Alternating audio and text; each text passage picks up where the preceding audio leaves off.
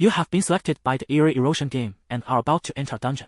Restless spirits that cannot reincarnate wander this place. To escape, you must decipher the ghost's killing rules. Touching forbidden objects will attract the riding danger lurking in the dark, yet may also grant you the power to oppose the ghosts. Peril and opportunity walk hand in hand. The path to survival hides in the most perilous corner, and the ghosts are waiting for you to use your life and soul to unshackle their chains. Matching dungeon. Match successful. Special individual detected. First dungeon set as a solo instance. Clearance rewards greatly increased. Lin Mo felt himself falling endlessly. The sensation of falling did not come from any physical height, but rather from sinking deeper and deeper into dense darkness. He could not draw breath, as though something were pressing hard against his chest, squeezing the air from his lungs bit by bit. He tried to move, even if only a single finger, yet discovered that his body would not respond at all, frozen rigid in place. A persistent buzzing filled his ears, like an endless ringing that would not cease. Amid this chaotic din, an extremely sharp voice suddenly pierced through. Lin Mo. Are you actually sleeping? He snapped his eyes open. The piercing blue light of a computer monitor made him squint. Familiar code filled the screen, yet the surrounding environment was utterly unfamiliar to him. This did not seem to be his workstation. The back of his neck felt stiff and aching. A bald middle-aged man was planted in front of his desk, his forehead flushed scarlet with anger as flecks of spittle sprayed forth.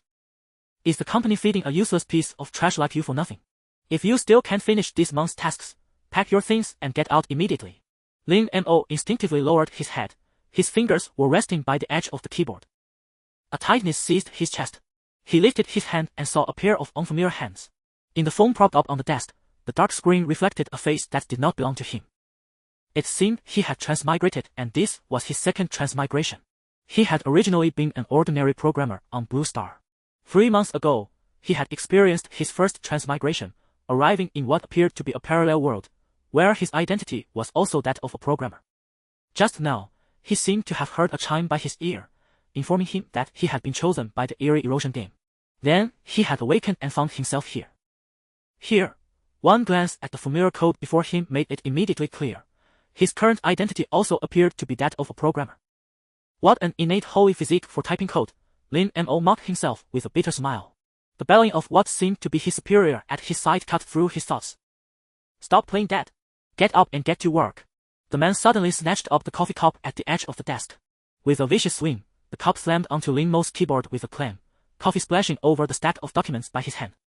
The bald man was about to continue his tirade when the phone in his pocket suddenly began to ring. He took it out and saw that it was a call from Director Lee.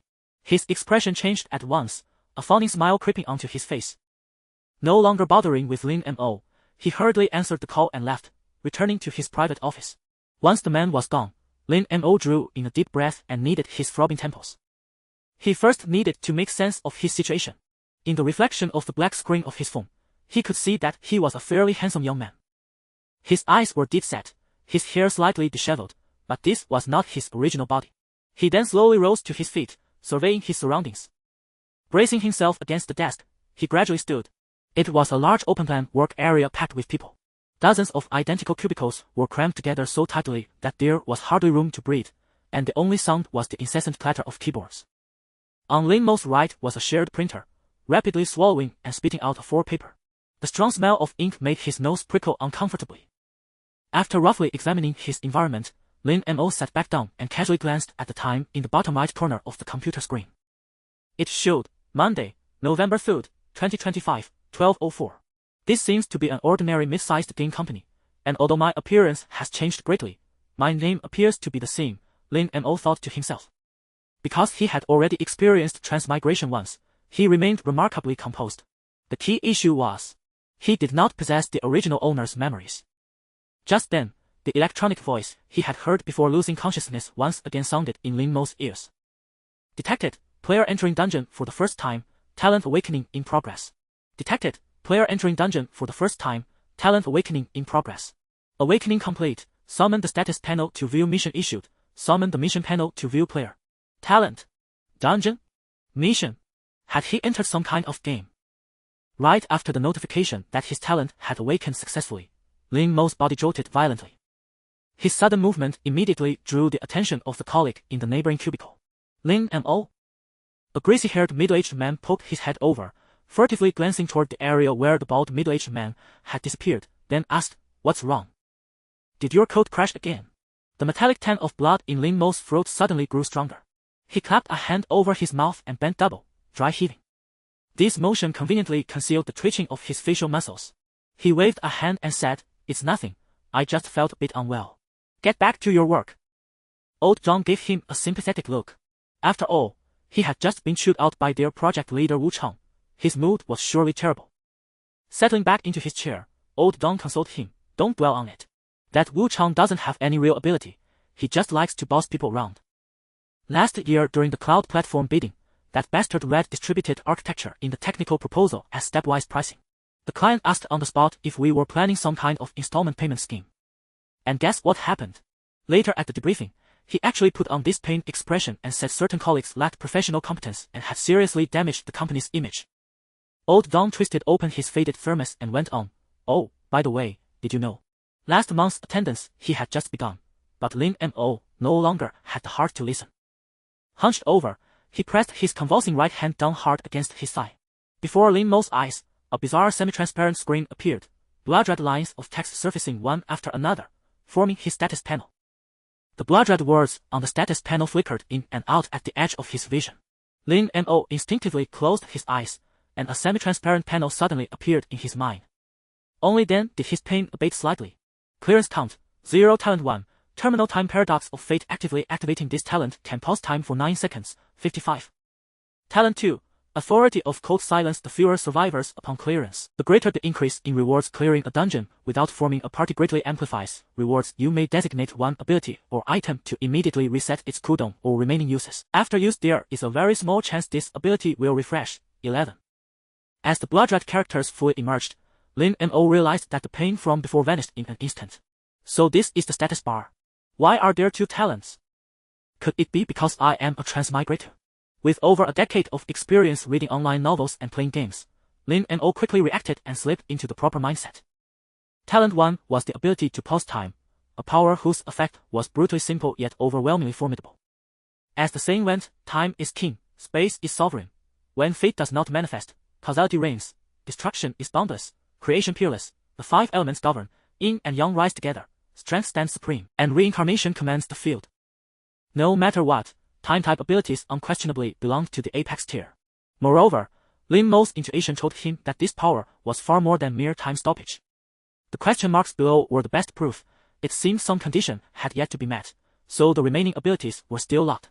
As for Talent 2, it appeared to be more focused on amplifying the gains of a lone wolf.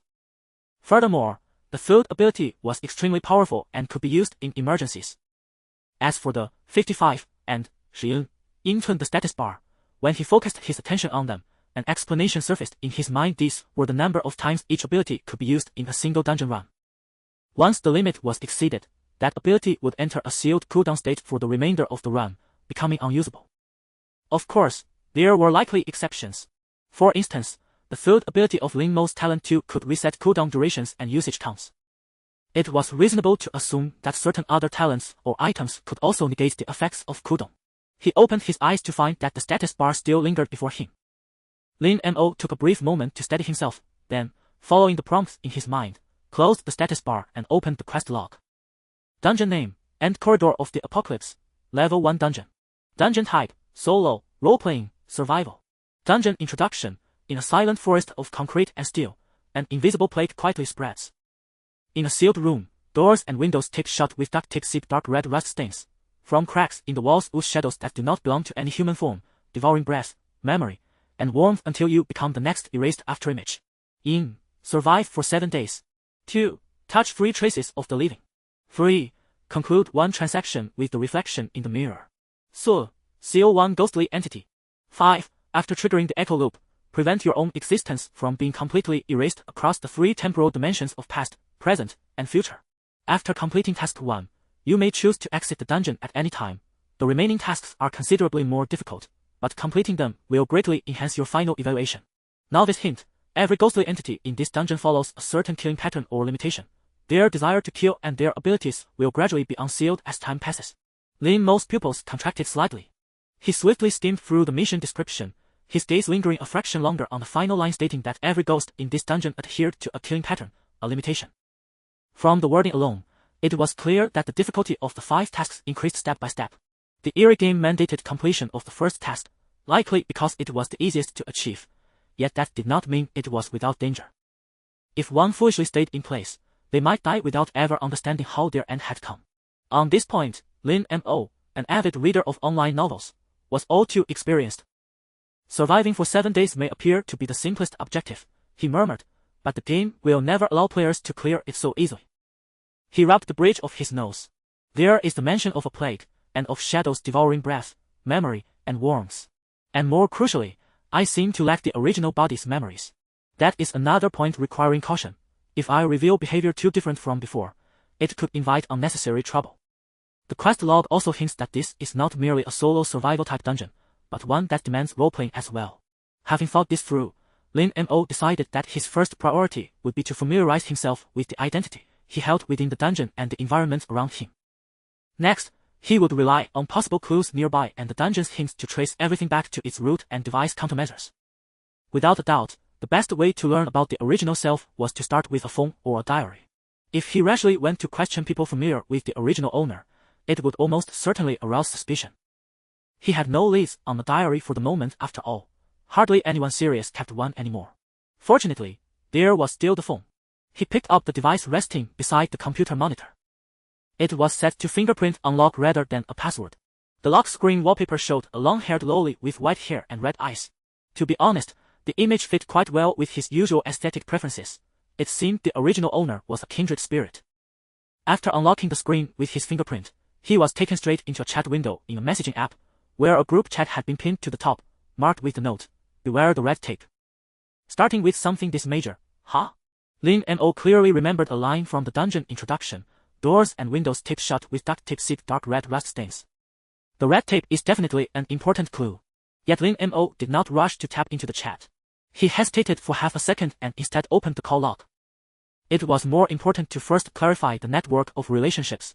Otherwise, if the people in the phone did not match his reactions, it would be painfully awkward. In the past 3 days there had been 7 missed calls. The contact labeled Wu Boppy had called 3 times in a row at 3 o'clock yesterday afternoon, while the latest record was from Oldley at 9:17 this morning. In the message inbox lay a pickup code from a delivery station and 2 promotional texts. In the contacts, a group labeled important people contained 5 entries: Zhou Wang, Yang Yuanzong, Cheng Tao, Li Xia, and Lu Qijun. Scrolling further down, there were entries for an ex, landlady Lu Jia, and various delivery services. On the filled home screen page lurked a mysterious orange app whose icon was a partially bitten maple leaf. The download history showed it had been updated at 3 in the morning. Beside it, a folder named Study Materials contained a piece of software marked with a Sakura icon. Long pressing the folder to view its properties showed that it occupied 233 gigabytes of space. Well, he muttered. Those who know, know. If he opened it here, it would be a social death on the spot. Lin Mo shook his head, exited the software, and opened the notes and memos instead. There were only 7 notes in the memo. Remember to buy skim milk. The third shelf in the fridge is empty. Saturday at 3 in the afternoon. Broadband installation. Adjust the UI layering of the login page. Important. Server 404 issue find old one from operations. Extension 328. Wu Boppy said the inpatient system needs a night mode. Wait for the client's requirement document. Remember, the code phrase is "please help me." The last note was deeply unsettling. It read, "I don't want to die. If sacrifice is necessary, I hope that person won't be me." It seems there really is something strange. Lin Mo continued to tap into the expense records. The payment history mostly consisted of items like food delivery and packages. Lin Mo then opened the phone's gallery. The cover of the reference material folder featured a curdy girl in a furisode kimono, the thin persimmon-colored silk soaked through by mist, translucent, with moonlight piercing the fabric to outline her graceful curves. She stood barefoot on tatami mats patterned with Yukio wave motifs, milky white foam clinging to her toes. There was also a girl in a yukata, a palm-sized Duruma doll tied to the end of her sash, while her soaked under kimono clung to the hollow of her waist, revealing 2 crescent-shaped watermarks in the thumbnail. The reference folder contained over 3,000 images: maize, black stockings, bunny girls, beast ears, robot girls, and more, a testament to how diligently the original owner had collected materials. Lin Mo exited the reference folder and entered another encrypted album, unlocking it with his fingerprint as usual. What greeted him were 2 videos and a single image, but their content was somewhat unsettling. The first video showed a woman in a red robe slowly climbing a towering crane. The camera captured her precarious figure from a low angle, with the gray sky and rusted iron framework creating a suffocating contrast. As she leaned forward, the shot switched to a top-down panorama, following her free fall from the heights until her body slammed heavily into the ground. The details of twisted limbs and splattering blood showed no signs of editing, as if capturing a bizarre suicide. The second video took place in a dim library. Among the deep rows of bookshelves, a blurry gray figure moved slowly in the distance, its outline hazy like condensed mist. The camera followed this figure with handheld shakes, sometimes hiding in the gaps between shelves, sometimes suddenly looming close, yet its features remained indistinguishable. Only twisted limbs and hollow eye sockets were visible. Both videos were silent, making the viewing experience deeply oppressive.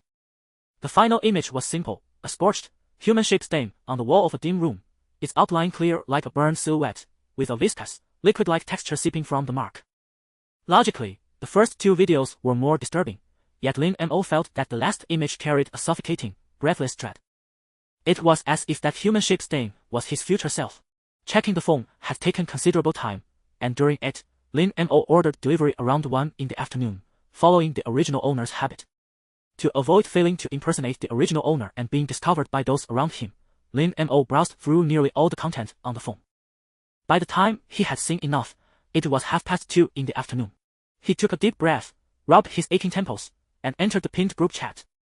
The group had 6 members, but only 5 were online: Zhou Wang, Yang Yuanzong, Cheng Tao, Li Xia, Lu Qijun, and his name, Lin Mo.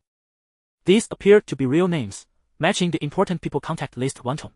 The other 5 were Lin Mo's college classmates, with whom he had stayed in touch after graduation due to their close bond. Scanning the list, he noticed the group was created only 2 days ago.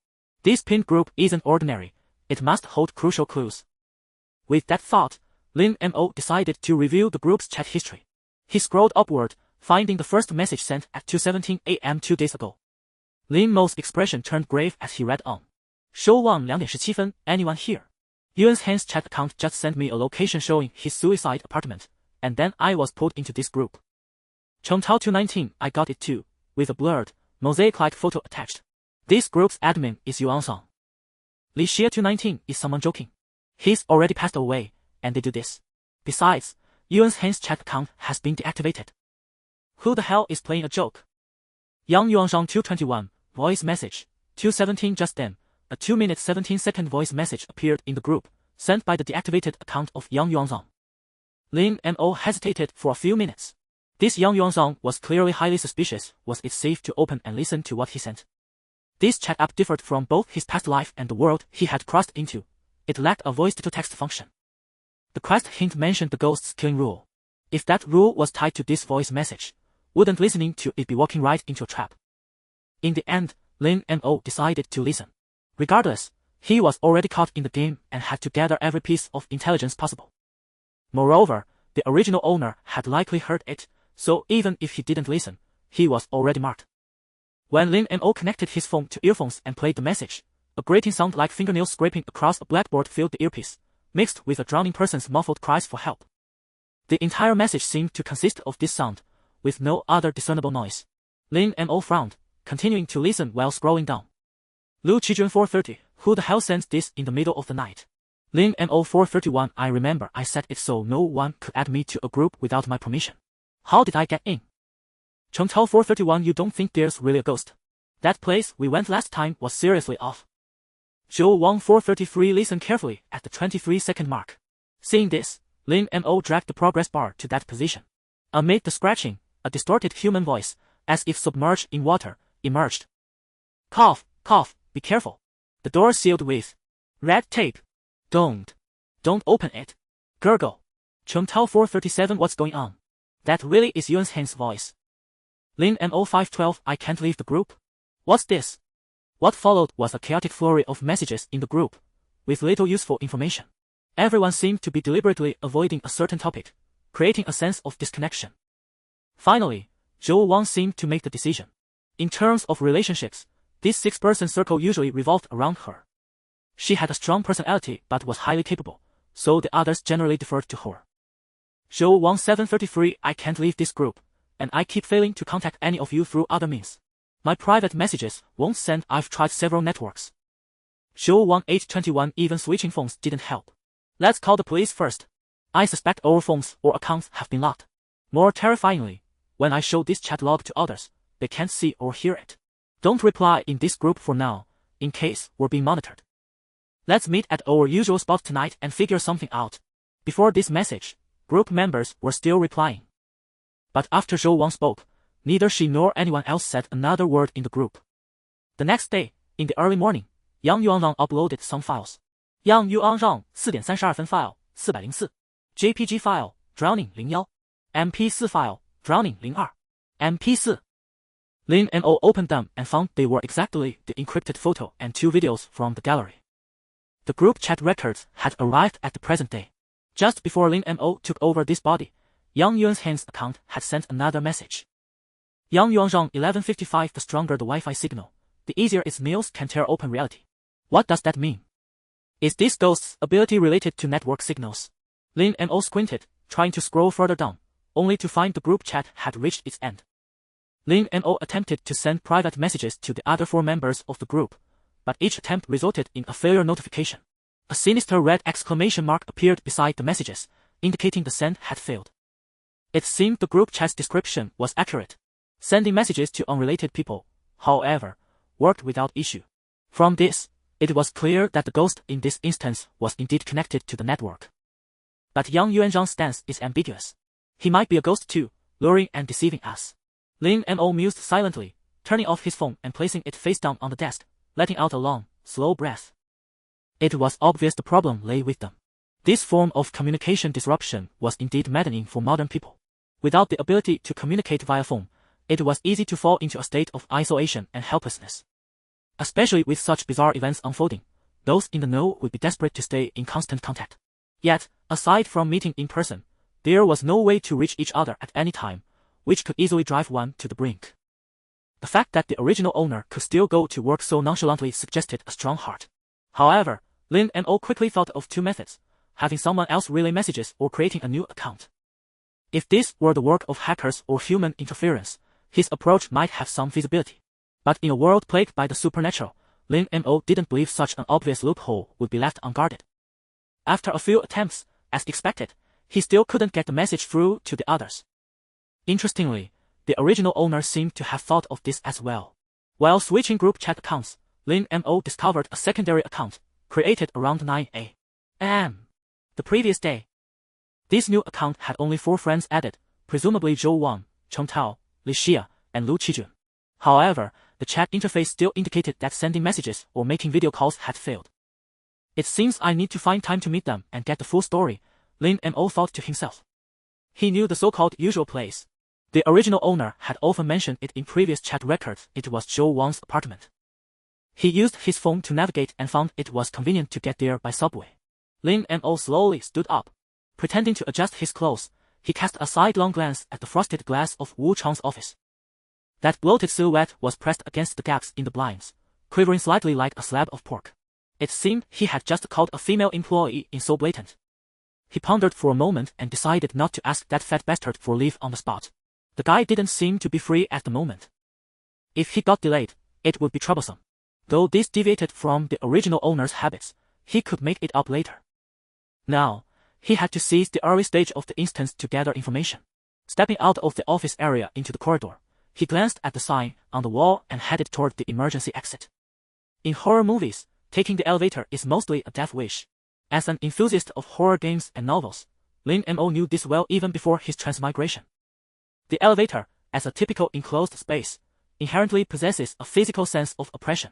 Its cramped confines restrict movement, and once an incident occurs, it means the escape route is completely cut off. So he unhesitatingly made his way toward the emergency exit. Along the way were office and break areas of various companies. This office building housed many firms, and Lin Mo's was just one among them. After walking along the corridor for about 3 or 4 minutes, a sudden chill spread through the air. Lin Mo instantly became alert, slowing his pace. With every step Lin Mo took, the chill deepened. What's going on? Lin Mo stopped. Passers-by in the corridor seemed accustomed to it, their hurried steps unchanged. Is this normal? Or can only I sense it?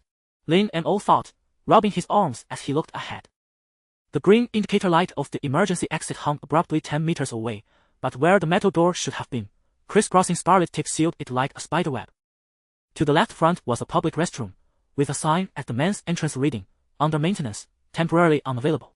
Lin Mo stared intently at the metal door, unconsciously taking 2 steps back. He was ready to use time top to escape at any moment. Those tapes weren't made of ordinary plastic, their surface shimmered with an oily sheen. Seeing this obviously abnormal scene, Lin Mo didn't blindly advance. He clearly remembered the red tape mentioned in both the instance introduction and the group chat records. "Excuse me, ma'am," Lin Mo said, stepping aside to let an administrative staff member carrying files pass, while throwing out a probe. "Don't you think the emergency door looks a bit strange?" The middle-aged woman glanced in his direction. "Young man, your eyes aren't as sharp as mine. That door was sealed by the property management last week, said it was a fire system malfunction. Don't you see the blue seal?" With that, the rhythm of her high heels clicking on the floor suddenly quickened as she walked away. "Blue seal?" Lin Mo was stunned for a second or two, then his pupils abruptly contracted, because he saw the tape at the end of the corridor was riding. It wasn't a flutter caused by air currents, but a true, crawling motion. As he instinctively stepped back half a pace, a lung burst open with a pop. A viscous liquid trickled down the edge of the tape, forming the words "Save me" on the wall. "I've encountered an anomaly right after leaving the company." Lin Mo clenched his sweaty palms. In novels and games, it was all virtual, but facing such a bizarre phenomenon in reality filled his heart with terror. "Right, I can use my phone's camera to see what's really going on." Though he had never experienced such a thing, Lin Mo didn't choose to turn and flee or rashly advance. For now, there was no immediate fatal danger, and the instance introduction stated, "The ghost in this instance gradually unlocks its killing intent and abilities over time." In other words, the early stage was the perfect time to gather clues. Missing it would undoubtedly lead to lifelong regret. He pulled out his phone, his fingers trembling a little as he fumbled to open the camera app. The moment the lens focused on the gap in the door, the blood in his veins nearly froze. On the screen, beside the blue tape he saw with his own eyes, another layer of image was eerily superimposed. That is, the image his eyes perceived. Countless blood red tapes were spewing out from the crack in the door. Even more horrifying, the end of each red tape was attached to a segment of a grayish-blue severed finger, which twitched slightly. Could it be that what I see is an illusion? The others aren't affected. "Shaolin?" A cleaning lettuce mop bucket bumped against his heel, snapping him out of his thoughts. "The men's restroom on this floor is clogged. You'll have to go upstairs." With that, her stooped figure walked calmly past the tape, stepping straight through the writing strips. "All right, thank you, Auntie." Lin Mo muttered a reply, fleeing the place as if escaping, nearly slipping on the wet floor. "Slow down." The cleaning lady watched his retreating back with a puzzled expression. This kid, still so reckless. Lin Mo's shoes skidded on the tiled floor, his palms so sweaty he could barely grip his phone. He sprinted back the way he came, drawing strange looks from everyone he passed, though no one said a word. Soon, he reached the elevator bank on the opposite side, panting heavily as he pressed the down button. When the elevator arrived at his floor, he stepped in eagerly. As the metal doors slid shut, he shrank back into a corner and loosened his collar. Cold air from the air conditioner blew down from above, but the sweat on his nape only grew heavier. The elevator walls reflected several pale faces, each person absorbed in their phone, paying him no mind. He stared at the floor numbers descending steadily from 12, feeling the seconds crawl by. He couldn't bear to stay in this building a moment longer. His vacant gaze was broken by the elevator's ding. As the doors opened, he followed the crowd out. When he passed through the revolving doors of the lobby, it was already dusk outside. The leaves of the plane trees near the office building were wilted, and a few delivery riders dashed through a yellow light across the crosswalk. Though it was late autumn, the temperature remained high before the sun fully set. Ha! Strange. How had time flown by so fast? It was only 2:30 when he left the office. Could it be dark at 2:30? Lin Mo immediately pulled out his phone to check the time, only to see the screen glaringly display 17:29. From leaving the office to this moment, his subjective time felt like no more than 20 minutes, yet nearly 3 hours had passed in reality. Time had been accelerated tenfold. Was it because of that eerie emergency door? Alarm bells rang in Lin Mo's mind, but with no leads, he could only etch this anomaly deep into his memory. He then followed the signs toward the subway entrance. It was rush hour, and a long queue had already formed at the subway station entrance. Lin Mo shuffled along with the crowd. The platform was also packed. An office worker in a suit tucked his briefcase under his arm, holding his phone horizontally to play a game. A girl who looked like a student, wearing cat-ear headphones, frantically liked videos on a short video app. Even an old woman with a cane clutched a senior phone, her cloudy eyes nearly pressed against the screen. Everyone maintained a half-arm's length distance in tacit agreement, as if an invisible wall framed each individual into an isolated island. After a wait, the train finally pulled in. As the arrival chime sounded, the crowd began to move slowly. Lin Mo was pushed from behind, his back thudding against a girl in a plaid school uniform. The girl didn't even look up, mumbling, "Sorry." As he stepped into the carriage, he inexplicably turned his head to glance back at the platform pillar. In the reflection of a certain tile, there seemed to be a flash of dark red, but when he focused, it was only the warning sign, "No jumping onto the tracks." Lin Mo gripped the coat handrail, his phone screen showing 1748. The window reflected his figure. Ding dong. "Passengers, this train is about to arrive at Qingtang Road Station. Please prepare to disembark. Exit from the left side in order. Please mind the gap between the train and the platform. The next station is Linluo River Station." Just as the announcement reached Qingtang Road Station crack, a piercing metallic snap exploded, nearly drowning out the chime. Lin Mo whipped his head around and saw the heavy door beside him sliding open slowly, accompanied by a hiss of air pressure release. A stream of chilly, tunnel-specific air rushed in. Is it an illusion? In just over 20 minutes, he felt his nerves had become as fragile as a string. Lin Mo sighed, squeezing out of the carriage with the crowd. He casually removed his tie and stuffed it into his pocket. Following the human tide, he exited the subway station. Night was beginning to fall, and a chill arose. Such was the dusk of late autumn. Lin Mo shrunk his neck as he emerged from the subway exit. He took out his phone again to check the time. 18:23. The colorful lights of the convenience store opposite the subway station were already flickering on. Zhou Wang's apartment was in an old building, named Qingtang Apartment. He stomped his feet and, following his phone's navigation, turned into Qingtang Road. Zhou Wang's apartment was 401, a detail Lin Mo had confirmed repeatedly on his phone. Lin Mo looked up at the 4th floor from the apartment building's entrance. The light in room 401 was on. Suddenly, his pupils contracted. At the window of the 5th floor living room, a pale human silhouette was slowly leaning down, its neck twisting and elongating. Lin Mo flinched in fright. When he looked again, the figure had vanished without a trace. Only a half-open window remained, its curtain lifted by the wind, as if nothing had happened. He rubbed his tired eyes, a thought of retreat surfacing. First, the eerie emergency door at the company, then the strange sight at Zhou Wang's apartment. Could this place also be under surveillance? Lin Mo paced back and forth at the apartment building's entrance, debating whether to go up. Finally, he made up his mind. If the anomalies were meant to hinder his exploration, then going against their grain was the key to breaking the deadlock. Moreover, if something truly happened, Zhou Wang would be the first to suffer. If both the company and Zhou Wang's apartment were manifestations of an anomaly obstructing his path, then undoubtedly, defying the eerie force behind it was the right way. Lin Mo pushed open the iron door of the apartment building. Room 401. As he climbed the stairs, holding his nose, he suddenly heard a faint metallic scraping sound from above, as if someone was scratching the railing with their fingernails. When he held his breath and paused, the sound eerily faded at the 4th floor corner. He let out a heavy breath, steeled his resolve, and continued marching upward. He soon reached the 4th floor. Room 401 was the first room on the right. A warm light seeped from under the door, and the faint sound of a TV news broadcast came from inside. Just as Lin Mo was about to knock, his gaze caught several strands of silver-white hair wedged into the edge of the doorframe. The color was starkly different from Zhou Wang's usual chestnut brown. A ripple of thought stirred within Lin Mo's heart. This seemed deliberately wedged into the door crack. It appeared his arrival was well-timed. Zhou Wang must know something. No ordinary person would act this way. "Zhou Wang, are you in there?" Lin Mo paused briefly before knocking again. The television noise within the room abruptly ceased, replaced by the sound of liquid dripping, a rhythm so regular it sent chills down his spine. After a moment, the faint glow seeping from under the door suddenly dimmed. Yet Lin Mo heard no footsteps. "Who is it?" A hoarse female voice emerged from behind the door, and the eerie dripping sound vanished simultaneously. "It's Lin Mo." He raised his phone and stepped back half a pace. Silence fell on the other side of the door, stretching on for an eternity without any response. Yet through the wooden barrier, Lin Mo could clearly sense the rhythm of someone's breathing. After an indeterminate span of time, the door to apartment 401 slid open a crack, releasing a thick wave of blood mingled with the scent of burning incense. Lin Mo froze instantly, his gaze fixed on the overturned sensor in the entryway.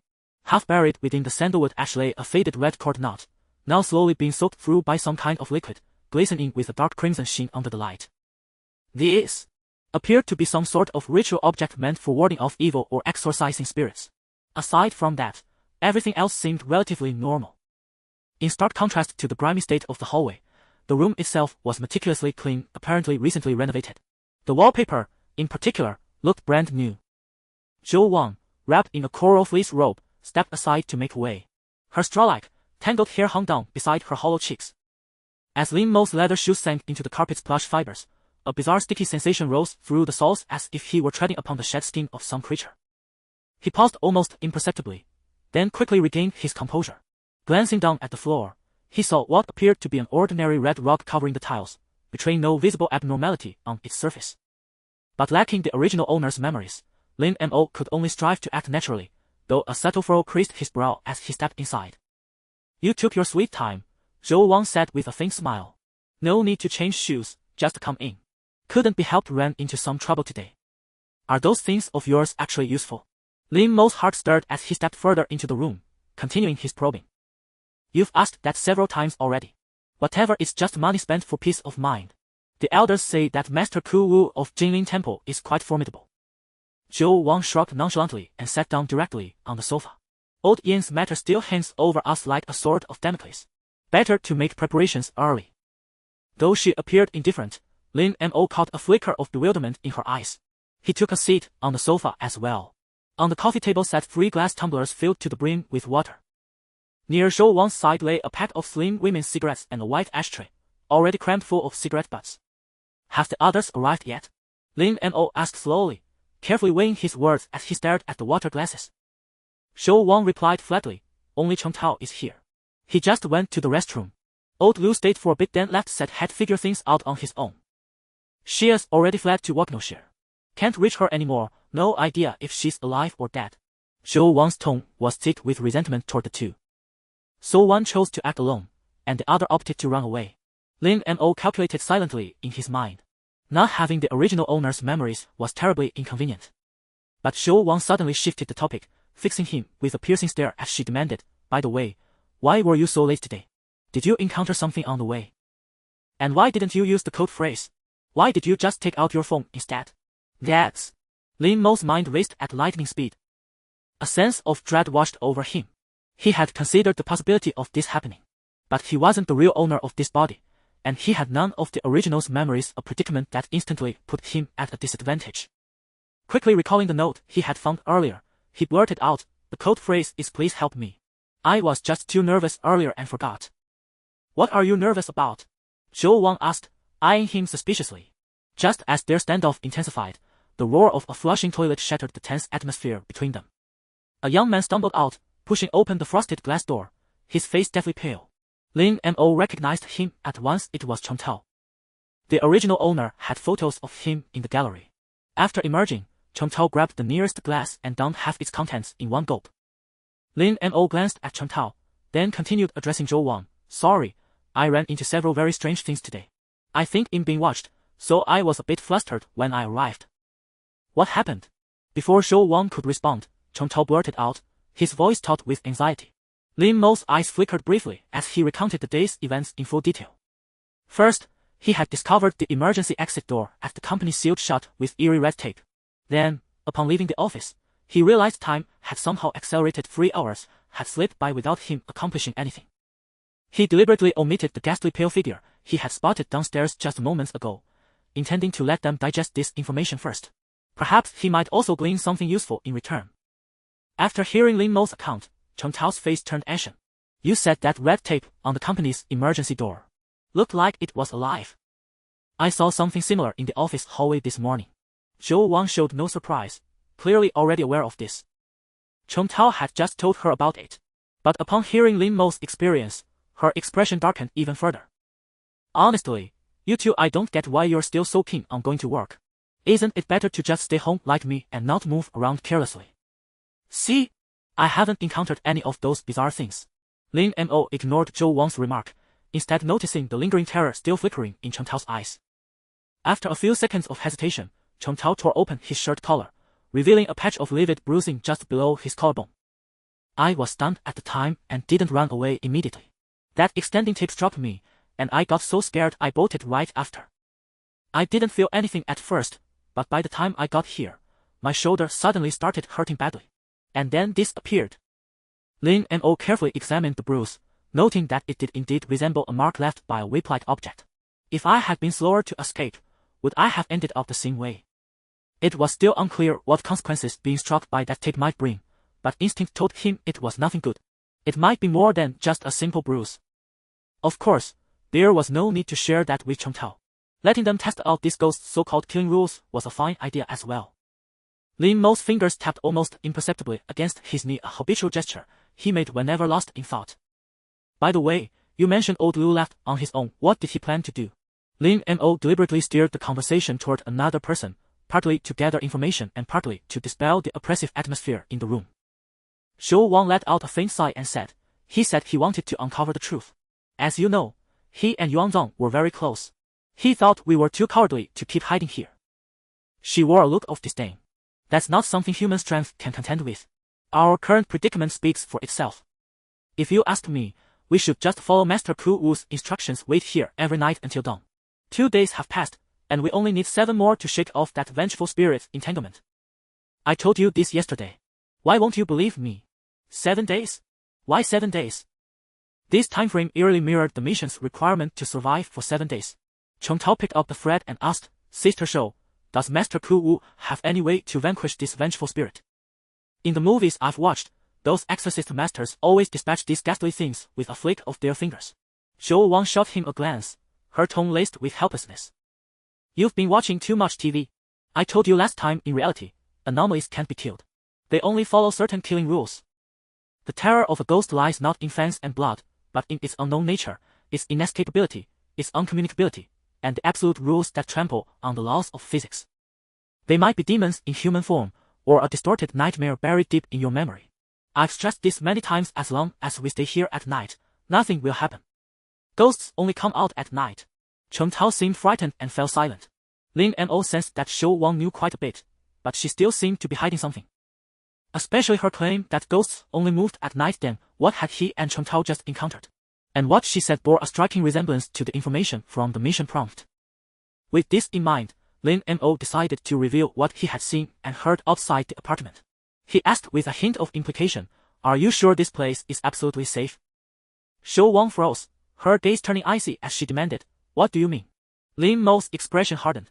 He had realized that following Zhou Wang's approach would lead to certain doom. This woman definitely knew something. He said coldly, just before I entered the apartment, on the 5th floor, judging by the location, it must have been room 501. A white figure stretched its neck toward your living room. That neck length was definitely not human. But when I looked again, it was gone. By the end, fear was etched on Lin Mo's face. It wasn't an act. If not for his time-freezing ability, he would never have come up. Chengtao's body trembled, his teeth chattering slightly. You mean, it's in the building now? He pressed his back against the sofa cushion, staring toward the living room window. The darkness outside the window was like 凝固的墨水, swallowing even the outline of the opposite building. Imagining that a strange figure had been staring at them from outside moments ago sent a chill down Chengtao's spine. The bruise on his shoulder seemed to ache even more now, perhaps just his imagination. Zhou Wang's pupils contracted sharply under the chandelier. Are you sure you weren't seeing things? I definitely saw that figure. I'm certain of it, Lin Mo said firmly. Anyway, no matter what, staying inside the house is the right thing to do. Zhou Wang's voice grew irritable, laced with impatience. Are you saying you dare to go out now? Whether it's real or not, this room has been protected by a curse wheel array barrier. No ghost can get near. Only here is it safe. Curse wheel array? What was that? Lin Mo wanted to ask, but worried his character might already know about it, so he held his tongue. Fortunately, Chengtao picked up the conversation. He glanced around, feeling unsafe everywhere. Sister Zhou, what's the curse wheel array? Zhou Wang's eyelashes fluttered, and she lowered her head, seeming to realize she had let something slip. She pulled out a lighter to light a thin cigarette. The flame flickered at her fingertips 3 times before catching the tip, and she took a deep drag. Chengtao and Lin Mo waited silently for her answer.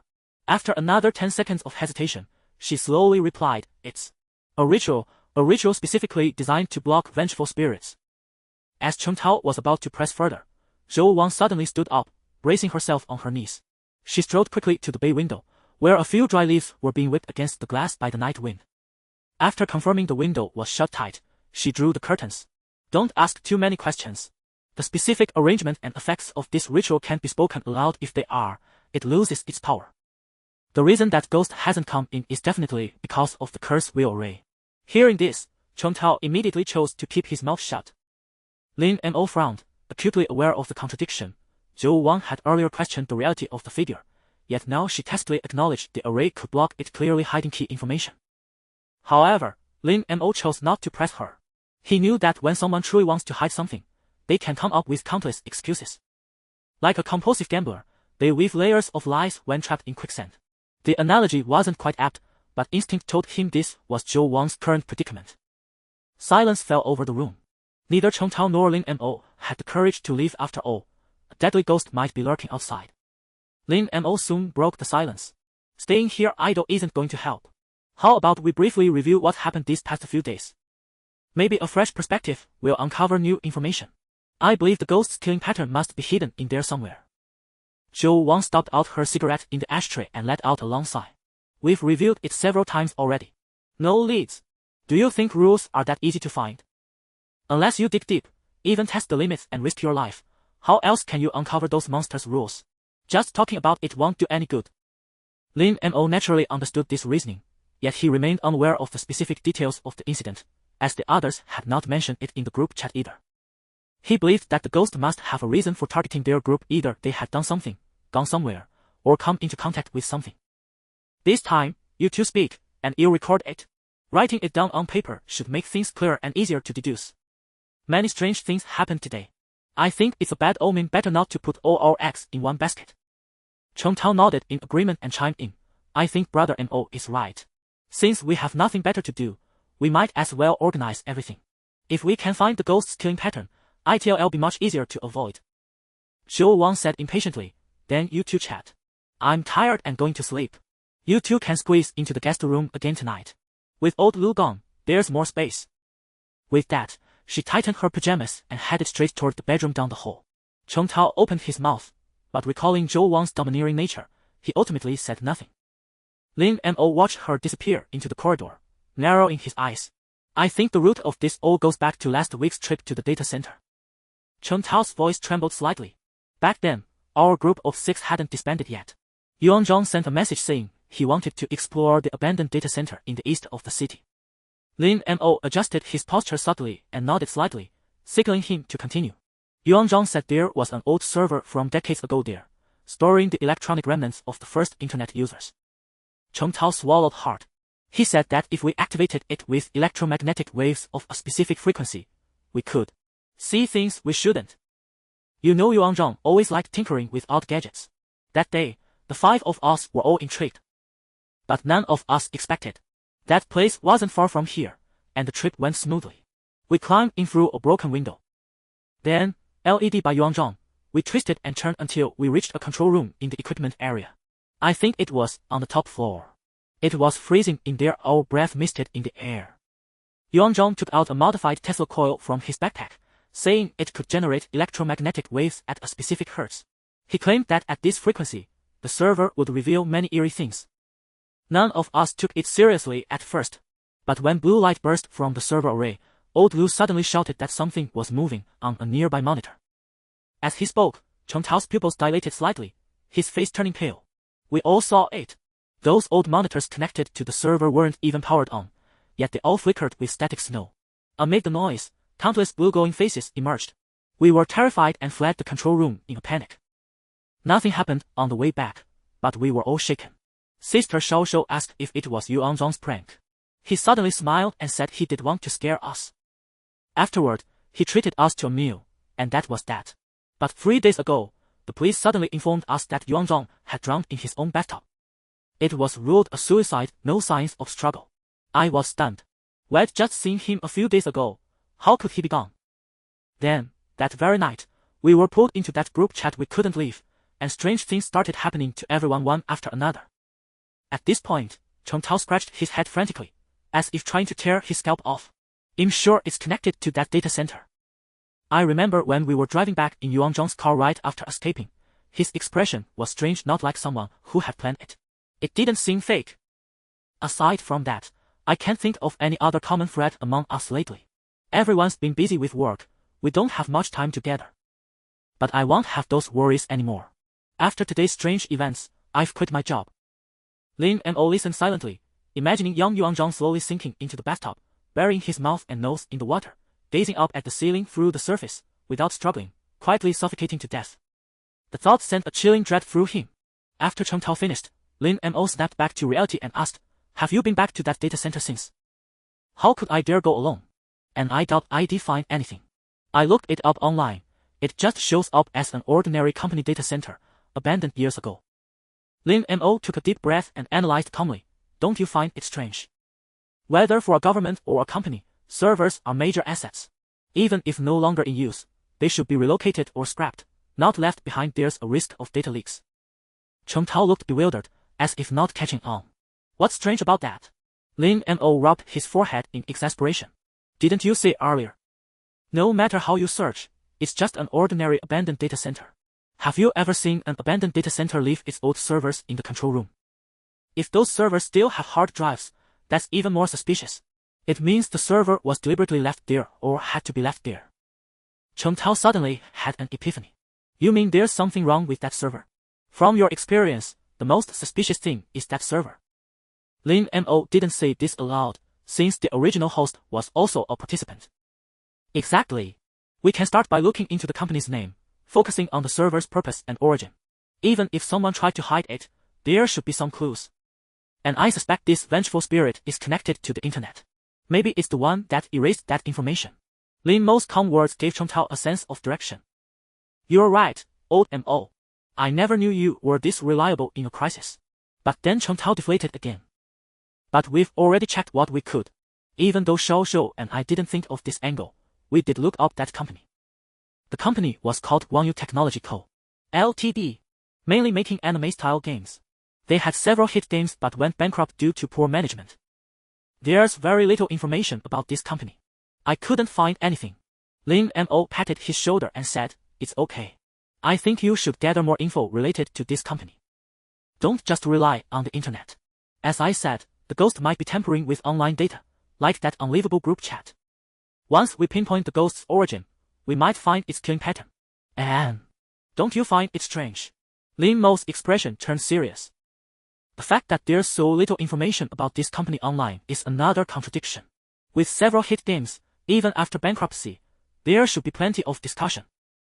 Unless something is deliberately blocking the information, keeping us in the dark. Upon hearing Lin Mo's analysis, a chill crept into Cheng Tao's heart. He quickly said, "Brother Mo, you make a good point. I'll go look for more clues right away." "I'll go with you," Lin Mo said with a faint smile, offering encouragement. "By the way, don't you blame Yuan Zhang. After all, he was the one who led us to that place." Lin Mo suddenly asked with a hint of curiosity. Cheng Tao sighed and replied, "What good would blaming him do? He's already paid with his life. All I want now is to survive. I can't be bothered with anything else. Sister Zhou is the same. Lately, she's been praying to gods and Buddhas, refusing to go out. But honestly, I think that old monk is a bit unreliable. He took several 100,000 from Sister Zhou and only gave her a small incense burner, telling her to place it sideways at the entrance. He didn't do anything else." Lin Mo raised an eyebrow. "Do you know anything about that master called Ku Wu? I feel like Shou Wang is getting a bit obsessed." Cheng Tao shook his head. "I don't know the details either. That monk was supposedly introduced by Sister Zhou's friends and family. But I remember Sister Zhou is an orphan, isn't she?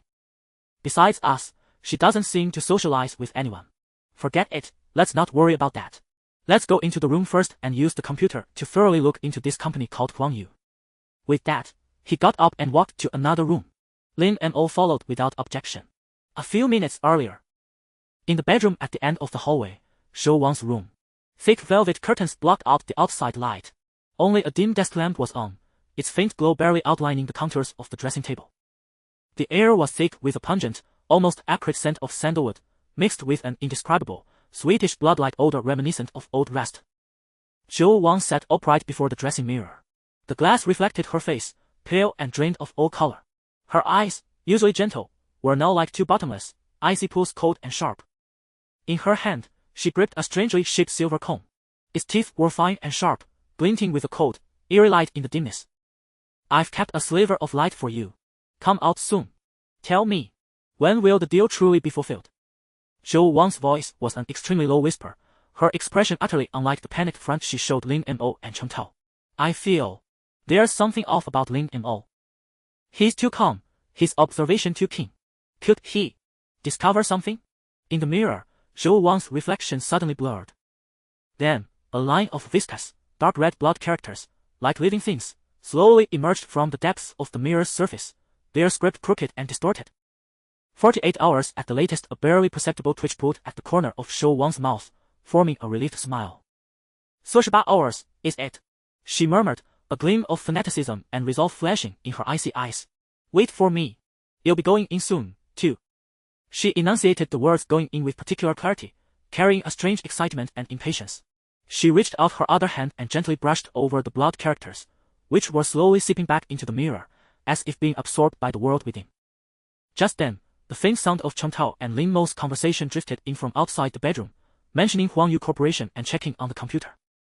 The intense coldness in Zhou Wang's eyes quickly faded, leaving only a trace of vigilance. She swiftly hid the silver comb. Ahem, soon. They won't make it in time. Even Chu Ximin couldn't solve it, let alone them. She muttered while coughing. Meanwhile, Lin Mo followed Chen Tao into the guest bedroom. The moment the door closed, a violent, dry cough erupted from Zhou Wang's room at the end of the hall. Chen Tao shuddered and quickly locked the door from the inside. This unusual action caught Lin Mo's attention. Normally, one would be inclined to check on the other person. Here she goes again. Once she starts coughing, she goes crazy. Better to keep my distance. Lin Mo's mind stirred slightly. He made a mental note of this. The room was small. A large bed was pushed against the wall, its sheets tangled in a messy heap. A silver laptop sat on the desk. Lin Mo's gaze swept across the wall, then suddenly stopped. The entire wall near the headboard was plastered with yellow talisman paper inscribed with cinnabar. The brush strokes of each talisman were torn down the middle, as if slashed by an invisible claw. Following his gaze, Chen Tao explained, Fies. Sister Zhou put this up at noon today. She said the word of evil. Lin Mo stepped closer for a look. A dark red liquid was seeping from the torn edges of the paper. Don't touch! Chen Tao suddenly hissed. Lin Mo took a photo of the talisman and pointed at the computer. Don't worry, I wasn't going to. Let's focus on the task first. Okay. Chen Tao's fingers flew across the keyboard. Lin Mo stood behind him, his gaze sweeping over the wall full of torn talismans. These talismans. He traced a finger in the air near the wall. They seem to be oozing liquid. That's not right, is it? Sister Zhou just said the word of evil. Chen Tao shrank his neck, as if recalling something unpleasant. Every morning these past few days, before we left, she would smear red paint behind these talismans. I have no idea what she's doing. Does she have these talismans in her room too? Lin Mo asked, his expression grave. Well, Chen Tao was taken aback. She never lets me in, I'm not sure. Every time I knock on her door, she yells at me. Probably, she does. The search bar on the screen blinked with the words Huang Yu Technology. Just as the page was loading, Chen Tao suddenly clicked his tongue in annoyance. It's gone again. He slammed the enter key. Half an hour ago, I could still find screenshots of their official site. Now even the by key entry is a 404. Looks like someone really is deleting this information. Lin Mo leaned over and pressed a hand on his shoulder, frowning. Change the keywords. Search for the games they developed. Chen Tao swallowed hard and typed in 4-bit characters, Phantom World Tale. This was Huang Yu Technology's smash hit anime-style mobile game from 5 years ago. Later, due to foolish planning by the developers who secretly lowered the gacha rates, the game crashed and burned, shutting down 2 years ago. As the page refreshed, only a few scattered forum posts appeared, nothing like the frenzy of its peak. That's not right, Chen Tao frowned. This game was so popular back then, the community had tens of thousands of posts a day. Why are there so few discussions now? Could my memory be wrong? It's definitely off. Lin Mo tapped his knuckles on the desk edge. A blockbuster game, even after it shuts down, should at least have nostalgic posts. As if struck by a sudden thought, he grabbed the mouse. Let me see. Chen Tao wisely gave up the seat. Lin Mo said thanks and sorted the results by latest reply. He clicked on a post titled Anyone Remember the Chapter 3 boss fight in Phantom World? The poster's ID was Night Rain listening to Wind, and the comment read, Screenshot proof. JPG, did I even play this game? Is it my imagination? There were no replies beneath the post. It was completely empty. The moment the screenshot loaded, Lin Mo's pupils contracted sharply because he noticed the date displayed in the bottom right corner of the game interface, October 15th, 2025. This person is problematic. Chen Tao also leaned in close to the screen. The game shut down 2 years ago. How could this person possibly? Before his words faded, the post suddenly refreshed, and the entire reply vanished into thin air. Lin Mo felt a foreboding sense of dread. He pressed the F5 key repeatedly and swiftly. But the 404 error after refreshing stirred an uneasy feeling within him. Right, that ID. He immediately opened the search box. The moment the search box popped up, Lin Mo instinctively held his breath and quickly typed the 4 characters EU Tingfeng. The ID EU Tingfeng immediately appeared before his eyes, along with the avatar of a blonde white porcelain crane, exactly as he remembered. Lin Mo promptly chose to add him as a friend. In the note, he wrote, "I've been through the same thing. Can we talk?" After doing this, he clicked into the other's profile to browse. The activity page showed that EU Tingfeng had last logged in at dawn yesterday, but all posting records were cleared, leaving only a personal signature that read, "When the temperature drops, be sure to stay away from the secret room." Chen Tao stared at all this in fear, swallowing hard. He leaned half his body on the armrest of the swivel chair, collapsing entirely. Lin Mo's fingers still hovered above the mouse wheel. This is fucking haunted, isn't it? Chen Tao's voice trembled, but he suddenly heard the wind from the window. He realized the window wasn't fully shut. Recalling the pale figure upstairs that Lin Mo had mentioned, he dashed over immediately. He shut the window tight and drew the curtains in one fluid motion. He couldn't help but think of the events that had happened during the day, how his life had suddenly been invaded by these ghastly things. After closing the window and walking back, Chen Tao unconsciously grabbed Lin Mo's shirt. "Even the posts we made disappear right before our eyes. Don't lose heart. This only means we're getting closer to the truth. The truth those ghastly things want to hide from us." Lin Mo's gaze fell on the line of text in the personal signature. After an unknown amount of time, he reached for his neck, feeling a patch of cold sweat. Only then did he realize his shirt back was soaked through with cold sweat. At the same time, he felt a chill. The temperature. Lin Mo suddenly turned to look at Chen Tao. "Do you feel the temperature dropping? The room is colder than before?" Chen Tao looked blankly, shaking his head. "Temperature might be the key. This guy Yu Tingfeng must know something. Notify me as soon as he accepts the friend request."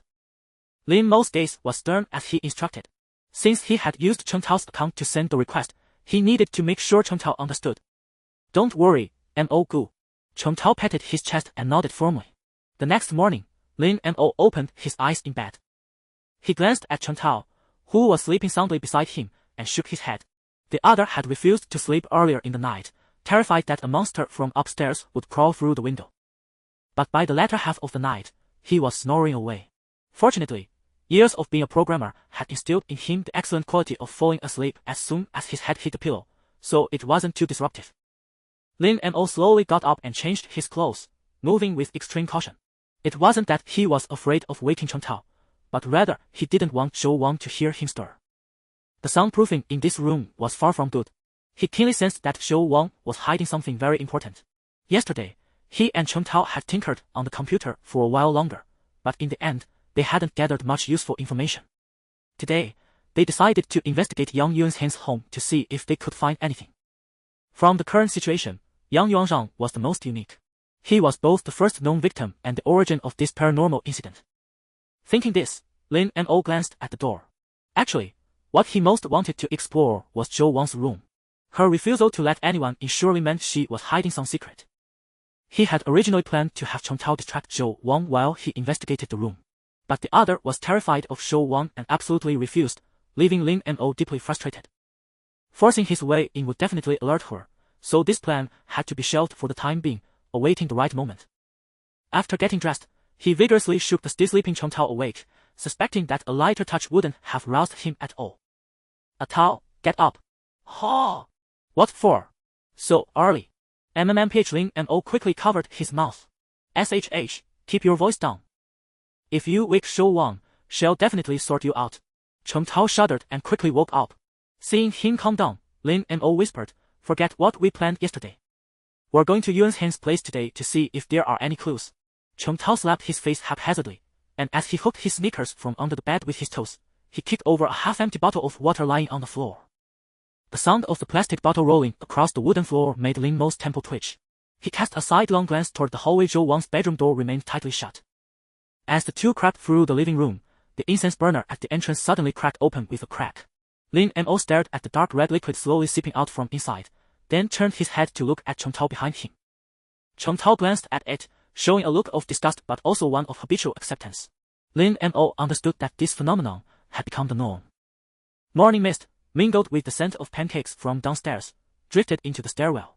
It was still cold in the early morning. Lin Mo changed his clothes and zipped his hoodie all the way up. Cheng Tao also wrapped his coat tight and slipped out of the apartment. The two stepped quickly over the wet sycamore leaves and left. The morning rush hour crowd at the subway diluted the gloom. Cheng Tao buried his face in his hoodie collar. After entering the subway station, he stared blankly at the pale, fleeting shadows reflected on the platform's glossy tiles. After about 4 or 5 stops, they reached their destination. Getting off the train, they took a few more bus stops under Cheng Tao's guidance, eventually arriving at the entrance of a vegetable market. The old, run-down apartment building where Yang Yuanzhang had rented a place was hidden behind this market. They walked along a small path until they reached the stairwell. Cheng Tao involuntarily shrank his neck and stepped back behind Lin Mo. What's there to fear? We're here now, we have to face it eventually. The two quickly reached the 3rd floor. Apartment 307 was the one Yang Yuanzhang had rented, but now the door was cordoned off with police tape. Yuanzhang told me he kept a spare key under the doormat, Cheng Tao said, his voice trembling. You think there might be something terrifying hidden in his place? He drowned at home, and the authorities ruled it a suicide. That's way too fishy. Lin Mo didn't answer. His gaze was fixed on the window next to the entrance door. Cheng Tao followed his gaze and saw a flash of dark red flicker through the gap in the curtains. What's that? Cheng Tao clutched Lin Mo's clothes tightly, asking in terror. Should we still go in? Of course. Lin Mo's gaze was resolute. The more abnormal this place seems, the more it's worth exploring. Lin Mo lifted the faded blue and white striped rock and discovered that the key was still there, untouched by the police or anyone else. Click! The moment the lock sprang open, Cheng Tao abruptly stepped back half a pace. Lin Mo shot him a glance, and seeing no one around, reached out and pushed open the iron door. A thick wave of moisture rushed toward them, mingled with a stench reminiscent of a sewer. All the curtains were drawn tight. The only sources of light came from the shattered exhaust fan blades in the kitchen and the daylight filtering in through the doorway. Patches of wallpaper curled and peeled like old newspapers soaked in water, revealing moldy concrete beneath. Just as it had appeared from the outside, the interior was in a deplorable state. Cheng Tao clicked his tongue in disdain. Yuanzhang was always so slovenly. How long has it been since this place was last cleaned? Suddenly, the thought struck him that young Yuanzhang was dead, possibly even killed by a malevolent spirit, and his words got lodged in his throat, refusing to come out. Enough talk. Close the door first. It'll be trouble if someone spots us. All right. Cheng Tao quickly shut the door, plunging the room into dimness. Lin Mo glanced at the window by the entrance, the very spot where he had glimpsed a flash of scarlet earlier. But now, everything looked normal. He strode over, grabbed the curtain, and yanked it open with force. More sunlight streamed through the glass, slightly alleviating the oppressive atmosphere in the room. Search separately. Lin Mo pulled the caution tape wedge in the door gap. You check the bedroom. Lin Mo planned to inspect the bathroom last. That was where young Yuanlong had died, and he wanted to save it for the end. Before that, he would examine the rest of the place. Cheng Tao swallowed hard, nodded mechanically, and shuffled toward the room on the right. Lin Mo crouched down and moved slowly along the base of the wall, meticulously scanning the living room. From the TV cabinet to the sofa, from the walls to the floor. Finally, as he passed a cabinet, he noticed something amiss. This cabinet is off. He rubbed the back of his hand against the cabinet's glass door and found a 2-finger-wide gap between the cupboard and the wall, with a crescent-shaped scratch at the bottom. Though faint, the mark indicated that it had been moved more than once. With that thought, Lin Mo didn't hesitate to shift the cabinet aside. The cupboard had barely moved 3 inches when it jammed and refused to budge. Lin Mo suddenly noticed a palm-sized beige patch on the lower right corner of the rear wall, the fresh paint glaringly conspicuous against the moldy gray surface. He pried at the edge of the patch and peeled it off, the wall skin coming away in one piece like a dampened biscuit. Tucked diagonally in the crevice of the hidden compartment was a black notebook, covered in mildew spots. Lin Mo wrapped his sleeve around his fingers, pinched the spine, and pulled it out, intending to take a look. Suddenly, Lao Mo! Cheng Tao's startled cry came from the bedroom. There's something in this wardrobe. Lin Mo swiftly stuffed the diary into the inner pocket of his hoodie and pushed the cabinet back into place. As the cabinet returned to its original position, he saw Chen Tao stumbling backward, clutching a broken piece of red string in his hand. "It's full of these strings." Chen Tao's voice trembled with tears. Lin Mo's gaze swept across the bedroom, and he strode in quickly. The most conspicuous item inside was a wardrobe directly facing the bedroom door.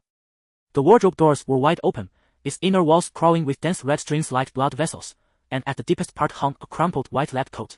Lin Mo didn't act rashly. Instead, he turned to Chen Tao, who was lingering at the bedroom entrance, refusing to come in.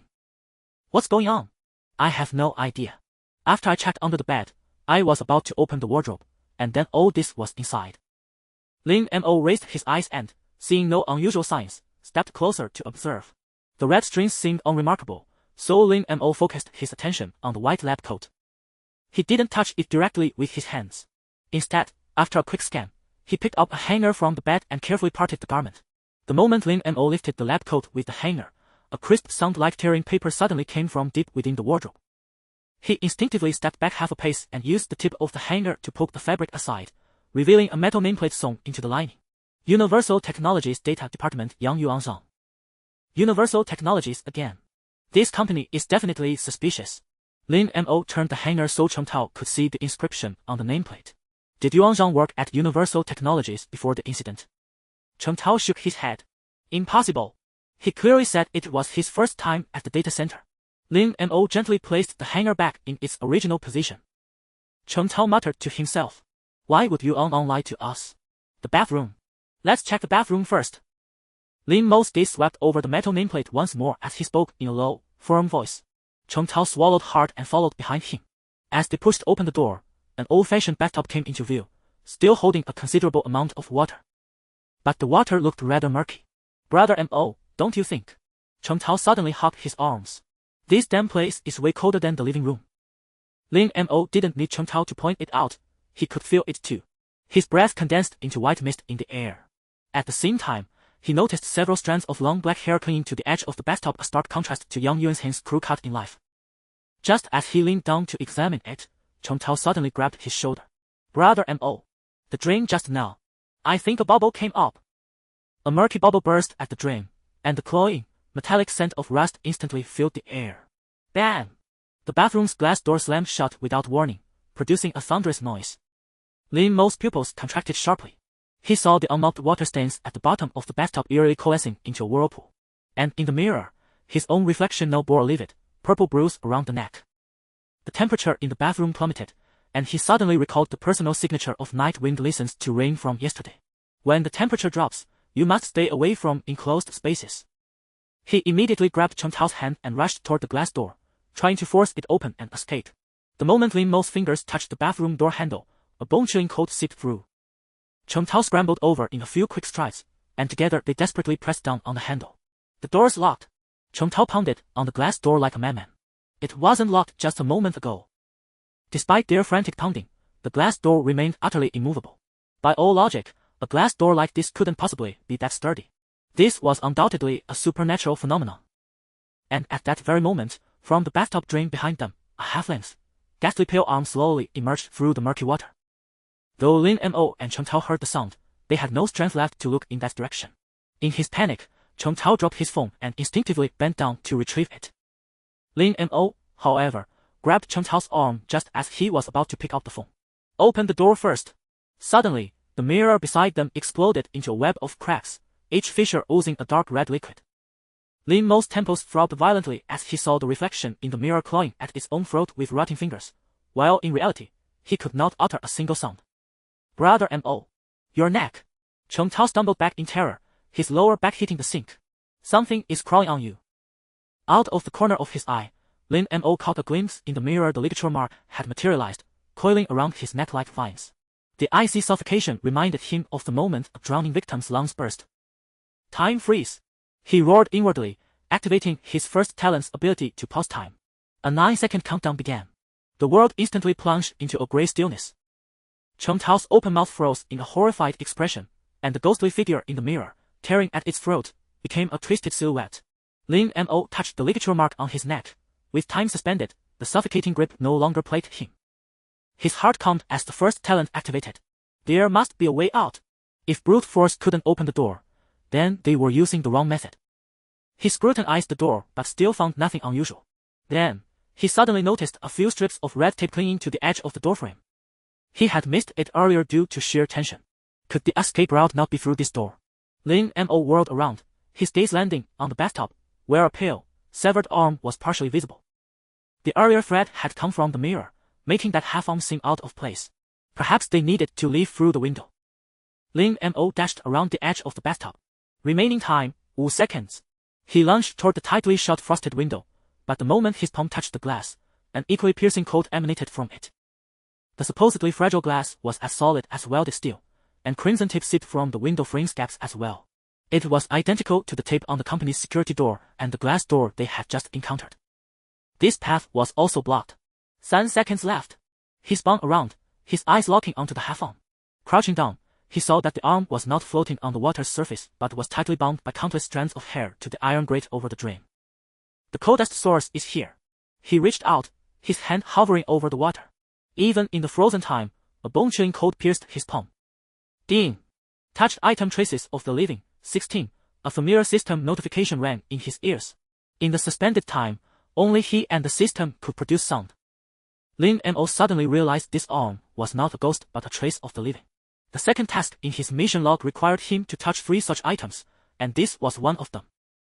Just then, as the countdown hit 0, he instinctively looked back. The writing hand of the ghostly figure in the mirror had pierced the gray barrier and was hurtling toward him. Grating his teeth, Lin Mo yanked the arm out with all his might. At the same time, the temperature in the bathroom began to rise rapidly. The moment the world resumed its flow, Cheng Tao's frozen expression of terror gradually shifted to astonishment. A sharp crack echoed from the mirror as the ghostly rope around Lin Mo's neck retracted like an electric shock. The writing hand, as it sped toward him, disintegrated like ash, stopping merely half an inch from the back of his neck. Phew! Lin Mo let out a long breath and collapsed to the floor. The cold, clammy feel of the pale arm in his arms was unsettling, but he held it tightly, unwilling to let go. Cheng Tao stared intently at the bathroom door. The one-sealed glass door had somehow cracked open, and several strips of crimson tape coiled along the metal frame. If they hadn't been careful, they would have missed it. Wait! Lin Mo called out as Cheng Tao was about to rush out. Remember what the group chat said. Beware of doors sealed with red tape. I don't think it's over yet. Even as he said this, Lin Mo felt a shiver of fear. If they had walked through that door, who knew what awaited them? Cheng Tao's toe stopped just short of the threshold, cold sweat trickling down his temples. He turned to Lin Mo, confusion etched on his face. Was all that just an illusion? He cautiously surveyed the bathroom. The temperature had returned to normal, and no ghostly figure lingered in the mirror. But the arm Lin Mo was holding was too terrifying, so Cheng Tao still dared not approach. Brother Mo, when did you get over there? I thought you were right beside me just now. Lin Mo stood up, bracing himself against the edge of the bathtub. Cheng Tao swallowed hard, staring at the half-arm in Lin Mo's embrace. What exactly is this thing? I'm not entirely sure. Lin Mo laid the arm flat on the sink, hesitated, then picked it up again. It appeared out of nowhere. Just a moment ago, we found a woman's hair in the bathtub. It probably belongs to the same person as this arm. This might be a clue left by Yuan Zhang. He deliberately skipped over the mission details, knowing it would be impossible to explain such things to an NPC inside the dungeon. The task only required him to touch the traces of the living. He didn't have to keep holding it. But Lin Mo felt it might be a crucial item or clue, so he was reluctant to let it go for now. Even though the arm was indeed eerie and unsettling, it might be the limb of a ghost. With this in mind, he explained again, it should be safe now. This arm was the source of the bathroom's anomaly. When I touched it, the bathroom returned to normal. Cheng Tao nodded, letting out a small sigh of relief. The bathroom now looked perfectly ordinary, except for the arm in Lin Mo's hands. Then, he suddenly grabbed Lin Mo's sleeve, his face filled with concern. By the way, Brother Mo, your neck. That thing earlier. He pointed at the fading ligature marks on Lin Mo's neck, hesitating. Lin Mo took a half step back. It was probably a supernatural attack. A sudden drop in temperature in a confined space can trigger paranormal phenomena. He asked Cheng Tao to hand him the phone, then pulled up the personal signature of Night Rain listening to the wind and showed it to him. Remember this? Temperature changes in a sealed room are a death warning. Cheng Tao stared blankly at the screen. So, what do we do now? Wait. Lin Mo shoved the phone back into his pocket and said calmly, "The anomaly here has faded, but we don't know what's going on outside the bathroom. Better to play it safe." The red tape on the doorframe is fading. He pointed at the dimming crimson strips on the glass doorframe. "I think the anomaly takes time to dissipate, or it needs an external force to break it. So, for now, we need to be patient." Hearing Lin Mo say this, the naive Chong Tao quickly believed him. After all, Lin Mo had just saved his life. He also felt that Lin Mo's reasoning was sound, so he simply sat down beside him. Yet his gaze toward that arm still held a trace of fear. Lin Mo carefully examined the arm, trying to discern something. But aside from the cut being extremely smooth and showing no bloodstains, he found nothing useful for now. He had wanted to flip through that notebook, but with Chong Tao present, he restrained himself. He felt that the diary must contain crucial clues, and perhaps the danger they had just encountered was related to his discovery of this diary. If that's the case, then it's truly terrifying, Lin Mo thought silently, glancing at Chong Tao, who was catching his breath nearby. This meant that the ghost possessed great intelligence, not merely acting on set rules. Its actions had purpose and direction. Although there would certainly be limitations, clever beings would find ways to circumvent their weaknesses, and ghosts were no exception. For instance, just now, Lin Mo was certain that if he had opened the door and walked out, it would have triggered the ghost's second rule. This was most likely a double trap set by the ghost. Would all subsequent instances be of this difficulty? Thinking of this, a chill ran down Lin Mo's spine. He shook his head, dispelling these thoughts. Dwelling on this was useless. The priority was to find a way through the current crisis. He looked up at the red tape wedge in the glass door's gap, thinking that unless this thing disappeared on its own, he would never open the door to go out. Just then, Chong Tao's words interrupted his thoughts. "Brother Mo, do you think we can survive? I feel like everything we do is futile. You've been exceptionally calm from the start. Do you know something?" Chong Tao looked into Lin Mo's eyes and asked dejectedly. Lin Mo patted his shoulder firmly and reassured him, "Don't lose heart. We've already identified the first rule, temperature.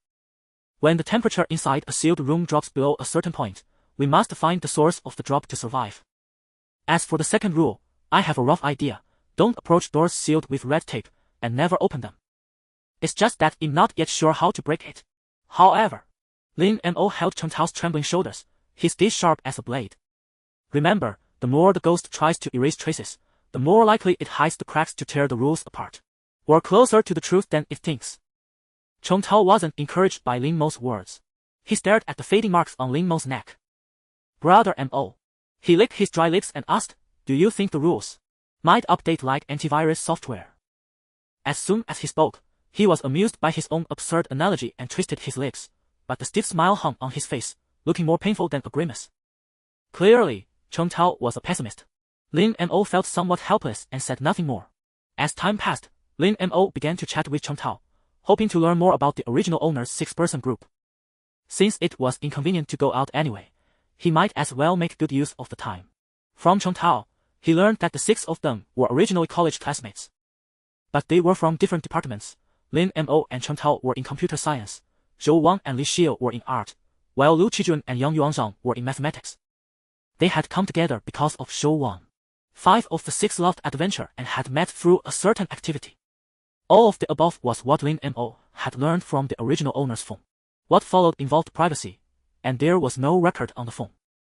Chong Tao had joined the group because of his secret crush on Li Xia. Thus, the 6 of them had gotten along until now, considering each other good friends. But except for the original owner, it seemed everyone else had these melodramatic love entanglements. Judging by the arrows of affection, Chong Tao liked Li Xia had feelings for Yang Yuanzhang, Zhou Wang and Yang Yuanzhang had mutual feelings, and Lu Qijun also liked Li Xia. This kind of relationship was dangerous. Such chaotic ties were a classic ingredient for love-related murders in horror films. Lin Mo was speechless, thankful that he wasn't involved and was only focused on seeking adventure or seeking death. After discussing these awkward topics, both fell into silence. After half a minute of stagnant air in the bathroom, Lin Mo suddenly noticed the starlit tape on the door frame fading at a visible rate, like bloodstains being erased by a rubber. Creak! The sound of the door hinge pierced the silence. Sunlight from the corridor slanted through the gap, illuminating 2 elongated shadows on the floor. When the door fully opened, Lin Mo's pupils contracted sharply. He recognized one of them. 2 men stood outside, one burly, wrapped in a dark brown trench coat, who was Lu Qijun. The other stranger, about 30 years old, wore gold-rimmed glasses and carried a black leather toolbox. His gaze, sharp as a scalpel behind the lenses, swept precisely over the pale arm in Lin Mo's arms, but he said nothing, not even showing surprise. "Old Lu!" Chen Tao's exclamation caught in his throat. He staggered back. Didn't you say I defined my own way?" Lu Qijun twitched the corner of his mouth, looking haggard. "I asked a friend for help. How are you here?" The stranger beside him, unafraid, adjusted his glasses, stepped forward, and extended his hand. "Hello, Shi Zhenhua, private investigator. Mr. Lu hired me to investigate the mysterious death of your friend. Now it seems the scope needs to extend into the supernatural realm." Though I was prepared. Lin Mo shook his hand, feeling its strength. "Lin Mo, and this is Chen Tao." Chen Tao nodded blankly in response. Shi Zhenhua smiled and continued, "Are you also here to investigate? Any findings?" Chen Tao and Lin Mo exchanged glances, and Lin Mo nodded. So, everyone moved to the living room, and Lin Mo recounted their recent experience, observations, and his deductions in full. He even gave a rough account of yesterday's events. After all, many hands make light work, and this detective seemed reliable. Maybe he would notice details Lin Mo had missed. However, Lin Mo chose to keep the notebook secret for now, deciding to read it first before sharing it with others. To prevent them from discovering the moved cabinet in the living room during their own search, he specifically mentioned the hidden compartment where he found the diary. But he said it was already empty when he found it. Shi Zhenhua listened quietly, and when Lin Mo described the bathroom encounter, he looked up at him. He seemed somewhat surprised by the other's decisiveness and intelligence. Lu Qijun, however, kept asking for details, and when he heard about Yang Yuan's work uniform from Huangyu Technology, he showed an incredulous expression. After Lin Mo finished, Shi Zhenhua stood up and adjusted his glasses. "It seems you have more information than I expected. Let me share my findings from the past 2 days. That eerie data center was indeed left behind by Huangyu Technology, but I wonder if you've noticed." He pulled out a tablet and brought up a map. "In your Unbreakable group chat, the video of the woman's suicide. The tower she was in was also once a property of Huangyu Technology." Chen Tao suppressed the urge to check immediately and asked, "Do you believe in ghosts?" It wasn't strange that Chen Tao was surprised. They had tried hard before, but neither the police nor those around them would believe them. "I only believe in evidence, and I've handled similar cases before," Shi Zhenhua said with a slight nod. Lin Mo was also puzzled, but about something else. "Can you see those videos and photos? I thought only we could see them. Maybe I've already been drawn in. Didn't I mention I've handled similar cases before?" Ms. Zhou was actually right. Ghosts have killing rules, but she only knew half the truth. Only those marked by a ghost can perceive it. I don't know the specifics, but obviously, I'm in the same situation as you now. What do you mean? Are you very familiar with the supernatural? What does mark mean?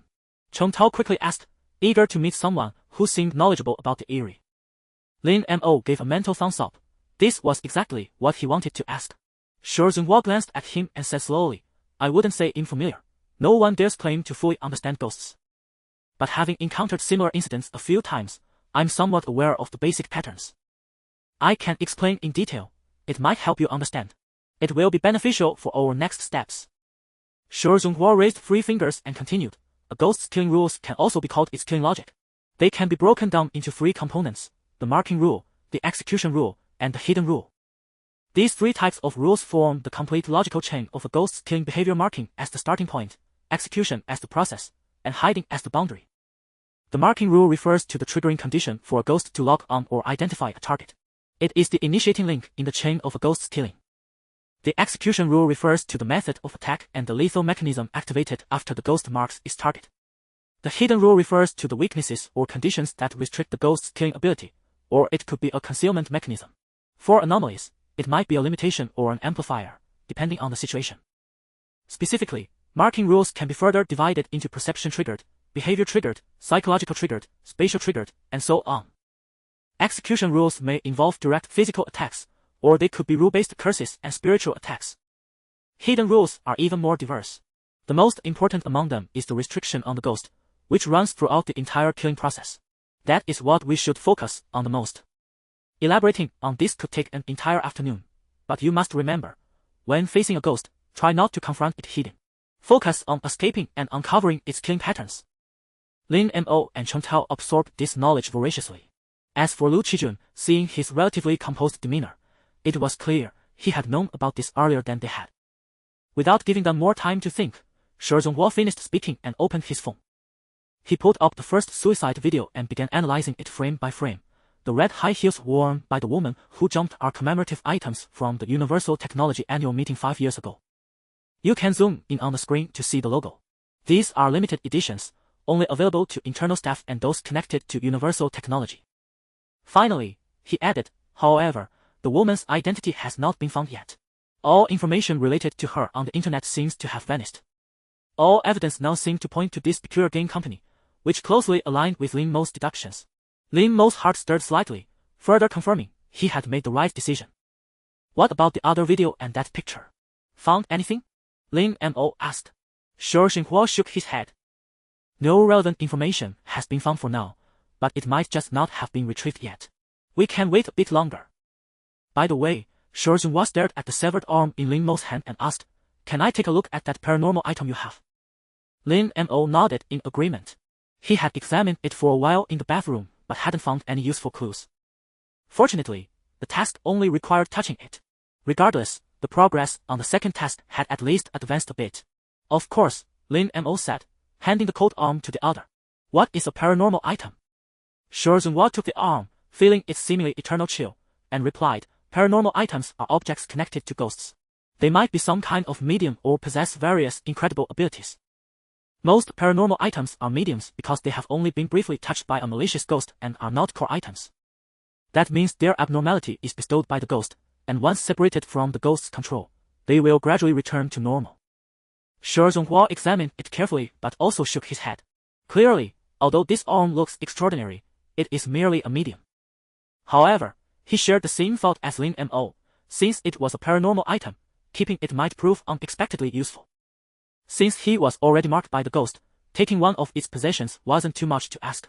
The four discussed for a while longer, and Shi Zhongguo decided to systematically inspect the room again.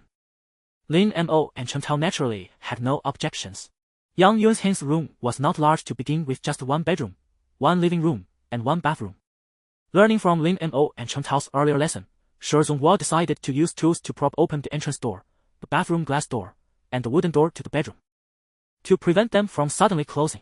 Soon, Shi Zhongguo finished inspecting the room.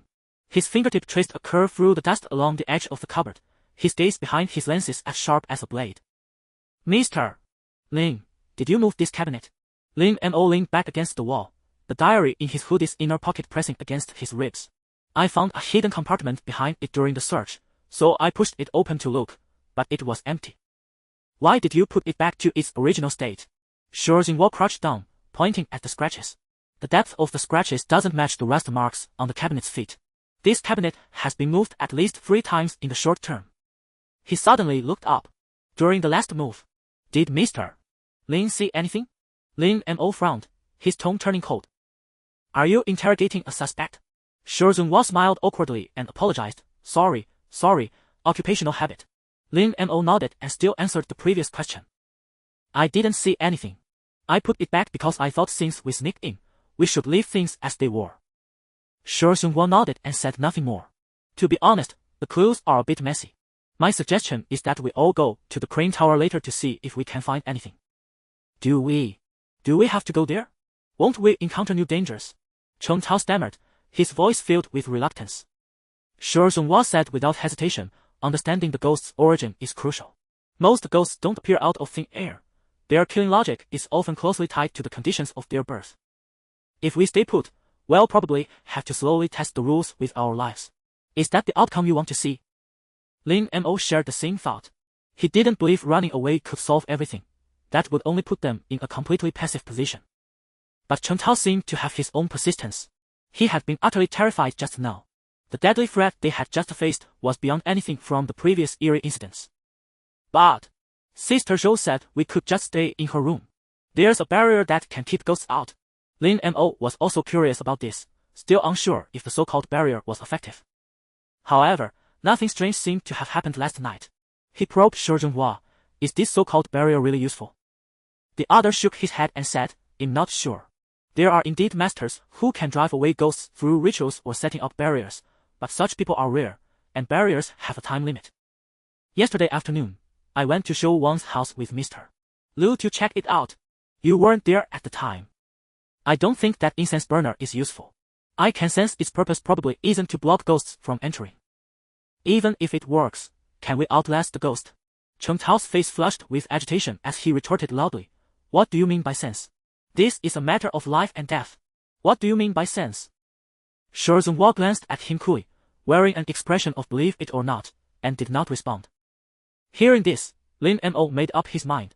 He would trust Shi Zhenhua over Shou Wang. He had always felt that Shou Wang was hiding something from them and harbored ill intentions. This Shi Zhenhua was certainly hiding some things as well, but the information he voluntarily shared was far more than Shou Wang had offered. Taking the initiative also aligned with his own personality. Then I'll go with you. Seeing Lin Mo agree immediately, Cheng Tao gave him a resentful look but could only say, then I'll go too. The crane they were heading to stood on the outskirts, west of the city, and the journey had consumed considerable time. It was Shi Zhenhua who drove them there. By the time they arrived at the crane, it was already past 5 in the afternoon. The sky had grown dim. As Lin Mo stepped out of the car, the cold autumn wind, laced with the scent of rust, rushed into his nostrils. He looked up at the towering steel structure. The mottled tower resembled the skeleton of a giant stripped of its skin, its exposed steel beams glinting with a dark red luster in the twilight. It indeed bore a striking resemblance to the crane in the video, the sole difference being that the area around the crane in the video was not so desolate. Now, the vicinity was filled with vast stretches of unfinished buildings. When the wind swept through the empty window frames, it produced a mournful wailing sound. Shi Zhenhua turned on his flashlight, its beam sweeping across the warning tape coiled around the tower's base. This is it. 8 years ago, Huangyu Technology bought this land, planning to build an immersive theme park, but construction halted in less than half a year. Liu Qijun sighed. I remember the economy was still doing well back then. Who would have thought that in just 7 or 8 years? Cheng Tao, shrinking behind Liu Qijun, looked at his phone and said fearfully, Brother Mo, can I wait for you guys down below? No. The ghost's mark is collective.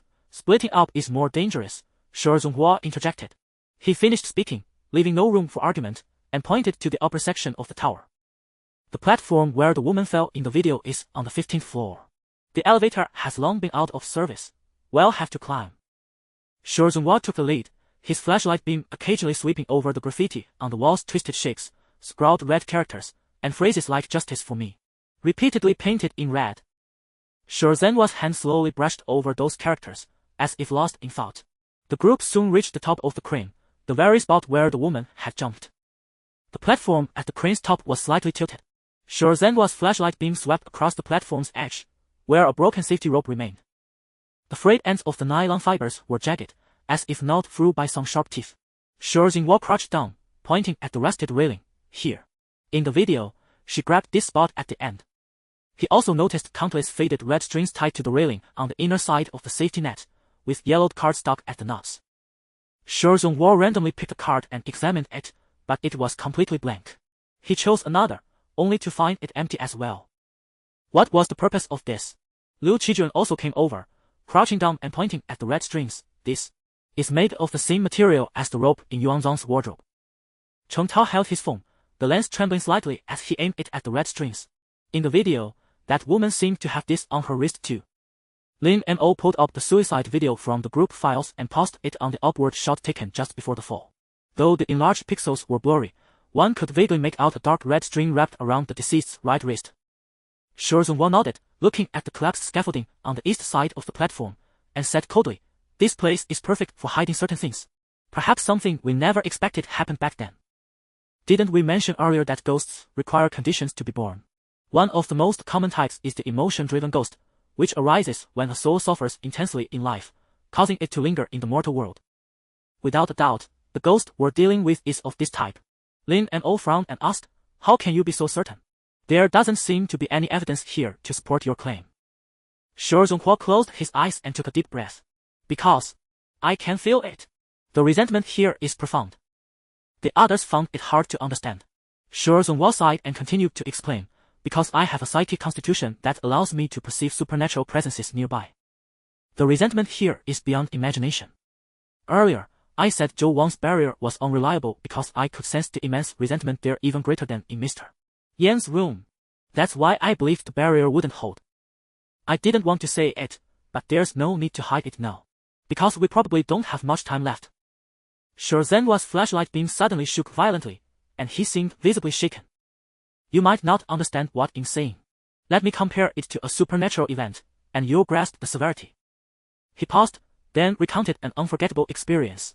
3 years ago, I took on a case that couldn't really be called a case. In a place called Luohan Stream in the southwest, there was a mule village that had been without electricity for a century. Zhenhua's voice was unusually hoarse. Their stilted houses had blue stones weighing down the eaves, and 3 strings of copper bells hung above each door. Deep in the village, there was a cast iron coffin nailed to the cliff edge with 9 pitchwood stakes wrapped in white ropes. Every full moon, the village elder would lead 13 virgin girls to bury pottery jars filled with human teeth into the soil around the coffin. Until one day, 7 geological surveyors stumbled into the village. Zhenhua was lost in memory. They pulled out the pitchwood stakes, claiming they needed them for geological sample analysis. That night, all the copper bells in the village rang not from the wind, but as if countless hands were simultaneously gripping the clappers and shaking them wildly. The next day, the entire survey team was dead. Their bodies looked as if they had been crushed by a giant python, each one frozen in a pose clutching a pitchwood stake. The most eerie thing was their expressions. They were all smiling, like people who had finally found their guisu. After that, the village became dangerous. People died every week. The village hired a Taoist priest, who coated the entire coffin with a mixture of black dog blood and cinnabar. But when he checked the next morning, the inscriptions had all transformed into faces. Those faces belonged to people the coffin had devoured, groaning in agony. The Taoist priest died that very night, knelt down to just his skull. After we received the commission, we rushed to that village immediately. But after trying every method, we couldn't deal with that coffin. It was from that point on that I realized humans can't confront such ghastly things hidden. My psychic constitution is nothing but a joke. In the end, I escaped with one other partner. 3 months later, I checked the satellite imagery from back then. The side of Luohan Stream was nothing but a patch of grayish-white. But those riding stilted houses, the bleeding cliffs, and the ever-multiplying faces on the coffin. Without a doubt, it will always be my nightmare. But that's not the key point.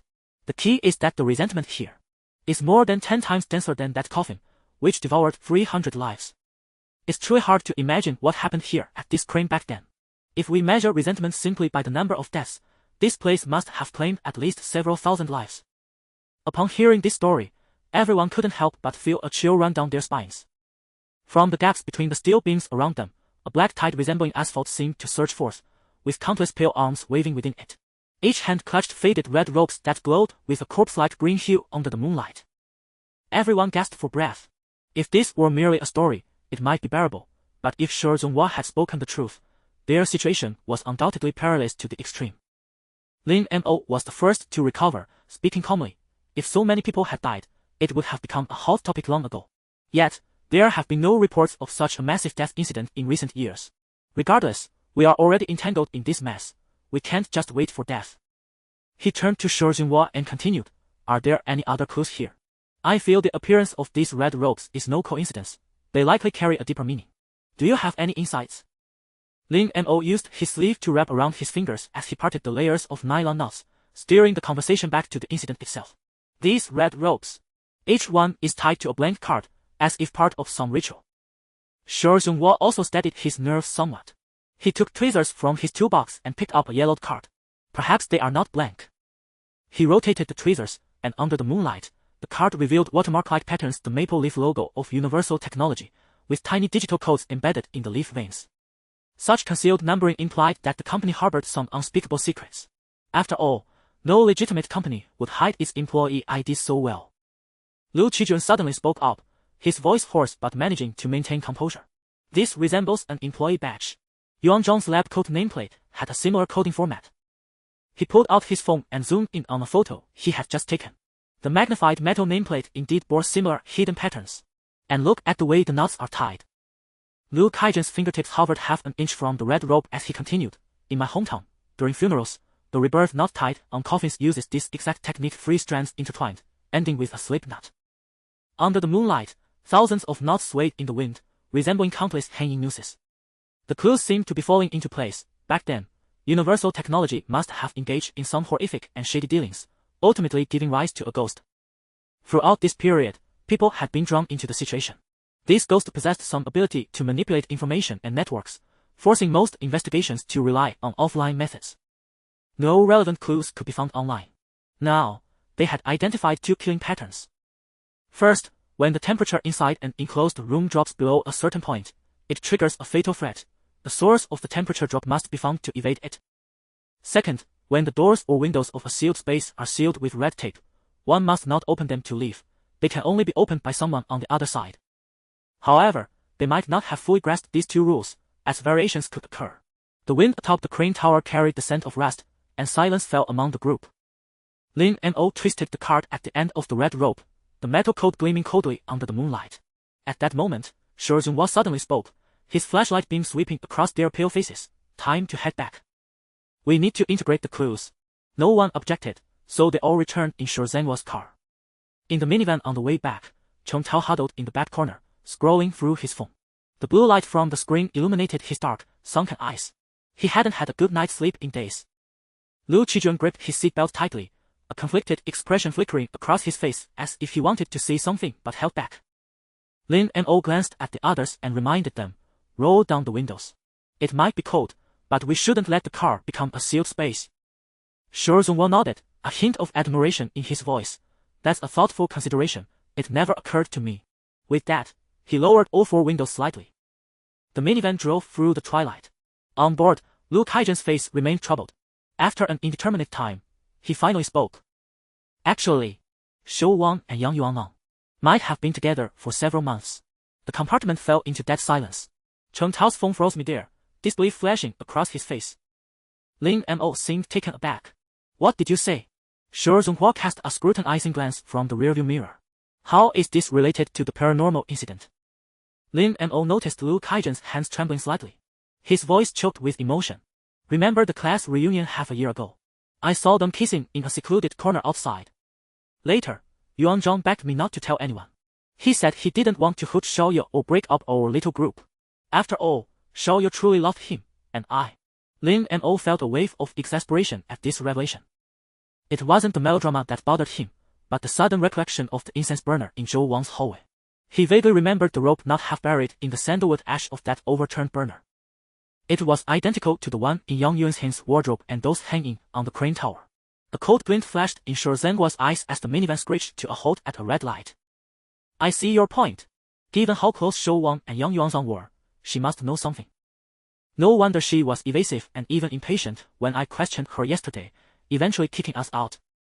Hearing this, Lin Mo seized the moment to share his own discovery. He planned to leverage the situation to lead the group in searching Zhou Wang's room. Do you remember the overturned incense burner in the hallway? There was a piece of red rope exposed inside. Shizunhua's spirits lifted as he recalled the detail. Let's go to Zhou Wang's apartment, now. He turned the wheel and headed toward Qingteng Apartments. Soon, the car entered the city, weaving through neon-lit streets as the wipers cleared the mist from the windshield. As they neared Qingteng Apartments, Shizunhua slowed down, glancing at the rearview mirror. His tone was both questioning and confirming. What if she still refuses to tell us what she knows? Cheng Tao in the back seat and Liu Qijun in the passenger seat lowered their heads, offering no response. Lin Mo understood Shizunhua's implication. Seeing the other two unwilling to take the lead, he sighed inwardly. Then, his gaze turned icy, and his voice was devoid of warmth. If she refuses to reveal the truth, then she is undoubtedly an accomplice trying to harm us. No need to show any mercy. Lin Mo had already made up his mind. He would use every means necessary to get the answers he sought. This mission lasted 7 days, and they had only encountered such terrifying danger on the second day. He dared not imagine what lay ahead. Looking at the silent Liu Qijun and Cheng Tao, he continued, to be honest, this whole mess started because of Yang Yuanlang. Given how close they were, they might have harbored ill intentions toward us all along. He was not the original Lin Mo, he had no emotional ties to Zhou Wang. If she still tried to hide something, he would not hesitate to be ruthless. Liu Qijun lifted his head, determination in his eyes. Let's do it. If she won't cooperate, we'll search the room by force. There must be secrets there. The car swerved sharply onto Qingteng Road, its tires splashing through puddles on the roadside, sending up fan-shaped sprays of water. Strange, it hasn't rained, so why is there so much water on this road? Cheng Tao muttered to himself. Although Cheng Tao hadn't voiced agreement with the plan, his silence indicated he had already made his decision. Lin Mo could now see the warm yellow light seeping through the curtain gaps of room 401, casting cobweb-like shadows on the damp brick wall. After parking the car, Lin Mo unbuckled his seatbelt and said, "The light is still on.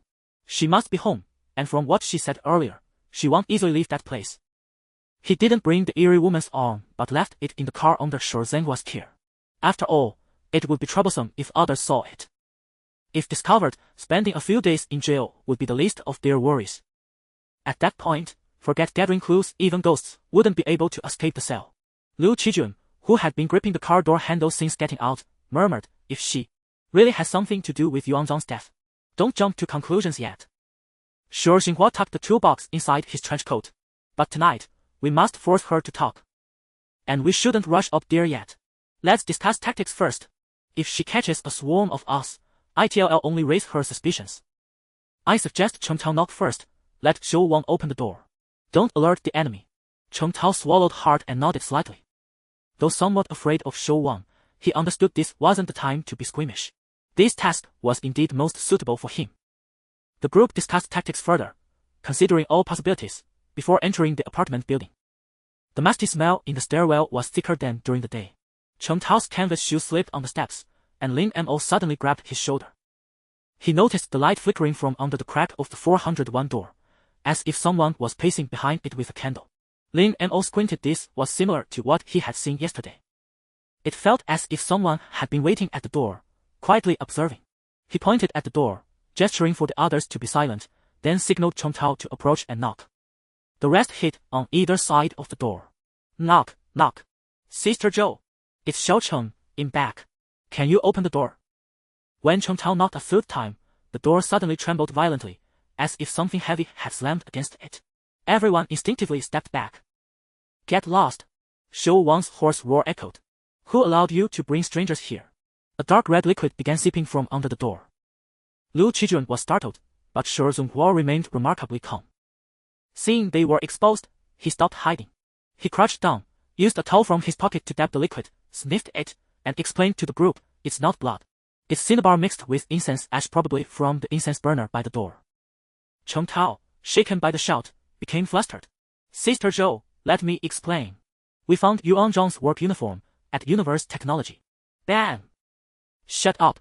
The door was kicked again, Zhou Wang's roar laced with sobs. "You don't understand anything. Leave now, or you'll call the police." The sound of the iron door being struck echoed through the corridor with her heavy breathing. Lin Mo stood behind the door, showing no signs of backing down, contemplating a way to break in. Just then, a gaunt, bald man emerged from room 402. He glared at Lin Mo's group, phone in hand. "What are you doing?" "I'm calling the police." At the same time, sounds of doors opening came from upstairs and downstairs, neighbors coming out to see the commotion. This was undoubtedly one of the worst-case scenarios.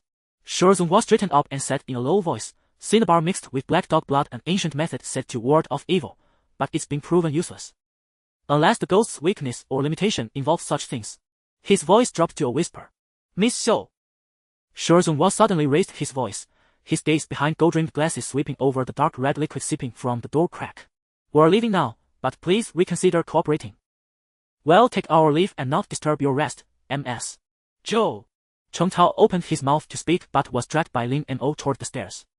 Liu Qijun caught on and stomped his feet, the footsteps echoing loudly in the empty stairwell. As the four descended the emergency exit, Shu Zhenhua immediately pulled out his phone and typed, "Let's drive around to the back alley of the apartment. I observed during the day there's a fire escape leading to the 4th floor corridor. I suspect she spotted us when we parked downstairs, which is why she reacted so strongly." At the 2nd floor landing, Shu Zhenhua paused, twirling the car keys on his finger. "You'll pick the lock later, but we need to wait until she's not at the door and has gone to rest." "You sure know a lot," Liu Qijun remarked in admiration. Shu Zhenhua pulled a leather toolkit from his trenchcoat pocket and replied with a smile, "Just a little, otherwise, how could I be a private detective? Lockpicking is simple. Keep your wrist steady, feel the pin's feedback, and finally if you hear a third click, stop. That's the anti-tamper mechanism engaging. Of course, that only applies to old-fashioned locks. But I checked during the day her lock is an older model with no alarm system." Lin Mo chuckled. "You really are observant." "Haha, same to you." The group quickly descended, got into the car, and drove out of the complex. Lin Mo sat in the back seat, glancing at the apartment building through the window. Out of the corner of his eye, he noticed a corner of the curtain covering the living room window in 401 had been lifted. Though it was too far to see if anyone was watching, curtains don't lift by themselves. Zhou Wang must be spying on them through the window. Shu Xinhua also glanced sideways at the same spot. They exchanged a knowing smile. However, Lin Mo still worried about the pale figure he had seen on the 5th floor last night. He turned to look at Chen Tao beside him, who seemed to have already forgotten about it. This Chen Tao is really thick-skinned, Lin Mo mused, deciding not to mention it to the others. Both Chen Tao and Lu Qijun were not particularly brave. Telling them would do more harm than good. If they caused a commotion and refused to go, wouldn't that mean losing 2 pawns? As Lin Mo pondered, Shu Zhonghua started the engine and drove straight out of the complex. In the rearview mirror, the curtain gap on the 4th floor of Green Vine apartment slowly closed, yet it still felt as if a pair of eyes were retreating into the darkness as the car's lights faded away. Noticing the anomaly with the curtain, Shu Zhonghua kept one hand on the steering wheel while rapidly inputting an address into the car's navigation system. She's still watching us. Let's first head to a nearby parking lot and wait for a while. By the way, do you know roughly what time Shu Wang enters her room? Just to be safe, we should wait until she's inside before we pick the lock. Because no matter how good my lockpicking skills are, ITLL still makes some noise. Chen Tao thought for a few seconds, then immediately replied, Sister Zhou usually goes into her room around 7 in the evening. Shu Xinhua glanced at the dashboard, which displayed the time 18:22. That seems soon. Lu Qijun shook his head and added, better to be cautious. Let's delay it by another hour. After what happened today, she's bound to be on guard. Going in after 8 o'clock would work too. Shu Zhonghua nodded in agreement, then paused slightly before saying, the resentment around her place is very heavy. There must be a ghost nearby, or at least one has lingered there before. And as the night deepens, ghosts become more active. This is almost a universal rule. This made Lin Mo think of the eerie white figure on the 5th floor, sending a chill down his spine. Yet he insisted on investigating tonight, for he understood. Though it would be safer to come in the morning, it would also give Shu Wang time to destroy or move the evidence. Lin Mo glanced at Chen Tao, who still appeared at a loss. Chen Tao's earlier words had already revealed their true intentions. That line, we found Yuan Zhang's work uniform at Huangyu Technology, was enough to tip Zhou Wang off about their purpose. But Lin Mo wouldn't blame him. After all, what was done, and reproach would only deepen the rift without any benefit. So, after a brief word of caution to Chen Tao, he turned to Shu Zhonghua and asked, do you mean that ghosts attack people more frequently at night? Yes. I think we were a bit impulsive just now. We should have waited until tomorrow morning, Shu Zhonghua replied. Lin Mo narrowed his eyes, analyzing calmly, yes, but we've already alerted her. We have to act fast. Don't give her time to destroy or move the clues. I didn't want to disturb the neighbors, but there's no other choice now. We need to be quick. Ghosts are far more terrifying than the police. And one more thing very important. Lu Qijun picked up the thread, falling into the rhythm. We don't know if Shu Wang has called the police or not. I know her pretty well. She's rough on the surface but cautious underneath. We have to be careful about that. Lin Mo felt a slight jolt. He hadn't considered that point. That made it even more urgent. Shu Zhonghua realized this too and stopped looking for a parking lot. Instead, he pulled the car over directly by the roadside and immediately called everyone out. Now, parked in the back alley of a convenience store 2 blocks away, Shu Zhonghua got out of the car and grabbed the tools from the trunk. Hold on, I need to get some tools. After rummaging in the trunk for a bit, he pulled out a briefcase. Out of the other side, he clipped something onto the small of his back. Once Shu Zhonghua was ready, the 4 of them hurried toward the apartment building. 18:37 分. Seeing the lights go out in the living room of apartment 401, the group grew excited. It suggested that Shu Wang had likely gone to rest. All except Lin Mo. He had a vague sense of unease. It didn't make sense that she would go to bed early after such an incident. But from their angle, they couldn't see into the bedroom. Lin Mo considered it but decided against circling to the other side of the building to check the master bedroom. That would take too long. The 4 of them moved along the shadows at the base of the wall, soon reaching the fire escape. The moment Lin Mo's palm touched the iron ladder, a viscous chill suddenly seeped through his fingers into his veins. The rest felt like solidified blood scabs. What was this? The surroundings seemed to have undergone some indescribable change. Lin Mo immediately pulled his hand back and saw Shu Zhonghua wearing a strange expression too. But after only a moment's hesitation, the other man resolutely began climbing the stairs. Suppressing his doubts, Lin Mo followed him upward. At the 3rd floor landing, Lin Mo caught sight of a faded tarot bozal on the 2nd floor windowsill. Its cotton head was swollen from rain, dangling from the window frame with a red string, eerily resembling a hanged person. Lin Mo's unease grew stronger. Don't look down, Shi Zhenhua's voice came from above. The hem of his black trench coat was lifted by the night breeze, revealing the silver dagger tucked at his waist. Lin Mo noticed the blade was engraved with Sanskrit, glowing with a cyan aura in the moonlight. He found it strange he hadn't seen that on Shi Zhenhua before. Once they opened the fire door on the 4th floor, their movements became stealthy. As they advanced cautiously, the motion sensor lights in the hallway stayed off. Shi Zhenhua crouched in front of the door to apartment 401, inserting a thin, tweezers-like tool into the keyhole. The tool deftly manipulated the lock's mechanism. When the filled click sounded, the door suddenly slid open half a foot on its own. A thick scent of sandalwood mixed with the smell of blood rushed out. Under the light of their phones, a fallen incense burner was visible at the entrance. The red rope knot they'd seen the previous night was now hanging by the door, but its end was tied to a silver wind chime that hadn't been there before. The incense burner from yesterday was gone. Strangely, the wind chime swayed without any breeze, yet made no sound. Though puzzled, the group cautiously stepped inside. Cheng Tao was the first to enter. In his haste, he accidentally brushed against the wind chime, but it still made no sound. The room was deathly silent, as if all sound had been swallowed. The living room curtains, which they'd seen drawn from the fire escape, were now inexplicably open. Was it Shou Wang? Noticing this, Lin Mo deliberately lagged behind, taking the rear of the group. The others carefully skirted the wind chime and entered the living room. Fall back! Shi Zhenhua suddenly hissed, his eyes fixed on the window. Lin Mo followed his gaze, and his pupils contracted sharply. A viscous black shadow was seeping out from under the window, like countless snakes writhing beneath the floorboards. Even more bizarrely, the wallpaper began peeling from the wall, rapidly forming a human silhouette, its hollow eye socket staring directly at the intruders. The door behind them slammed shut with a bang. Liu Qijun, driven by sheer terror, frantically ran back and twisted the doorknob in desperation. Lin Mo's heart was far from calm as he turned to help Liu Qijun force the door open. Help! Help! Despite the loud cries, there was no response from the bedroom. It made them suspect Shou Wang was no longer there. Or perhaps this was her trap. Just then, Cheng Tao, at the front, let out a choked gasp. To their horror, he stiffly walked toward the window. Tiptoeing over the liquid seeping from the tile gaps, he stopped in the middle of the living room. Then he stood there, rigid.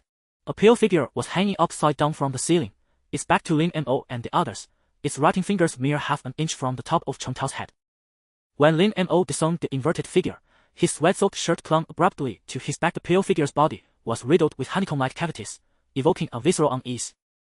It was the same ghostly shadow he had seen earlier. Now, looking closer, this apparition bore an eerie familiarity.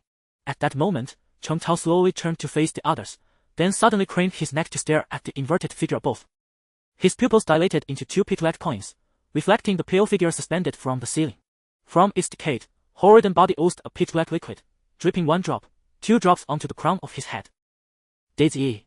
Liu Qijun roared, lunging forward, but was still paralyzed by fear, halting mid-motion.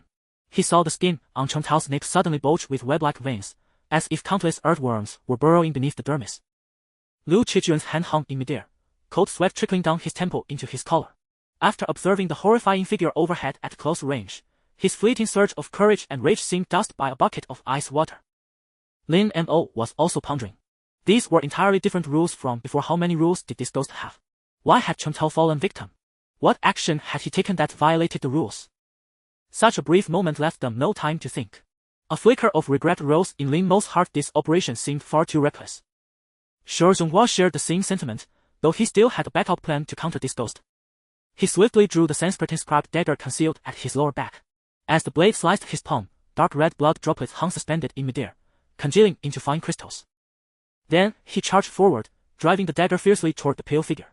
Simultaneously, the figure on the ceiling emitted a high-frequency shriek, resembling the wailing of an infant. A piercing pain stabbed Lin Mo's eardrums. He collapsed to his knees, temples throbbing violently, unable to withstand such a scream. After what felt like an eternity, Lin Mo's tinnitus finally subsided. He pushed himself upright with his knees, the lingering echoes still buzzing within his skull. Wiping the cold sweat from his brow, he saw Shi Zhenhua leaning against the cracked wallpaper. His wire-rimmed glasses hung askew on his nose, and the bloody gash split the tiger's mouth of his right hand, gripping the dagger a disheveled sight. Cheng Tao, Liu Qijun, having also recovered, staggered over to the young man slumped on the floor. The latter stared vacantly at the ceiling, lips quivering as he emitted garbled, gasping sounds. Liu Qijuan's trembling fingers pressed against his neck. Only after feeling a faint pulse did he collapse to the ground, still breathing. Shi Zhongguo wiped the dagger with his shirt hem. The Sanskrit characters on the blade grew even redder, soaked with blood. After a long pause to recover, he stood up, kicked aside the shattered wallpaper at his feet, and spoke in a weakened voice. The situation was urgent, and I wasn't sure of the killing rule we faced this time, so I had no choice but to use a ghostly artifact to repel that eerie humanoid. Lin Mo's gaze swept over the residual pitch-black stains on the ceiling, which were evaporating at a visible rate into a foul, reeking mist. He bent down to pick up his fallen phone, a hint of confusion in his mind. This attack pattern is completely different from the bathroom's lethal coldness. He rubbed the ashes between his fingertips. Is the ghost's rule evolving? Shi Zhongguo suddenly broke into a violent cough, dark red blood seeping through his fingers. More likely, different rules are at play. He removed his glasses, revealing bloodshot eyes. The direct confrontation with the ghost had taken a heavy toll on him. Ghosts often have more than one rule, but there's also a most terrifying possibility that we're facing more than one ghost. But for now, we're temporarily safe. Usually, a ghost won't launch a second attack immediately after being repelled. A creak cut Shi Zhongguo's words short. He whipped his head toward the bedroom door. Lin Mo heard it too. He saw viscous black liquid seeping from under the bedroom door, pooling on the floor into a familiar shape. It was the silhouette of a charred humanoid stain from the encrypted photo album on his phone. The stain's fingertips were slowly elongating, as if reaching toward them. Lin Mo stumbled back, bracing against the wall, only to feel the wallpaper peeling beneath his palm, revealing dense carvings underneath, all bearing the same phrase, "Please help me." This is the code. Cheng Tao had somehow regained his composure, but his voice sounded as if from underwater. This is the code signal Sister Zhou and I agreed upon. Why is it here? Cheng Tao's bloodshot eyes fixed on the ceiling. Is that thing still up there? As luck would have it, he had been bruised by red tape yesterday, and now he had encountered paranormal events twice today. Before his words faded, the bedroom door was flung open by an invisible force, a thick scent of sandalwood mixed with decay rushing out. At the same moment, all the lights in the room suddenly turned on. Yet after such a terrifying ordeal, the belated light brought no sense of safety. Liu Qijuan helped Cheng Tao toward the front door, eager to leave this place at once. Shi Zhongguo stopped them, saying, "Don't rush to leave. A ghost usually won't attack twice in quick succession, especially after being repelled. Now is the perfect time for us to explore." Liu Qijuan hesitated. Hearing about paranormal encounters was entirely different from experiencing them firsthand. If he hadn't considered himself fairly brave, he might have wet himself on the spot. He couldn't understand why Shi Zhongguo insisted on continuing. Cheng Tao pulled free from Liu Qijuan's arm and stood up on his own. After this ordeal, his gaze had become unwaveringly resolute. "Let's check Sister Zhou's bedroom first. We've come this far, there's no reason to back down easily." Seeing even the usually timid Cheng Tao stand firm, Liu Qijuan said nothing more. Though they had once vied for the same woman, their bond remained strong. Otherwise, Liu Qijuan wouldn't have rushed so desperately to save Cheng Tao. Lin Mo nodded, his eyes scanning the walls covered with "Please help me." He asked Shi Zhongguo, "What exactly is that ghostly artifact you mentioned? Is that ghost dead?" Shi Zhongguo shook his head. "Impossible. As far as I know, nothing in this world can kill a ghost. I only managed to drive it back temporarily." Lin Mo narrowed his eyes. This aligned with Zhou Wang's account. As for the ghostly artifact, it's naturally an object related to the supernatural. Ghostly artifacts are also called paranormal items or supernatural tools, usually referring to objects or entities with supernatural power. These items are often tied to ghosts, bearing curses or rule-based forces, and using them comes with great risk. The dagger in my hand was obtained from a previous paranormal incident. Ghostly artifacts are among the few things that can directly counter a ghost's killing rules. Other things like so-called barriers, talismans, or rituals might also have some effect, but their versatility is poor. They may only work on specific ghosts, or merely slow down the ghost's deadly advance. Shi Zhongguo stared at the dagger in his hand, his gaze heavy, as if reminiscing about something. But even with a sinister artifact, it still cannot completely eradicate any ghost. It can only temporarily drive it back. However, there's one benefit. The repelled fierce ghost generally won't attack us again for a short while. Lin Mo exhaled a breath of turbid air, gaining a deeper understanding of this world. He looked at the peculiar dagger and asked, "May I take a look?" Shi Zhongguo hesitated for 2 seconds before replying, "Of course, but a sinister artifact can only be used by its recognized master. Others cannot wield it." A flicker of disappointment passed through Lin Mo's eyes, but he concealed it well. He took the dagger and examined it closely.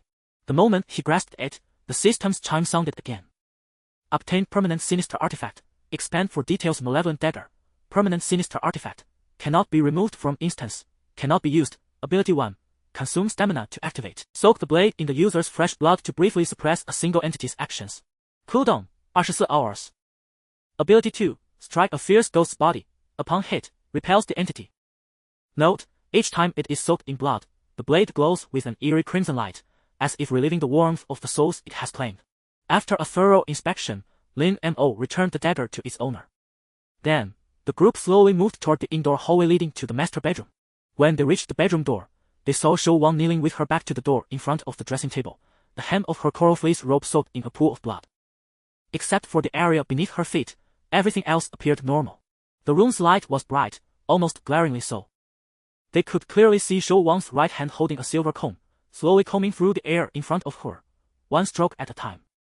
It seemed as if someone sat before her, nestled in her arms, and she was combing their hair. Her reflection should have been in the mirror, but it was empty. Even more chilling, with each stroke through the air, the mirror trembled, as if gestating something. When Lin Mo's gaze fell to her feet, he finally identified the objects floating in the blood. Torn talisman paper, a censer wrapped in red string, and half of a silver wind chime. She seems to be performing some kind of ritual. Shou Zhongguo suddenly grabbed Lin Mo's collar and yanked him backward. The mirror's surface rippled, and Shou Wang's reflection finally appeared. It was a woman swathed in red fabric, with dark red tape forming a sinister smile on her face. The woman pressed her hand against the mirror, and Shou Wang's combing accelerated to a blur. As the figure on the ceiling dissolved into black liquid, Shou Wang's shrill laughter pierced the silence. The comb in her hand snapped with a crack. The woman in the mirror slowly peeled away a strip of tape. After she finished, her figure gradually faded. The ripples on the mirror calmed, and the broken comb fell into the blood with a clatter. The splashing dark red liquid stained her ankles. As the mirror's surface settled like still water after a stone's toss, twisted characters emerged, deal sealed. When this unfolded before Lin Mo and the others, they seemed frozen in place, unable to move or even speak. Only when the characters appeared in the mirror could they move freely.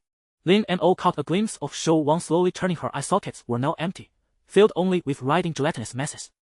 Yet the corners of her mouth lifted slightly. You shouldn't have come.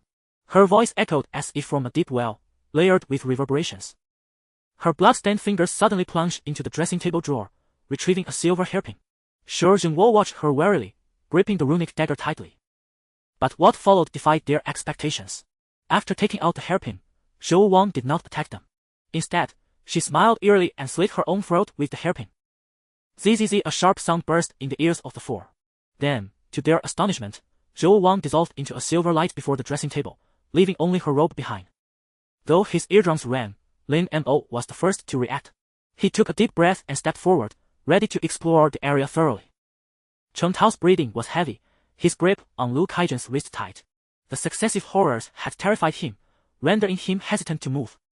Shou Zhongguo crouched down, using tweezers to pick up a fragment of talisman paper, cinnabar mixed with the blood of an unknown creature, drawn as a suppression talisman. But each talisman is torn from the middle, turning it into a lure for entities.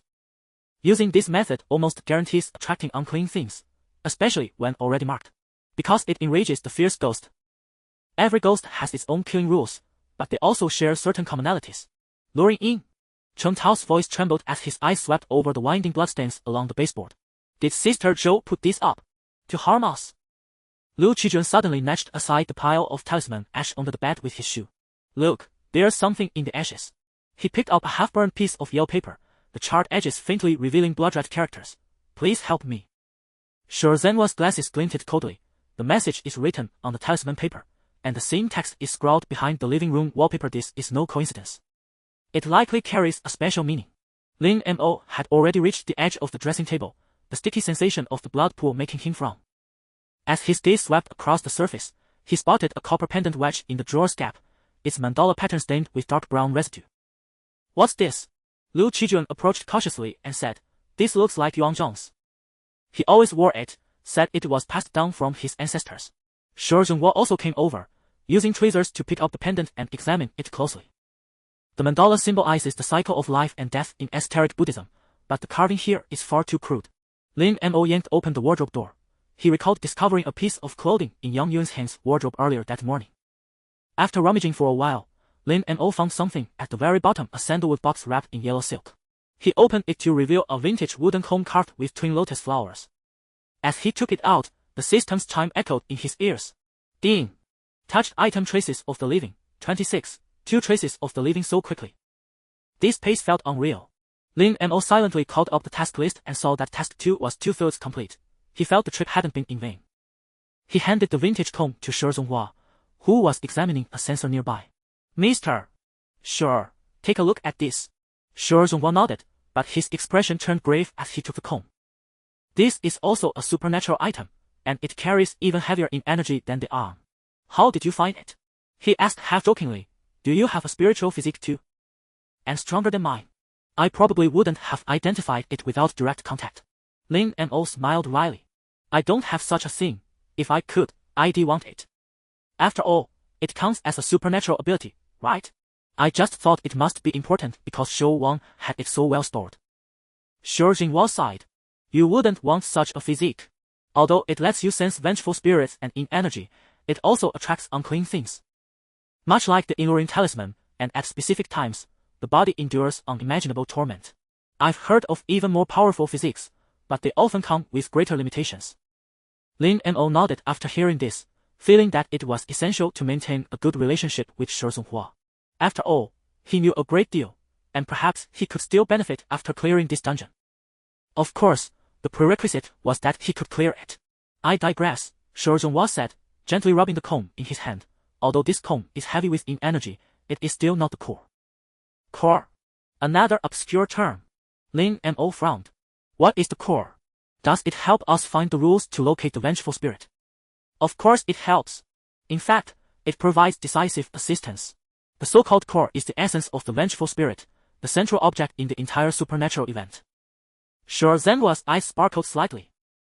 He took out the rune dagger and continued, this dagger is the core. Most of the time, the core is formed from the vengeful spirit's obsessions, often closely related to their birth. More importantly, the core is a cursed object. Upon hearing this, Lin Mo looked intently at Shi Zhenhua's dagger. He had been present when Shi Zonghua used it to confront the upside-down figure, and after reading the introduction of this cursed object, he understood the treasure it represented.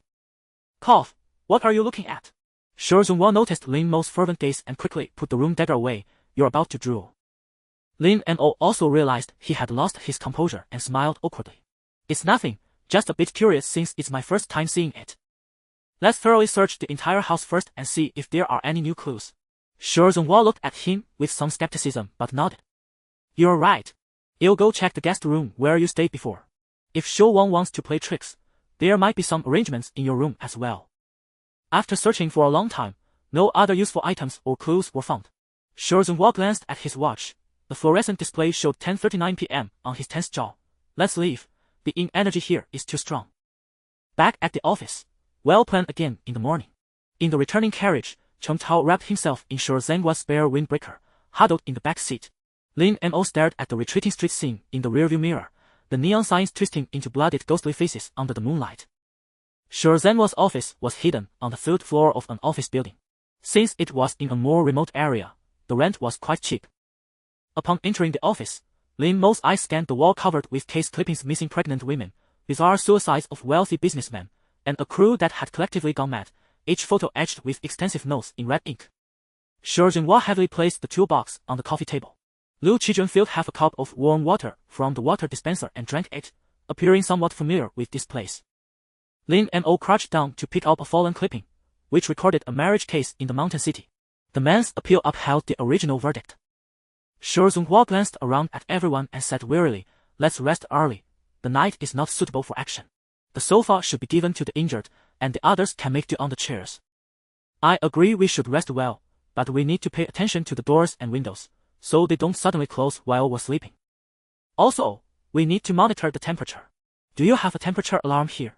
After the supernatural incident in Yang Yuan's bathroom, Lin Mo had become extremely cautious. However, he still couldn't understand why Chen Tao had been affected in Shou Wang's living room. This had become a thorn in his heart. Shi Jinhua nodded appreciatively and said, yes, although my office is small, we have various supplies on hand. By the way, it would be best to give me a handheld infrared thermometer, Lin Mo continued to ask, feeling anxious about his previous experience. do you have this? If I had this in Yang Yuan's bathroom, it wouldn't have been so messy. Considering future encounters with larger confined spaces, this item is very necessary. If not, we should buy a few tomorrow, just in case.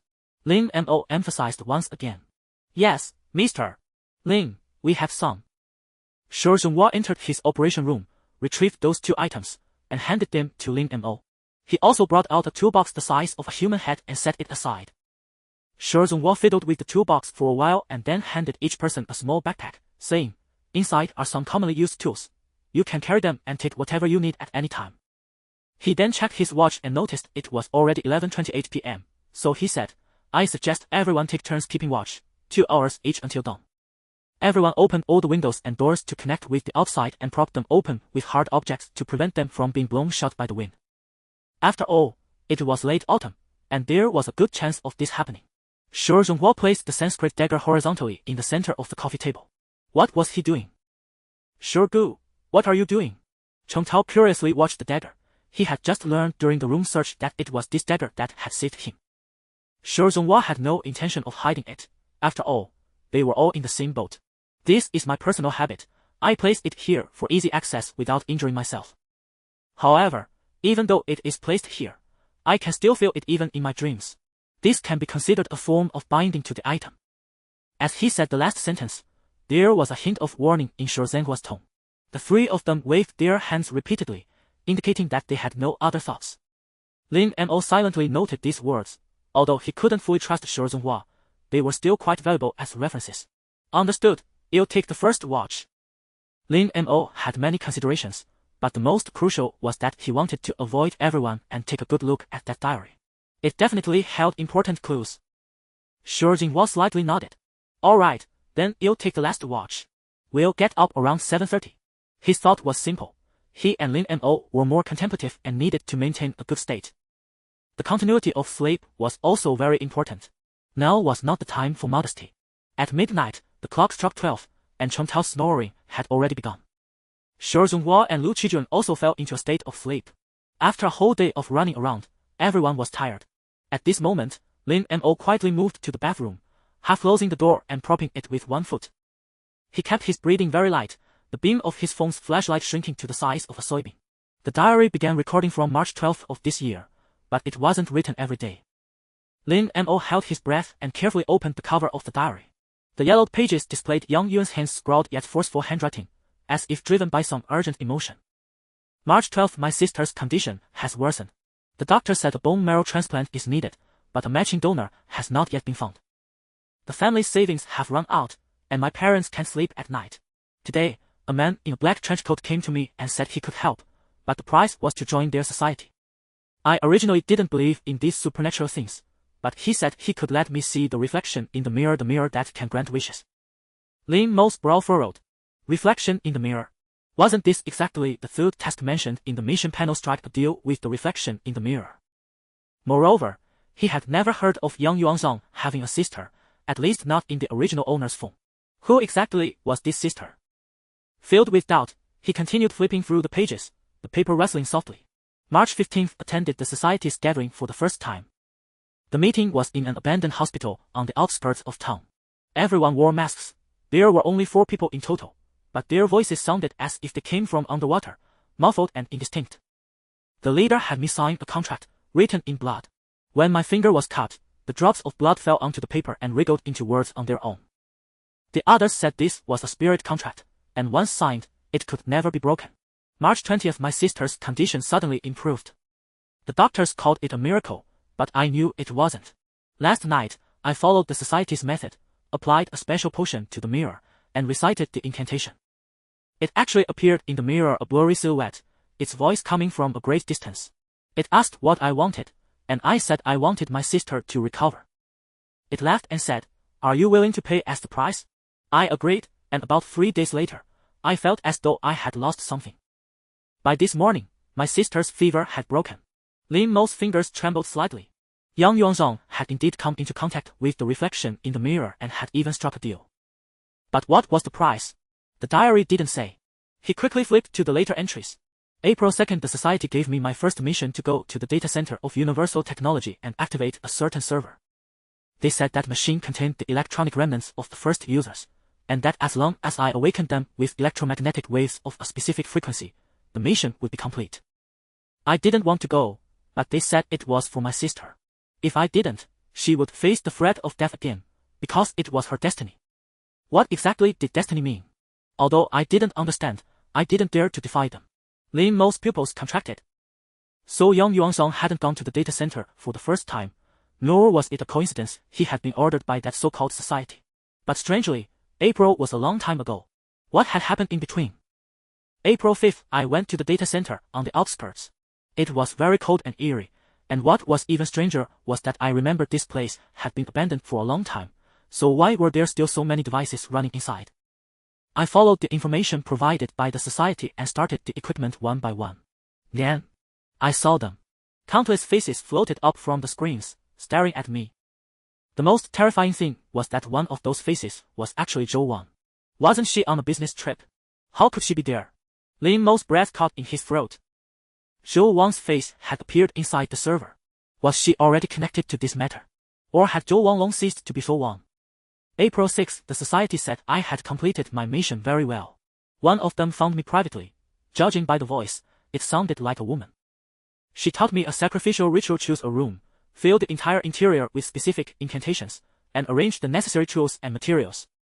The most important thing was to select the person closest to you as the sacrifice, ensuring they stayed in that room for at least one full night. Then, by striking a deal with the reflection in the mirror, you could bring the dead back to life. The price of this ritual was clear: the life and soul of the loved one. But this required a trace of the living, an object linked to the deceased, to serve as the activating vessel. I asked her why she was teaching me this, and she just smiled and said, "One day, you will need it." This person also gave me a manual, saying it detailed exactly how to perform the ritual, and that everything was up to me. Lin Mo's throat went dry. A sacrificial ritual, a trace of the living. Wasn't this exactly the eerie ritual Zhou Wang was performing in the bedroom? April 19th, everything returned to normal. The people from the society hadn't appeared for a long time, and my sister's health was gradually recovering. April 22nd, today, I took my sister to the park. The sunlight was wonderful. She sat on the swing, laughing just like when she was little. I pushed her high, and she spread her arms, saying she felt like she was flying. On the way home, she bought a strawberry ice cream and ate it, smearing it all over her face. Days like this, they were wonderful. April 26th, my sister suddenly said she wanted to learn to paint. I bought her watercolor pens and a sketchbook.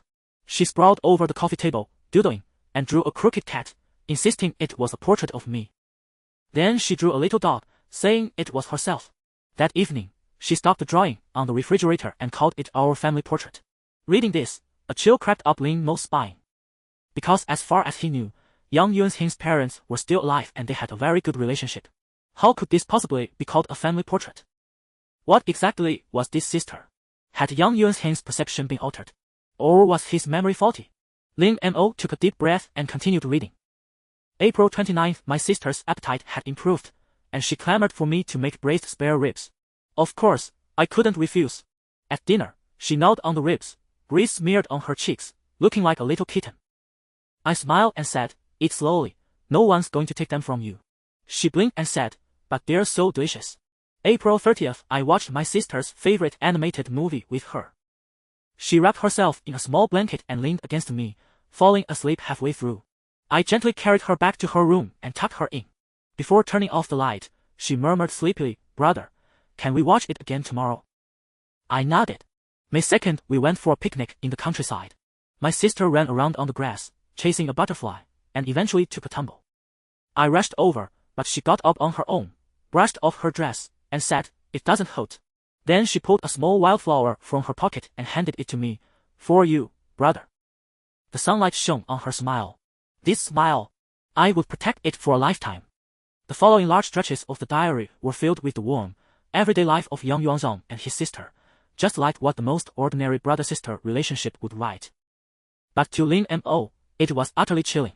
Finally, Lin Mo flipped to the last few pages of the diary. There were several blank pages here. He continued turning, only to find that the following pages had been torn out, leaving only ragged edges. The last complete entry was dated June 28th. That was about 4 months ago. June 28th, Zhou Wang came to me, saying she knew everything. She said she was willing to help, but the condition was, I had to die first. Because only a personal belonging of a deceased person could be a true trace of the living. She said it was the only way. I refused. But tonight, I saw it in the mirror again. This time, it didn't laugh. It just said, time's up. It was Show Wang. She had arranged it all in advance. This time, I'm afraid I have no choice. The diary ended abruptly. Lin Mo closed the diary, his back drenched in cold sweat. Yang Yuan's Han's death was not a suicide at all, but rather the result of a transaction between Show Wang and that reflection in the mirror. And the ritual Show Wang is now performing is likely intended to resurrect Yang Yuanlang. And the price would be the lives of all of them. After reading this diary, Lin Mo's mind was filled with even more questions. Was this so-called society an evil organization? Why did they target Yang Yuanlang? What exactly is the sister? What is Show Wang's true purpose? What is the price mentioned by the reflection in the mirror? What role do we, the sacrifices, play in all this? Everything had become shrouded in mystery once again. Lin Mo set the diary aside. He rubbed his temples, feeling overwhelmed by the sheer volume of things to ponder. Reflection in the mirror. He silently repeated this key phrase in his mind. The field task on the mission board bore a striking resemblance to the clues discovered here. Perhaps Yang Yuan's Han's experience could serve as a reference to complete task 3. It was just unclear why Show Wang had put on such a deliberate act in front of them. The sound of someone turning over came from outside the door. Startled, Lin Mo quickly stuffed the diary back into the inner pocket of his hoodie. The phone screen displayed 12:23 a.m., with 37 minutes remaining until the night watch shift change. He gently pushed open the bathroom door and saw that Shi Zhonghua was still asleep. Just as Lin Mo was about to quietly return, Shi Zhonghua suddenly spoke. It's not time for the shift change yet. A bit flustered, Lin Mo could only explain, I just went to the bathroom. This flimsy lie caused a faint twitch at the corner of Shi Zhonghua's mouth as he opened his eyes. Does it take over half an hour to use the bathroom? I heard the sound of pages turning. Shi Zhonghua looked at Lin Mo's chest area, speaking with implication. Lin Mo sighed and took the diary out from his inner pocket. Initially, he was worried it might contain something sensitive, but now it seemed there was no point in hiding it further. He handed the diary to Shi Zhonghua, lowering his voice, found it in a hidden compartment at Yang Yuan's Han's house. The contents are crucial. Shi Zhonghua took the diary, and the gaze behind his gold-rimmed glasses instantly sharpened. Without dwelling on Lin Mo's previous intent to conceal it, he quickly flipped through several pages. His fingers paused briefly on the words reflection in the mirror and society, his brow furrowing deeper. It seems Show Wang's ritual is more complex than we imagined. Shi Zhonghua closed the diary, his voice dropping extremely low. She's not performing an exorcism. She's completing some kind of resurrection ritual using the lives of all of you. Lin Mo nodded, his gaze sweeping over Chen Tao and Lu Qijun, who were asleep on the sofa. The sister mentioned in the diary is very suspicious. Yang Yuan's Han's parents are still alive. He shouldn't have a biological sister. Even if it were a cousin, it would be strange. If she were sick, Yang Yuanlang would have told us. Cognitive manipulation. Shi Zhonghua tapped the diary's cover with his finger and said, supernatural entities like vengeful spirits excel at distorting memories and reality.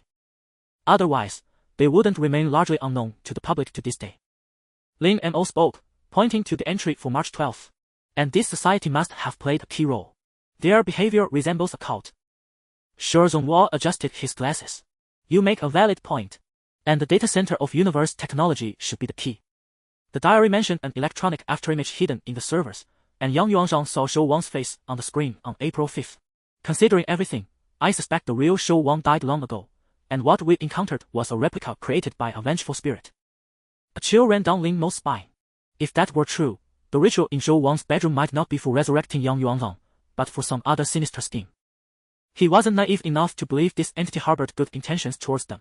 Shi Zhonghua continued his analysis, but this theory is missing a crucial piece. When Zhou Wang became involved. According to the diary, her appearance was very abrupt. Wait, Lin Mo interjected, as if suddenly recalling something. Remember what Lu Qijun just said. He discovered Yang Yuanzhang and Zhou Wang together 6 months ago. Actually, I know them fairly well too. Over the years, despite their mutual affection.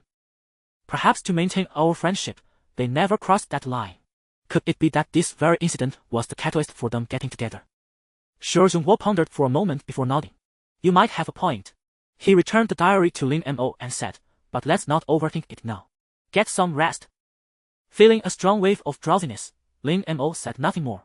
He woke the sleeping Liu Qijun, briefed him on the details to watch for, then silently lay down on the folding bed. He could faintly sense something darker than the night outside, quietly festering in the corners they couldn't see. The next morning, Lin Mo was jolted awake by a rapid tapping sound. He snapped his eyes open to find Chen Tao leaning over the coffee table, tapping on his phone screen. Seeing Lin Mo awake, Chen Tao exclaimed excitedly, "Bro Mo. That ID we added the day before yesterday just accepted our friend request." Lin Mo was stunned for a moment. He slowly sat up, stretching his stiff body slightly. Liu Qijun was still curled up on his makeshift bed, his breathing steady and deep. "When did it go through?" Lin Mo asked in a low voice. He had slept poorly the night before, feeling as if his body had been floating in an unsettled state. Chen Tao turned the phone screen towards him, the blue light glaring harshly in the dim room. The top of the chat interface showed the time 6:32, and the latest message, received 5 minutes ago, read, "Night wind listens to rain. Have you guys played Phantom Tale 2? Lin Mo's pupils contracted slightly. He took the phone and saw that after that message, the other party had sent a video. It was precisely the footage of a woman in a red dress falling from a building that Yang Yuanzong had once shared in the group. Only this time, the image was clearer, revealing the red string tied around the woman's wrist swinging violently as she fell. After sending the video, the other party continued, "Night wind listens to rain. Can you see this video?" After a while, another message came through, the one from 5 minutes ago. "Night wind listens to rain. I am Yang Yuan's sister." This statement came out of nowhere, yet it sent a chill through Lin Mo. Just yesterday, they had learned from the diary about Yang Yuan's so-called sister and deduced that its identity was problematic. And now, today, this person appeared, and it turned out to be the Night wind listens to rain they had found online. It was all too much of a coincidence. However, the other party's signature had indeed been useful. Otherwise, Lin Mo might not have survived the bathroom in Yang Yuan's house. This left Lin Mo feeling deeply conflicted. Morning light cut sharp golden lines across the floor through the gap in the curtains, dust drifting slowly in the beams. "Brother Mo, how should we reply?" Chen Tao asked nervously, noticing Lin Mo was lost in thought. His words were cut short by a sudden cough. Sure Zhonghua had woken up at some point, wiping his gold-rimmed glasses with his sleeve. His complexion was pale, with heavy dark circles under his eyes. He didn't seem to have slept well either. Not surprising, really. In this environment, one might never wake up again after drifting off. "What's wrong?" Sure Zhenhua's voice was hoarse with sleep. He reached for the Sanskrit-inscribed dagger on the coffee table and tucked it into the sheath at his lower back. Lin Mo briefly explained the situation. "Too coincidental." Sure Zhenhua put on his glasses, his gaze sharp as a blade behind the lenses. "Just yesterday we learned from the diary about that mysterious sister, and now she shows up." Liu Qijun was also awakened by the conversation, rubbing his head as he sat up. He asked in bewilderment, "What sister? Where did she come from?" Lin Mo didn't answer immediately. He walked to the window, lifted a corner of the curtain, and let the sunlight stream in. Then he turned to look at Chen Tao and Liu Qijun, both full of questions, and took out the diary. "Take a look at this first." He handed the diary to Liu Qijun, his voice lowered. "Left by Yang Yuanlang." Liu Qijun took the diary and opened it eagerly, reading carefully. Chen Tao also leaned in to look. When he reached the part about the sister, a look of shock crossed his face. "Impossible. I've known Yuanzong since college. He never had a sister." Chen Tao said, "But that ID did claim to be." His words were cut off by a sudden phone notification. Chen Tao looked down at the message, his face turning pale. They sent another video. This time it was a surveillance feed from the library, the same one Yang Yuanzong had posted in the group earlier. It showed a gray figure moving between the bookshelves, but this version was even clearer than the one in the group. "Night wind listens to rain. This footage is from 6 months ago, a video my brother gave me. But now it's become a medium for spreading the curse. Night wind listens to rain. Since this video sent successfully, it proves you're also marked by the shadow of the infinite corridor. Night wind listens to rain. We can meet at the Fuyong Old Tea House in the west of the city. I'll wait for you before noon." Fuyong Old Tea House. That 30-year-old shop in the west. Liu Qijun slammed the diary shut. This is definitely a trap. That so-called sister doesn't exist. Chen Tao also looked at Lin Mo, his expression deeply uneasy. "Brother Mo, let's go," Lin Mo suddenly said, his tone resolute. Sure Zhonghua slowly took a leather toolkit from the inner pocket of his trench coat and said, "I agree, but we need to be fully prepared. At least wait until it's fully light. Most spirits are restricted in daylight, their state weakens. It's a good opportunity for us to find clues." Liu Qijun was baffled and demanded, "Are you all crazy? That night wind listens to rain is clearly suspicious. This is definitely a trap." Thinking back to yesterday's ordeal, he was still shaken. After what happened with Shou Wang last night, he had become paranoid. He had thought himself strong, determined to find the truth, but after experiencing it firsthand, he faltered. Lin Mo's gaze swept across the window. The city in the morning mist seemed shrouded behind frosted glass. For a moment, he thought he saw a flash of dark red on the rooftop across the way, but when he looked closer, there was only the silhouette of a rusted water tower. He said calmly, "Fear solves nothing. Staying put is no different from waiting for death. And the other party might not be entirely malicious. After all, her forum signature saved me and Cheng Tao once. In other words, there's some truth to what she says." "Well, leave at 9, should arrive before 11, Shi Zhonghua suddenly said. Lin Mo added, "Since we're not sure of her intentions, old Cheng, old Liu, don't mention the diary to her for now. Well, play it by ear." Cheng Tao opened his mouth but fell silent. He looked to Lin Mo for approval, and after receiving a nod, he typed quickly on his phone, "You'll be there at 11. This is the place." The character fortune on the wooden plaque had faded to a pale green. He reached out to stop Liu Qijun, who was about to step forward. "Wait." Lin Mo's gaze swept over a square table by the window where a girl in a navy blue school uniform sat, stirring lemon slices in a glass with a straw. When Lin Mo looked at her, she noticed them too. A flicker of surprise crossed her face, as if she hadn't expected so many people. But the surprise lasted only a moment before she regained her composure. Her gaze lingered on Lin Mo for a second longer before she said, "You must be the ones who contacted me on the forum. Come, sit down." Lin Mo's pupils contracted slightly. When the girl turned to look at them, he saw a face that bore a striking resemblance to Yang Yuanzhang, the same narrow eyes, the same bridge of the nose. And most importantly, just like Yang Yuanzhang, her pupils were a pale gray. Such eye color was rare. That's why Yang Yuanzhang usually wore sunglasses. Without hesitation, Shi Zhonghua led the others over to the square table where the girl sat. Liu Qijun and Cheng Tao eyed the girl with suspicion, also taken aback. She looked so much like Yang Yuanzhang, almost like his female counterpart. The girl looked at everyone as they sat down, then said softly, "I'm Yang Yunheng's sister, Yang Yuheng. You must have many questions." Liu Qijun suddenly stood up, the chair scraping loudly against the floor. "Impossible. I've known Yuanzhang for 7 or 8 years. He never mentioned." The girl seemed prepared. She silently took a laminated photo from her backpack and slid it across the table. In the yellowed photo, Yang Yuanzhang stood with a girl in a middle school uniform in front of the city's middle school. The date in the corner showed it was from 5 years ago in summer. "This is..." Cheng Tao's fingertips trembled above the photo. "Photoshopped." The girl paused in stirring the lemon slices. "Of course you wouldn't remember." She suddenly looked up, her gray pupils reflecting the shocked faces of the group. Because the moment someone is marked by the shadow of the infinite corridor, their existence is gradually erased. Only those with the same fate can recognize me. "What do you mean?" Liu Qijun asked. "What exactly is the shadow of the infinite corridor?" Yang Yuheng took an iron candy tin from her backpack. The moment the tin opened, a faint scent of camphor mixed with rust drifted out.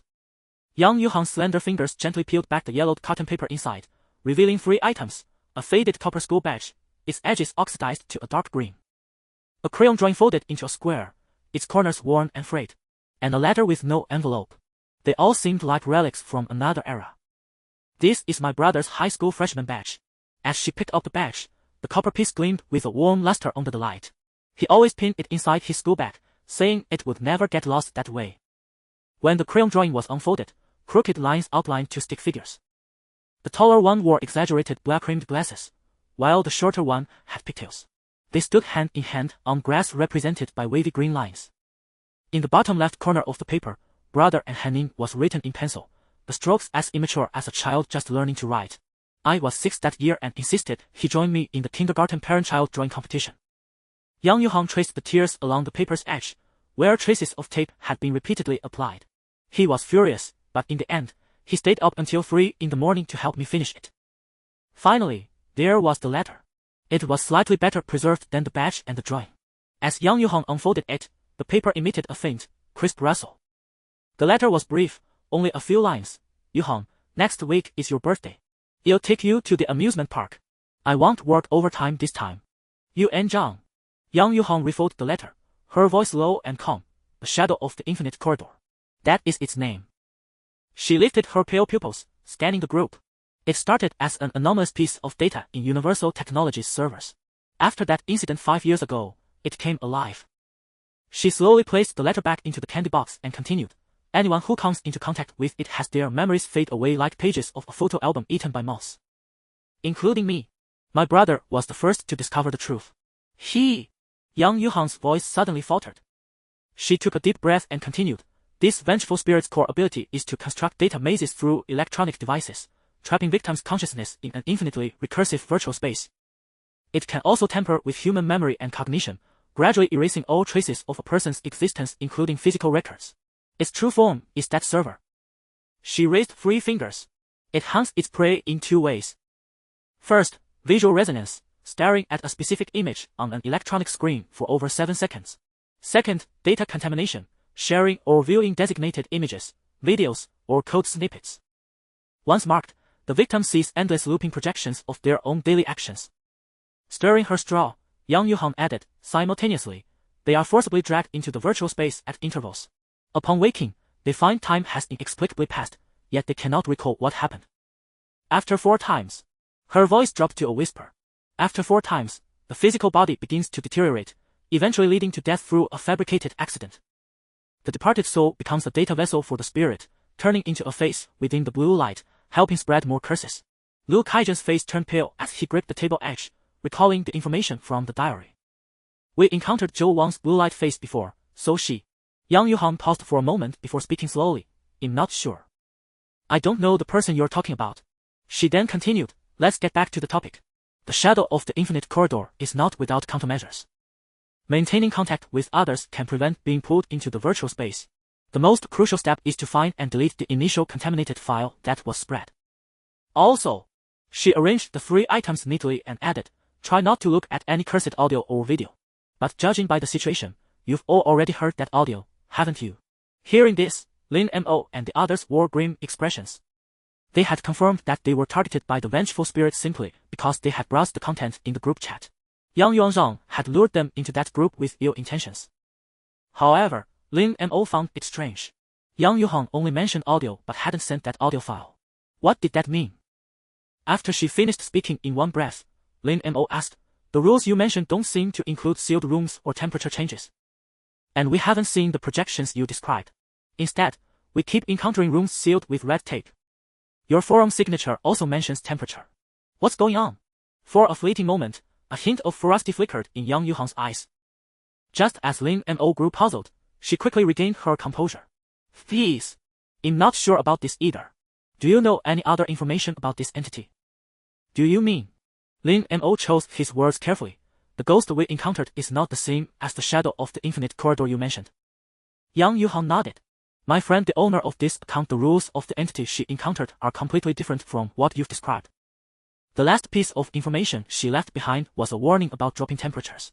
Outside the window, a cold wind swept fallen leaves across the teahouse eaves, producing a rustling sound. Chen Tao instinctively shrank his neck.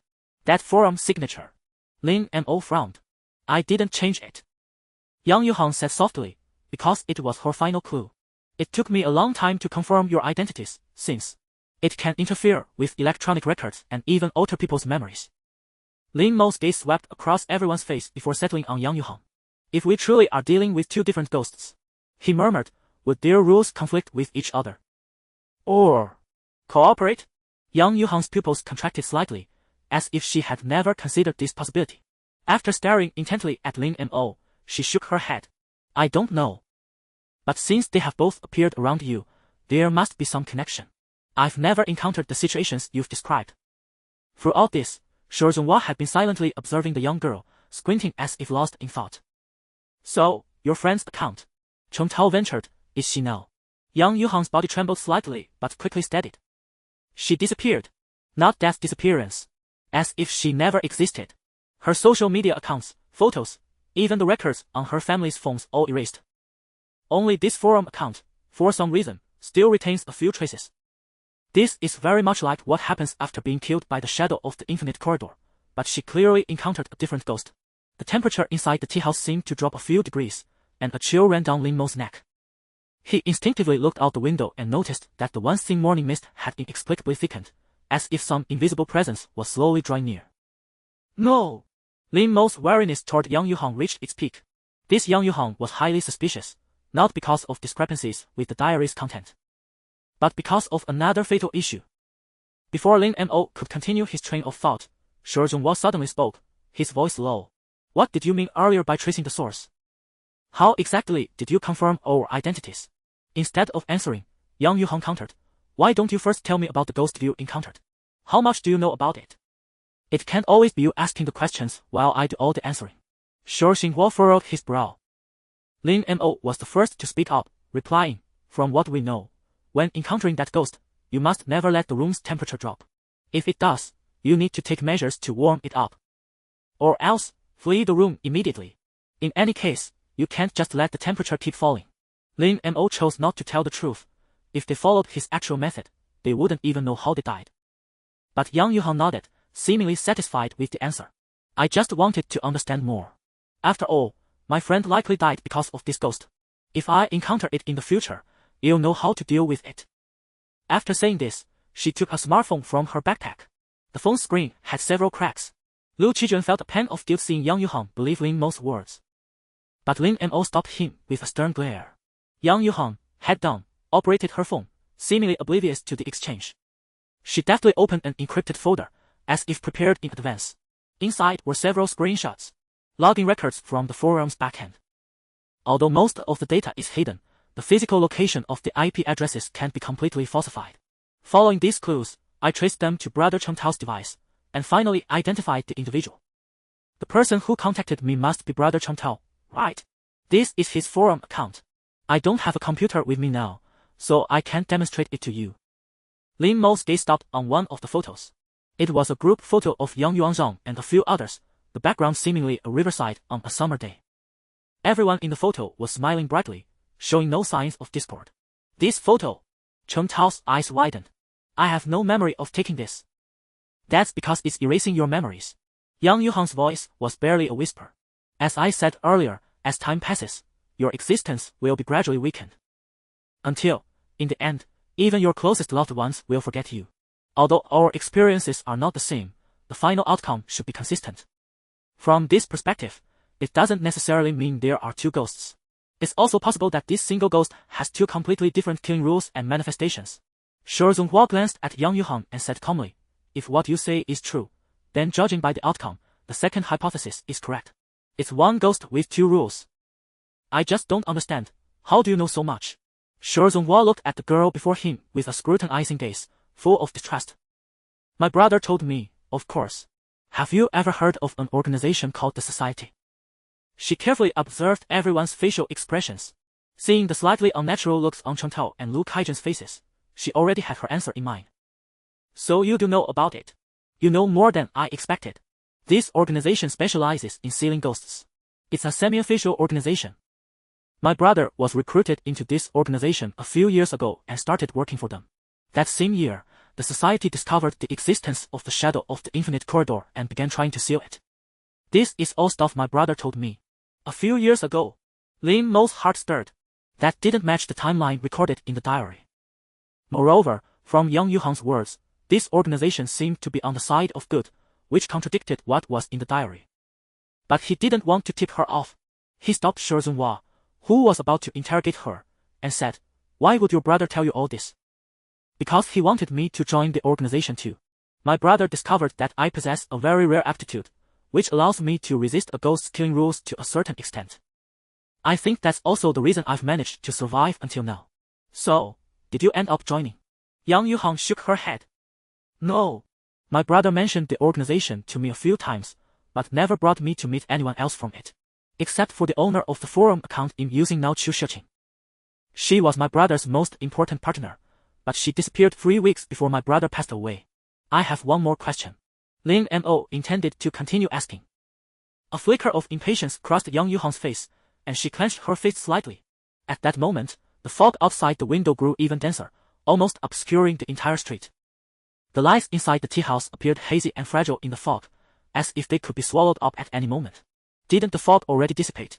This is... Yang Yuhang abruptly stood up, her face changing color, cutting off Lin Mo's words.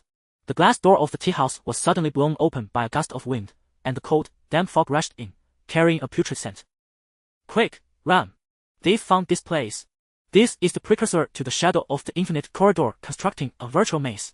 The others hadn't even reacted yet. Lin Mo immediately looked out the window. In the fog outside, countless blurry shadows suddenly emerged, like elongated human figures, slowly approaching the tea house. Their movements were stiff and contorted, each step carrying a spine-chilling sense of sluggishness. Through the back door, Yang Yuhong called out to the group, not giving anyone time to think, and rushed towards the kitchen. Lin Mo grabbed the dazed Chen Tao and followed closely behind Yang Yuhong towards the tea house kitchen. Liu Qijun stumbled along, his face as pale as paper. The corridor in the kitchen was narrow and dim, the air thick with the rancid smell of various foods. Yang Yuhong expertly pushed open a small door, and cold wind mixed with rain greeted them. She turned back and shouted urgently to the group, "Go through this alley to reach the subway station. They can't enter crowded places for now." Everyone rushed out the back door into a small alley flanked by high walls. The brick walls and ground on both sides were covered in moss, and the slippery surface made their running difficult. From behind them in the tea house came the sound of shattering glass, as if something was forcing its way out. Many cars were parked on the road, yet the surroundings were completely deserted. As the group neared the vehicles, Liu Qijun suddenly froze in place. The driver's side window was covered in water stains, and those marks were slowly forming a clear human face on the glass surface. Empty eye sockets were staring straight at them. Liu Kaijun's breathing became rapid, partly from running, but more so from fear of these eerie presences. He dared not look back and continued running forward, but he could feel a terrifying existence from behind relentlessly pursuing them. Just as they were about to burst out of the alley, Yang Yuhong suddenly stopped and spun around to look behind. "What's wrong?" Chen Tao gasped. Yang Yuhong's pupils slightly dilated, her voice trembling. "They have stopped at the entrance of the alley." Everyone followed her gaze. In the thick fog, the blurry silhouettes stood silently on the other side of the alley, motionless. Their figures twisted and warped in the mist, as if dissipating. Gradually, the dense fog began to thin. "Why aren't they chasing us?" Chen Tao's voice carried a hint of relief from surviving a close call. He wiped his sweat and panted, "What on earth was that?" Lin Mo glanced at his phone. It had been less than 5 minutes since they left. He looked at Yang Yuhong and asked, "What just happened? Did we enter that virtual space you mentioned?" Yang Yuhong's breathing gradually steadied. She withdrew her gaze and looked at the group, especially at Lin Mo, a flicker of complex emotion passing through her pale pupils. She explained in a low voice, "Yes, we've reached the boundary of the virtual maze. They can't break through the gap between reality and the virtual for now." Lin Mo stared at the fading shadows at the alley's entrance, the chill on his neck still lingering. "You said this is a virtual space?" Chen Tao's voice trembled as he fixed his eyes on the shadows at the entrance, as if fearing they would suddenly charge over. Yang Yuhong nodded and said, "The virtual maze will gradually erode reality, but as long as it doesn't exceed 3 hours, we can return to the real world. The most dangerous time is at night, when the maze's boundaries blur. If no one warns you, you might unknowingly fall into it. After the 4th time, you will." Lin Mo rubbed his aching head. There was too much information to process. Shou Zhonghua interrupted his thoughts. "Let's go. Let's leave here first." Lin Mo looked back at where they had just escaped. The shattered walls and glass had restored themselves. "Is it only visible to us again?" Lin Mo thought silently, then turned and followed the others. The group passed through the alley and arrived at the subway station entrance. The sign above the escalator read "Welcome aboard," but the station's crowd was noticeably thinner than usual. "So few people. The subway has never been this empty," Liu Qijun muttered, shrinking his neck as if trying to hide inside his coat. Yang Yuhong didn't respond.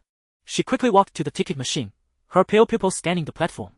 Lin Mo followed her, noticing her gaze shifting between platforms, as if searching for something.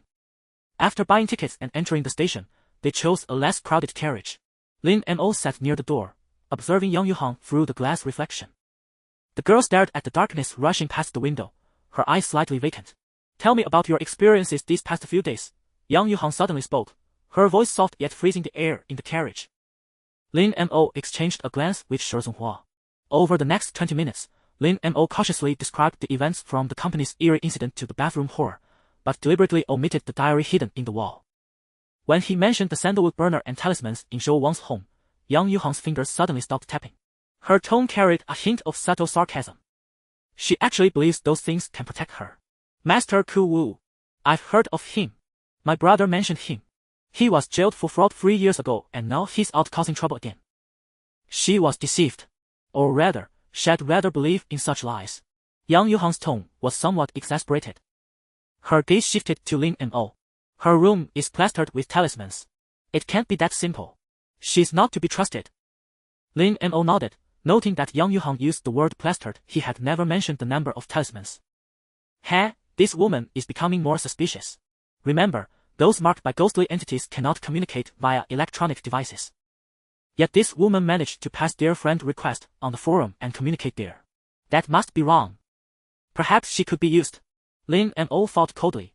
The subway swayed slightly as it entered the next station, a mechanical female voice announcing the stop. After a few passengers got off, the carriage felt even emptier.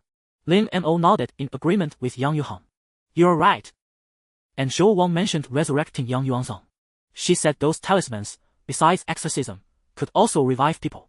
Lin Mo said tentatively, watching Yang Yuhan's reaction closely. The girl's body stiffened for a moment. Her voice was very soft, but Lin Mo caught the slight tremor in it. Absurd. The dead cannot return to life. That's the most basic rule. Lin Mo squinted and continued recounting the subsequent events, including Zhou Wang's bizarre behavior in front of the mirror and her eventual disappearance. Yang Yuhan's brows furrowed, but she showed no other expression. Shorzun was suddenly interjected, but if, as you say, this society can seal ghostly entities, then reviving someone isn't entirely impossible, is it? Yang Yuhan turned her head sharply toward him, a dangerous glint flashing in her pale pupils. You have no idea what you're talking about. Her voice was low and icy. Any attempt to reverse life and death will come at an unimaginable cost. The lights in the carriage flickered.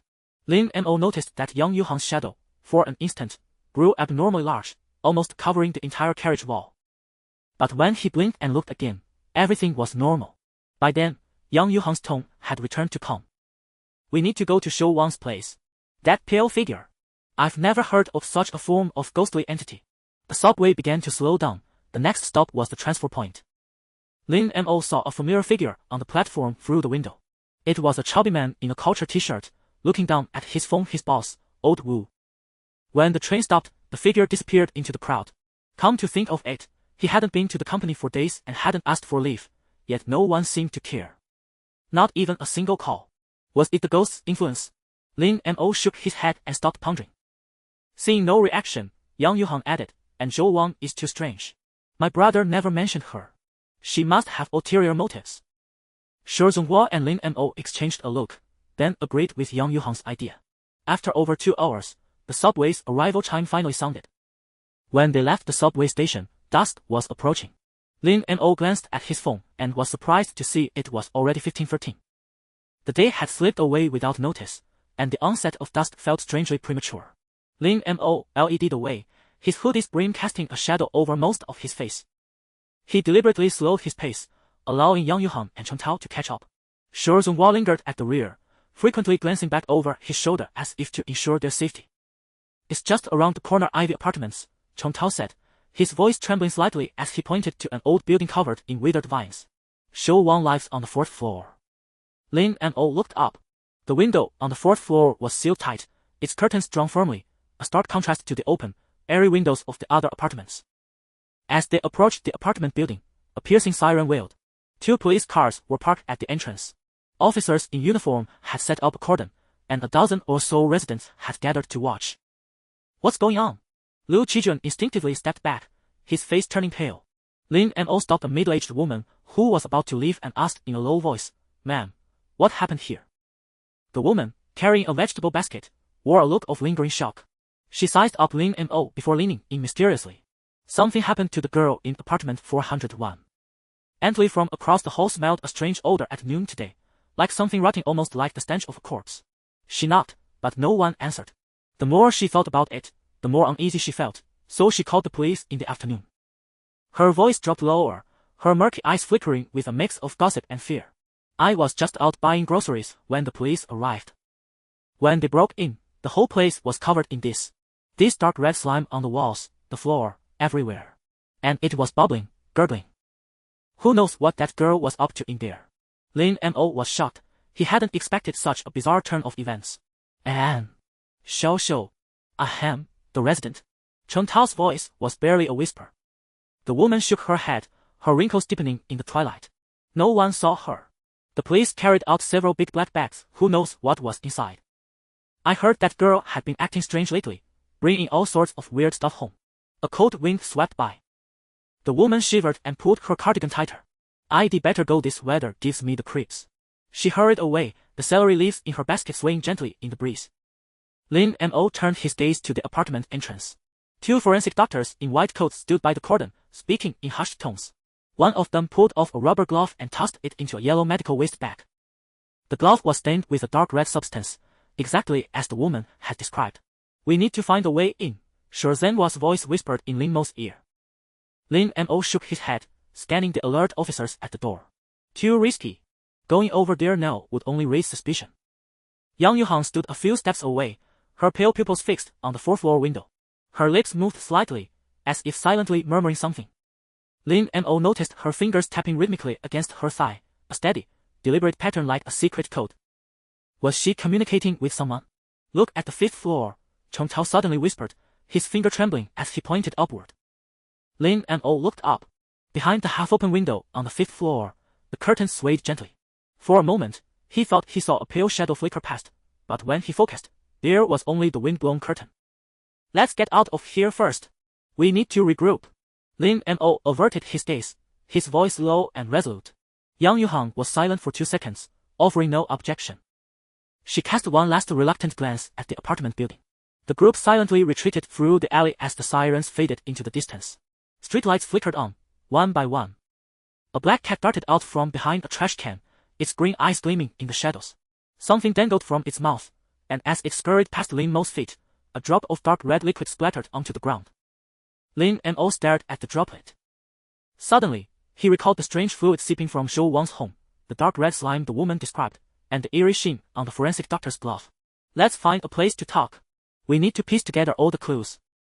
Lin Mo steadied his mind. In just 3 short days, the bizarre occurrences had been relentless. He stood beneath the ivy apartments. Staring at the sealed 4th-floor window, he replayed the woman's description in his mind: the dark red slime, the bubbling walls, the black bags filled with unknown contents. These fragments overlapped with memories: the unescapable eerie group chat, the strange incense burner in Zhou Wang's home, the deadly trap in the bathroom, the peculiar diary, and the sudden appearance of Yang Yuhan. Lin Mo fingered the diary in his hoodie's inner pocket, tracing a clear timeline in his thoughts.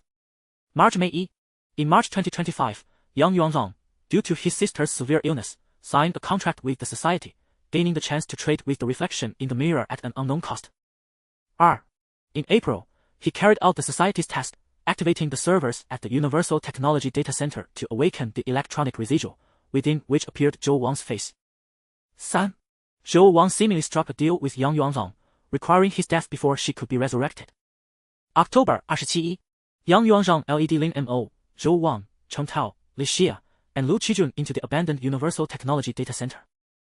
The 6 fled in panic. Yang Yuanzhang later dismissed it as a prank.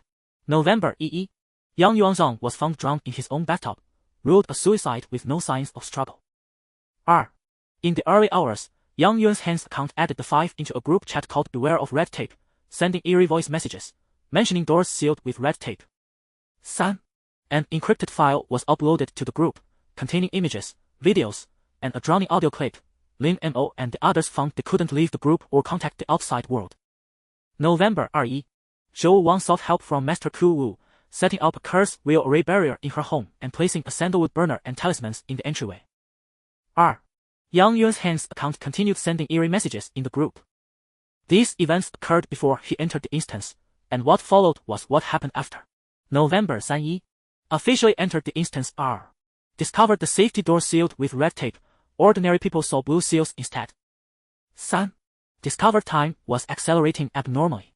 4. On the way to Zhou Wang's, saw a pale figure on the 5th floor. 5. Zhou Wang revealed the curse wheel array barrier. 6. Searched for clues online with Cheng Tao and accidentally sent a forum friend request to Yang Yuan's sister, Yang Yuhan. Lin Mo and Cheng Tao infiltrated Yang Yuan's home, discovering a diary in a hidden compartment and a ghostly hand in the bathroom traces of the living. Simultaneously suspecting Yang Yuan's connection to Huanyu technology, the temperature in the bathroom plummeted, and they were attacked by a mirror specter. Lin Mo used time freeze to escape, encountering Shizhonghua and Lu Qijun, who were also investigating. Zhou led the group to an abandoned crane tower, uncovering clues like red strings and faded cards. On the way, Liu Qijun mentioned Zhou Wang's relationship with Yang Yuanzhong, prompting a decision to head to Zhou Wang's apartment. That night, they forced entry into Zhou Wang's apartment and were ambushed by a pale, upside-down figure. Cheng Tao was struck. Zhou Zonghua used a mystical artifact to repel the specter, discovering Zhou Wang's mirror reflection transaction ritual. Before vanishing, she left behind the words transaction completed. Reading the diary confirmed Yang Yuhan's existence and revealed that Yang Yuanzong had joined the society. Yang Yuan's sister, Yang Yuhan, appeared, unveiling the society's background and the shadow of the infinite corridor, a ghostly entity capable of altering reality and memories. The group was attacked by the shadow of the infinite corridor and fled into the subway station, where Yang Yuhan explained the rules of the virtual maze. That afternoon, they returned to Qingting's apartment, finding police tape sealing room 401 and dark red viscous residue inside. Lin and O followed the others, piecing together clues. They might now be facing 4 ghosts: the red tape ghost, the shadow of the infinite corridor, the pale figure, and the mirror reflection. Of course, some of these entities might be manifestations of the same ghost. Red tape ghost, killing rule 1. When the temperature in an enclosed space drops to a critical point, it triggers a lethal strike. Killing rule 2. Do not actively open doors or windows sealed with red tape. They must be opened from outside. Shadow of the infinite corridor. Killing rule 1 kills by altering data and erasing traces of existence. Killing rule 2 transforms victims' souls into data carriers, spreading a curse. Pale figure, killing rules unknown, appeared in Zhou Wang's home and upstairs, its body riddled with holes oozing pitch black liquid. Mirror reflection, killing rules unknown. One can make deals with it, but must pay a price. It is also the ghostly entity necessary to complete task 3. After sorting through all the clues, Lin and O felt something crucial was still missing. Huangyu Technology was a game company, while the society was a bizarre organization aware of ghostly entities. They seemed completely unrelated, yet their shadows loomed over many events. Especially since Yang Yuanzhong owned the work uniform from Huangyu Technology, did this prove an inseparable link between the society and the company? Or was Huangyu Technology itself part of the society? Dusk deepened. Lin Mo and the others stood outside a convenience store near the apartment, sipping drinks. The bubbles of the carbonated drink burst in their throats, offering brief clarity. So, what now? Cheng Tao crouched on the curb, clicking his lighter incessantly. The orange flame flickered in the twilight. Zhou Wang's place is sealed off by the cops. He didn't smoke, but now he felt lost, needing something to occupy his hands. Zhou Zonghua observed their surroundings cautiously and took a swig from his water bottle. Let's go to the data center, he said, wiping his mouth. Since all clues point there, why not check the source? No! Yang Yuhan refused outright. It's too dangerous. My brother's diary made it clear you should know that too. Your brother's diary? Lin Mo interrupted, the can in his hand creaking slightly. He gave a cold smile. We never mentioned a diary. Indeed, he had deliberately avoided that topic earlier. Yang Yuhan's eyelashes fluttered, and she tucked a strand of hair behind her ear. You must have found it, right? How else would you know so much? Lin Mo kicked a deformed can. The metallic clatter startled sparrows from the power lines. Heh, it seems Miss Yang has many secrets from us. What if we insist on going? Yang Yuhan sighed. Suit yourselves. I'm definitely not going. If something happens, don't say I didn't warn you. Just then, Liu Qijun raised his hand, trembling slightly. I don't want to go either. Seeing his evasive gaze, Zhou Jinghua sighed. Then rest at the office. Here is the key. He tossed a set of keys, disappointment in his voice. You dragged me into this, and now you're the one backing out. Liu Qijun caught the keys clumsily, head bowed. I'm not giving up, it's just. Thinking of his own actions, he left the sentence unfinished. Lin Mo glanced at the silent Yang Yuhan. Do you have a place to stay? She shook her head. Since my brother died, I've had nowhere to go. As time passes, my existence gradually fades. I can't stay in one place for long. A smile crept onto Lin Mo's lips. He had anticipated this answer. Then go back to the office with old Liu. We'll find you later. He walked up to Liu Qijun and handed him the backpack he had been carrying. Please take this back for me, Lin Mo whispered, leaning close. We have to go to the data center, but it's also important to get information from that girl. I'm counting on you. Liu Qijun nodded, taking the backpack. The task eased some of his guilt. Got it. Ultimately, the 5 split into 2 groups, one returning to the office, the other heading to the data center to uncover the truth. Lin Mo watched Yang Yuhan and Liu Qijun disappear into the dusk, his gaze unreadable. She's off, Zhonghuo said, lighting a cigarette. The ember glowed in the dark. Let's move. No subway too slow. Lin Mo didn't reply, instead pulling out his phone to call a ride-hailing service. Understood, he said calmly. Zhonghuo's car was still at the tea house, making travel cumbersome. Mom. Cheng Tao nodded emphatically. The string of supernatural encounters had taught him that running solved nothing. So he decided to stay and go to the data center. Zhonghuo's gold-rimmed glasses reflected the streetlight as he checked his phone. It's only 16:23, but it's already getting dark too fast. Yeah. What time is it? Feels like midnight, Cheng Tao said, rubbing his sleeve. The convenience store's glass window still bore the Halloween promotional posters from a few days ago, the silhouettes of jack-o'-lanterns glaring harshly under the lights. Lin Mo stood beneath the plastic awning at the convenience store entrance, staring at his phone. The screen displayed a ride-hailing interface. A black car was slowly approaching from 2 blocks away, estimated to arrive in 2 minutes. Lin Mo looked up and said to the group, the car is almost here. Shortly after, his phone suddenly vibrated, and a notification popped up. Your driver has arrived. Almost simultaneously, a black car pulled up to the curb. The ride-hailing platform's logo was affixed to the side of the vehicle, its edges faded, as if weathered by long exposure to the elements. Is this the ride for 7782? The driver's window rolled down, revealing a middle-aged man's face. He had a crew cut and looked exceedingly forthright. A half-smoked cigarette dangling from his lips, he squinted at the 4 people standing by the roadside. You folks called the car? Yeah, that's us. Zhonghuo was the first to open the passenger door, his gold-rimmed glasses scanning the interior. Please take us to No. 23 Linjiang Road. That was precisely the address of the data center. Don't worry, I know it. Out this late, heading so far. The driver extinguished his cigarette and started the engine. He casually turned on the radio. After a burst of static, the evening news began to broadcast.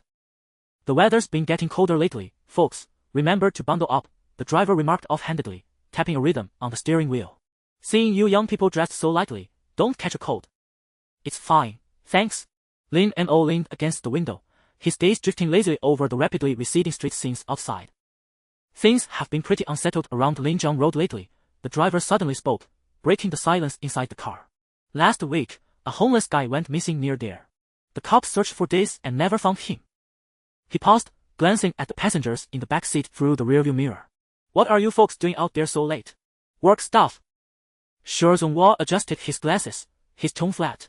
Oh. The driver raised an eyebrow. What do? You don't look that old, interns, right? Cheng Tao let out a dry laugh, something like that. Young people these days, it's tough, the driver sighed, turning the wheel as the car entered a relatively secluded lane. My son's about your age. Works overtime every day until midnight, comes home and crashes. Last month's checkup, the doctor said he's got mild fatty liver. He's only 25. Outside the window, the gaps between streetlights widened, and the light grew dimmer. Driver, isn't this a detour? Zhonghuo suddenly asked. The driver chuckled. Roadwork up ahead, gotta go around. Don't worry, I won't charge you extra. The app has fixed prices, but it's a bit dumb doesn't warn about roads under repair. As he spoke, he reached over to turn up the air conditioning. The weather's getting weirder and weirder. It's this cold in November, and it gets dark way too early. The news on the radio suddenly switched to a weather forecast. Affected by a cold front, the city will continue to experience low temperatures and rainy weather over the next 3 days. Citizens are advised to take precautions. If you ask me, this weather's downright abnormal. The driver rambled on. The ivy on my balcony had it for 3 years, fine until the day before yesterday, then it suddenly withered. My wife insists I didn't water it, but I water it every day. His voice abruptly cut off. As the car passed an intersection, a blinding high beam from the side illuminated the pale faces of everyone inside. Lin Mo instinctively squinted. Once the intense light faded, he noticed the driver's expression had turned stiff. What's wrong? Cheng Tao asked sharply. Nothing, the driver forced a laugh, his fingers whitening on the wheel. That car was driving crazy, nearly hit us. The atmosphere inside the car suddenly grew heavy. Through the window, Lin Mo saw a small roadside diner where a few customers sat eating. Have you heard the rumors about Linjiang Road? The driver suddenly asked in a lowered voice. What rumors? Zhonghuo turned his head, a flicker of alertness in his eyes behind his glasses. The driver licked his lips. Some people say that when you pass by there late at night, you can see things you shouldn't see. His voice grew quieter.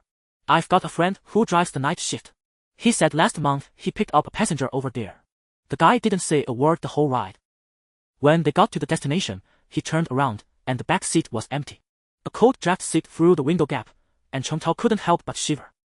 Driver, it's better to hold off on jokes like that, Zhezhonghua said, his tone turning chilly.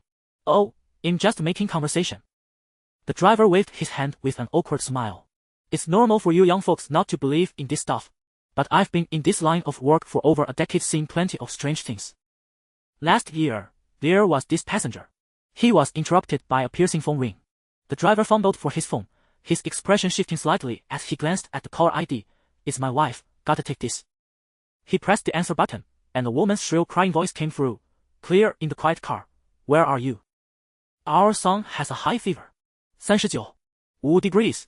The doctor says he needs to be hospitalized. The driver's face turned deathly pale. What? I am coming right back. He hung up, beads of sweat forming on his forehead. Folks, I'm really sorry, I gotta get home right away. I'll drop you off at the next intersection. No charge for this trip. The car screeched to a sudden halt at the roadside. Lin Mo noticed they were still at least 2 kilometers from Linjiang Road. The area was dotted with low houses, sparse streetlights, and an air of desolation. It's fine, we understand, Zhezhonghua said calmly, pushing open the car door first. A cold wind mixed with drizzle hit their faces, instantly soaking Lin Mo's hoodie.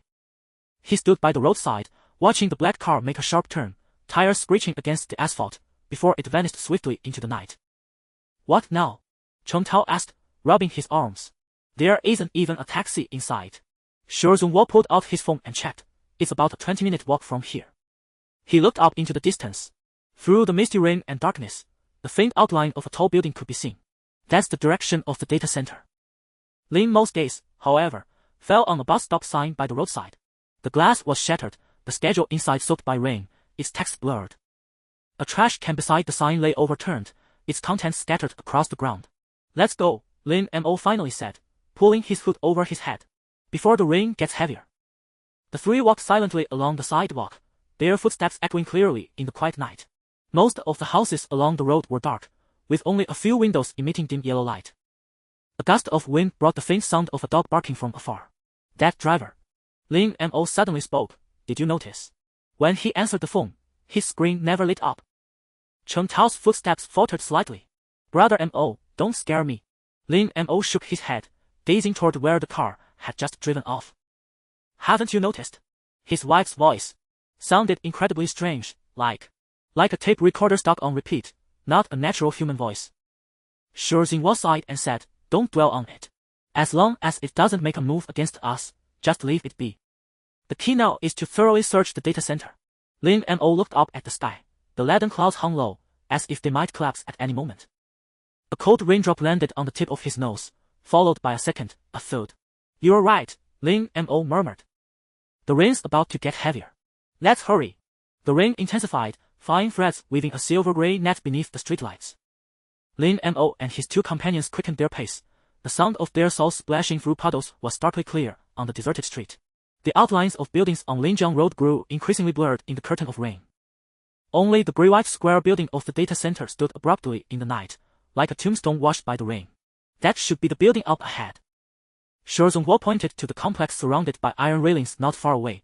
His gold-rimmed glasses were already speckled with fine water droplets. He pulled out his phone to check the time. 17:48, a bit slower than expected. Cheng Tao shrank his neck as rainwater dripped from his hair into his collar. This place still looks so creepy. The lock on the iron gate had long rusted, the chain hanging loosely on the frame, as if a gentle push would break it. Lin Mo shone his flashlight and reached out to touch the chain. Someone's been here, he said in a low voice, pointing to the relatively fresh wear marks on the broken link. The three slipped sideways through the gap in the fence. The temperature here seemed much lower than elsewhere. In front of the main building of the data center lay an abandoned parking lot overgrown with weeds. Let's take the side door. Zhezhonghua pointed to a half-open fire exit on the west side of the building. The safety exit sign above it had long gone dark, leaving only a green plastic shell. Lin Mo noticed several fresh scratches on the edge of the door frame, as if someone had recently pried it open with a tool. He wondered if it was the original team who had done it 10 days ago. Lin Mo and Zhezhonghua set up a doorstop on this side to ensure the door wouldn't close, preventing any accidents. Only then did they step inside. As the flashlight beam illuminated the surroundings, Lin Mo spotted an abnormal number of water stains on the walls and dense cable trays. Chen Tao's breathing grew heavier. As he walked, he stared at the floor numbers on the safety exit signs. I remember it should be on the 4th floor. The server room is at the top. Lin Mo remained silent. After all, he wasn't the original person and didn't know the exact location of the servers. As they climbed to the 5th floor, Chen Tao suddenly grabbed Lin Mo's arm. Listen. The three held their breath, vaguely hearing a rhythmic drip sound from above, like liquid falling from a height. Shizong shone his flashlight upward. Water was slowly seeping from the ceiling of the 4th floor landing, dripping onto the tiles. Just a leak. Shizong adjusted his glasses. The light reflecting off the lenses concealed the doubt in his eyes. But Lin Mo stared at the puddle for a long time. The frequency of the falling droplets was too regular, stirring a sense of unease within him. Pushing open the fire door on the 4th floor, they were met by a blast of cold air mixed with the smell of machine oil. The server room was much tidier than imagined. 2 rows of gray-white cabinets were neatly arranged, but all the cabinets inside were empty. Pipes crisscrossed the ceiling, yet the floor wasn't very dusty. Clearly someone had cleaned it recently. Searched separately, Lin Mo lowered his voice, focused on checking the equipment and log records inside the cabinets. Shouldn't we head to that server first? Chen Tao asked, puzzled. I suspect danger awaits us there, just like last time. Let's gather any clues we can find first, Lin Mo patiently explained. So the three dispersed. Chen Tao was responsible for checking the cabinets on the east side. As he touched the metal casing of one cabinet, he suddenly exclaimed, "This cabinet is warm." Lin Mo quickly walked over and pressed his palm against the cabinet Chen Tao indicated. Indeed, there was a faint residual warmth, as if a running device had been placed there not long ago. The label on the cabinet was blurred, only the number B17 was discernible. He didn't hesitate to pull out his phone and take a photo. Shizong also came over, crouching to inspect the remaining cables at the bottom of the cabinet, and suddenly frowned. The fiber optic interface here has burn marks, as if it was struck by a strong current. There's nothing much to see here. I remember the server is in that small equipment room. Before Chen Tao could finish, a soft click came from the end of the corridor. The three froze simultaneously, their flashlight beams shooting in unison toward the source of the sound. It was a small door deep inside the server room, with a tilted sign reading equipment room hanging on it. Yes, that's it, Chen Tao shouted excitedly. Lin Mo made a shushing gesture and walked over quietly. The outside had been thoroughly checked, and indeed there were no clues. All the cabinets were empty. The door to the equipment room was unlocked. The equipment room was piled high with discarded machine parts and a few empty cabinets. In the corner stood only an old CRT monitor. As Chen Tao entered, he kicked a metal can. The clattering sound was jarringly loud in the confined space. There's nothing here, Shizong said, sweeping his flashlight across every corner, his tone laced with obvious disappointment. The sound of rain outside gradually became clearer. Meanwhile, a corner of the equipment room ceiling was leaking, water droplets falling onto discarded circuit boards, sending up tiny splashes. Lin Mo leaned in with his flashlight. Floating in the murky puddle were a few silvery metallic fragments, like the residue of some alloy after being melted by high heat. Looks like the discharge product of a Tesla coil, Shizong said, using the tip of his pen to nudge the fragments. Mr. Lin, didn't you mention earlier that Yang Yuanzhang performed a ritual here using a modified coil? Was it at this spot? He stopped mid-sentence as the three simultaneously realized, if this was the ritual site, why was the critical server missing? Is there another equipment room in this building? Chen Tao slumped against a cabinet in frustration, the metal casing vibrating slightly from the impact. No, this is the place. A wasted trip. But Lin Mo felt something was off. It was too quiet here. Apart from the rain and their breathing, the entire building was devoid of any sound. There wasn't even a trace of common rats or insects, as if the building had been deliberately cleansed by some force. Shizong's gaze, behind his gold-rimmed glasses, swept across the entire server room. Let's check one more time and then leave. This place is very unsettling. The three searched every corner again, even prying open a floor inspection hatch, but found nothing except a few broken data cables. When Lin Mo passed by the B17 cabinet for the 3rd time, he suddenly crouched down and pulled something out from the gap at its base. It was a mechanical hard drive, its metal contacts already oxidized and blackened. At least it's something, Shizong said, taking the hard drive and examining it under the flashlight. I have a friend who might help us try to recover the data. The rain outside suddenly grew louder. A flash of lightning streaked across the night sky, illuminating the entire server room for an instant. Lin Mo's pupils contracted sharply. Under the blinding glare of lightning, every glass door of the server cabinets was covered with dense fingerprints. The handprints stretched out in eerie postures, as if countless people had simultaneously slapped these machines. Hurry! Zhenhua's voice tightened, clearly noticing the anomaly as well. The three quickened their pace, dashing toward the fire escape. Upon reaching the 3rd floor, Cheng Tao suddenly sneezed. Why has it gotten so cold all of a sudden? White mist condensed in the air with each breath. Lin Mo realized the temperature in the stairwell had dropped several degrees without warning. As Zhenhua, in the lead, pushed open the fire door on the 1st floor, he abruptly halted.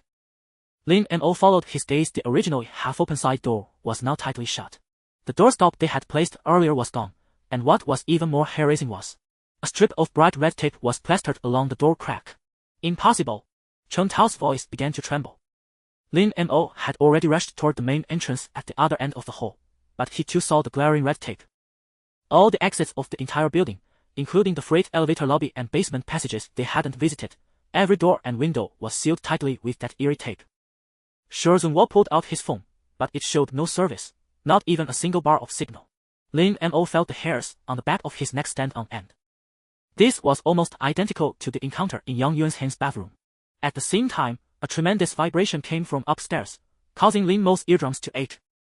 He saw Zhenhua's mouth moving, but could hear no sound. Cheng Tao was pointing at the stairwell they had come from, his expression twisted into something almost grotesque. Looking in that direction, Lin Mo's blood ran cold. In the shadows at the end of the corridor, a pale humanoid figure was crawling out of a ventilation shaft in a contorted posture. Its limbs were bent at impossible angles, as if they had been violently broken and then reattached. Its wet, black hair hung to the floor, writhing like living things on the tiles. Ram! Zhenhua's roar finally broke through. The three stumbled toward the nearest staircase, the sound of the creature rapidly crawling after them echoing behind. Cheng Tao glanced back and saw the figure chasing them like a giant spider, nearly scared out of his wits. They quickly reached the 2nd floor and turned into the corridor. As the stairwell door slammed shut, Cheng Tao, running last, almost got entangled by strands of hair slipping through the crack. Zhenhua braced the door with his full weight. Find cover. It should take a moment to break through. Bam! Bam! Bam! A series of impacts interrupted him. The entire metal door began to cave inward, forming human-shaped dents one after another. Screws from the door frame flew off one by one. Under the violent assault, the metal door groaned in protest, and chunks of cement crumbled from the surrounding wall. Zhenhua pressed against the door with all his might, veins bulging on his forehead. Ram! He roared, his voice nearly swallowed by the screeching from outside. Lin Mo grabbed the limp Cheng Tao, and the three stumbled deeper into the corridor. A deafening crash came from behind as the metal door was finally torn open, the twisted iron sent flying like a toy against the wall. Lin Mo inadvertently glanced back and nearly tripped.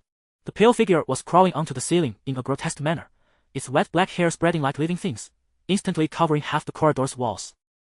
A fork! Take the left! They encountered a fork ahead, and Zhenhua decided to go left because that door was half open, while the right one was tightly shut, its lock status uncertain. Any delay might allow the terror behind them to catch up. Zhenhua shoved the wooden door open, and the three tumbled into another narrow passage. Cheng Tao's knee hit the ground hard, but he dared not even whimper. Lin Mo's lungs burned fiercely, and he could barely catch his breath. Yet they dared not stop. They turned 3 corners and crossed an electrical room cluttered with cables. Finally, Lin Mo and Cheng Tao were exhausted. Zhenhua had no choice but to lead them into a small room marked equipment room. Zhenhua locked the door behind them, and Cheng Tao immediately slumped to the floor, covering his mouth to stifle a dry heave. In the darkness, their ragged breaths intertwined, unable to conceal their inner terror. Is it really okay to hide here? It's a dead end, Lin Mo whispered, panting heavily. Zhenhua was also breathing hard, but in better shape than the other two, clearly accustomed to regular exercise. No choice. We're not familiar with this area. Running further would probably mean death. You saw that ghost's speed just now. The equipment room was filled with cleaning tools and spare parts, with only a small vent window above the door they had entered. Lin Mo pressed his ear to the door and heard slow, wet footsteps in the corridor outside, as if someone was walking barefoot on a puddled floor. Slap! Slap! Slap! The footsteps stopped right outside the door. Lin Mo held his breath, his nerves stretched to the breaking point. If worst came to worst, he would have to use time freeze. Through the gap beneath the door, he saw a shadow halt outside. Suddenly, a pale face appeared at the vent window. It was that terrifying woman. Her face pressed against the glass, the skin devoid of features distorted by the pressure. Then, something even more horrifying happened. Her arm seeped through the crack under the door like liquid, pale fingers groping across the floor, crawling toward them. Damn it! Zhonghua abruptly drew a Sanskrit-inscribed dagger, its blade glowing with a faint crimson aura in the darkness. The cooldown for Ability 1 had ended. Without hesitation, he cut his palm, letting blood drip onto the dagger. The Sanskrit characters immediately flared with a bloody light. Get back! Zhonghua thrust the dagger at the ghostly hand. The moment the blade touched the pale skin, a blinding red light erupted. The hand retracted sharply, and an inhuman shriek came from outside the door. But Zhonghua's expression darkened. He sensed that although the hand had withdrawn, it hadn't been repelled like the previous ghosts. Impossible! Zhonghua's voice trembled. The spirit artifact can't drive it away. What's going on? Lin Mo seized the opportunity to ask, while keeping a wary eye on the vent window. The pale face had vanished, and the eerie woman's shadow was no longer outside the door crack. Zhonghua's expression was grim as he quickly bandaged his wound. That ghost's terror level exceeds what this spirit artifact can handle. His smile was strained. We might be done for this time. I can sense it will come for us again in no more than 10 minutes. Besides, without the auxiliary ability of this artifact's first function, I can't possibly hit a vengeful spirit moving that fast. The air in the equipment room seemed to congeal, leaving only the three's rapid breathing echoing in the cramped space. The cloth Zhonghua used to bandage his wound was already soaked through with blood. Dark red droplets fell to the floor, making a faint drip, drip sound. Lin Mo stared at the slightly trembling door. He forced himself to take deep breaths, the cold air filling his lungs and calming his chaotic thoughts somewhat. Then he immediately said, "Have you noticed? This is almost exactly like what we encountered in Yang Yuanxing's bathroom." Cheng Tao curled up in the corner of the room, his face as pale as paper, having long lost the ability to think independently. What do you mean? Although he had also experienced that incident, because Lin Mo had used time freeze to find that arm, it all felt rather unreal to him. The sudden drop in temperature, the doors and windows sealed with red tape, and the abrupt killing intent. What does that remind you of? Lin Mo could only speak to Zhonghua. Zhonghua frowned upon hearing this, a flicker of thought passing through his eyes behind his gold-rimmed glasses.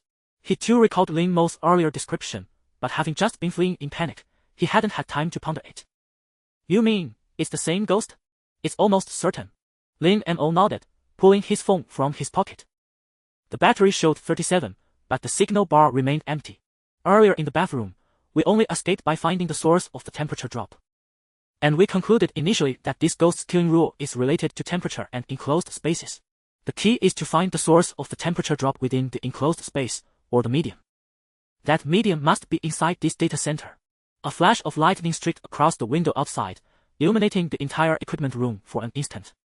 Lin Mo noticed that Cheng Tao's lips had turned purple from the cold, and his own breath was growing thicker in white puffs. The temperature is still dropping. Zhonghua sensed it, his voice carrying a hint of tension. Lin Mo's voice was unexpectedly calm. He understood that negative emotions would not help them now. Then let's split up. We need to find the source of the temperature drop as soon as possible, likely something like that woman's arm in the bathroom. Brother Mo, are you crazy? Cheng Tao suddenly grabbed Lin Mo's arm. Isn't splitting up just asking for death? That ghost is right outside. Lin Mo gently freed his arm from Cheng Tao's grasp and analyzed calmly. 3 people together make too big a target and are too inefficient. The temperature is dropping faster than we thought. We must find the source quickly. Zhonghua pondered for a moment, then suddenly asked, "Do you have a specific plan?" The data center has 4 floors. Lin Mo quickly constructed the building's layout in his mind. On the way over, he had already been observing his surroundings. Though he had never been here before, he had carefully studied the building before entering. We've already thoroughly searched the 4th floor and found nothing unusual. I suggest Cheng Tao go to the 3rd floor, brother should stay on the 2nd, and you'll take the 1st. No! Absolutely not. Are you even listening to me? Cheng Tao waved his arms excitedly, knocking over a mop rack behind him. The metal rods clattered harshly on the floor. All 3 held their breath, staring tensely at the door, afraid to alert whatever was outside. After a few seconds of silence from beyond the door, Lin Mo continued, "This is the most reasonable allocation." Zhonghua adjusted his glasses and took a deep breath. "You have a point. But the 1st floor is the most dangerous. The malevolent ghost first appeared there. Are you sure you want to go alone?" Lin Mo curled the corner of his mouth into a strange smile. "Someone has to go." Besides, I have some experience dealing with this ghost. He recalled that noon in the bathroom when it nearly claimed his life, and a chill ran down his spine. Of course, there was another crucial reason. He believed the source was more likely on the first floor, because the ghost had appeared there and had subtly herded them upward. Lin Mo wouldn't place his hopes on others.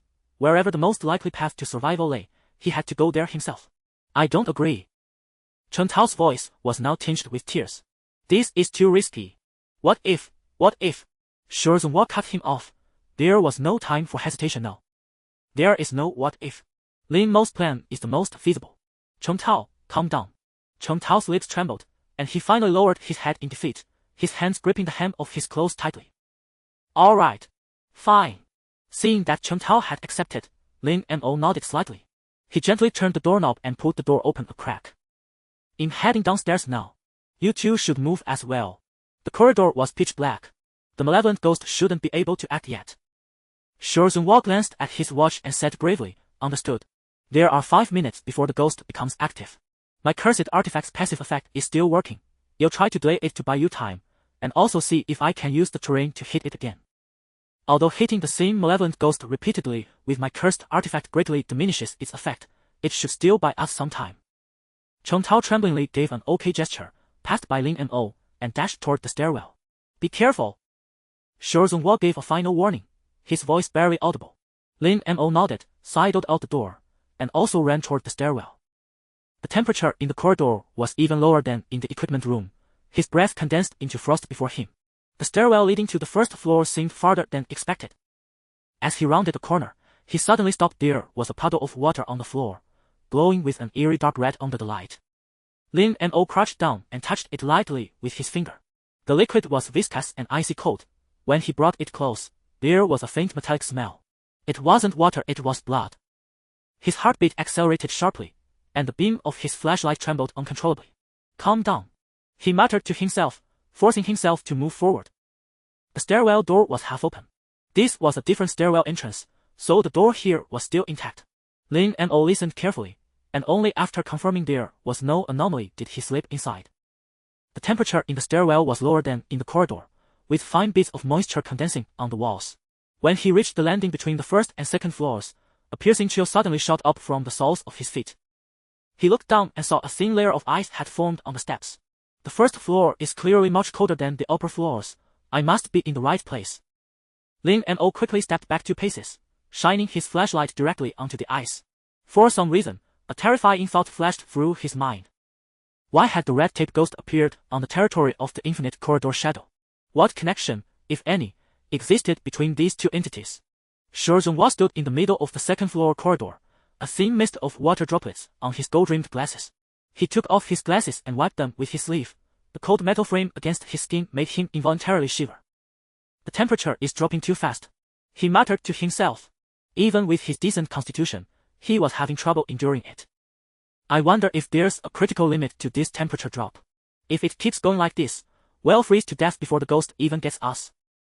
Although he had just said that Lin Mo would face danger on the first floor, his own task was actually the most difficult. Because the ghost would likely start hunting them from where it had disappeared. He had to both engage it and search for the source of the temperature drop, an extremely challenging task.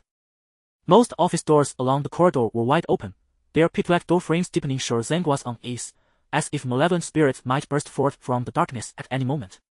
Shu Zhenhua tightened his grip on the Sanskrit-inscribed dagger, his knuckles turning white from the strain. Though the active ability of the eerie artifact had been exhausted, its passive property at least offered him a sliver of psychological comfort. He chose the first room on the left and stepped inside cautiously. The beam of his flashlight swept across dusty desks, an overturned swivel chair, and a peeling notice board on the wall. The source of the temperature. The source of the temperature. Shu Zhenhua murmured, forcing himself to concentrate. His professional instinct told him that in such a sealed space, a sudden drop in temperature meant something was absorbing heat. But unfortunately, the laws of physics couldn't explain the existence of ghosts. He could only try to move closer to the colder areas. Shu Zhenhua suddenly noticed a dark, sticky substance coating the wall. He wiped it with his finger, and an icy chill shot through him instantly. He jerked his hand back, finding a layer of viscous black matter on his fingertip, like burnt grease. What is this? As he leaned in for a closer look, a faint slap echoed from the end of the corridor, as if something wet had hit the floor. Zhenhua's body tensed instantly. He switched off the flashlight, held his breath, and melted into the darkness. Slap! Slap! The sound grew nearer, accompanied by a strange rustling noise. Zhenhua cracked to the door and peered through the crack. Just then, the emergency lights at the corridor's end flickered on, casting a sickly green glow, and some illuminated signs also lit up. What's going on? Wasn't this place abandoned? There's still electricity? Zhenhua wondered in surprise. He didn't believe a ghost would turn this on. That would be pointless. Unless it was tied to a rule. Still, the light was beneficial, as he no longer needed the flashlight, a device that easily gave away his position. Though dim, the light was enough for him to roughly see the path. Before he could think further, a hunched figure crawled out from the corner. It was deathly pale, with wet black hair dragging on the floor. Its movements were grotesquely unnatural, limbs twisted at impossible angles, each motion accompanied by a sickening crack of bones. Clearly, that was the malevolent spirit. Zhenhua's throat tightened. He stepped back softly, but in his panic, he bumped into the swivel chair behind him. The chair's wheels let out a faint squeak, piercingly loud in the dead silence of the office. Damn! He cursed inwardly. How could he make such a rookie mistake? The crawling sound in the corridor abruptly stopped. Zhenhua froze in place, his breath caught in his throat. Cold sweat trickled down his forehead, soaking his shirt. He could feel that thing looking in his direction. The next second, a frantic crawling sound surged toward him like a tidal wave. Damn it! Zhenhua spun around and bolted, catching a glimpse of the white figure crawling to the middle of the corridor as he dashed out of the office. That eerie woman's speed was far faster than had imagined. Like a skinned spider, her limbs moved in an uncanny, alternating rhythm. He charged straight ahead but slammed to a halt at the corner. On the wall before him, several charred human silhouettes were starkly visible. What is this? Those human-shaped burn marks seemed seared into the wall by intense heat, their edges jagged, their postures twisted in agony. Strangest of all, as Zhenhua's gaze fell upon them, the marks seemed to writhe slightly, as if alive. An overwhelming dizziness struck him the moment he saw them. Zhenhua felt his consciousness being pulled, as if countless hands were reaching out from the scorch marks, dragging him into the wall. His vision began to blur. Whispers filled his ears, like the agonized moans of countless souls. No! Mustn't look! He forced himself to look away and bit his tongue hard. The sharp pain and taste of blood jolted him back to clarity. Behind him, the crawling was almost upon him. Zhenhua staggered into another corridor. But as he fully turned, he saw that this corridor's walls were covered with even more charred human marks, some curled up, some reaching out as if begging for help, and several overlapping, as if tearing at each other. He suddenly remembered that the image Yang Yuanzong had sent in the group chat of 6 people bore a striking resemblance to these marks. All were unsettling, chilling traces. Could these all be victims? The thought had barely crossed his mind when a loud bang came from behind. Zhenhua looked back to see the white figure crawling upside down from the ceiling, its long hair hanging down, revealing a face devoid of features. Zhenhua turned and ran, but in his panic, he collided with a half-open door. He stumbled inside and found it was a small meeting room. A long table was surrounded by over a dozen chairs, all thick with dust. Except for the one at the far end, its seat and armrests were spotless, as if someone had just been sitting there. At the other end of the meeting room was a door, but its crack was sealed with red tape. Zhenhua realized in despair that he had been cornered. The eerie artifact was in Kudong. He could only hope to stab the thing when it got close. The white figure crawled slowly into the meeting room, its movements suddenly languid, as if savoring the prey's fear. Zhenhua pressed his back against the wall, feeling a bone-chilling cold seeping from behind. He turned to see a new charred human form slowly emerging on the wall. This silhouette was clearer than the others, even suggesting a man in a suit. The eye sockets of the scorch mark suddenly caved in, forming 2 dark holes that stared fixedly at Zhenhua. An indescribable terror seized him. Zhenhua felt his consciousness being pulled again, his body involuntarily drawing closer to the wall. Get away! Zhenhua roared, stabbing the charred figure with his dagger, producing a sound like nails scraping a blackboard. The scorch mark rapidly collapsed inward until it vanished completely. The white ghost seemed enraged and lunged at him with terrifying speed. The lights in the entire meeting room flickered wildly, and the other human forms on the walls began to writhe and twist. Zhenhua barely dodged, but a strand of black hair snapped his ankle. At the same time, the other charred figures detached from the wall, a swarm of eerie shadowy forms grabbing his body and dragging him toward the corner. It seemed they wanted to shove him into the wall. A sharp pain shot through him. Looking down, he saw the trapped area turning blue, veins bulging, as if heat was being drained from him. So that's it. It's absorbing heat. But despair clouded his eyes. How could he deal with so many human marks? In this moment of utter despair, a sudden burst of blue light exploded forth. Shorezun squinted, his eyes stung by the intense glare. He vaguely saw countless translucent faces, glowing with blue light, seeping from the walls, ceiling, and floor, like drowning victims surfacing from water. Those faces were twisted and contorted, their mouths wide open in silent screams, their eye sockets flickering with eerie blue flames. Like sharks scenting blood, they frenziedly pounced on the charred humanoid figures entwining Shorezun. Is this the shadow of the infinite corridor? Shorezun gasped with difficulty. The moment the blued faces collided with the charred figures, the entire meeting room shook violently. The aging fluorescent lights on the ceiling exploded with a crackling sound, and shards of glass rained down like a downpour. Shorezun instinctively raised his hand to shield his head, only to see the fragments halt eerily in midair before being ground into dust by an invisible force. The charred humanoids let out piercing shrieks. Their outlines began to warp, like wax figures scorched by intense heat. The blued faces took the opportunity to tear at their bodies. With each bite, a black, smoky substance spewed from the wounds. The white ghostly figure suddenly froze. It slowly turned its head, its featureless face gazing at the unexpected melee. Shorezun noticed that its skin began to ripple unnaturally, as if something was squirming beneath the surface. What's going on? Are these two ghosts having a falling out too? Shorezun muttered to himself, his back pressed tightly against the icy wall. He felt a wave of dizziness. The meeting room had become a battlefield of supernatural forces. The charred humanoid marks on the walls came to life one after another. They struggled to break free from the walls, lunging at the blued faces like marionettes. I have to get out of here now. Shorezun gritted his teeth and, seizing the moment when the two forces were locked in struggle, decisively charged toward the door he had just entered. The moment his palm touched the doorknob, a bone-chilling cold shot up his arm from his fingers. He saw a large amount of red tape beginning to squeeze in through the gap in the door. He must not let those things seal the door. Get lost! He roared, slamming his shoulder hard against it. The red tape, not yet fully sealed, tore apart with a sharp rip. Shorezun staggered into the corridor and then ran forward without looking back. I have to find the others. He wiped the cold sweat from his forehead, forcing himself to keep moving. His legs felt as heavy as lead, each step requiring all his strength. The corridor seemed to have been stretched by some force. The stairwell, normally just a few dozen steps away, now appeared impossibly distant. Meanwhile, Lin Mo was lying on the floor of the first-floor electrical room, sweeping the beam of his flashlight over a dense tangle of cables. His breath condensed into white frost in the cold, and even his eyelashes were coated with a thin layer of ice crystals. He hadn't encountered anything unusual along the way and had found this place relatively smoothly. The coldest spot should be right here, he murmured to himself, brushing his fingers over an inconspicuous bulge on the floor. It was a hidden pool ring, covered in frost. As long as one could sense the existence of a cooling medium and follow the lowest temperature, it could be found quickly. What's more, he looked at the handheld infrared thermometer in his hand and smiled faintly. He had anticipated such a situation and had asked Shorezun for this tool beforehand. Lin Mo pulled open the hidden compartment with force, and a piercing cold air rushed out. Inside was a waterproof bag containing a stack of documents.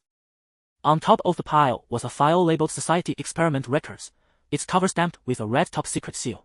Just as I suspected. Lin Mo quickly flipped through the documents by the light of his flashlight. As he read deeper, his brow furrowed tighter. The documents recorded a series of experiments called the Universal Technology Society Joint Experiment, involving thousands of volunteers. So that's it. Universal Technology was nothing but a front. Lin Mo's gaze stopped at a signature on one page. Behind the words Project Lead was the unmistakable signature of Chu Shimin, CEO of Universal Technology. Chu Shimin, the CEO of Universal Technology, was information Lin Mo and the others had known all along. Could he be the mastermind behind it all? But from the current situation, he didn't seem to have everything under control, or else so many things wouldn't have happened. Still, is it not over yet?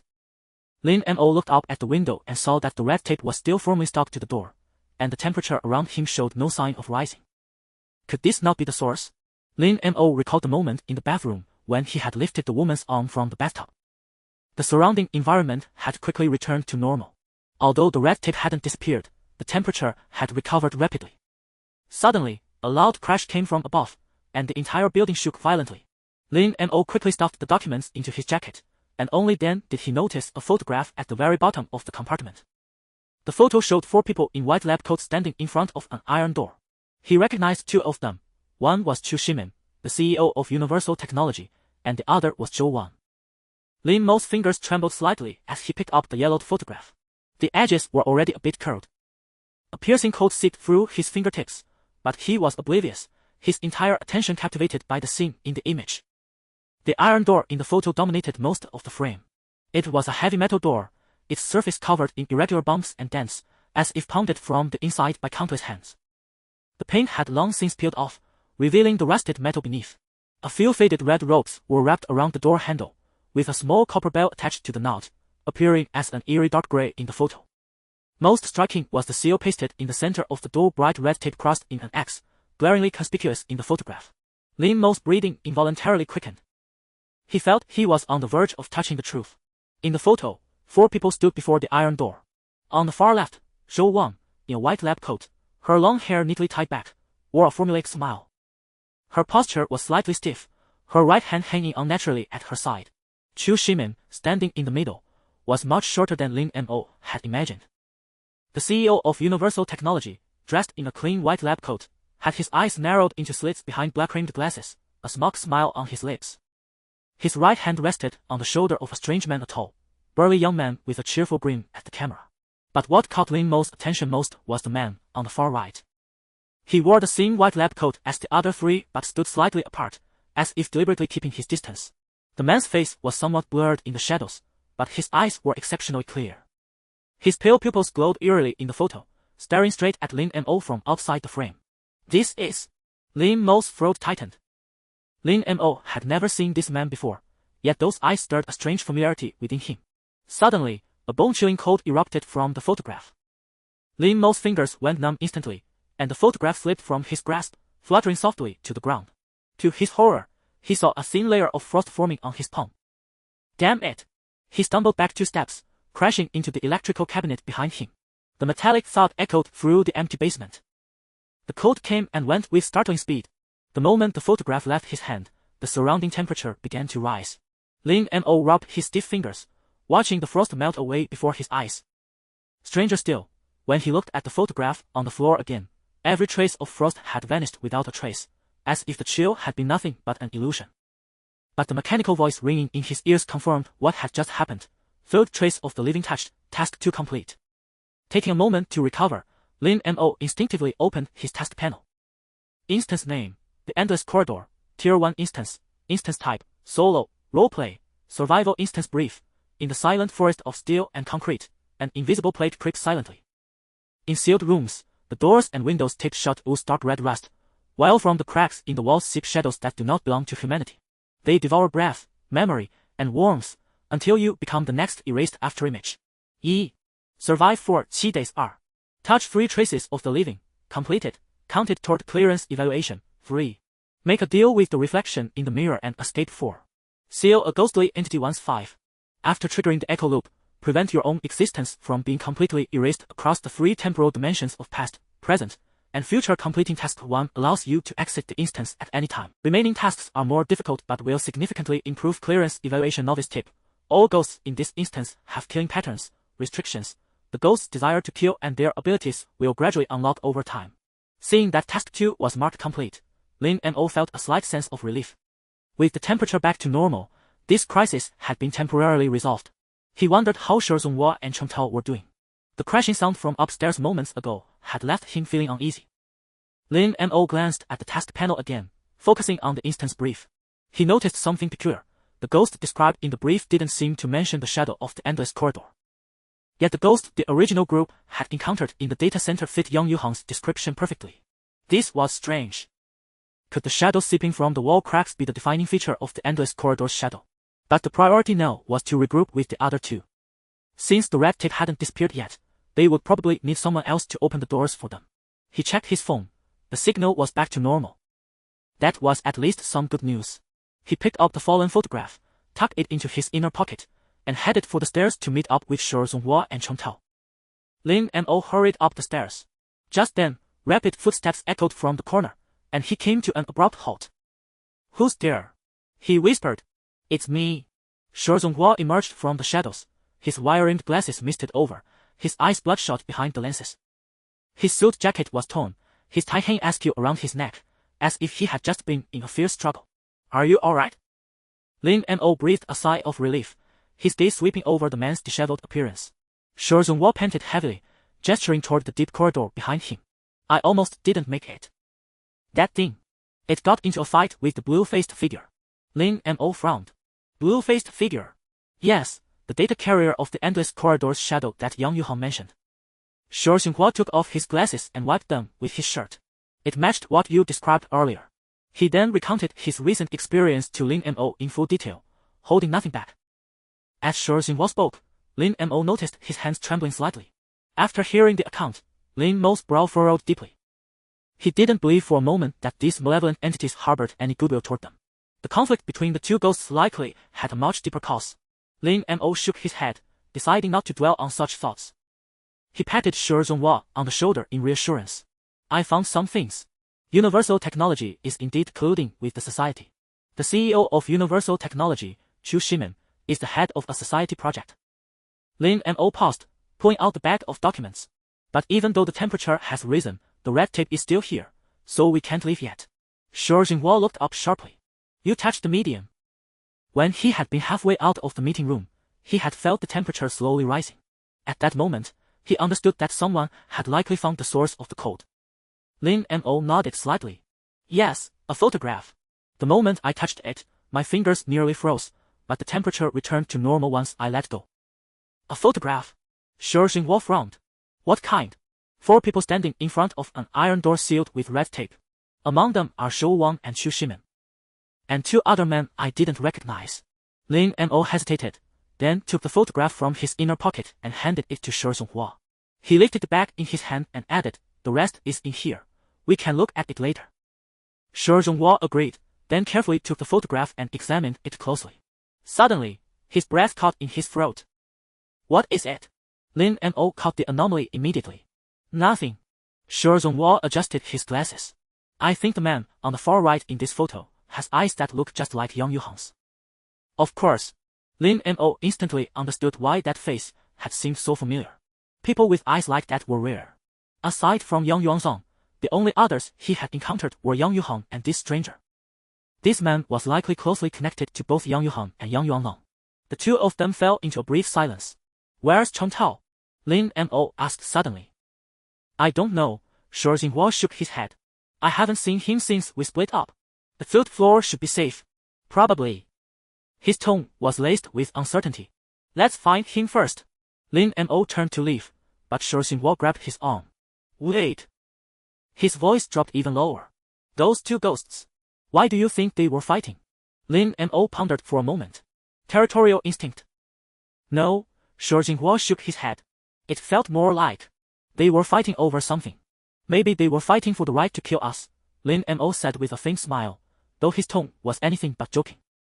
Let's stop worrying about that. We need to find Chong Tao and figure out how to get out of here, Lin Mo said decisively. Let's head to the 3rd floor.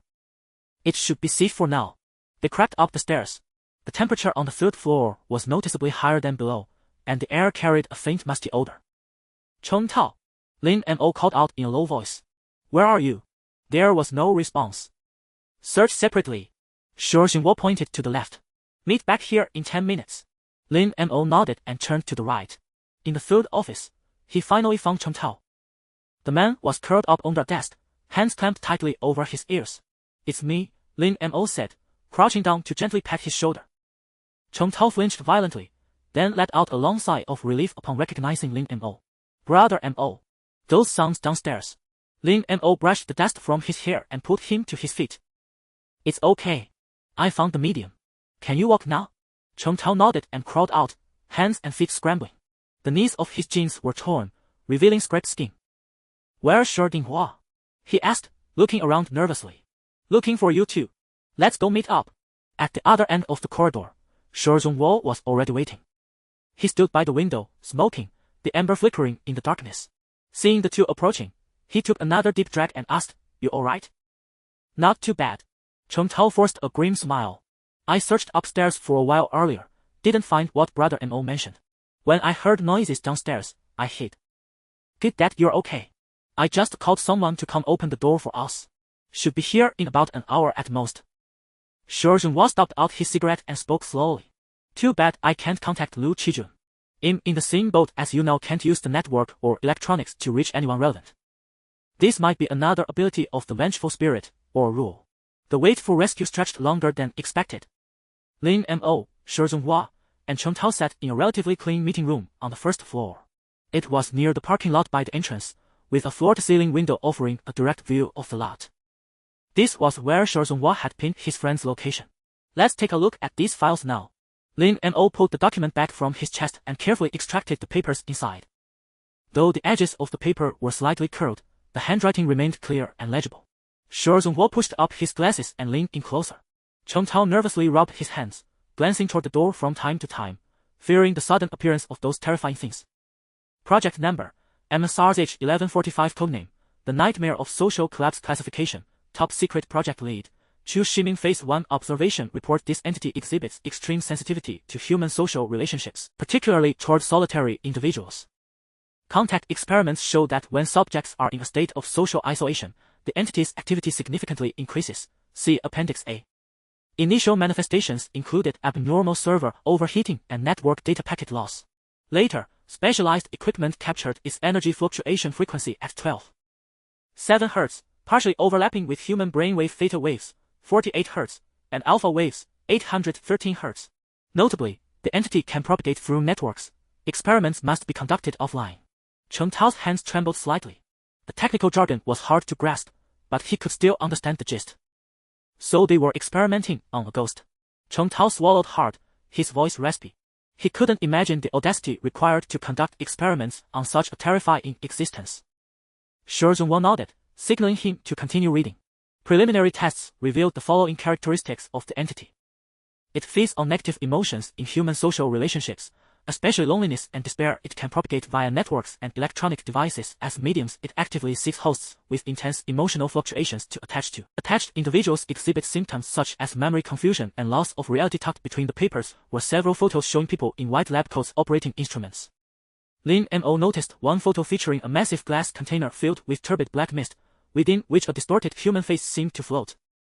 They've locked a ghost up. Chen Tao's voice quivered. Shu Zhenhua's expression grew somber. Keep reading the rest. Lin Mo turned to the next page, his heartbeat suddenly quickening. After 3 months of observation, MSRH 1145 was found to possess a rare evolutionary trait. After continuously absorbing the negative emotions of 7 test subjects, its energy fluctuation frequency increased to 18.3 Hz, and it began to exhibit a tendency toward physical manifestation. In November 2019, the project team decided to initiate the feeding plan, accelerating its growth by artificially creating social isolation environments. Reading this, Chen Tao felt a chill run down his spine. They were raising a ghost, using human despair and loneliness as feed. Lin Mo remained silent, continuing to flip through the pages. What followed were extensive records of the experimental process, detailing how they tortured subjects to induce despair and loneliness. The methods described were horrifying. The sources of the test subjects were also highly illicit or were marginalized individuals secretly captured through various means, including many with disabilities or intellectual impairments. They quickly skimmed through this content. Shu Zhenhua suddenly pointed to a passage. Look here. He indicated a section circled in red ink. In January 2019, MSRH 1145 exhibited its first splitting phenomenon. After absorbing the emotions of the 129th test subject, the main body's energy field suddenly fluctuated violently, spawning 3 subentities within 3 months, designated as MSRH 11451, Shadow of the Infinite Corridor, capable of tampering with electronic data and human memories. MSRH 11452, Bondage of the Tape-Sealed Chamber, hunts by creating enclosed spaces and temperature anomalies. MSRH 11453, Reflection in the Mirror, possesses trading abilities but demands unknown prices to air in. The meeting room seemed to freeze. Lin Mo felt his throat tighten. These were almost all the ghosts they had encountered over the past few days. So, these ghosts all split from one mother entity. Chen Tao's voice was barely squeezed out through clenched teeth. Shu Zhenhua nodded and continued reading. He felt he was uncovering something monumental. After the splitting event, the main body of MSRH 1145 entered a dormant state, but its 3 subentities became highly active. Tests reveal a competitive relationship among the subentities, especially when hunting the same target, leading to mutual interference. Lin Mo looked up sharply. That's why those 2 ghosts fought each other earlier. They both want to kill us, but they're fighting over the hunting rights. Sure, Zenwa's expression darkened further. That seems to be the case. Let's see what's next. He turned to the following page. Special warning. Any attempt to trade with MSRH11453, reflection in the mirror, is extremely dangerous. It has been confirmed that 6 lab personnel disappeared after trading, their traces systematically erased from reality. The only traceable record indicates that traders always mention the price has been paid. The words Zhou Wang had written on the mirror before she vanished flashed through Lin Mo's mind. The deal is done. What deal had she made with that thing? Just to resurrect Yang Yuan-san. Based on this document, Zhou Wang's status in the society was far higher than Yang Yuan's. His grip tightened on the edge of the paper, producing a faint tearing sound. So there's an even more terrifying vengeful spirit out there. Is that right? Chen Tao's voice trembled intensely. No one answered. The rain outside grew heavier, the patter against the glass becoming urgent and chaotic, like some ominous omen. Lin Mo was the first to recover, staring coldly at the document, thinking to himself, no matter who it is, if they want my life, I will make them pay the price. Lin Mo continued flipping the file to the next page, where the remaining content appeared to be experimental logs, detailing the actions taken on the subjects. At the beginning, a section of experimental records marked in red ink caught his eye, the handwriting so hasty and illegible it seemed scrawled by someone in extreme terror. March 15, 2019, Subject No. 37 exhibited severe abnormal reactions. The temperature inside the isolation chamber plummeted to -12 degrees Celsius, and surveillance footage showed severe interference. The subject began carving words into the metal walls with its fingernails, reading, "They are talking in my head." The next morning, guards found the subject had vanished, leaving only blood-soaked words on the walls and shattered glass on the floor. Oddly, the isolation room's window had been sealed from the inside with tape, while the key had always been in my possession. This phenomenon is peculiar. We have confirmed that the host and free progeny remain in a controllable state. Sure Zonghua continued turning the pages, the paper rustling softly. A flash of lightning streaked past the window, momentarily illuminating the 3 pale faces. The next page bore several photos. The first showed a young man curled up in a corner, his eyes bloodshot, staring in terror at the camera. A note on the edge of the photo read, Subject No. 41, Day 3 of Isolation. In the second photo, the same man was utterly disfigured. His skin had taken on an abnormal, ashen gray, and the corners of his mouth were torn back to his ears, revealing stark white teeth. What was most chilling was that his eyes had turned completely milky white, devoid of pupils, like hard-boiled eggs. Is this still human? Chen Tao's voice was hoarse. He instinctively shrank back, unable to bear looking further. The following pages meticulously recorded the subject's physiological changes after isolation. Day 1. The subject exhibited anxiety and mild hallucinations, claiming to hear someone calling his name from the adjacent room. Surveillance showed the adjacent room was empty. Day 5. The subject began refusing food, and his body temperature dropped to 35 degrees Celsius. He repeatedly mentioned red tape and cold hands. Day 7. The subject carved the words "Don't look at the mirror" into the wall with his nails. That same evening, guards reported hearing 2 voices conversing inside the isolation chamber, but surveillance showed only the subject present. Day 9. The subject suddenly became still, flashing a sinister smile at the surveillance camera in the corner, his lips moving to utter 3 words. A lip-reading expert interpreted it as "found you." Day 188. Only one subject remains. This person is somewhat unusual, seemingly unaffected. Is there something special about them? Or is it because he's the only bald one among all the subjects? A wave of dread crawled up Chen Tao's spine. He instinctively glanced around, as if the smiling subject might be lurking in some corner, watching them. These people are utterly depraved. Sure Zenwa's voice was low and icy as he pointed to a section highlighted with a fluorescent marker. Look here. They deliberately severed all contact between the subject and the outside world to maximize the sense of isolation. Tucked between the pages was a psychological evaluation report. Experiments have proven that extreme social isolation can induce hallucinations and cognitive impairment in normal individuals within 72 hours. When isolation persists for over a week, 97% of subjects develop delusions of surveillance and persecution. Notably, placing a mirror in the isolation environment significantly accelerates the process of mental collapse. The reason remains unclear. Turning to the next page revealed an equipment inventory listing various electronic devices. Sure Zonghua suddenly frowned, quickly flipping back to compare with earlier pages. Wait, look at this. The energy fluctuations of the malevolent spirit almost perfectly overlap with human brainwaves. They were using electronic devices to simulate human brain activity. When Yang Yuanzhang brought you here initially, this was likely his true purpose. Lin Mo's pupils contracted as he too grasped the implication. You mean Yang Yuanzhang set us up, using the modified coil to stimulate this spirit's activity, getting us marked by it? Shi Zhonghua and Chen Tao exchanged a glance, the answer already clear in their minds. The final pages of the file contained several handwritten observation diaries, the script growing increasingly illegible, with more and more content missing. March 28th, another researcher disappeared today. Surveillance showed him entering the restroom and never coming out, but the restroom window was sealed from the inside. The eeriest part was that his ID badge appeared in my drawer this morning. The situation seemed to take a sudden turn for the worse. Had the spirit turned on them? Driven by curiosity, Lin Mo continued reading. April 3rd, I hear them talking. Not through headphones, but directly in my mind. Director Chu says it's a hallucination, but I know it's not. They mentioned a corridor, calling it humanity's final destination. April 7th, I've discovered the truth. That spirit is not something we can control, it's using us. April 11th, we must not let it consume any more loneliness and despair. It has to be sealed away. April 12th, we successfully sealed it.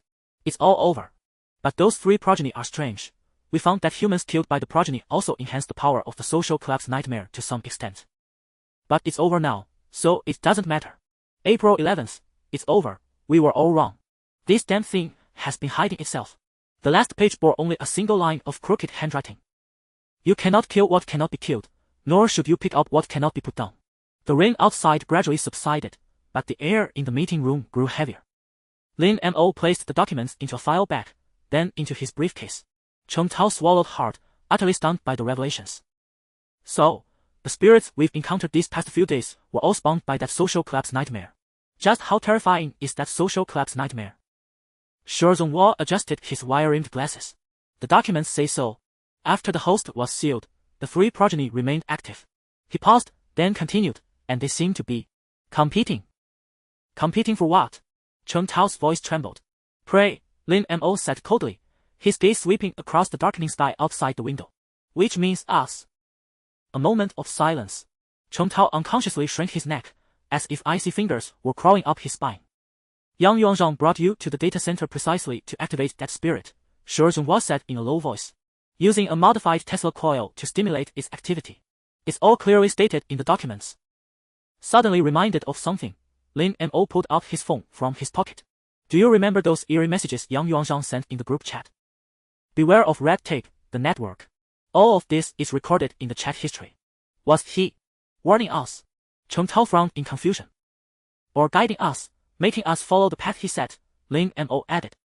I suspect we weren't marked by the malevolent spirit 10 days ago when we entered the data center, but only after being pulled into the group chat and viewing those bizarre videos and audio files. Shi Jinghua expressed doubt. But based on the documents and Yang Yuanzhang's actions, the modified Tesla coil was the source that awakened the spirit. Lin Mo shook his head. I've been thinking it over again. Awakening doesn't necessarily equal being marked. In fact, we only started encountering anomalies after being added to the group chat. Lin Mo tapped his fingers on the table. And the most crucial evidence is this, Shi Zhonghua. You never entered the data center before, yet you were also marked by the spirit. If we're looking for commonality, it should be that we all viewed those images, videos, and audio files, not that we were all present when Yang Yuanzhang activated the spirit. You're right. Shi Zhonghua finally acknowledged Lin Mo's view. Upon hearing this, Shi Zhenhua's gaze also fixed on the phone screen, staring at the image that had unsettled him from the very beginning. The blurry human-shaped scorch mark, the contorted posture. It was identical to what he had seen in the second-floor corridor. Wait, the file mentioned that those killed by the tape seal of binding leave behind scorch marks. Then the photo in the group chat. Lin Mo followed his train of thought, his expression growing darker. It's from a previous victim. Didn't Yang Yuhang mention earlier that one of the marking methods of the shadow of the infinite corridor is spreading or viewing its designated images, codes, or fragments? So perhaps the relationship between the shadow of the infinite corridor and the tape seal of binding isn't purely competitive. In some aspects, they might need to coexist. Lin Mo raised the file in his hand and said, You're right, after all, if this document is authentic, they all originated from the same entity. But one thing is certain, every action Yang Yuanzhang takes is pushing us toward a dead end, forcing us to confront these terrifying ghosts hidden. Lin Mo looked at Chen Tao, stirring his emotions, and he has Zhou Wang as his backing. You saw it too. Zhou Wang's role here is no simple matter. She stands on equal footing with Chu Shimen. From the moment they hid the truth and wanted us dead, they ceased to be our friends and became mortal enemies, with no room for reconciliation. A flicker of anger crossed Chen Tao's face. He clenched his fist, lost in thought. Sure Zhonghua remained silent, understanding Lin Mo's intent. Now was the time to unite, and Chen Tao was undoubtedly the weakest link among them. So what do we do now? Chen Tao hesitated before asking. His gaze kept darting toward the door, fearing a clump of wet, black hair might squeeze in again. Sure Zhonghua took off his glasses, wiped the fog from the lenses with his shirt, and spoke with a calmness bordering on coldness. Wait! Wait! Chen Tao's voice shot up sharply before he caught himself. What if that thing comes again? It won't. Sure Jinghua cut him off. Mister! Lin found the source and used the ghost's weakness to repel it. For a few hours at least, or even days, this ghost won't attack us again. That's a universal rule for ghosts. Hearing this, Chen Tao finally calmed down. Lin Mo didn't respond. He walked to the window to check the outside. From a distance, several faint car horns sounded. Someone's coming, he suddenly announced. Chen Tao lunged to the window. Where? I don't see. Before he could finish, two glaring headlights pierced the night. A black SUV splashed through puddles and stopped in front of the building. The car door swung open with a bang, and a figure stepped out. The person looked up toward the lobby, the brim of their hat casting half their face in shadow, with only the glowing tip of a cigarette flickering in the darkness. Sure Zhonghua squinted, observing for a moment, then his tense shoulders relaxed slightly. That should be old Wu. He arrived faster than expected. Lin Mo watched the figure's swift movements below as they retrieved a toolkit from the trunk. He suddenly frowned. You called him? Yes. Chen Tao had already dashed toward the door, his voice filled with post-escape exhilaration. Who cares?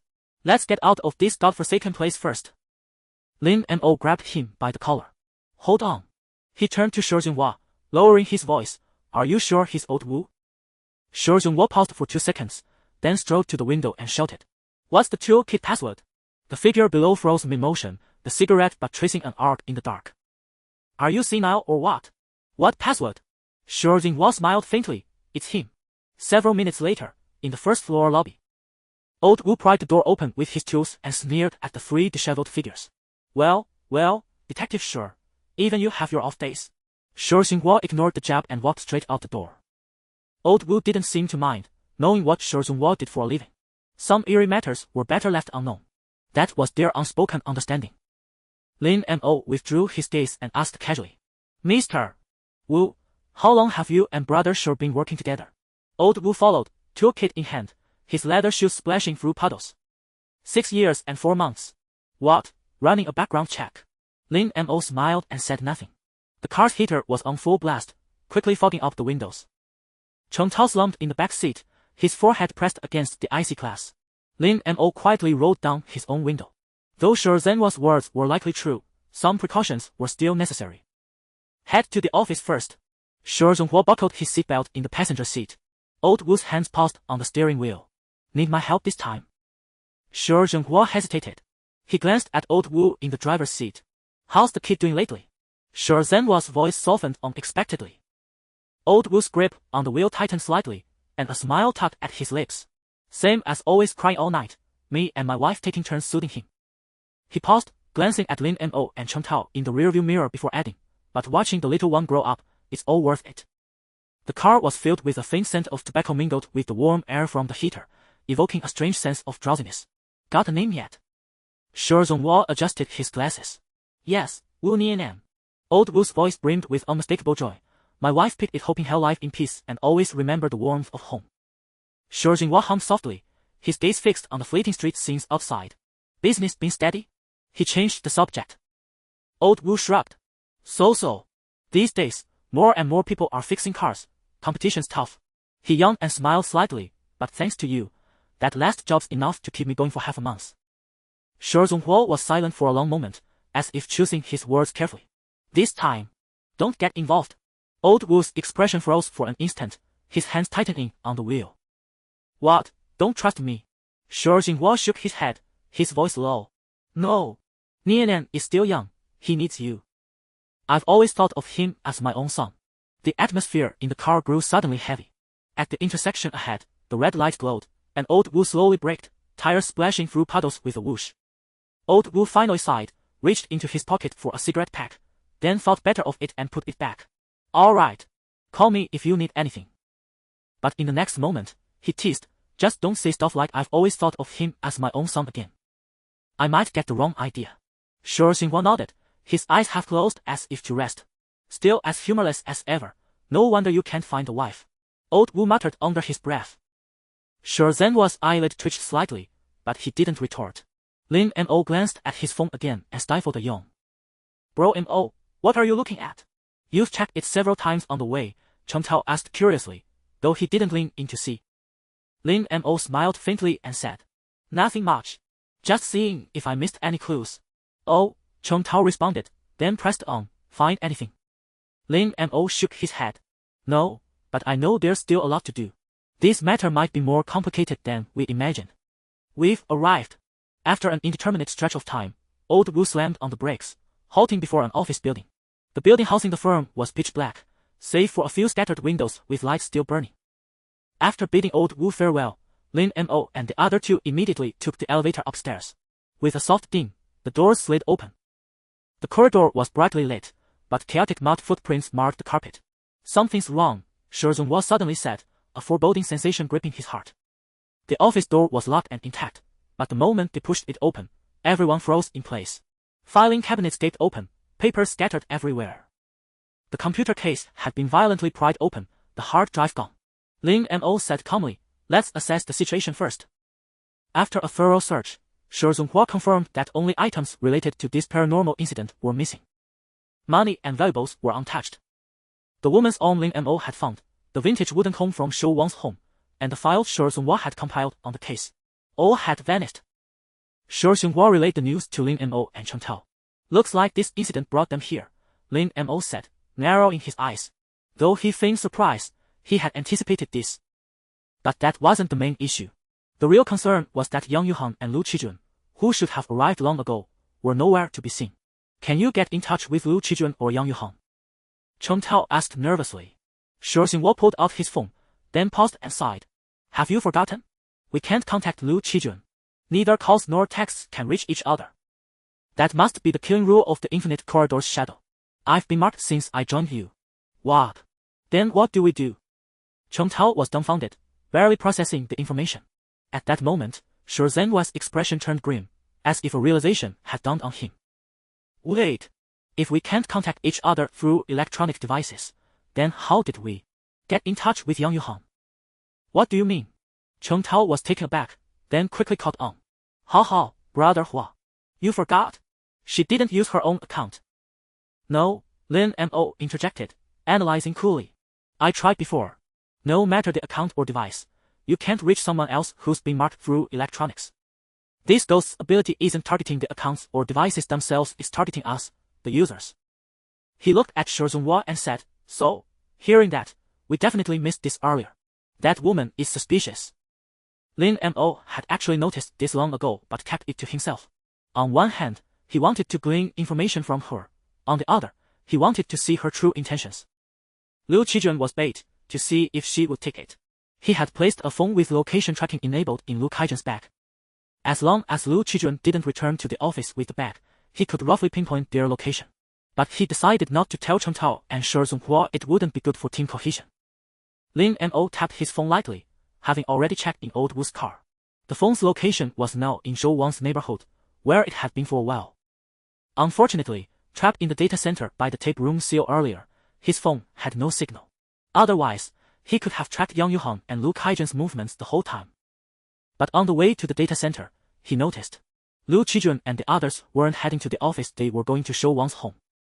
Later, because the driver seemed odd, Lin Mo stopped checking the location. Regardless, Lin Mo had no intention of going there immediately. It was too dangerous at night. Had checked tomorrow. And he needed a good excuse. Shi Zhenhua wasn't a fool. If he revealed he had been manipulating them, it would cause endless complications. Lin Mo stood by the office's floor-to-ceiling window. Outside, the city's neon lights looked hazy after the rain. He stared at his own reflection in the glass. His face appeared unusually pale in the dim light, with dark shadows under his eyes. Running around these past days had left him utterly exhausted. So, Cheng Tao's voice came from behind, tinged with hesitation. What do we do now? Shi Zhenhua was crouched on the floor, sorting through the ransacked drawers. First, organize the clues, he said without looking up, his voice weary. The disappearance of Yang Yuhang and Lu Qijun, and the office being ransacked, these are definitely connected. Lin Mo turned, his gaze sweeping over the mess. He was thinking of how to brush them off. What's wrong? Shi Jinhua looked up sharply. Nothing, Lin Mo said, rubbing his fingers. Just wondering who Yang Yuhang really is. Cheng Tao paced the room uneasily. Do you think Yang Yuhang could be? He swallowed, that ghost in disguise? Possible, Shi Jinhua said uncertainly. Most ghosts can't move during the day, but this one is beyond anything I imagined. He pushed up his glasses. And she knows too much. She's no ordinary person. Lin Mo nodded thoughtfully, then spoke softly. I have an idea. Yang Yuhang mentioned that her brother's most important partner was called Chu Shiqing. Shi Jinhua paused in his movements. You mean Chu Shimin, Chu Shiqing? Lin Mo slowly uttered the two names. Both surnamed Chu. Could there be a connection? Cheng Tao slapped his thigh. Right. The CEO of Huangyu Technology. Shi Zhenhua's expression grew serious. He walked to the whiteboard, picked up a marker, and added the two names to the already cluttered web of clues, drawing lines to connect them. Assuming Yang Yuhang is telling the truth, he said as he wrote, her brother Yang Yuanzhang and Chu Shiqing were partners, and Chu Shiqing is connected to Chu Shimin. Then the society Yang Yuanzhang joined is likely the organization behind Huangyu Technology. Lin Mo picked up his thread, his eyes fixed on the intricate connections on the board. And Zhou Wang. His finger stopped at that name. She appeared in that group photo, so she's probably a core member too. Cheng Tao suddenly shuddered. Wait, if Zhou Wang is part of the society, why did she play all those tricks? And why seek out Master Ku Wu? And wasn't that file from 5 years ago? 5 years ago, we hadn't even graduated. Shi Jinhua said coldly, that's indeed hard to explain, but she was definitely plotting on an act to hide her real purpose. Lin Mo suddenly recalled something and asked, do you remember what Yang Yuhang said? That Zhou Wang's room was covered in talismans. Shi Jinhua caught on immediately, a sharp glint flashing behind his glasses. But we never mentioned how many talismans there were. So how did she know? The three fell into a brief silence. Lin Mo said slowly, so Yang Yuhang probably knew Zhou Wang. Cheng Tao swallowed hard. He asked, trembling, then where would she take Lu Qijun now? Lin Mo and Shi Jinhua exchanged a glance. Qingtian Apartments. They said in unison. Shi Jinhua went to the computer, trying to pull up surveillance footage, but found the hard drive had been removed. He cursed under his breath, damn it. They came prepared. Lin Mo pulled out his phone, pretending to check a map, but actually confirmed the location again. The red dot was still near Qingtian Apartments. Lin Mo put his phone away and said, whether by cab or subway, it'd take hours to get there. But it's too late now. Going there rashly is too dangerous. Agreed. We need a plan. If Yang Yuhang is really trouble, Lu Qijun might already be. Shi Jinhua rubbed his temples. He didn't finish the sentence, but the implication was clear. Cheng Tao's face turned pale. Let's rest first. We'll head to Qingtian Apartments first thing tomorrow. We'll take shifts keeping watch tonight, just in case. Seeing his goal achieved, Lin Mo suggested they rest. Shi Jinhua nodded and took 2 keys from a drawer. There's a restroom next door. You two get some sleep first. You'll take the first watch. Ideally, we'd leave and find a hotel. But for now, it's best not to move around. Cheng Tao took the keys, hesitating. Brother Hua, do you think old Lu is still alive? I don't know. But if Yang Yuhang wanted to kill him, she wouldn't have gone to all the trouble of taking him away. This answer seemed to give Cheng Tao some comfort. He nodded and followed Lin Mo to the next room. The 休息室 is not large, containing only 2 single beds and some simple furniture. Lin Mo is currently sitting by the bed near the window, having just finished washing up. Currently in the bathroom is Cheng Tao. Soon, the sound of water stopped, and Cheng Tao quickly dried himself and hurried out, heavily collapsing onto the other bed. His voice was muffled, seemingly filled with confusion about the future. Brother Mo, do you think we can survive? Lin Mo turned his head and saw Cheng Tao curled up on the bed like a helpless child. He comforted him, saying, we will. As long as we find the true patterns of killing, we can survive. Cheng Tao fell silent for a moment before suddenly asking, are you scared? It feels like you've changed a lot, Brother Mo. Lin Mo's heart skipped a beat, but his expression remained unchanged. Yes, but fear is useless. When a person's desire to survive is forced out, another hidden side will emerge. Cheng Tao, you're the same. Cheng Tao did not speak again. Soon, his breathing became even and heavy. Lin Mo closed his eyes but could not fall asleep. The sound of Chen Tao's breathing gradually became steady, occasionally mixed with some restless murmurs of dreams. Outside the window, the night wind swirled unknown fragments, tapping against the glass, as if something was gently scratching. He quietly opened his eyes, using the faint light coming in from the window to look at the opposite bed. Chen Tao had his back to him, tightly wrapped in the quilt, with only a tuft of messy hair visible. The phone under the pillow vibrated slightly. Lin Mo carefully reached for it, the blue light of the screen particularly glaring in the dark. He squinted his eyes, confirming the location again. The red dot was still stationary near the Qingtong apartment, not moving at all. Strange. Lin Mo silently frowned. Logically, if Yang Yuhong really had a problem, having taken Lu Qijun for so long, it wouldn't be possible to stay in the same position. Unless... He abruptly extinguished that thought and shoved the phone back under the pillow. Thinking about this was meaningless now. He would know everything by checking in the morning. Suddenly, the faucet in the bathroom made a drip sound, particularly clear in the quiet night. Lin Mo's muscles instantly tensed, and his hand instinctively grasped the edge of the blanket. He held his breath, listening carefully. Another drip, then a third, with intervals getting shorter, finally merging into a fine waterline. Lin Mo lowered his voice and called, Chen Tao. Did you turn off the faucet just now? The figure on the opposite bed remained motionless, as if it were in a deep sleep. Lin Mo got up, his bare feet touching the cold floor. 1 step, 2 steps. He slowly approached the bathroom, the door slightly ajar, inside dark, with only the sound of dripping water continuously coming from the faucet. Drip, drip. As soon as Lin Mo's hand touched the bathroom doorknob, a bone-chilling coldness crawled up his fingers. A wisp of eerie blue mist seeped out from the crack of the door, sketching strange outlines in the darkness. Shi Jinghua? He called out again, his voice lowered even further. Lin Mo had already sensed something was wrong. He was likely under attack. However, he had carefully checked the door crack and found no traces of red tape.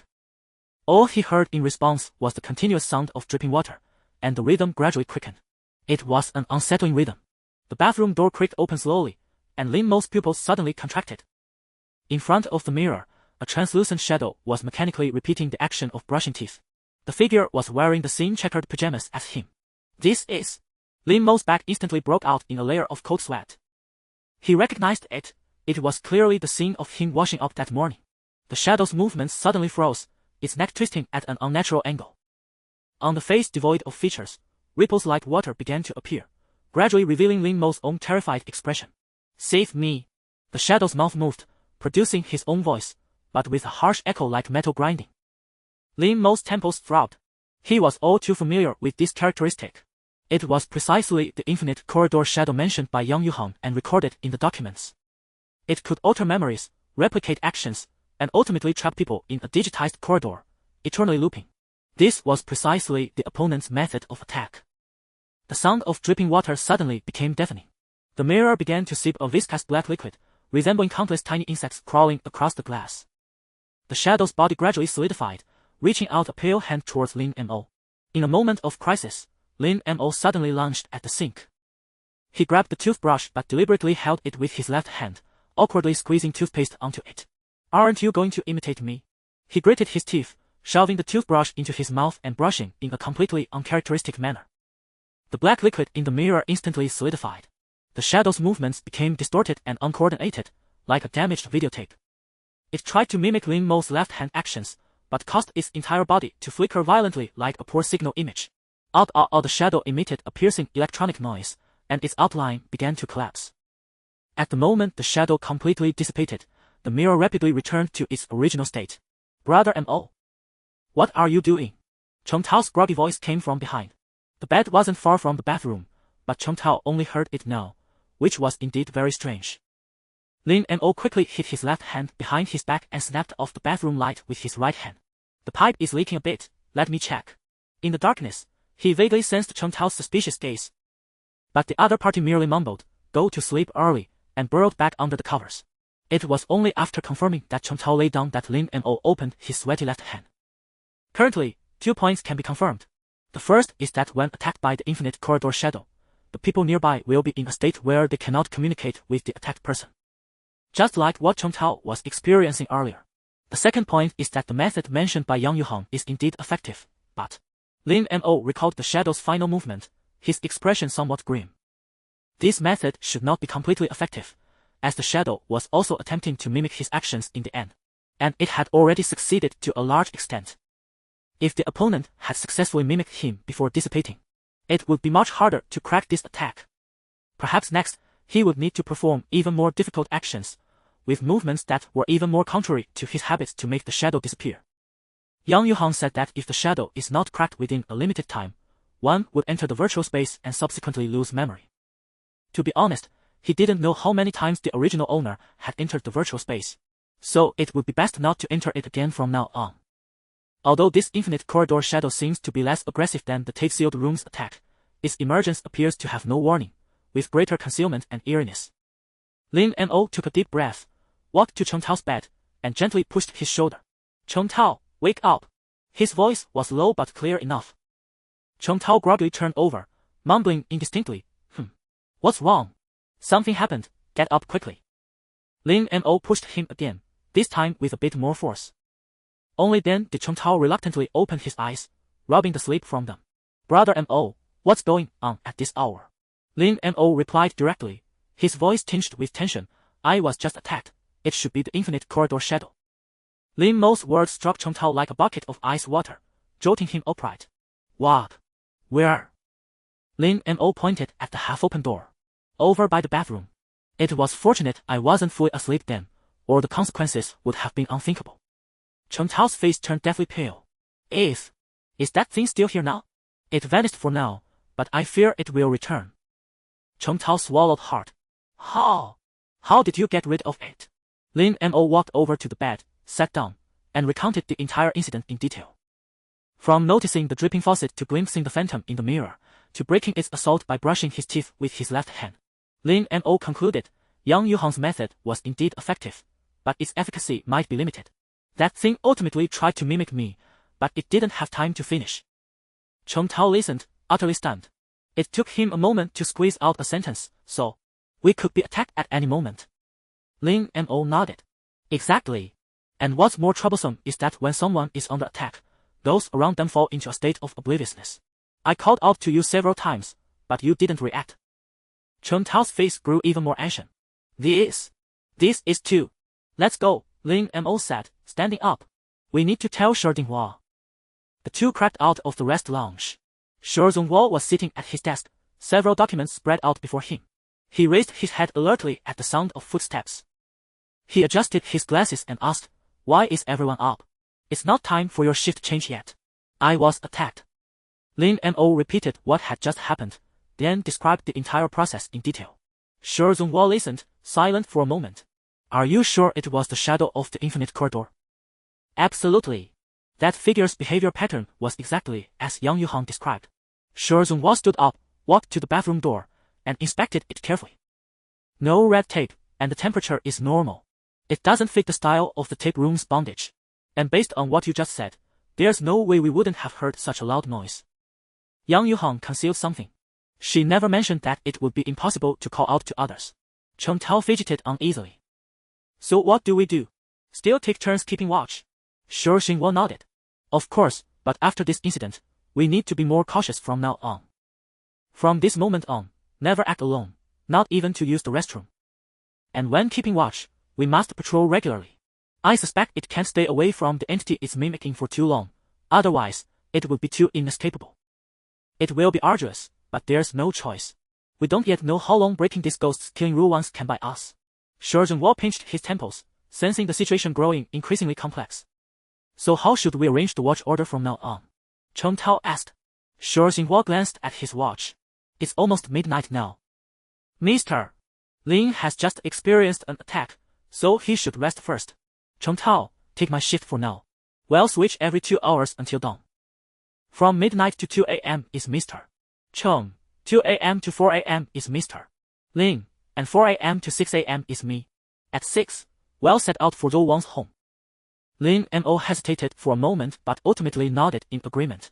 Still, he cautioned Cheng Tao, if there's anything unusual, wake me immediately. Shi Zhongguo patted him on the shoulder. Don't worry. Go get some sleep. Lin Mo returned to the rest lounge, but lying in bed, sleep eluded him. The bathroom door remained ajar. He pondered deeply over the differences and connections between these ghosts. Since the three ghosts they had encountered all originated from the same entity, there must be commonalities among them. If he had to pinpoint it, although their rules differed, they all seemed to converge on a single point: severing human connections. This was also deduced from that document. The tape room's bondage trapped humans in the simplest of sealed rooms, preventing contact with the outside world via electronic devices. And the shadow of the infinite corridor also isolated communication and interaction between people. This wasn't just about being unable to communicate on electronic devices. When it enacted its killing rule, it severed all human contact. Could there be a causal relationship between these? As he thought, he drifted into a dazed sleep. Lin Mo, wake up. A voice pulled him from his light slumber. Lin Mo opened his eyes to see Shi Zhonghua standing by the bed.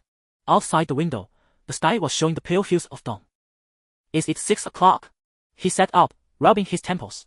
He had gotten up once in between for his watch. Shi Zhonghua nodded. The last watch was very calm, no anomalies. Lin Mo got out of bed and walked to the window. Sparse pedestrians and vehicles were already on the street. Where's Cheng Tao? He asked. Shi Zhonghua said, he's in the kitchen brewing coffee. We'll head to Qingtang apartment soon. Lin Mo nodded. The two walked out of the lounge. Cheng Tao was emerging from the kitchen carrying 3 steaming cups of coffee. Brother Mo, you're awake. He handed him a cup. Freshly brewed, to put you up. Lin Mo took the coffee.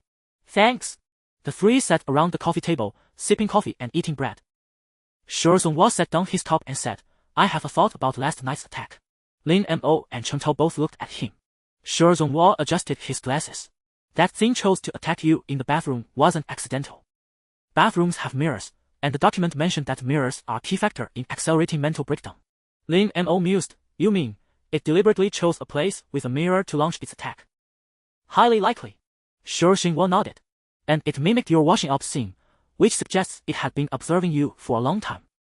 Perhaps this attack had been long in the making. Cheng Tao's hand trembled, nearly spilling his coffee. This is too terrifying. Shi Zhonghua said bravely, indeed. So we must be extra cautious in our actions today. Especially at Qingtang apartment. There may be more traps there. Lin Mo finished his last sip of coffee and stood up. I'll go wash my face, and then we'll set off. The icy water splashed on his face, dispelling the last traces of drowsiness. When he returned to the living room, Shi Zhonghua and Cheng Tao were already ready. Shi Zhonghua was checking a small black bag containing some tools and a stack of documents. Let's go, Lin Mo said. Let's take advantage of the early morning light while there are still few people. The 3 stepped out of the office. The morning air carried the freshness of recent rain. The streets were wet. In the distance, an early bus rolled by slowly. Lin Mo took a deep breath, feeling the warmth of the sun on his face. It'll take about an hour and a half to drive there. Shi Zhonghua pulled out his phone, swiping his finger across the screen. There shouldn't be much traffic at this hour. I called Old Wu yesterday and had him send over another car. Their original car was left at the meeting place with Yang Yuheng, and there was no time to retrieve it now. Cheng Tao rubbed his arms uneasily. Though the temperature had risen, his face was still pale. Do you think Old Lu might have already? Don't think nonsense. Lin Mo cut him off. The 3 got into the car. Lin Mo deliberately chose the back seat to avoid Cheng Tao and Shi Zhonghua's notice while checking Lu Kaijian's location on his phone. Shi Zhonghua drove attentively. The radio crackled with intermittent weather forecasts.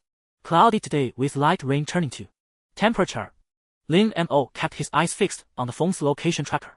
The red dot remained stationary at Zhou Wang's apartment. Too quiet. From last night until now, the location hadn't moved at all. This was abnormal, unless... Brother Shi, can you change the station? Cheng Tao suddenly spoke, his voice tinged with irritation. This weather forecast is making my heart race. Shi Zhonghua nodded and began tuning the radio. As the car turned at an intersection, the sunlight was suddenly blocked by dark clouds. Lin Mo noticed several pedestrians on the sidewalk standing still, staring up at the sky, their postures eerily uniform. Their faces were indistinct in the shadows, their necks twisted unnaturally. What are they looking at? Cheng Tao followed his gaze, his voice trailing off. Lin Mo rolled down the window, and cold wind rushed into the car. The passers-by seemed to hear the noise, turning their heads in unison to stare sideways at them, their movements synchronized. There was an indescribable sense of eeriness. Shi Zhonghua also noticed the anomaly of those people. Fortunately, there seemed to be fewer people on the road than usual, so he promptly accelerated. This city feels increasingly strange, Lin Mo murmured as the car passed those individuals, an inexplicable chill creeping into his heart. The vehicle drove in silence for an unknown duration, the scenery outside gradually shifting from a commercial district to a residential area. Lin Mo noticed that pedestrians on the roadside were becoming fewer, and the occasional few they passed all walked briskly with their heads down. Turn ahead, and well-reached green vine apartments. Do you think Yang Yuhang would bring Lu Qijun here? Sure Zhenhua's voice broke the silence inside the car as he adjusted his glasses and asked.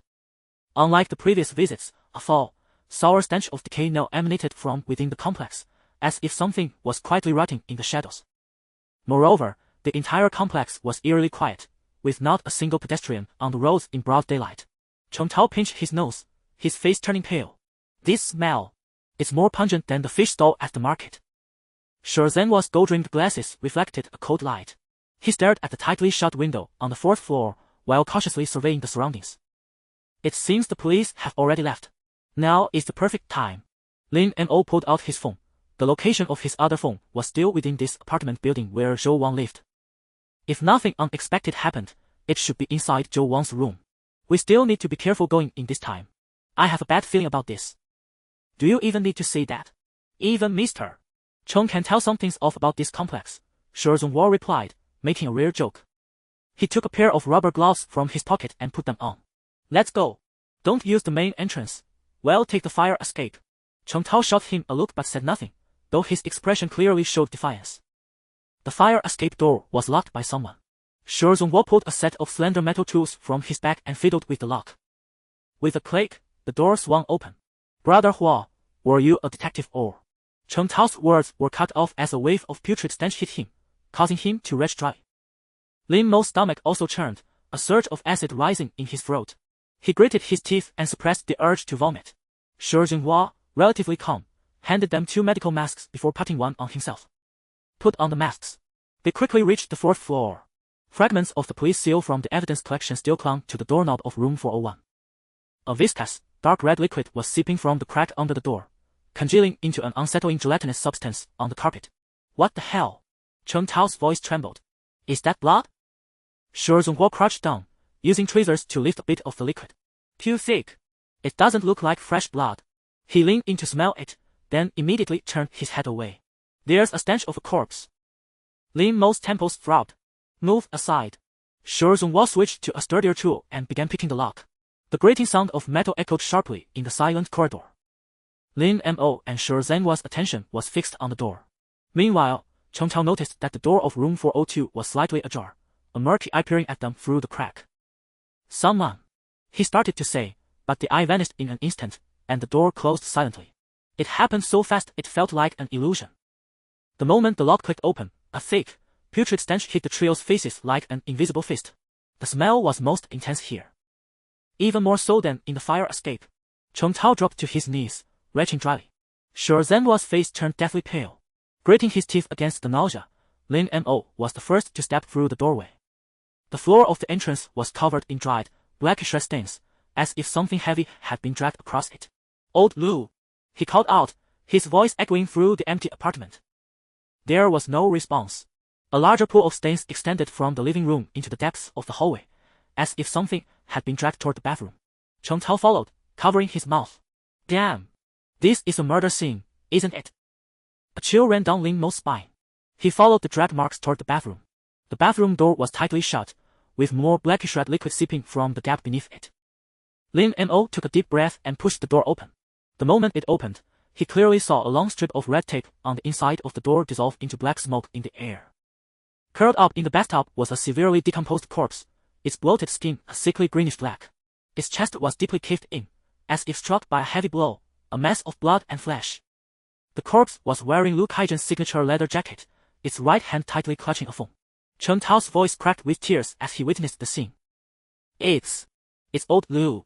Damn it, damn it. Lin Mo's vision blurred for a moment. He forced himself to look around the corpse. Several items were placed on the edge of the bathtub. A pair of blood-stained scissors, a few strands of long hair, and this is Yang Yuhang's hairpin. Sure Zhenhua pointed at the butterfly-shaped crystal hairpin, his voice eerily calm. I saw it yesterday. He stared intently at the bloated corpse in the bathtub. Lu Kaizhen's once familiar face was now twisted by decay into a grotesque smile. Sure Xinhua had already crouched down. His eyes reddened. He used tweezers to pry apart Liu Kaijian's stiff fingers, one by one, and retrieved the phone. The screen was shattered, but the phone could still be turned on. The last message. His voice suddenly faltered, and his pupils behind the glasses slightly dilated. Sent to Lin Mo. Lin Mo took the phone. Due to the shadow of the infinite corridor, he naturally couldn't receive messages, but this was likely a clue Liu Qijuan had left for them. The screen displayed an unsent message. I clearly entered the bedroom of the office, but after opening the door, I ended up here. Yang Yuhang is not a good person. She said she can control ghosts. Opening the door and ending up here. Lin Mo repeated the words in a murmur, then suddenly looked up at the inside of the bathroom door. Just now, when I pushed the door, I saw red tape that was disappearing. Shu Zhongguo followed his gaze, and his pupils contracted sharply. The trace of a tape-sealed room. Cheng Tao suddenly lunged at the toilet bowl, retching violently. He only brought up bile, but it felt as if he were vomiting out his very organs. When he finally straightened up, his face was covered with tears and snot. Yang Yuhang. That bitch. You'll kill her. Shu Zhongguo grabbed Cheng Tao by the collar. Calm down. Anger is useless. Lin Mo stealthily glanced at his own phone.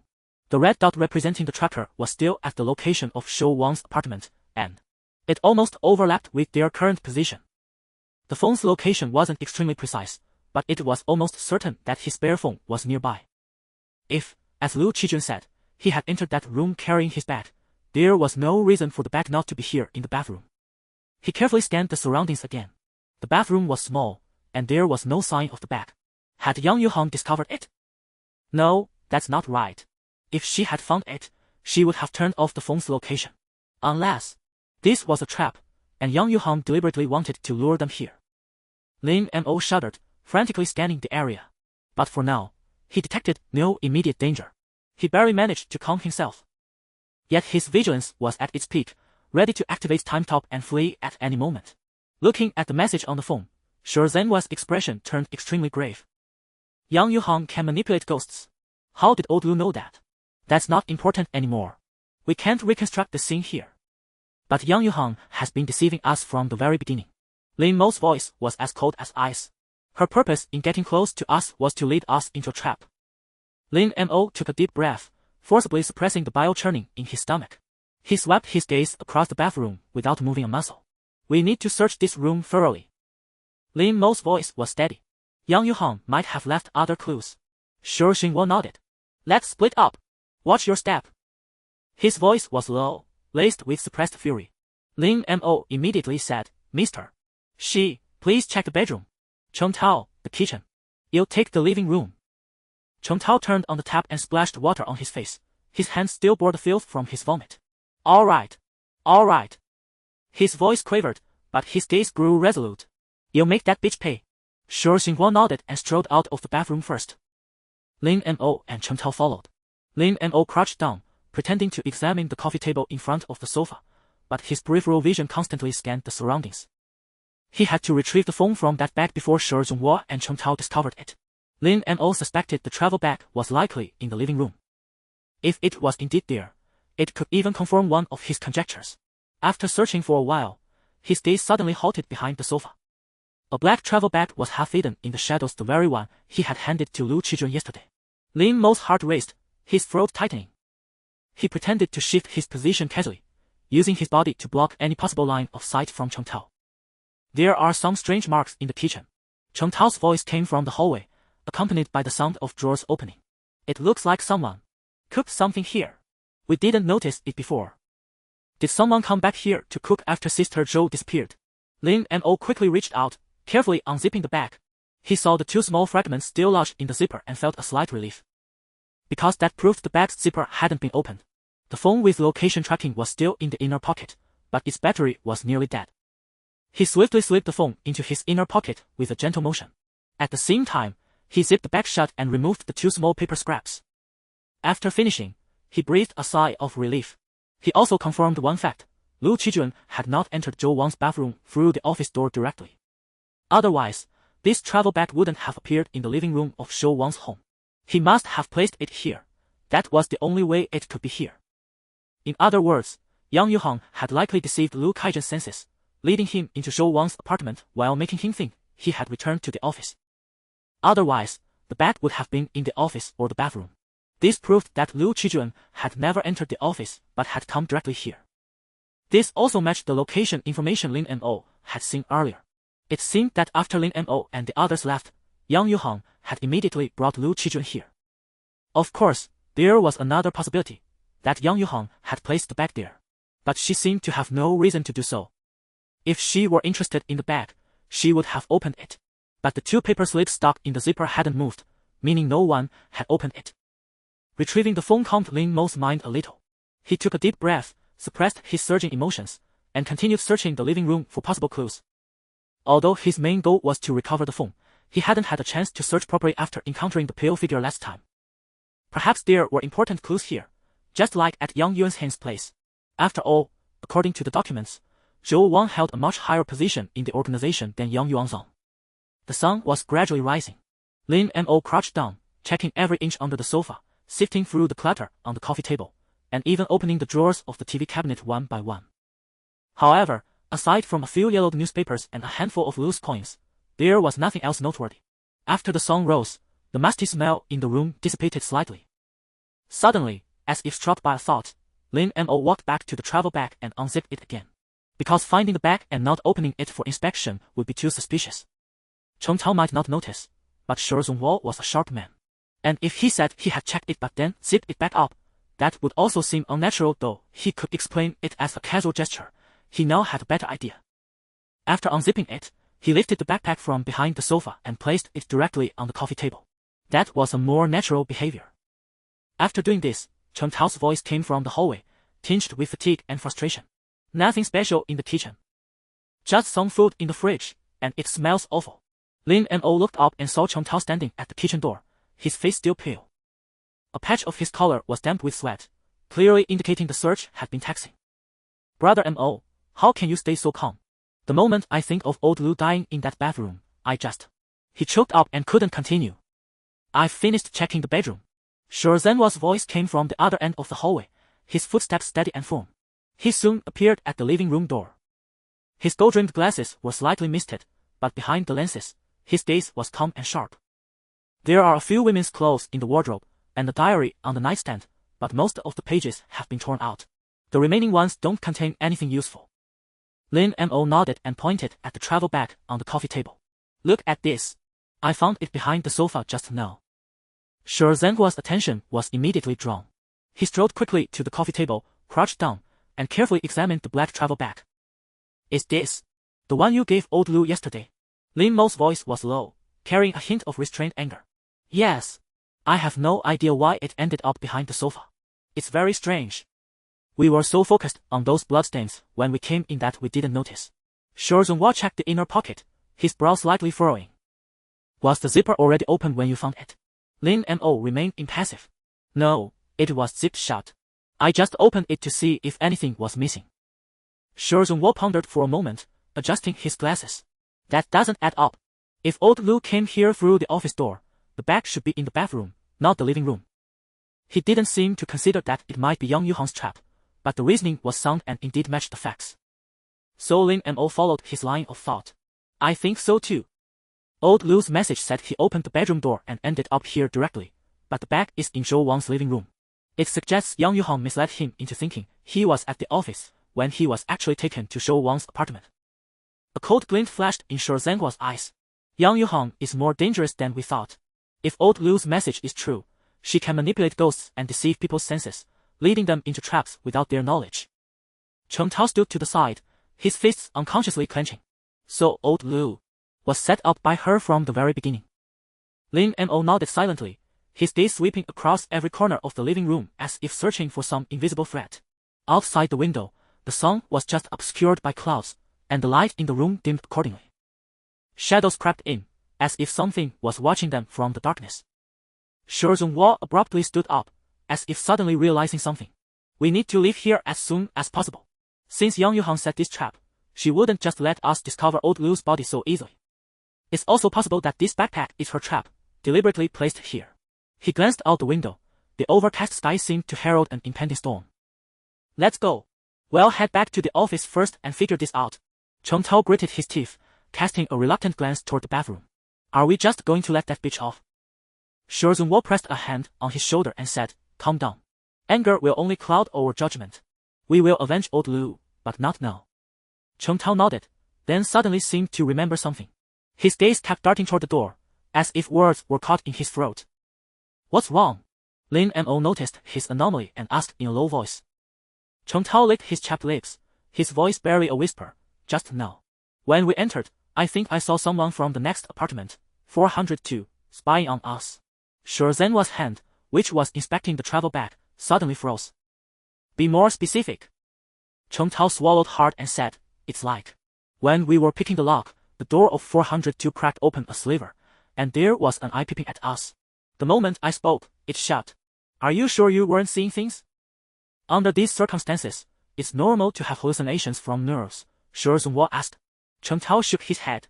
"I'm certain I wasn't mistaken. That eye." The whites were all yellow. His voice trembled more and more. And when the door closed, there wasn't a sound. Lin Mo walked to the window, using his fingertips to part the grimy curtain. He looked toward the window of the adjacent apartment. The window of 402 was shut tight, its curtains drawn firmly, no different from the other residents. "Let's go check it out," Lin Mo suddenly said. "Last time we were here, wasn't it the neighbor who opened the door to help Zhou Wang out? Thinking about it now, it was too unnatural. Who would come out to face four of us burly men for someone they don't know well?" Zhenhua frowned. "It's too risky. If someone is really watching us, they're likely Yang Yuhang's accomplice. Or that wasn't a person at all. That's exactly why we must go." Lin Mo turned around, his face half shrouded in shadow. "Old Lu's death proves Yang Yuhang can manipulate people's perceptions. If someone is in 402, they might provide clues." Zhenhua hesitated for a few seconds but ultimately agreed with Lin Mo's idea. They couldn't afford to ignore any clue now, even if seeking them out meant facing danger. The door of 402 was a dark crimson. Lin Mo signaled Chen Tao to stand to the side, took a deep breath himself, and raised his hand to knock. Knock, knock, knock. The knocking sounded piercingly loud in the empty corridor. There was no response. Lin Mo knocked 3 more times, this time with more force. The door panel trembled, but inside, it remained deathly silent. There's definitely someone in there pretending. Chen Tao had just started to say when the door of 402 suddenly creaked open a crack. There were no footsteps, no figure. The door seemed to have been blown open by the wind. But there was no wind in the corridor at all. Cold sweat seeped from Lin Mo's palms. A pungent medicinal smell wafted out from the crack in the door. He cautiously pushed the door open. The living room was piled high with clutter. Most striking were the walls densely covered with photographs, all of Zhou Wang, some clearly taken from outside the window with a telephoto lens. "Damn." Chen Tao's voice trembled. "This is fucking sick, right?" Lin Mo's gaze was drawn to the dining table. On it lay an open photo album. The newest page showed a scene of Zhou Wang meeting a man with an unclear face at a cafe. "Someone's been watching Zhou Wang," Lin Mo whispered. Just as he was about to touch the album, a dull thump suddenly came from the bedroom. The 3 of them froze simultaneously. Chen Tao's breathing became rapid. No one had answered just moments ago, and now there was movement inside. Based on his experience from dozens of horror movies, the next part of the plot should be. Lin Mo clenched his fist and moved slowly toward the bedroom. The closer he got to the bedroom, the stronger the medicinal smell became, stinging his eyes. The bedroom door was ajar, with an eerie blue light seeping through the gap. Lin Mo gently pushed the door open. A gaunt man sat with his back to them in front of a computer. He wore a dirty pair of pajamas, but the most striking feature was his bald head. A dozen medicine bottles were scattered on the computer desk, and syringes and blood-stained cotton balls littered the floor. "Hello?" Lin Mo ventured. The man didn't react. "Hey!" Chen Tao's voice was noticeably shaky. He took half a step forward, intending to get a closer look. Zhenhua suddenly grabbed Chen Tao's shoulder, pointed at the man's body, and shook his head. "Don't move." Lin Mo followed his gaze. On the bald man's wrists, dangling on either side of the chair, were gashes so deep the bone was visible. "He's been dead for at least 48 hours. But the computer is still on. Who exactly is this person?" The cold light from the computer screen was harsh in the dim bedroom, illuminating the man's grayish-blue profile. Holding his breath, Lin Mo slowly circled around to the front of the computer, finally getting a clear view of the deceased. It was a face so thin it was almost skeletal, with sunken eyes, chapped and purplish lips, and a few sparse double strands on his chin. The most eerie thing was that his eyes were still wide open, his cloudy eyeballs staring fixedly at the screen, as if he were watching something until his very last moment. This look is the same person we ran into 2 days ago. Chen Tao recalled the night they returned from the crane tower. This statement instantly tensed the bodies of Lin Mo and Shi Zhonghua, because they also recognized the bald man. He was the one who came out of 402 trying to call the police back then. If it weren't for him, Lin Mo would have forced his way into Zhou Wang's house that time. Lin Mo pulled out his phone, adjusted the angle, and took several photos in succession. Let's check the computer first. Shi Zhonghua had already put on rubber gloves and, carefully avoiding the blood stabs on the keyboard, clicked the mouse. The folders on the screen were neatly arranged, all named by date. The most recently created folder was conspicuously dated 5 days ago, filled with videos and photos of Zhou Wang entering and leaving the apartment and various other places. Shi Zhonghua pulled a USB drive from his small black bag. He pushed up his glasses, his gaze behind the lenses scanning every corner of the computer. This computer is too clean. It doesn't even have a few common software programs installed, he muttered, plugging the USB drive into the host's interface. Lin Mo stood by the window. He noticed a thick layer of dust on the windowsill of 402, showing a lack of signs of habitation. An ordinary person wouldn't let dust get this thick. He didn't believe a normal person could live in this environment. It was likely influenced by supernatural forces. To be precise, strange changes seemed to have started occurring in this neighborhood from the night Zhou Wang disappeared in front of the mirror. What kind of deal did she make with that mirror? The content of that deal must be very important, not only related to Lin Mo's mission but might also conceal a huge conspiracy. A copy progress bar popped up on the computer screen. 113. 7 gigabytes of photo and video data, estimated time 50 minutes and 42 seconds. Lin Mo crouched down, using the screen's light to examine the floor closely. At the edge of the pool of blood, several drag marks extended toward the wardrobe. Lin Mo pointed at the wardrobe and said, "Mr. Shi, look at this." Shi Zhonghua temporarily let go of the mouse, following the direction of Lin Mo's finger. Shi Zhenhua's voice was colder than usual. "Don't touch anything yet. Wait until the copy is done. It's at 17, Shi Zhenhua suddenly said. While it was copying, he continued browsing the computer files. He was trying to find more content. He opened the root directory of Drive D and found an encrypted document in a folder named System Backup. The file name was a string of random characters, XK7821v9. The file size was only 217 kilobytes, and the modification date showed July 22, 2023, at 2:58. The current time was November 6, 2025, at 10:11 a.m. This meant the document had been last modified 2 years ago. Lin Mo also leaned closer to the screen. Shi Zhonghua didn't hesitate and opened the document. When the document opened, it was filled with dense symbols, completely indecipherable. This is... Chen Tao's eyes widened. Morse code. No, Shi Zhonghua frowned. It looks more like some kind of substitution cipher. It's not large anyway, let's copy it first. Shi Zhonghua dragged the document onto a USB drive. The progress bar had already reached 29. Staring at the seemingly random string of letters and numbers on the screen, his brow furrowed deeply. Let's try Caesar shift first, he muttered to himself, his fingers rapidly tapping the keyboard. Chen Tao leaned in. What's a Caesar shift? Without looking up, Shi Zhonghua explained, one of the simplest encryption methods. You shift the entire alphabet by a fixed number of positions. For example, A becomes D, B becomes E. He opened Notepad, pasted the document content, and his fingers flew across the keyboard, producing a series of rapid clicks. The symbols on the screen transformed with his actions but never formed coherent words. Useless. Shi Zhonghua pressed the delete key heavily. Let's try frequency analysis. What's frequency analysis? Chen Tao asked curiously again. Shi Zhonghua ignored him, his eyes behind his glasses fixed intently on the screen. Lin Mo spoke up from the side. In English, the frequency of letters follows a pattern. For example, E is the most common, T is next. If this is a substitution cipher, theoretically, we can decipher it by counting the frequency of the symbols. After working for a while, Shi Zhenhua's face lit up with surprise. I've cracked it. The content of this document isn't much. It's very similar to the data we found in the server room, but it's not as detailed. However, the last sentence in this document is very strange. It's something not in the file we found. Lin Mo stared at the incomprehensible strings of symbols, his head spinning. What does the last sentence mean? Shi Zhenhua's expression was extremely grave. It means, we must ensure that the 4 soul bodies of the Lord are not sealed simultaneously, or the consequences will be unimaginable. What does that mean? Which Lord? the salt bodies of the social collapse nightmare. Aren't there only 3? Cheng Tao was full of question marks. Lin Mo lowered his head in thought, then said, that should be it. But for now, we don't know what this sentence really means. However, the person who left this electronic file must be on the opposing side. There's no doubt about that, Shi Zhenhua agreed. Just then, Lin Mo's eyes widened suddenly. This computer isn't connected to the internet. Shi Zhenhua's fingers froze midair. What? Lin Mo repeated.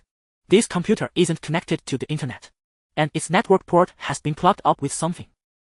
Shi Zhenhua stood up abruptly. He quickly walked around to the back of the computer tower and crouched down to inspect it. His voice became unusually tense. It's normal for it not to be connected, but blocking the port is very strange. Lin Mo nodded and added, Yang Yuanzhang once mentioned in the group chat that the stronger the Wi-Fi signal, the easier it is for his fingernails to scratch open reality. And the shadow of the infinite corridor is also related to the network. He glanced at the man, who had long since lost his vital signs, and stated with certainty, this man definitely knew something. We need to conduct a thorough investigation of this place. Shi Zhenhua stood up and said calmly, You're right. This computer isn't connected to the network, and there's no file upload software.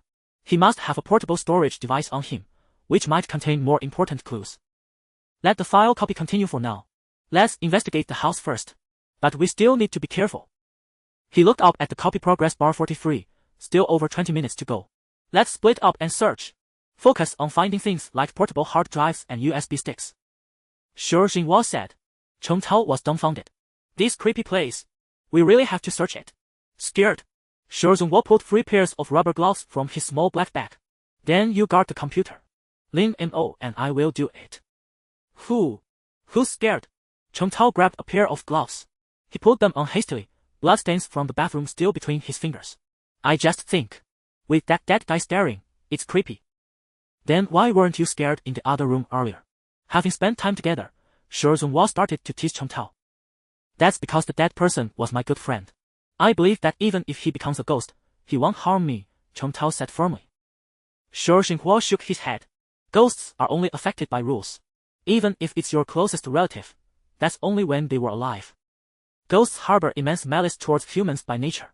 They have no reason or emotion, and cannot be communicated with. That kind of thinking has been poisoned by movies and TV shows. It's dangerous. Lin Mo was already standing in front of the wardrobe, which he had noticed earlier. He pressed his left hand against the top of the cabinet door and slowly pushed down on the handle with his right. Holding his breath, he saw, by the dim light from the window, several clumps of blackened fabric at the bottom of the wardrobe. Clothes. Cheng Tao craned his neck to see. Lin Mo nudged the cabinet door open with his toe. With a creak, the entire interior of the wardrobe was revealed to the 3 of them. The walls of the wardrobe were splattered with bloodstains. At the very bottom were 3 crumpled white lab coats. Their collars and cuffs were soaked with dark brown stains, and one of them was wrapped in a piece of broken nylon rope. Cheng Tao grabbed Lin Mo's shoulder. Is that a shroud? Shi Zhenhua stepped forward. He crouched down, using the tip of his tweezers to lift the corner of a lab coat, revealing a piece of plastic sheeting underneath. The amount and distribution of blood are wrong. If it were just storing a corpse, it wouldn't have splashed onto the top of the cabinet. Lin Mo looked up towards the top of the wardrobe. Sure enough, at the seams of the wooden partition, they found several scratch marks deeply carved into the wood. Shi Zhenhua continued, someone was locked in here alive. They struggled for a long time. It's just unclear who it was. Lin Mo sighed, took a photo, and then stopped looking at the wardrobe. Let's check the other places. The 3 of them split up and searched the house thoroughly, but found nothing useful. So, they gathered again in the bedroom. Lin Mo stood in the center of the bedroom, his gaze slowly sweeping across the cramped space. They had scoured the entire house, but besides those photos, there was nothing of value. Lin Mo's gaze finally settled on the dead man. The man's hunchback looked particularly eerie in the cold light of the screen, his bluish-gray skin covered in lividity. He gritted his teeth and slowly walked forward. You're not going to search his body, are you? Cheng Tao's eyes widened, his voice trembling slightly. There's no other choice. Lin Mo took a deep breath and reached out to gently turn the man's shoulder. The corpse was already stiff, its joints making a cracking sound. The man's shirt pockets were empty, and his pants pockets only held a few coins and a crumpled supermarket receipt. Lin Mo's gaze moved down, suddenly noticing that the man's right hand was tightly clenched. Holding his breath, he carefully pried open the stiff hand. As the fingers unfurled, a silver USB drive fell to the floor with a clatter. Found it! Cheng Tao exclaimed, bending down to pick it up. Lin Mo retrieved the USB drive first, examining it closely. The edges of its interface were slightly worn, as if frequently used. He handed it to Shi Zhonghua, who took it, gave it a gentle shake, and inspected it thoroughly. Looks fine. Shi Zhonghua adjusted his glasses, but we should check it back at the office. The environment here is too unsafe. The copy progress bar on the computer screen had already jumped to 100. Shi Zhonghua swiftly unplugged the USB drive and tucked it into a small black bag. Let's go. This place isn't safe to linger. Lin Mo led the way, with Shi Zhonghua close behind. Cheng Tao brought up the rear, glancing back frequently, as if afraid something was peering at them from behind a door crack. The three cast a final glance around the eerie room and hurriedly left apartment 402. I don't want to spend a second longer in this godforsaken place. Cheng Tao lowered his voice. Do you think that dead body might suddenly? Don't scare yourself, Lin Mo said, rubbing his chest where the phone recovered from the travel bag lay quietly in the inner pocket. His peripheral vision swept past the window at the end of the hallway. The dark clouds pressed lower, as if it might rain at any moment. The three quickly descended the fire escape. Get in the car. Let's head back to the office first, Shi Zhonghua said, pulling out his car keys. Lin Mo opened the door, deliberately choosing the back seat to better observe their surroundings. Though the neighborhood was strange, no paranormal incidents occurred. The three got into the car smoothly and drove toward the office. As the engine started, the radio turned on automatically, intermittently broadcasting the morning news. Police are investigating a series of missing person cases. Citizens are advised to report any suspicious individuals immediately. Cheng Tao turned to Shi Zhonghua, his face still pale. Rather sure. What do you think Yang Yuhan's goal is? Shi Zhonghua shook his head. The only thing certain is that it likely shares similarities with Zhou Wang's purpose. They clearly know each other. And if she really is Yang Yuan's sister, with a relationship as good as described in the diary, do you think she might choose to resurrect Yang Yuanzong? Cheng Tao's heart trembled, and he fell silent. The car passed a commercial street, where normally shops would have opened by this hour. But today, most storefronts had their rolling shutters tightly closed. This city is getting more and more off. Cheng Tao pressed his forehead against the cold glass of the window. Have you noticed?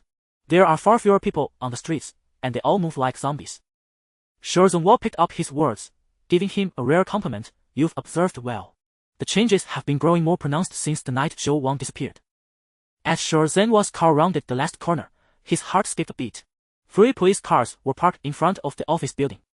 Cheng Tao was bewildered. What's going on? Did something happen here?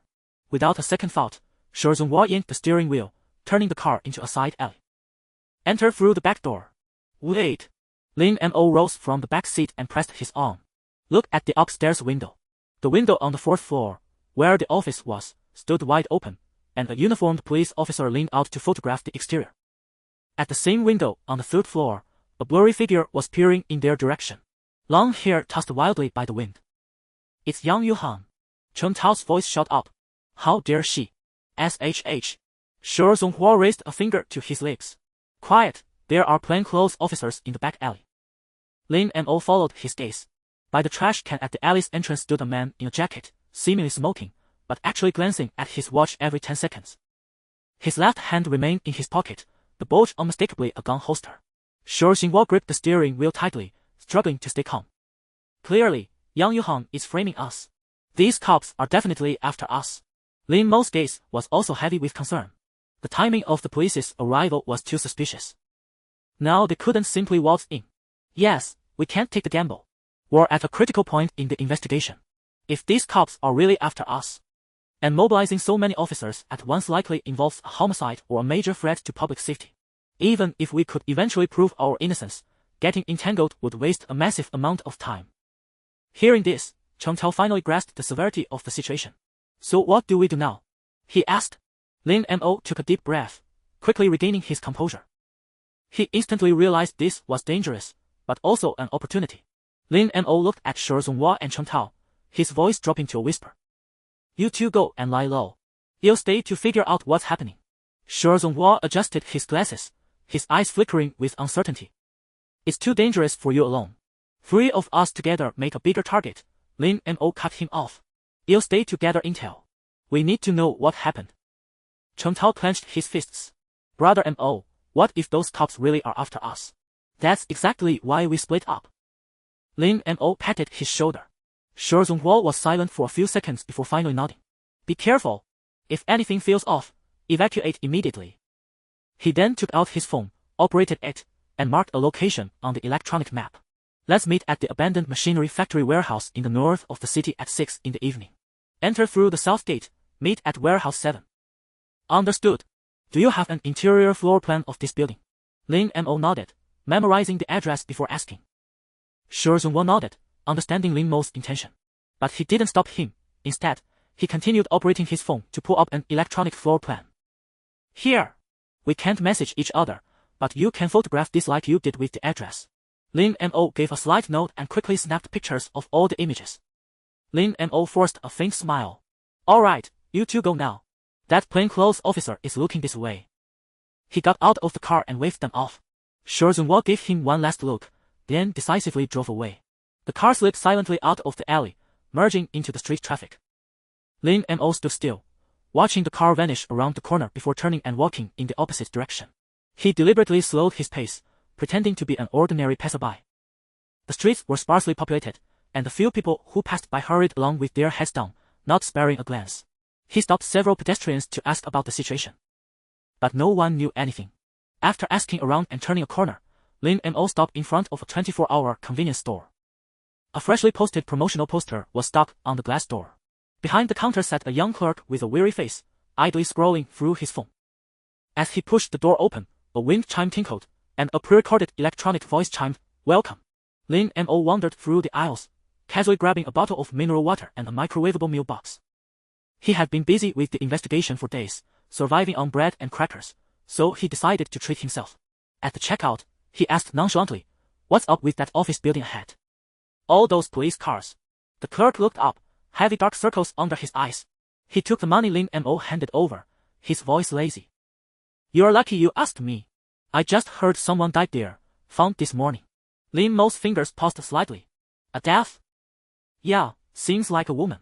The clerk yawned, scanned the items, and said, "According to a cop who came by to buy cigarettes, her name was Shou Wan." "Yeah, that's the name. I heard she went missing, and now her body was found in that Zhezhonghuo detective agency." Lin Mo's pupils abruptly contracted, and his complexion drastically changed. He forced himself to calmly take the change, but his voice trembled slightly. "How did they die?" "Who knows?" The clerk shrugged, looking down to play on his phone again. "It's pretty eerie anyway. The police have come several times, and that officer wasn't willing to say much." Shou Wan was dead. Impossible. He had seen her vanish before his very eyes, and the one suspected to be the mastermind behind it all had died so simply. "Sir, are you alright?" The clerk's puzzled voice interrupted his thoughts, as he handed over the heated lunchbox from the microwave. Lin Mo quickly regained his composure and took the steaming lunchbox. "I'm fine, thank you." He expressed his thanks and pushed open the door to leave the convenience store. The clerk's voice came from behind. "Sir, you can eat here, we have seats." Lin Mo didn't stop, waving his hand as he walked out of the store. He stood on the sidewalk, the plastic bag in his hand rustling loudly in the wind. Lin Mo lingered in the shadow of the street corner, the chill autumn wind sweeping withered leaves past his feet. The convenience store plastic bag rustled in his hand. The heat from the instant lunchbox penetrated the packaging to his palm, yet it couldn't dispel the chill in his heart. Shou Wan is dead. In the office. The thought pierced his mind like a thorn. He looked up toward the office building. A few more police cars had arrived. Several uniformed officers were setting up a second cordon at the building's entrance. Passers-by detoured around, some occasionally stopping to gawk, but they were quickly shooed away by the police. He had to uncover the truth, and the only way now was to sneak into the building. Only 9 seconds. He pondered inwardly. The ability to pause time was his greatest asset. He summoned his status panel. Clear count, 0 talent 1, times end, paradox of fate active activation can pause time for 9 seconds, 45. Talent 2, the minion of cold stillness. The fewer survivors clearing a stage, the higher the reward multiplier. Clearing without a team greatly boosts rewards. Can designate one ability or item to immediately reset its cooldown or usage count, with a small chance to refresh the ability after use, 11. Spiritual artifact, none. He still had 4 uses left. Using one here was worthwhile. Sneaking into the building would allow him to investigate the situation and possibly even capture Yang Yuhang to learn the truth. He pretended to be a passerby, slowly approaching the office building, his gaze sweeping over every possible entrance. Most of the first-floor windows were tightly shut, except for a half-open ventilation window on the west side that caught his attention. It was perfectly shaded by a sycamore tree, making it an ideal entry point. Lin Mo stopped near a nearby coffee shop, pretending to browse his phone for an order, while using his peripheral vision to track the patrol routes of the police. The coffee shop was empty, except for a couple sitting in the corner. He chose a seat by the window, offering a clear view of the office building's side entrance.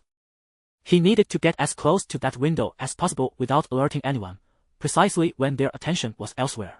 After all, he only had 9 seconds, far too short a time. Some vampires could dominate the world in 9 seconds, while he could only clumsily sneak into an office building. "An Americano, please," he said to the approaching waiter, his eyes never leaving the police car across the street. After 30 minutes of observation, he finally discerned the pattern. 2 officers in bulletproof vests were patrolling the perimeter of the building, passing by that window every 3 minutes. Another officer was stationed permanently near the side door by that window. After paying his bill, Lin Mo took a deep breath and walked out of the coffee shop. He casually drifted toward the window. His target was a tree near the corner just ahead of the window. Soon, under the watchful eye of the officer, he reached the tree, using its thick trunk to conceal his body. Through precise calculation, this angle was exactly out of the officer's line of sight. Now, Lin Mo took a deep breath and activated his ability. The world instantly froze, turning into shades of gray. Falling leaves hung motionless in midair. Without a moment's hesitation, he dashed toward the half-open window. The 9 seconds flew by. He had to at least reach the windowsill before the ability ended. 5 steps, 4 steps, 3 steps. Lin Mo could only hear the sound of his own blood rushing in his ears. When he was just 2 steps from the window, the 9 seconds were almost up. No time. He gritted his teeth and leaped in the final second, his fingers barely catching the edge of the windowsill. The moment his body hung in the air, the flow of time returned to normal.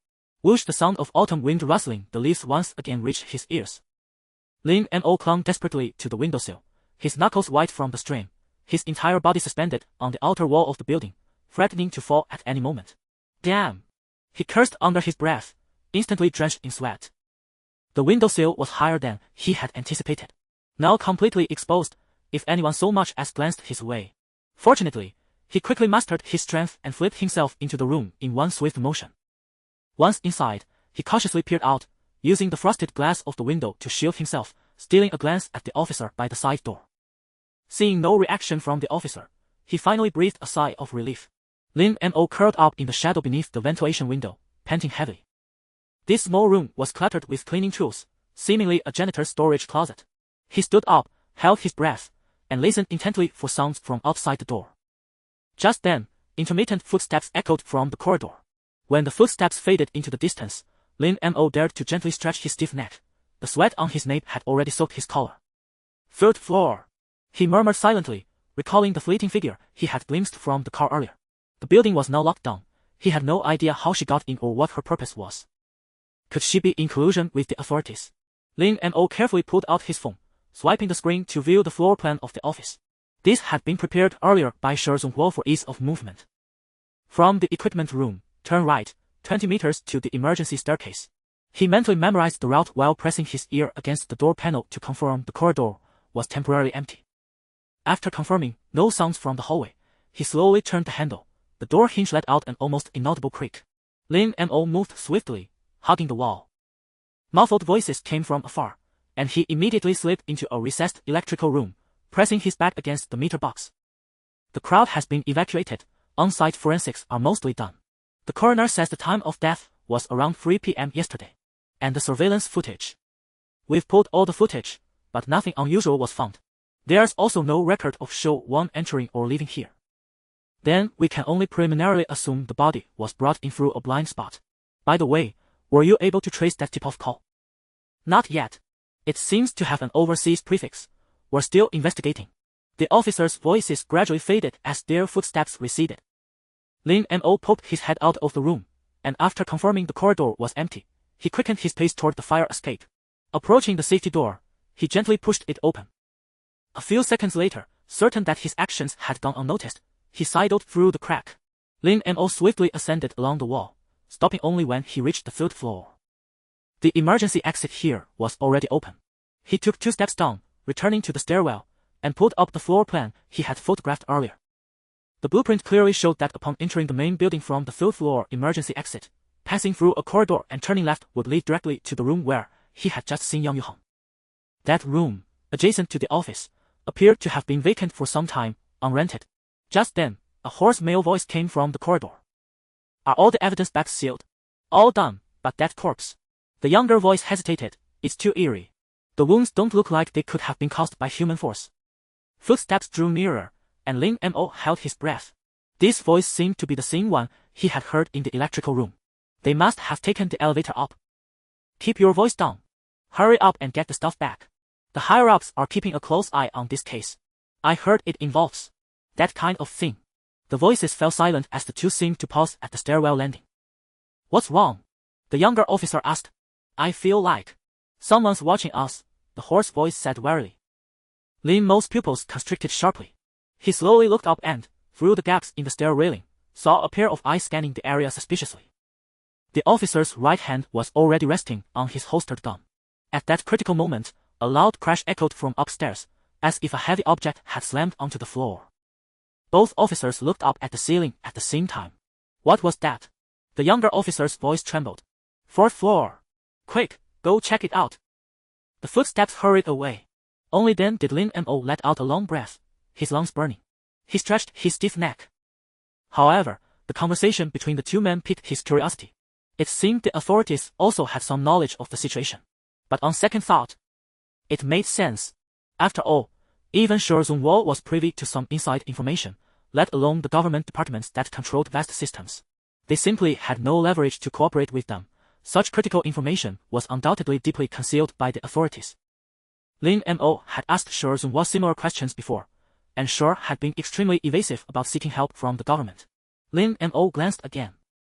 The corridor was now empty. The door to the nearby office was wide open, cordoned off with yellow caution tape. A perfect opportunity. Lin Mo accelerated abruptly, striding toward the large door next to him. His right hand had already touched the folded knife at his waist, while his left hand was poised and ready. Bam! The door was shoved open heavily, hitting the wall with a dull thud. Inside the office, Yang Yuhang stood with her back to the door by the window, flipping through a document, her long hair tousled by the wind. Hearing the noise, she spun around, her expression revealing not surprise but something else. Lin Mo, you're finally here. Lin Mo's pupils constricted. It is you. I wasn't mistaken down there, Lin Mo said impassively, locking the door behind him. A flicker of panic crossed Yang Yuhang's eyes, but she quickly regained her composure. She lifted her chin slightly, a strange smile curling at the corners of her mouth. You're faster than I expected. Lin Mo ignored her provocation, his gaze sweeping rapidly across the room. You killed old Liu. It wasn't a question but a statement of fact. Yang Yuhang was taken aback. He's dead? I only lured him into Shou Wang's house to make it convenient for me to come here. Her words were cut short. Lin Mo had already activated his ability. The world froze instantly. Lin Mo charged forward like a leopard, the blade of his folded knife already springing out. At the 5th second, he was in front of Yang Yuhang. At the 6th second, he reached out and grabbed her wrist. Her body was icy cold, like a corpse. At the 7th second, he pinned her to the ground, pressing his knee against her back. At the 8th second, the folded knife was at her throat. At the 9th second, time resumed its flow. Ugh! Yang Yuhang cried out in pain as her face hit the floor hard. She struggled to get up but found herself firmly restrained, a folding knife pressed against her neck. You! Her eyes showed disbelief. How could you be so fast? Lin Mo didn't answer. He just increased the pressure of his hand. Don't move. Unless you want to find out if my knife is faster than you can break free. Now, I ask, you answer. If you hold back or lie, don't blame me for being rude. Yang Yuhang's panic seemed to last only a moment. She quickly calmed down and stopped struggling. First question. Why did Zhou Wang's body end up in the office? Lin Mo's voice was cold and harsh, with no trace of courtesy. The corners of Yang Yuhang's mouth lifted slightly, flashing that eerie smile again. Do you think he'll tell you? Lin Mo applied a little more pressure with the blade, and a thin line of blood immediately appeared on her neck. Don't test my patience. Yang Yuhang's smile froze for a moment, but she quickly regained her unsettling composure. She said softly, Lin Mo, have you ever wondered why you came into contact with those things? Lin Mo frowned slightly, but his grip on the knife didn't loosen. Less nonsense. Answer the question. A glint of mockery flashed in Yang Yuhang's eyes. You've been very useful, haven't you? Before she could finish, Lin Mo looked down sharply and saw Yang Yuhang beneath him beginning to change. Her head rotated 180 degrees, her skin turning deathly pale before his eyes. At the same time, the corners of her mouth split open, extending all the way to her ears, revealing stark white teeth and crimson gums. Lin Mo was startled, instinctively wanting to let go. But in an instant, he recalled his earlier speculation that Yang Yuhang might possess the ability to disrupt perception. An illusion? The thought flashed through Lin Mo's mind. Playing tricks. Lin Mo snorted coldly, and without hesitation, he slashed the folding knife towards the neck of the ghost before him. The blade cut through the air with a faint hiss. Accompanied by a cry of pain, the terrifying vision dissipated instantly. Yang Yuhang's face reappeared before him, though a shallow bloody gash now adorned her neck. You! Shock flickered in Yang Yuhang's eyes. She stared at Lin Mo, as if seeing him for the first time. How did you do that? Her voice held a note of disbelief. An ordinary person could never see through my ability. Lin Mo didn't answer, just stared at her coldly. But then, soon after, Yang Yuhang asked, could it be? You're also a ghost rider? Just now, from the door to me, you were far too fast for those lowly humans, she continued, a hint of excitement in her voice. Have you also tamed some kind of evil spirit? Lin Mo's pupils constricted slightly, but his expression remained cold and stern. He neither admitted nor denied it. He continued coldly, one last chance. First question, why did Zhou Wang's corpse appear in the office?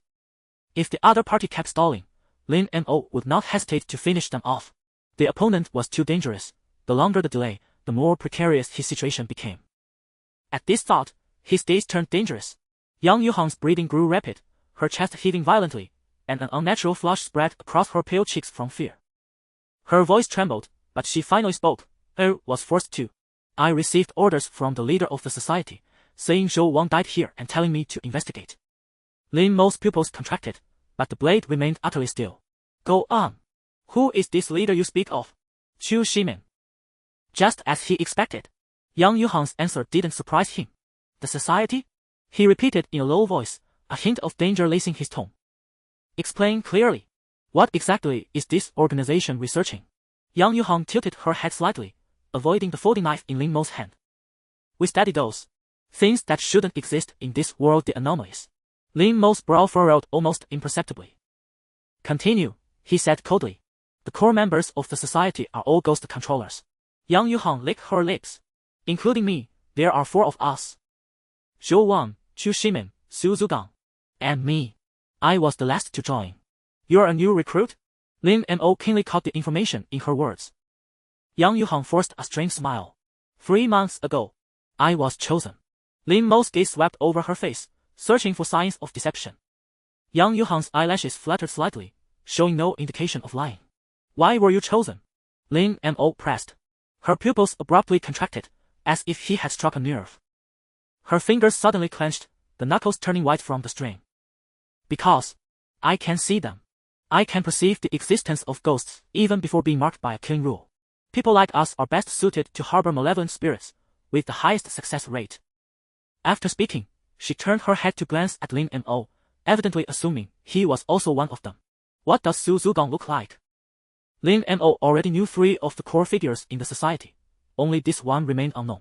Yang Yuhang briefly described him as a tall, burly young man. Lin Mo finally identified the person. It was one of the white-coat figures from the photo he had seen earlier. That photo also showed 4 people, but without Yang Yuhang, replaced by a man with grey pupils. Both Yang Yuhang and that man had greyish-white pupils. Was there a connection between them? Lin Mo raised the question, but Yang Yuhang looked bewildered, clearly not recognizing him.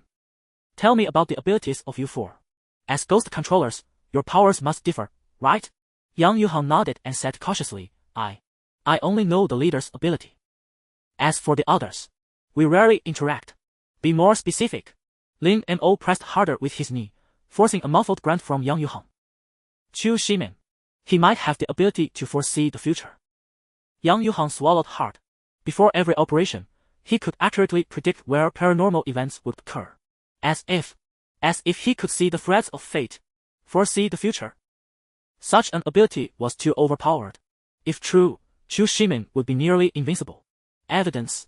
He asked coldly. This time, he sent me. He knew in advance that Zhou Wang's corpse would appear here, but for some reason, the information leaked. By the time I arrived, the police had already surrounded the place. I had to use my ghost's power to sneak in. Lin Mo raised an eyebrow. This explanation was indeed plausible. But the situation grew even more complicated, as it hinted at the existence of a third party.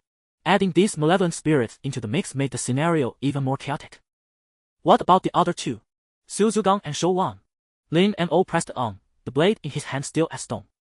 Yang Yuhan's breathing quickened, her chest heaving. I really don't know.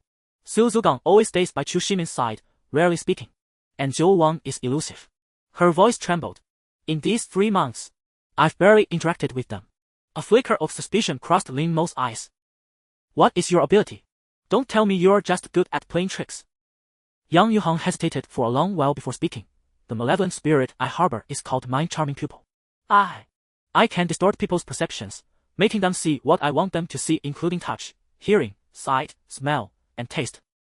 Lin Mo frowned slightly. For example, I can make someone see a door as a wall, or stairs as flat ground. Under my guidance, they would unknowingly walk into a trap. Her voice trailed off. This ability was indeed dangerous.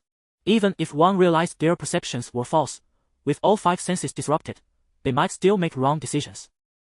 The direct lethality of this power was limited, but it excelled at ambushing from the shadows. Fortunately, her weak direct combat capability gave Lin Mo the chance to subdue her. Seeing Lin Mo seemingly lost in thought, Yang Yuhang quickly added, every time I use my ability, my eyesight deteriorates a bit. It's especially noticeable with continuous use. She smiled bitterly, her voice trembling. The doctor said if this continues, you'll eventually go blind. After going blind, I can still use the ability, but it would consume my energy and vitality, until the malevolent spirit revives within me. That's the fate of every ghost controller. The more frequently you use your power, the closer you are to death. So there was a price to pay. Lin Mo breathed a slight sigh of relief inwardly. This meant the enemies he faced might not be as formidable as he had imagined. This ability system somewhat resembled the supernatural revival scenes from the novels of his past life. Because the abilities themselves had limitations, although this power was formidable, it also constrained the users, preventing them from wielding it without restraint. This reminded Lin Mo of his own innate ability. Though it didn't seem to have a stated cost, it also had a limitation: the number of uses. The uses were limited within each instance. He could only use time top 5 times, and he had already used 3. Meanwhile, Yang Yuhang's breathing gradually steadied, the panic in her eyes replaced by an eerie calm. She tilted her head slightly. Lin Mo, she said softly, with a hypnotic rhythm, we are kindred spirits. Why tear each other apart? Lin Mo frowned. Kindred spirits. You saw through my mind-charming pupil and subdued me in an instant. An ordinary person couldn't do that. Yang Yuhang's lips curled into a faint, enigmatic smile. You also harbor a malevolent spirit within you, don't you? Lin Mo weighed how to answer for the greatest gain. In the end, he decided that not answering the question and maintaining an air of mystery was the best choice. Yang Yuhang seemed to perceive his hesitation and continued, the fate of a ghost controller is to be gradually eroded by the malevolent spirit within, eventually becoming its puppet. But the society is different. Chu Shimin has mastered a method to slow down the erosion, even allowing us to live like normal people while controlling the ghosts. Take me for example. Originally, my cost was not so simple, but now I only have to pay with a bit of my eyesight. Join us, and you will not only gain protection but also share the society's resources. Otherwise, she paused, a flicker of coldness in her eyes. A ghost controller fighting alone will eventually be devoured by the ghost or targeted by other forces. For instance, the official forces are not so kind. Lin Mo was silent for a few seconds before speaking. Sounds tempting, but you tried to kill us before. Yang Yuhang let out a light laugh, tinged with helplessness. That was a mission, and my goal wasn't to kill you. But now it's different. You've proven your worth. She met Lin Mo's gaze. Moreover, our true enemies have never been each other, but the ghosts lurking in the shadows. Lin Mo was silent for a moment. Why should I trust you? Seeing a hint of wavering in Lin Mo's attitude, she quickly said, I can take you to Chu Shimin. He will give you answers. Her voice grew softer. Or, you could kill me now and continue facing this crumbling world alone. The air in the room seemed to freeze. Lin Mo's gaze shifted away from Yang Yuhang's face. He spoke slowly, his voice low and calm. If I join, can you guarantee my safety? A flicker of joy at achieving her goal passed through Yang Yuhang's eyes, but she quickly concealed it. Of course. Chu Shimin always values talent, especially kindred spirits like us. Lin Mo deliberated and said, since you want me to join, tell me everything you know, in chronological order, from beginning to end. Yang Yuhang hesitated for a moment, bit her lip, and her voice came out hoarse. I actually joined not long ago, I don't know much. Then say what you do know, and don't play tricks. Yang Yuhang's breath caught briefly. Then she sighed, as if resigning herself to her fate. The society was founded over a decade ago, initially just a group of researchers interested in paranormal phenomena. But about 6 or 7 years ago, they discovered a special ghost. Her voice faltered, a flicker of fear in her eyes. Its name is the social collapse nightmare. Lin Mo frowned slightly. Social collapse nightmare. Yes. It feeds on human loneliness and despair, and it can be manipulated. Lin Mo nodded to himself, which aligned with the document he had found yesterday. A somber expression crossed Yang Yuhang's pale face. After that, the society's main goal was to study this ghost. According to Chu Shimin, he believed at the time that this ghost could completely end the invasion of malevolent spirits. She continued, but the situation spiraled beyond his control. The social collapse nightmare split into many sub-entities and gradually became unmanageable. Lin Mo's gaze locked onto her. And then? Chu Shimin tried to seal it but failed. Yang Yuhang glanced at Lin Mo, her expression as if recounting a story she had heard, though I heard that operation also severely wounded it, causing it to go dormant for a while. How long did it sleep? She shook her head. 2 or 3 years. After that, it became active again. Lin Mo rapidly pieced together this information in his mind. He suddenly asked, what about Shou Wang? What role did she play in all this? A complex look flickered in Yang Yuhang's eyes. Shou Wang. Her mission was to acquire Yang Yuan's special constitution. Special constitution? She nodded. Yang Yuan's constitution could play a crucial role in sealing ghosts, so Shou Wang tampered with your memories and infiltrated your group. Yang Yuhang gave a bitter smile. As for the rest, I don't know. Shou Wang has always been aloof. She barely spoke a few words to me. Lin Mo's pupils contracted slightly. That explained it. Shou Wang's actual age must be older than theirs. Perhaps the memories of these years together were all false. A chill ran down Lin Mo's spine. In other words, Shou Wang was never their friend. She had disguised herself as their friend by altering memories to achieve some goal. Next question, Lin Mo spoke slowly. What is your real identity? Are you Yang Yuan's sister? Yang Yuhang's eyelashes drooped slightly, veiling the emotions in her eyes. I didn't know Yang Yuansong before. I used to work at Universal Technology Company as a receptionist. Later, the company went bankrupt, and I moved to another city. 3 months ago, Chu Shimin found me and said he would give me a chance to help him. Lin Mo frowned deeper. Then why do you look so much like Yang Yuansong? A flicker of confusion passed through Yang Yuhang's eyes. I don't know either. Her voice carried a hint of bewilderment, as if this question had troubled her for a long time. Actually, after I first met him, I secretly used my ability to take his blood, and the results showed we are not related by blood. We might just look alike. Despite her words, her expression seemed uncertain. Could Yang Yuhang's memories also be compromised? I will verify your words. If I find you lying, Lin Mo said coldly. I have no reason to lie. Yang Yuhang interrupted him, her pale pupils meeting his eyes directly. Lin Mo did not reply, simply rising slowly to his feet. Yang Yuhang also sat up slowly. Lin Mo's gaze lingered on Yang Yuhang's face for a moment before he asked, one last question, why choose us? I can roughly understand Yang Yuan's special constitution, but what is so special about Chen Tao, Lu Qijun, and me? She gave a bitter smile. Chu Shimin said, you all bear a mark. A mark? Lin Mo's brows knit tightly. Yes. Like prey marked by a ghost, leaving behind a special aura. This aura is attractive to the social collapse nightmare. Yang Yuanzong was the first to be marked, and because you were closest to him, you also became targets. So you used us as bait? Lin Mo's voice suddenly rose, a flash of menace in his eyes. Yang Yuhang instinctively shrank back. Not entirely. Before, Chu Shimin didn't care about you. It wasn't until the day before yesterday that he seemed to foresee something and sent me to make contact with you. Lin Mo asked in a harsh tone, was Lu Kaijun's death also part of the plan? Yang Yuhang said calmly, I don't know either. Originally, Chu Shimin only told us to monitor you. But that day, after I informed him of your decision to go to the data center, he changed his mind. He said to first lure Lu Qijun to Shou Wang's old base, then come here and take all the related items and documents you found. I didn't know he would die. Lin Mo showed disbelief and said coldly, Think carefully before you answer. What was the real reason? You are also a ghost controller, a core member of the society. There's no way Chu Shimin wouldn't have told you this. Yang Yuhan's breath caught in her throat. In telling the truth, only Chu Shimin knows the real reason. You must understand, those who can foresee the future are inevitably arrogant.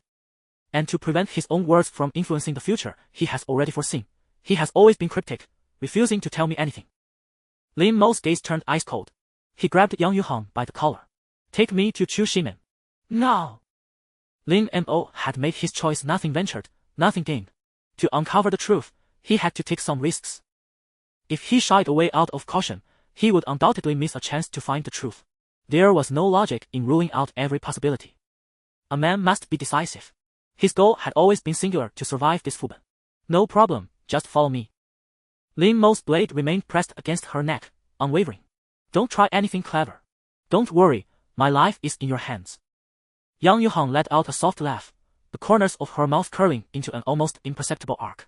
The two walked out of the room, one after the other. In the distance, the faint murmur of police officers reached their ears, yet Yang Yuhan's steps remained remarkably composed. Can they really not detect you at all? Lin Mo asked in a low voice. Yang Yuhan tilted her head slightly. If I wish it, they won't even catch a glimpse of our shadows. Her tone carried a hint of pride, but Lin Mo's vigilance did not wane. The elevator doors slid open slowly, revealing an empty cabin.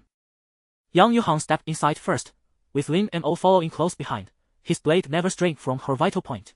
The moment she made any suspicious move, he would strike without hesitation. You seem tense, Yang Yuhan suddenly remarked, her voice airy. Lin Mo did not reply. Yang Yuhan sighed. You really don't have to be. I'm quite intrigued by your ability. I might even say, I envy it. Lin Mo sneered. Envy? Envy that I can end your life at any moment. No, Yang Yuhan replied, a flicker of complexity in her eyes. At least you have the power to fight hidden. Though I am also a ghost rider, my physical constitution is no different from an ordinary person's. In fact, because of my vision problems, I'm even worse off than a regular person. My case is quite rare. Normally, most ghost riders, having tamed a malevolent spirit, possess physical capabilities far beyond ordinary people. By the way, what is your ability? Is it teleportation? How did you close the distance so quickly just now? Lin Mo frowned slightly. He certainly wasn't going to reveal his specific ability to her. The elevator finally reached the first floor. A few police officers stood sparsely in the lobby, but their gazes seemed to pass right through Lin Mo and Yang Yuhan, showing no reaction. Lin Mo and Yang Yuhan stepped out of the office building, greeted by the chill of rain that soaked their collars. The streets were nearly deserted. This way, Yang Yuhan said in a low voice. She hailed a taxi. The driver, a weary-looking middle-aged man, was listlessly smoking a cigarette. 22 Qinyang Road, Yang Yuhan gave the address. The driver nodded, stopped out his cigarette, and started the car. Lin Mo sat close to Yang Yuhan in the back seat, ready for any surprises. Are you sure Chu Shimin will be there? Lin Mo asked in a hushed tone. Yang Yuhan chuckled softly, leaning close to his ear. Of course. He rarely leaves that place. That place. It's special. It was the earliest research institute of the society. There are special shielding devices on the ground that can block the perception of most malevolent spirits. The car drove through the rain for about 20 minutes. Finally, it stopped in front of a grayish-white building. The plaque on the door read 22 Qinyang Road. We're here. The driver said without turning around, his voice hoarse. Lin Mo paid the fare and pulled Yang Yuhan out of the car. The building before them looked like an office block. Its exterior walls were mottled, and most of the windows were boarded up. Follow me, Yang Yuhan said softly, walking toward a side door. Lin Mo followed closely, scanning their surroundings warily. Beside the side door was an inconspicuous fingerprint scanner. Yang Yuhan pressed her finger against it. A green light flashed, and the lock clicked open. Every door here requires authorization, she explained, pushing the door open. The corridor was dimly lit, but the walls and fixtures were surprisingly pristine. After passing through several more doors that also required fingerprint verification, Yang Yuhan stopped in front of an old-fashioned elevator. She pressed the button, and the doors slid open slowly. Going down? Lin Mo asked, frowning. Yes, he's down there. Yang Yuhan stepped into the elevator, and Lin Mo followed. The elevator descended slowly. Lin Mo's nerves were taut. With a ding, the elevator stopped at the third basement level. As the doors opened, a wave of chilling, sinister air rushed in. Lin Mo's pupils constricted sharply. The scene before him was far beyond his imagination. The underground space was astonishingly vast. Dozens of precision instruments, their indicator lights blinking in various colors, were arranged in neat rows. Most striking were the dozens of cylindrical cultivation tanks lining the walls. Each stood over 3 meters tall and was filled with a pale blue liquid. The creatures suspended within were of bizarre forms. Some vaguely retained a human shape, but their limbs were twisted and deformed, their skin covered in eerie patterns. Others had completely shed any human resemblance, appearing as lumps of flesh haphazardly stitched together from countless organs, a sight that turned the stomach. In the nearest tank floated an organ resembling a human brain, except its surface was covered in a dense cluster of bloodshot eyeballs. "Welcome to the observation station," Yang Yuhang said softly, her voice echoing in the cavernous underground space. Lin Mo's gaze was drawn to the central console. There, a massive holographic projection floated, displaying a city map dotted with countless flashing red points. This city map was of the very city they were in now. Beside each red point were marked times, numbers, and percentages. Lin Mo stared at the holographic map, the dense red points scattered across every part of the city. His voice came out dry. "These red points are coordinates of supernatural outbreaks," Yang Yuhang said. "Each red point represents an anomalous area. The number is the time of the outbreak, and the percentage is the probability of it occurring." She pointed to a particularly bright red point in the northwest corner. "This is Qingtang apartment. Its danger level has already reached 7. San." Lin Mo's eyes swept over the numbers. The smallest was still 3. Ordinary people can't see these anomalies. They can see them, but their perception gets distorted. For example, they might see a rotting corpse as a sleeping vagrant, or a malevolent spirit as an ordinary neighbor. Until the moment they are killed, they believe they are living a normal life. That is precisely the origin of the name Nightmare of Social Collapse. Although it has yet to act directly, its influence is already widespread. Lin Mo asked, "Hasn't the government realized this yet? Why haven't they taken action?" Yang Yuhang replied, "They are willing but unable. Most Ghost Riders have already been deployed to more critical fronts. The supernatural response team in our city has been completely annihilated. The higher-ups have long since abandoned this place. But we cannot abandon it. The entire city has now been marked by the nightmare of social collapse, becoming its hunting ground. Leaving without resolving it is nothing short of suicide." The two of them walked swiftly while talking. "Follow me." Yang Yuhang suddenly turned into a corridor. Chu Shimin is in the core observation room. "What we just saw were failures," Yang Yuhang replied without turning her head. "They were all brought here by Chu Shimin using special methods." "Was the establishment of Huanyu technology also for this purpose?" Yang Yuhang fell silent for a moment, offering no reply.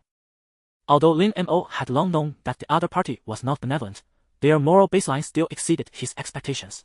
It seemed he would need to be more cautious when dealing with them. Soon, they passed through this area and entered a dimly lit corridor. At the end of the corridor stood an ornately carved wooden door, exuding an unsettling aura. When Yang Yuhang pushed open the carved wooden door, Lin Mo caught the scent of aged sandalwood. The room was dimly lit, the only illumination coming from a few bronze oil lamps in the corner, their flames flickering faintly within glass shades. "Come in. I've been waiting for you for a long time." A hoarse voice emerged from the shadows. With the sound of footsteps, a tall, slender man stepped out of the darkness. Chu Shimin appeared to be around 50, yet he bore the world weariness of a centenarian. He wore a dark gray long gown and a pair of simple, black-rimmed glasses. What was most striking were his eyes. The whites were yellowed, but his pupils were eerily pitch black, like two bottomless abysses. Lin Mo instinctively took half a step back. Those eyes seemed to see through one's soul, stirring a nameless unease within him. "Sit." Chu Shimin pointed to a low table in the center of the room, upon which sat a bronze incense burner, its green smoke curling upward. "I knew you would come, Lin Mo." Yang Yuhang shot Lin Mo a surprised glance. "You know each other?" "No." Lin Mo shook his head, watching Chu Shimin warily. "We have never met." A strange smile curled at the corner of Chu Shimin's mouth. He leisurely poured himself a cup of tea. "What the eyes see may not be the truth. What the ears hear may not be the fact. What I see are the threads of fate entwining around you." A chill ran down Lin Mo's spine. "Since you can see fate, you must know why I'm here." Regaining his composure, Lin Mo stepped forward and sat directly on the chair. Chu Shimin took a sip of tea, speaking slowly. "The threads of fate are a tangled mess. You want to know the cause of Shou Wang's death, the truth of the incident, and even more." His voice dropped to a whisper, like a secret. "Why you were drawn into this calamity." Lin Mo's pupils contracted slightly. You might as well speak more plainly.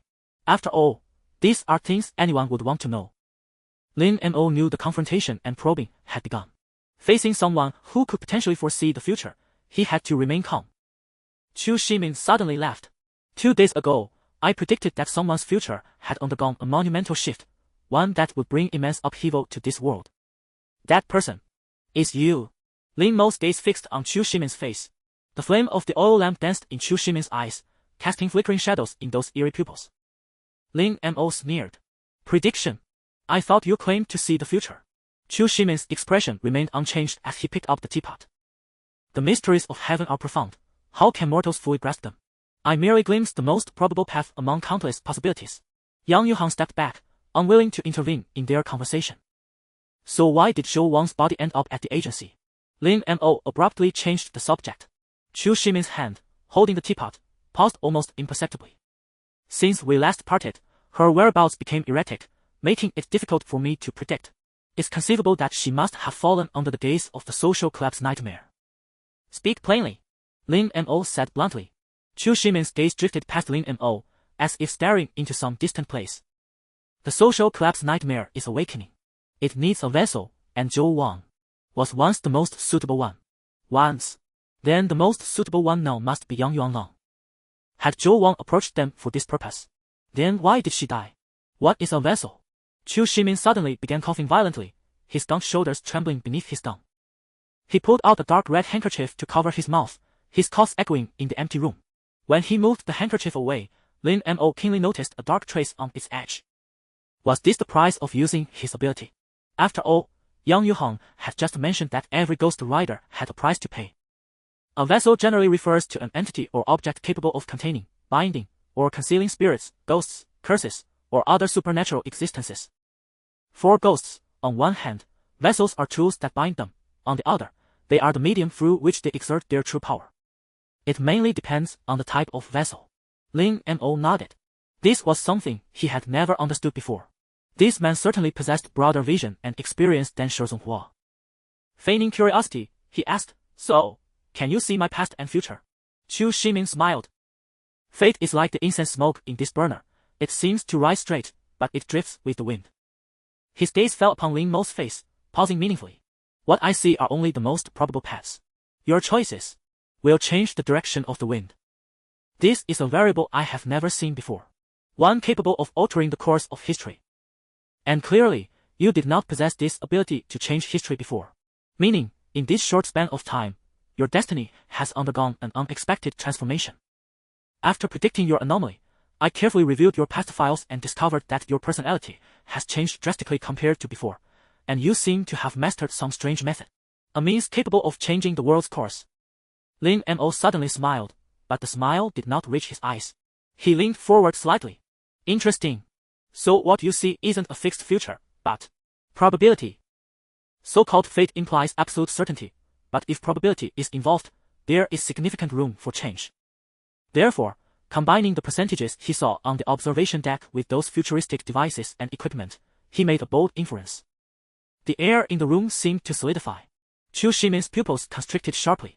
Though he quickly regained his composure, that momentary reaction was enough. Lin Mo leaned back against the chair again. The answer was slowly taking shape in his mind. This so-called prophet's ability might be far less miraculous than he claimed.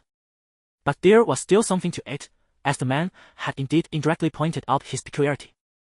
That was, his soul's essence was not the original owner, but a player who had entered the instance. Hence, the probabilities calculated by the other party showed a massive deviation. Chu Shimin's withered fingers suddenly clenched around his teacup. Clearly, he too realized he had revealed his greatest trump card. Lin Mo naturally understood the principle that excess is as bad as deficiency, so he did not continue further. Instead, he turned the conversation toward himself. Since President Chu has shared so much, as a token of gratitude, I can also tell you my true ability. Chu Shimin's expression improved slightly, and he offered a faint smile. I am indeed somewhat interested in that. The cost of probabilistic deduction is too great. If you could tell me directly, that would be for the best. His implication was naturally that even if Lin Mo did not tell him, he could still rely on his own ability to deduce Lin Mo's power. Lin Mo seemed oblivious to the underlying meaning and continued, of course. Cooperation requires the utmost sincerity. My ability is called Spatial Freeze. It can freeze specific targets, including both dynamic and static ones, rendering them immobile for a short period, only a few seconds. As for the exact duration, I must beg your pardon for not disclosing it. Yang Yuhang gasped. No wonder you suddenly appeared right in front of me. So that's how it is. Chu Shimin, however, furrowed his brows, looking somewhat skeptical. Although the ferocious ghost you control is not weak, if your ability is merely this, it is unlikely to have much impact on the future. Lin Mo twitched his finger slightly and said, Of course, it's not that simple. I have another decisive ability, which is... Chu Shimin's eyes widened as he interrupted him. You have two abilities. Do you mean you control two ghosts? And have even achieved balance? Even among the officials, only a very few can manage to control two ghosts. Control two ghosts. Lin Mo's mind rapidly analyzed the most advantageous response. Soon, he had a plan. That's none of your concern. You only need to know that I possess this ability. I cannot disclose the name of this ability, but I can designate a skill or item and immediately reset its cooldown or usage count. This was precisely what his third ability on the Talent 2 granted him. Talent 2, Authority of Desolate Stillness. The fewer survivors who clear the instance, the greater the reward multiplier. Clearing solo grants a significant reward boost. Can designate a skill or item and immediately reset its cooldown or usage count, 11. Since it was his own ability, he knew it could affect not only himself but also others. Chu Shimin's pupils suddenly constricted. Two abilities. Resetting usage count. Lin Mo observed the violent rise and fall of the other's chest without changing his expression. Chu Shimin suddenly coughed violently. Trembling, he pulled a yellow tortoise shell from his sleeve. Its surface was carved with dense runes, glowing with an eerie dark red luster under the lamplight. Wait. Let me verify.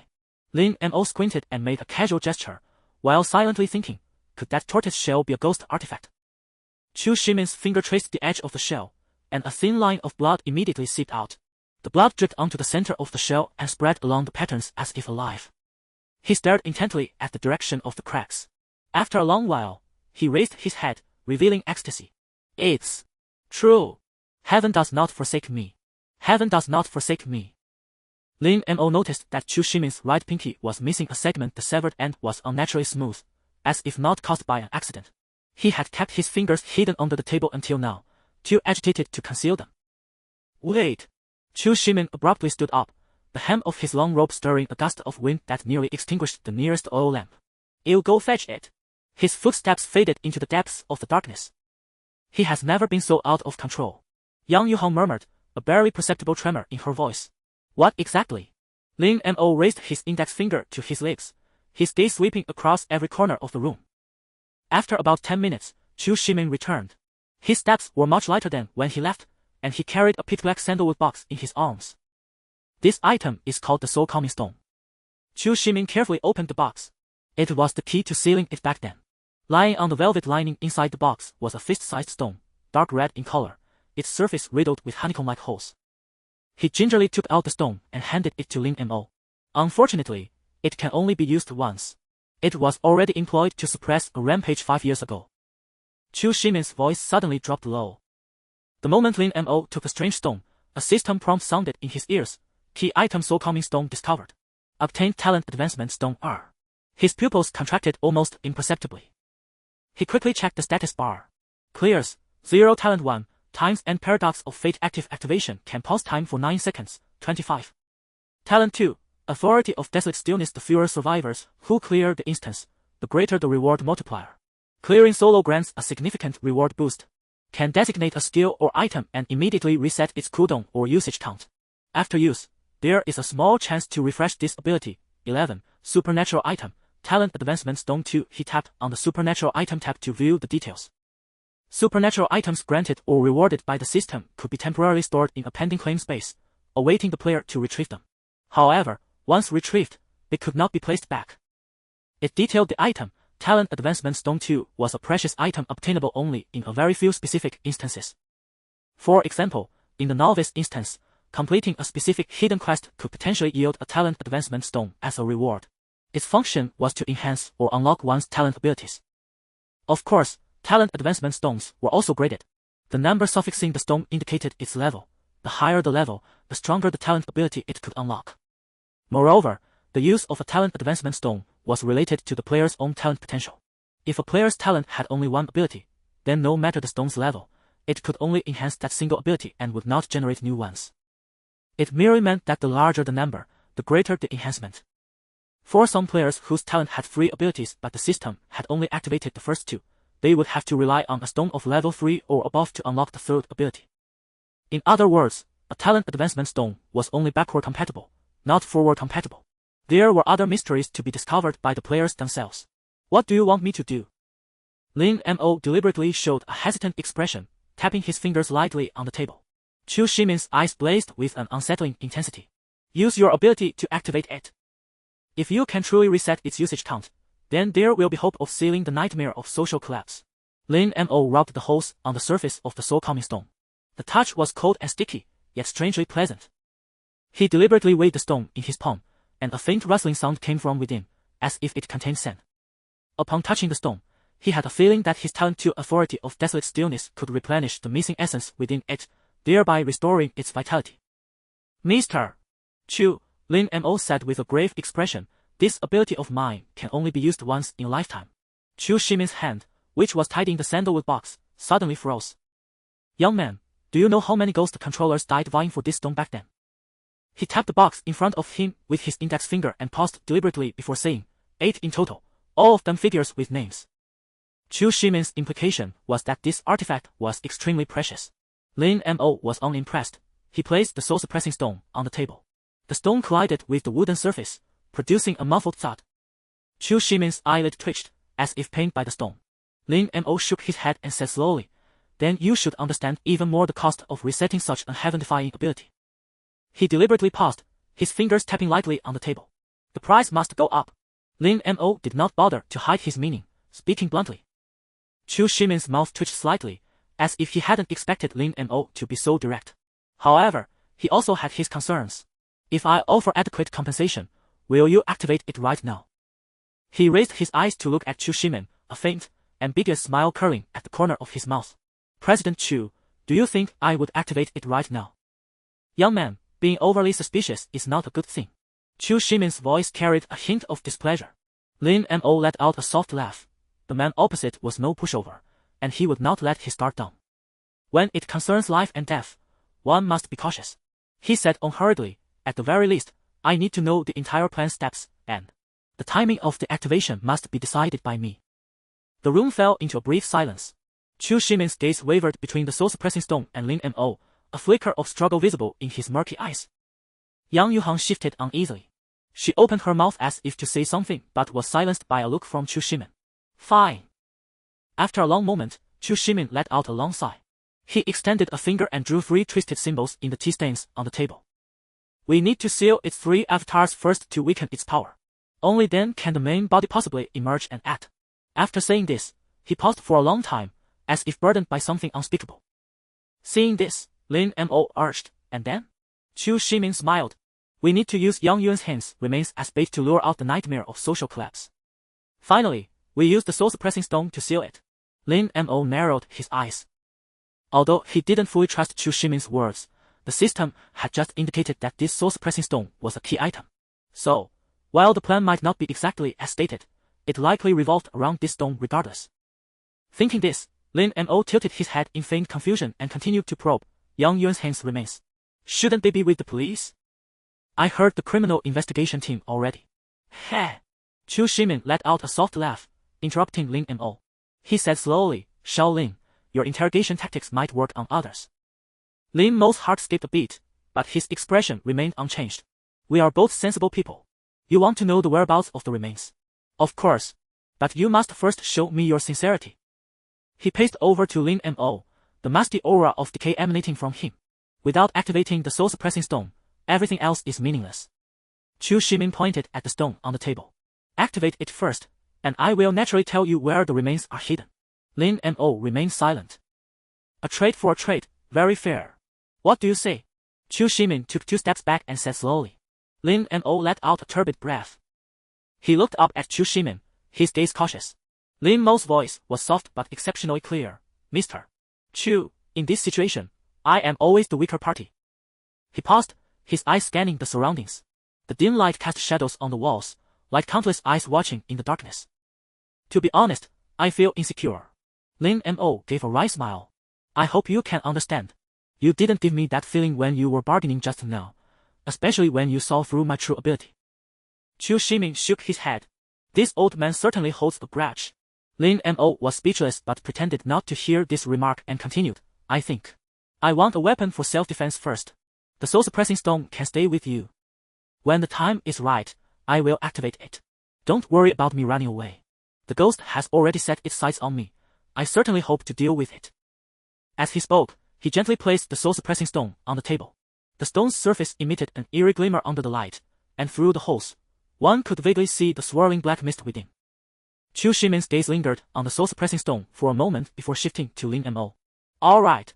After a long while, Chu Shimin finally spoke, his voice carrying a hint of amusement. But what other conditions? Lin Mo immediately pressed. Chu Shimin chuckled softly and pulled a pitch-black short blade from his bosom. This soul devourer has been with me for 10 years. I'll give it to you today. This permanent weapon is not for attack. After consuming the user's spirit, it can define a 5-meter radius area centered on the user, a domain that ghosts cannot invade. He caressed the short blade, a trace of reluctance in his eyes. It can only be used once within 24 hours. I hope you make good use of it. As Lin Mo took the blade, the system's notification sounded in his ear once more. Obtain permanent weapon. Expand for details. Soul Devourer, permanent weapon. Ability 1. Consume mental energy to actively trigger. Defines a 5-meter radius area centered on the user, a domain that ghosts cannot invade. This domain moves with the user. Duration, 100 seconds. Cooldown, 24 hours. Note, when activated, the blade becomes bitingly cold, and the domain's edge is surrounded by an invisible barrier woven from the screams of these imprisoned souls, the wails of those once sacrificed. Thank you. Lin Mo tucked it into his waistband. The cold touch brought him some comfort. One more thing. Speak. Chu Shimin raised an eyebrow. I need detailed information on all the ghostly entities. Lin Mo looked Chu Shimin straight in the eye. Since we are cooperating, I should at least know what we are up against. Also, from the moment you discovered the nightmare of social collapse until now, I want all the information you have. Chu Shimin was silent for a moment, then suddenly burst into laughter. Young friend Lin is indeed cautious. I'm not sure how you know so much. He stood up, walked to the window, and sat with his back to Lin Mo, but I agree. Lin Mo breathed a slight sigh of relief, but his tense nerves had not yet relaxed. He stared at Chu Shimin's back, hesitated for a moment, and added, Mr. Chu, I hope you won't destroy the trust we've barely built. Chu Shimin turned around, his smile deepening. Rest assured, he said slowly, what I, Chu, value most is integrity. Chu Shimin walked back to the table and took a yellowed notebook from a drawer. He pushed the notebook across the table to Lin Mo. This contains everything you need to know. Just as Lin Mo reached for it, Chu Shimin suddenly pressed down on the notebook. But knowing too much isn't always a good thing. Without any hesitation, Lin Mo pulled the notebook out from under the other man's hand and replied calmly, knowing everything and facing death is far better than living in ignorance. Besides, burying your head in the sand doesn't always guarantee a worry-free life. Chu Shimin's gaze lingered on Lin Mo for a moment, then slowly shifted to Yang Yuhang, who stood nearby. Lin Mo, your performance is indeed impressive. Chu Shimin's voice was low and gentle, tinged with admiration. However, I, too, believe that the final outcome is determined by people. As they say, man can conquer nature, that is likely the truth. He paused, his eyes darting between the two. Yang Yuhang furrowed her brows slightly. She stole a glance at Lin Mo, then quickly averted her gaze. But I also have a condition. I want Yuhang to accompany you. Chu Shimin finally uttered the latter half of his sentence, his tone broking no dissent. Lin Mo was taken aback and hesitated. This might not be convenient. Chu Shimin shook his head. Since you claim to want to resolve this paranormal incident, you must show some sincerity. Time is extremely tight now. We need to hasten the slumber of the sub-entity. The longer we delay, the more disadvantageous it becomes for us. At this, Lin Mo grew serious. Can you elaborate on your specific plan? Chu Shimin leaned forward slightly, a smile spreading across his wrinkled face. We need to lure them out. Take the tape confinement, for instance. It loves to hunt in enclosed spaces, using blood red tape to bind its prey tighter and tighter until they suffocate. Chu Shimin turned to Yang Yuhang again. Thus, we need to create an environment conducive to its hunt. Yuhang, a ghost controller, can pretend to fall into the trap. As for you, his gaze fell on the short blade at Lin Mo's waist. When it manifests and unfolds its enclosed domain, you must seek its true form. If necessary, use Soul Devourer to create a safe zone and buy time. Once its true form is exposed to your sight, it will be sealed for a full 48 hours. During this period, it cannot execute any killing rules. Most importantly, sealing the tape confinement this way will reset all its previously marked targets. Lin Mo's heart stirred, realizing the risk had not been in vain. If he had to probe the spirit's killing rules normally, the cost to obtain such intelligence would be immeasurable. Chu Shimin must have sacrificed countless lives to uncover these killing rules. At the same time, his gaze swept over Yang Yuhan, his brow furrowing almost imperceptibly. What about the exact location of its true form? We can't search the entire city randomly. And once we enter an enclosed space, we cannot escape. Chu Shimin smiled faintly and explained, of course, we won't search aimlessly. Once the tape confinement begins its hunt, its true form will hide within the chamber it constructs. You must note that there is a distinction between medium and true form. The true form of the tape confinement is a decaying female corpse wrapped in red tape. The tape and other mediums are merely extensions of its paranormal nature. Moreover, once it sets up the chamber, its true form is absolutely immovable. Remember this. So we need an enclosed space to lure it out. So, the simpler and smaller the enclosed space, the fewer hiding spots for its true form, making it easier for us to find. Is that correct? Lin Mo asked. Lin Mo recalled the deadly encounter in Yang Yun's bathroom. That space was small enough, yet he found no place where the true form could hide. If the true form was truly an immovable decaying corpse wrapped in red tape, such a small bathroom offered almost no hiding spot. This was highly suspicious. The matter might not be as simple as it seemed. Chu Shimin nodded. Naturally, but this touches upon another hidden rule of the tape confinement. The smaller and simpler the chamber it constructs, the greater its killing speed and execution intensity. Thus, finding a balance is crucial. However, with these traits understood, I believe you can seal it. After listening, Lin Mo nodded thoughtfully. What Chu Shimin had just said did not conflict with Lin Mo's own knowledge, lending it high credibility. After some deliberation, he agreed to Chu Shimin's arrangement. Time had already reached the 4th day. If he did nothing, his intuition told him he would not survive the 7 days required by the first mission. Alright. Yang Yuhan and I will deal with the tape confinement. What about you, Mr. Chu? Chu Shimin shrugged. Su Zugang and I will handle the shadow of the infinite corridor. As for the mirror reflection, we'll take care of that too. Lin Mo narrowed his eyes. You seem quite confident. Chu Shimin looked assured. Naturally. As long as you and Yuhan don't falter, these derived spirits are easy to deal with. We conducted numerous experiments back then and have already gathered extensive data. Their killing rules, behavioral logic, all thoroughly studied. Only that spirit. His expression turned wary, as if recalling unpleasant memories. But he quickly recovered, pointing to the notebook in Lin Mo's hand. Everything you want to know is in my journal. With that, he turned to Yang Yuhan, who was huddled in a corner, and instructed, from now on, you will follow his orders completely, understand?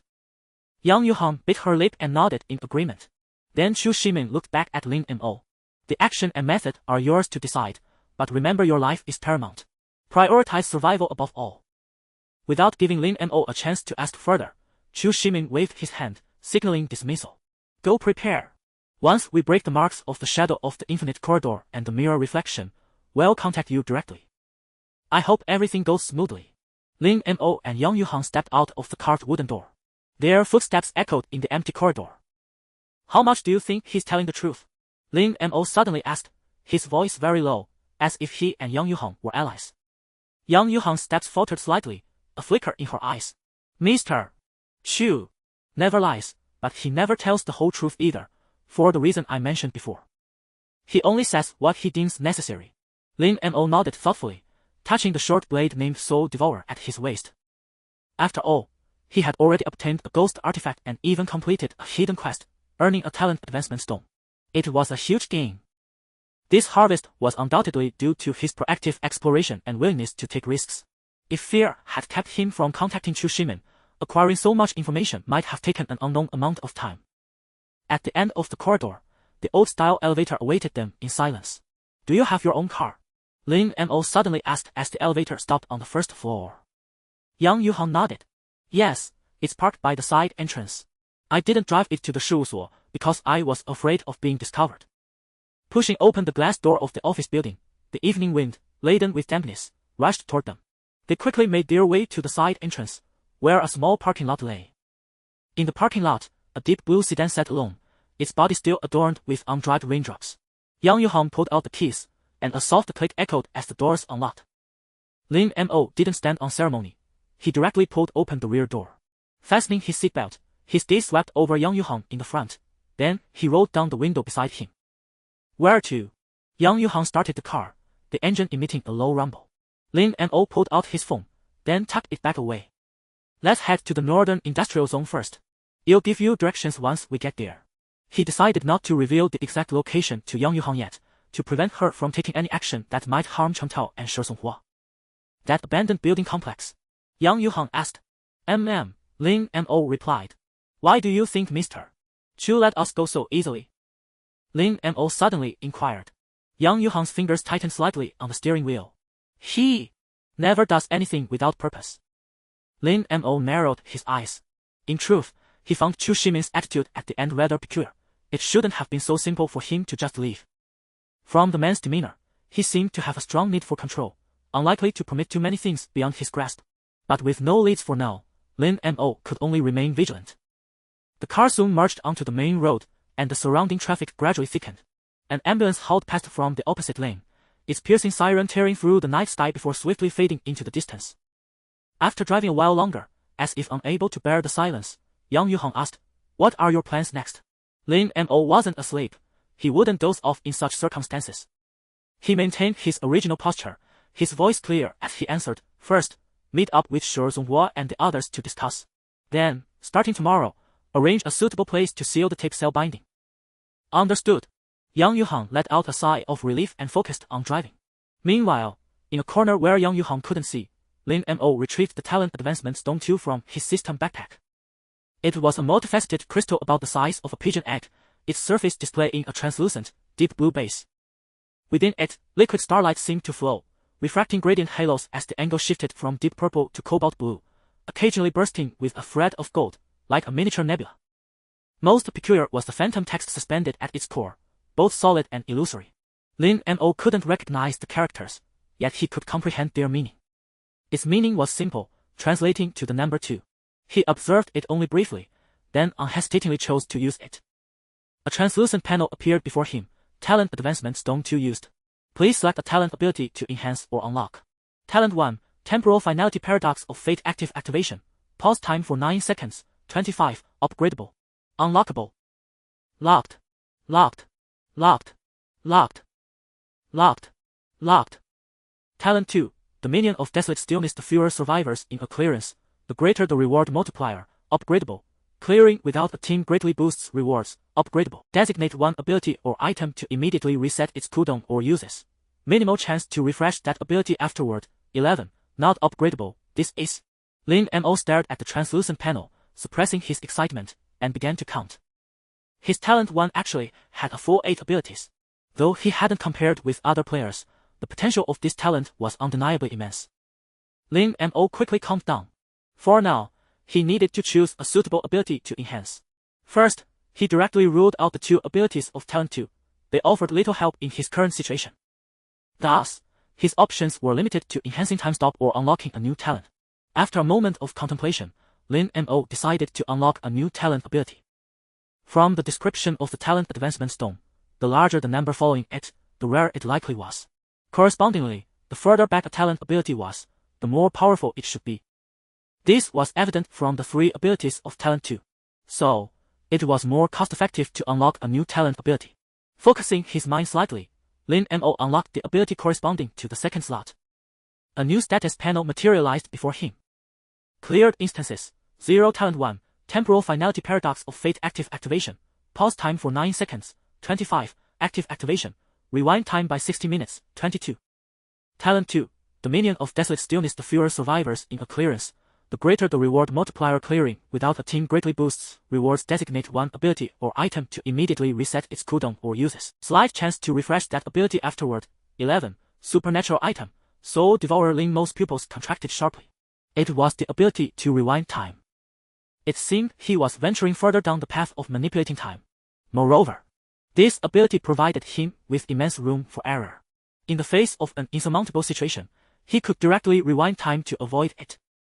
A faint smile curled at the corner of Lin Mo's mouth. Then, he opened the notebook Chu Shimin had given him and began to read it carefully. About an hour later, the car turned onto a gravel-strewn path. In the distance, the dilapidated silhouette of the northern industrial zone was faintly visible. Lin Mo had finished reading the notebook by then, rubbing his aching head. Most of the information within was already familiar to him.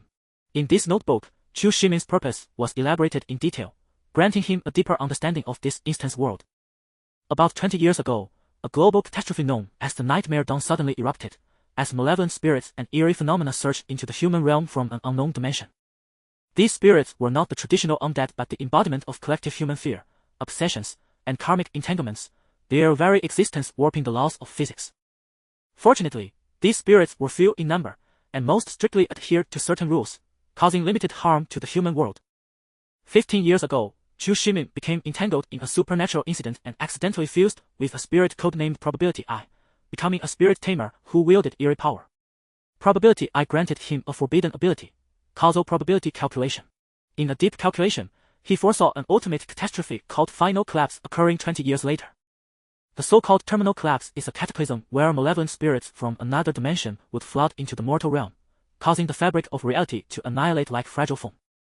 The world would descend into chaos, and civilization would teeter on the brink of collapse. This impending future instilled boundless terror in Chu Shimin, who believed his newfound ability was a sacred mission bestowed by the heavens.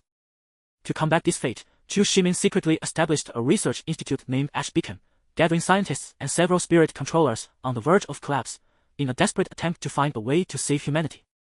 Simultaneously, he expanded his power and concentrated vast resources. During this period, he cautiously attempted to contact the authorities. However, to his dismay, they not only refused to believe him but also perceived him as harboring immense ambition. Consequently, the authorities began a relentless crackdown on his influence. As his power was gradually eroded, he had no choice but to move his plans on the ground. At that point, only free spirit controllers remained by his side. They no longer dared to expand their forces but instead established the Society and Universal Technology Corporation as the backbone of their research. 6 years ago, he conducted another deep divination and discovered a unique parasitic malevolent spirit, the social collapse nightmare. This spirit used human social networks as its cultural medium, feeding on loneliness and despair to evolve. More crucially, after evolving, this spirit would spawn offspring that could be effortlessly controlled by humans, posing no threat to life or risk of losing control. This discovery filled him with ecstatic joy. During the research, 3 offspring spirits were born. Based on their characteristics, Chu Shimin named them Shadow of the Infinite Corridor, Bondage of the Tape Chamber, and Reflection in the Mirror. Subsequently, he had his 3 trusted subordinates each control one of these spirits. Chu Shimin firmly believed that if they could harness the evolutionary traits of the social collapse nightmare, they might use it as a foundation to transfer the causality of the terminal disaster onto the spirit itself. However, this plan was akin to walking on the edge of an abyss. In the shadows, each evolution of the social collapse nightmare weakened human control over it, and within the society, doubts had already begun to surface. The representative figure among the dissenters was Yang Xing, Zhou Wang's partner. Nevertheless, driven by Chu Shimin, Zhou Wang, and Su Zugang, the plan continued to be executed. Until one night 3 years ago, the social collapse nightmare, which had been concealing itself, finally bared its fangs. It turned out that Chu Shimin's 3 trusted subordinates had never fully controlled the spirits. Instead, the social collapse nightmare had used the 3 offspring to manipulate them in reverse. With coordinated attacks from within and without, the research institute where Chu Shimin was located was soon breached. In a moment of desperation, Yang Xing sacrificed himself, creating an illusion to confuse the spirits. Seizing the opportunity, Chu Shimin retrieved the soul calming stone and sealed the social collapse nightmare. After its sealing, the offspring spirits also fell into dormancy. But as time passed, the seal gradually weakened.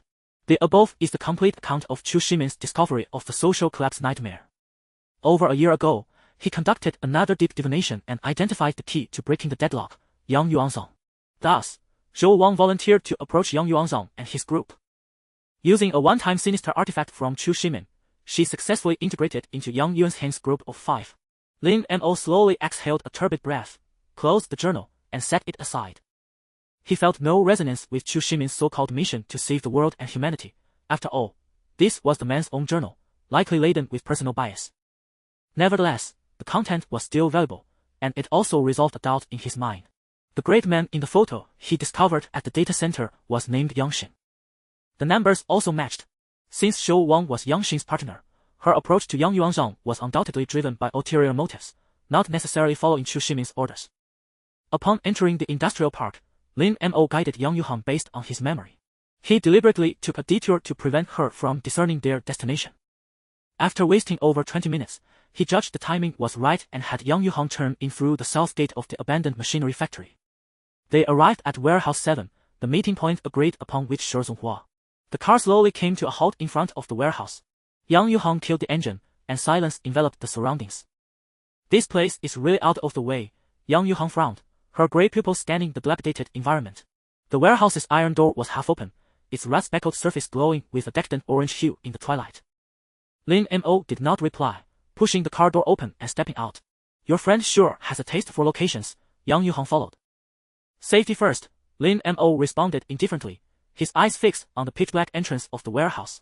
Logically, their arrival should have been noticeable, and Shi Zonghua and the others should have known they were here. But the place was eerily silent. The two entered the warehouse one after another, greeted by a pungent mix of machine oil and decaying wood. Lin Mo narrowed his eyes, adjusting to the dim light. His gaze swept across the corner of the ceiling, noticing a surveillance camera installed there. Moreover, the camera looked quite new. The interior of the warehouse was much larger than expected, cluttered with rusted mechanical parts and broken wooden crates. In the distance, rows of shelves stood askew, covered in thick dust. Shi Zonghua? Chen Tao? Lin Mo called out, his voice echoing through the empty warehouse, but receiving no response. His brow furrowed involuntarily. Looks like your friends aren't very punctual, Yang Yuhang chuckled softly. Lin Mo ignored her taunt and walked straight toward the depths of the warehouse. Suddenly, his foot kicked something. Looking down, he saw a crashed backpack with its zipper broken, its contents scattered on the ground. Lin Mo's heart sank heavily. He recognized the backpack, it was Chen Tao's. Nearby lay a similar one, belonging to Shi Zonghua. Both backpacks appeared to have been crushed by some immense force, with almost nothing inside spared. Looks like things have taken a bad turn, Yang Yuhang remarked, having appeared behind him unnoticed. Her tone had shed its earlier playfulness and turned serious. Lin Mo did not answer. His hands trembled slightly as he sifted through the backpack fragments, trying to find more clues. But after searching for a while, almost everything inside was shattered.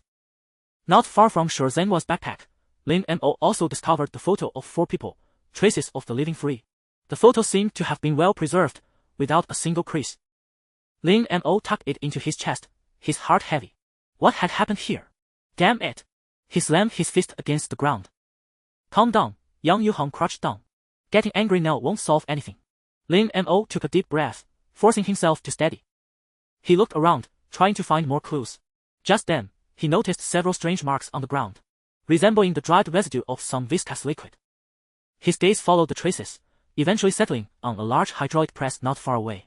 The machine looked as if it had once been used to press metal sheets, but now it was eerily smeared with the same dark red substance. That's... Lin Mo's voice grew hoarse. A sharp pain of nausea gripped his stomach as a foreboding sense surged like a tide. He slowly approached the machine. Beneath the pressing plate, a few strands of dark fibrous material clung to the metal surface. Lin Mo's breathing quickened. He recognized the material. It was identical to the jacket Shi Zonghua had worn today. At that moment, Lin Mo suddenly recalled that Shi Zonghua and his companions had arrived by car. Their backpacks were here, yet they were nowhere to be seen. What about the vehicle? The machinery factory offered a wide, unobstructed view, but he hadn't spotted any car along the way. Ghosts, after all, couldn't drive. We need to leave this place. Lin Mo abruptly turned and spoke in haste. Yang Yuhang nodded immediately. You're right. Something's not right here. They exchanged a glance and, without a word, began retreating toward the exit. Lin Mo's hand had already rested on Soul Devourer, ready to counter any lurking danger. Just as they were about to reach the doorway, a bone-chilling gust of wind suddenly struck from behind. A chill crept up Lin Mo's spine. Without turning back, he knew something was rapidly closing in from the darkness. Then came a muffled, damp panting from behind him. Ram! Lin Mo grabbed Yang Yuhang's wrist, and they dashed toward the exit. He couldn't resist a glance back. A massive, twisted shadow was crawling toward them with unnerving speed. The sky had darkened by then, and moonlight streamed through the windows, outlining the creature's silhouette. It was a canine beast, as large as a full-grown bull. Yang Yuhang saw it too. What in the world is that thing? Her voice trembled, her pupils contracting sharply. The monster didn't pounce directly but kept a certain distance, seemingly herding them out of the warehouse. Something's off, Lin Mo thought as he ran. Its goal isn't to attack us, it's driving us out. They burst through the warehouse door. The monster followed closely, its massive claws pounding against the gravel path. Under the moonlight, Lin Mo noticed its fur bore an unnatural gray-black hue. Yang Yuhang, use your illusion to confuse it. Lin Mo suddenly halted, turning to face the beast. Someone might be controlling it. Yang Yuhang bit her lip. In an instant, the surroundings began to warp and distort. Dozens of figures identical to Lin Mo materialized on the ground. The monster's movements faltered, its terrifying head swayed left and right. No! Lin Mo whispered. Let's circle back. Using the illusion as cover, they silently slipped back into the warehouse. Check behind that machine, Lin Mo said, pointing to the shadow of a hydraulic press. They crept closer, holding their breath. Behind the press, a pile of scrap metal formed a hidden nook. As they rounded the last shelf, Lin Mo spotted a middle-aged man in work clothes lying on the ground. The man's chest rose and fell faintly. He was merely unconscious, not dead. Just as I thought. Lin Mo crouched to examine him carefully. Yang Yuhang kept a wary watch. That monster should be distracted for now. Lin Mo helped the man up. Since he was here, he must know something. We need to get him out of here before the monster catches on. Just then, a piercing howl echoed from afar. Lin Mo and Yang Yuhang locked eyes, both seeing the tension in the other's gaze. Did it see through the illusion? Yang Yuhang's voice tightened. It seems so. My ability is weakening against it. It only lasts about 5 minutes at a time. That fast? Lin Mo was taken aback. He quickly searched the man's pockets and pulled out a wallet from the inner lining. Under the dim light, he made out the ID inside. Universal Technology. Head of Security? Lin Mo frowned. One of Chu Shimin's men. Yang Yuhang furrowed her brow. Don't look at me, I don't know him.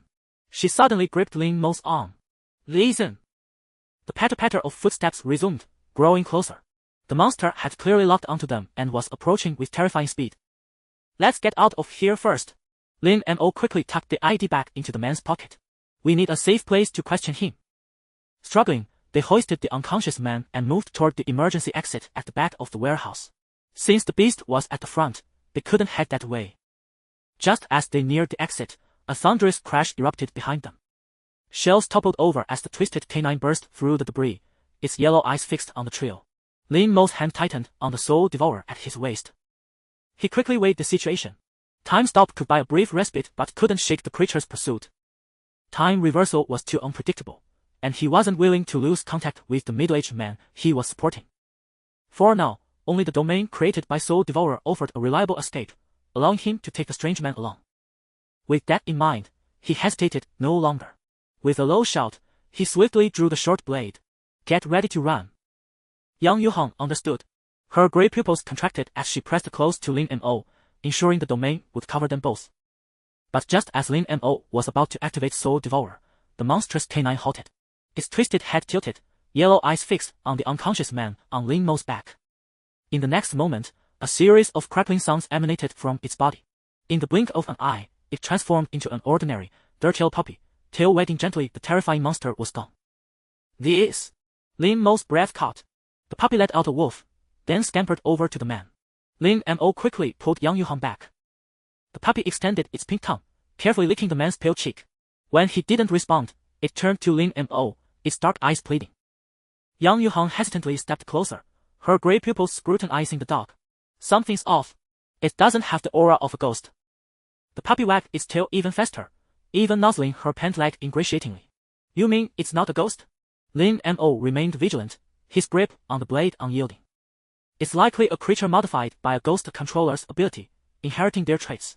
Yang Yuhang crouched and tentatively reached out. The puppy immediately lay down docilely, allowing her to stroke its dirty fur. Ghost controllers can't sense each other unless they actively use their powers. This man, she gestured to the unconscious middle-aged man, might be like us. The puppy suddenly bit the man's collar, tugging with effort, then whimpered toward the depths of the warehouse. Lin Mo followed its gaze. Beyond the piles of scrap, a faint light seeped from the crack of an iron door. Where is it trying to take us? Lin Mo squinted. The little dog spun anxiously in circles. Yang Yuhong exchanged a glance with Lin Mo and whispered, should we take a gamble? After all, Soul Devourer is still usable. Lin Mo took a deep breath and slowly sheathed his blade. The secret behind the iron door might explain everything. What mattered most now was finding out where Shi Zonghua and Cheng Tao were. He bent down to help the unconscious man up, his voice low as he said, let's go have a look. The dog barked once and dashed swiftly toward the iron door. Its claws scraped against the door, producing a scratching sound. After a moment, the light seeping through the crack grew brighter, followed by a clicking noise. The iron door creaked open slowly. A woman's face appeared in the gap. The moment she saw Lin Mo, her eyes widened and her lips trembled. You! Her voice was hoarse and dry, as if she hadn't spoken in a long time. Lin Mo stared at her face, recalling the person in the original owner's phone gallery. It was Li Xia, the friend of the original owner who should have left long ago, also one of the 6-member group. Though he had never seen her in person, this woman matched the photo exactly, slender eyebrows, drooping eyes, and that small mole on her right cheek. Li Xia's gaze shifted from Lin Mo's face to the dog. Her expression suddenly tensed, and she hurriedly pulled the door open, speaking urgently, get in, quick. The space behind the door was wider than expected. 2 folding beds were placed against the wall, covered with old sheets. In the corner stood a gas stove, steam still rising from a pot of water. Wooden planks were nailed to the walls, stacked with cans and water. The most striking feature was the wooden table in the center of the room, cluttered with yellowed papers, photographs, and an old computer. One of the photos showed a picture of Yang Yuanzhang and Li Xia together. The air carried a mix of mildew and food smells, but it was far better than the cold, damp outside, at least livable. Lin Mo and Yang Yuhang helped the unconscious man into the room as the dog slipped in nimbly, its tail wagging lightly. Li Xia quickly shut the door, expertly fastened 3 locks, and dragged a cabinet to block it. Only after finishing did she exhale in relief and turn to Lin Mo. How did you find this place? Her voice was laced with caution and confusion. Lin Mo didn't answer immediately. Instead, he carefully laid the unconscious man on a folding bed. The man's breathing had steadied, but his face remained deathly pale. That's my question to you. Lin Mo met Li Xia's gaze directly. Li Xia, Zhou Wang said you left this city long ago. Why are you hiding here? Li Xia's body stiffened visibly. Silence filled the room for a moment. Her eyes darted around, as if weighing something. The dog lay obediently at her feet, occasionally looking up at her. It's a long story. Li Xia finally sighed, walked to the table, poured a glass of water, and handed it to Lin Mo. She gestured for him and Yang Yuhang to sit at the table. I noticed early on that Yang Yuanzhang and Shou Wang were acting strange. Once, I secretly followed them and saw them go to a very odd place. Her voice trailed off as she glanced at the unconscious man. Later, I found out they were caught up in something terrifying.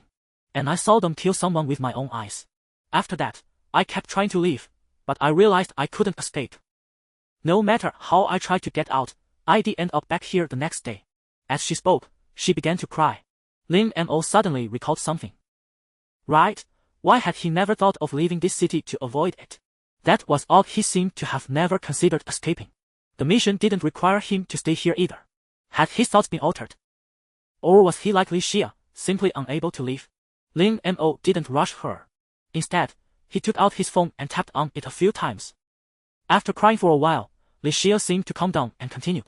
When Shou Wang found me, I was hiding in a rental house in the southern part of the city. She came in with 2 men in black suits, and gave me 2 choices. Li Xia's voice dropped even lower. Either keep silent forever, or... Her eyes shifted to the dog in the corner. You know, she knew where my parents lived. Li Xia continued her story, but Lin Mo already knew most of it. Then came the part about Yang Yuanzhang leading everyone to the data center, where they encountered the shadow of the infinite corridor. Now it seemed it was all orchestrated by Zhou Wang. But Zhou Wang was already dead. What else could the other side do? Lin Mo put down his phone, thought for a moment, and asked, how did you end up here? Li Xia took a deep breath, her nails digging into her palms. A week ago, Zhou Wang brought me to this abandoned factory, saying there was a safe house here. Old Zhou was already here then. She planned to kill someone. She pointed to the man on the folding bed. He's Zhou Lin. Shou Wang called him Old Zhou. She gave us a photo and named the target Shi Zonghua. Lin Mo's gaze turned cold. Zhou Wang's intentions were indeed malicious. Chu Shimin might not be an enemy, but Zhou Wang certainly was. She had infiltrated with ulterior motives from the start. But how did she know Sheridan Wall would come? If not for meeting Yang Yuhang, they would never have split up. And Yang Yuhang said Zhou Wang had started planning a week ago. At that time, she couldn't have even known Sheridan Wall. Lin Mo asked, "Have you already killed that person?" He deliberately avoided mentioning Chen Tao to test Li Xia. Li Xia shook her head. "No, he escaped. That dog was Zhou Lin's pet. He was the main force. I just helped." Lin Mo frowned, his eyes sharp in the dim light. He spoke slowly, his voice low and calm. "Why did Dou Wang call you here? What help could you offer?" Li Xia's eyes flickered, as if in turmoil. Just then, Zhou Lin on the folding bed let out a groan and slowly opened his eyes. The moment his gaze met Lin Mo's, it turned fierce, and the muscles on his face tightened. "Who are you?" His voice was hoarse and cold, laced with undisguised hostility. Zhou Lin looked at Li Xia, who nodded and quickly retreated to his side. She had deliberately led Lin Mo and Yang Yuhang away from Zhou Lin, to prevent him from being caught off guard if things turned hostile. Seeing this, Zhou Lin understood. Before Lin Mo could answer, he suddenly sat up and roared, "Attack!" The once gentle dog let out a low growl, its fur bristling as its body swelled and twisted visibly, reverting in an instant to its monstrous, feral form.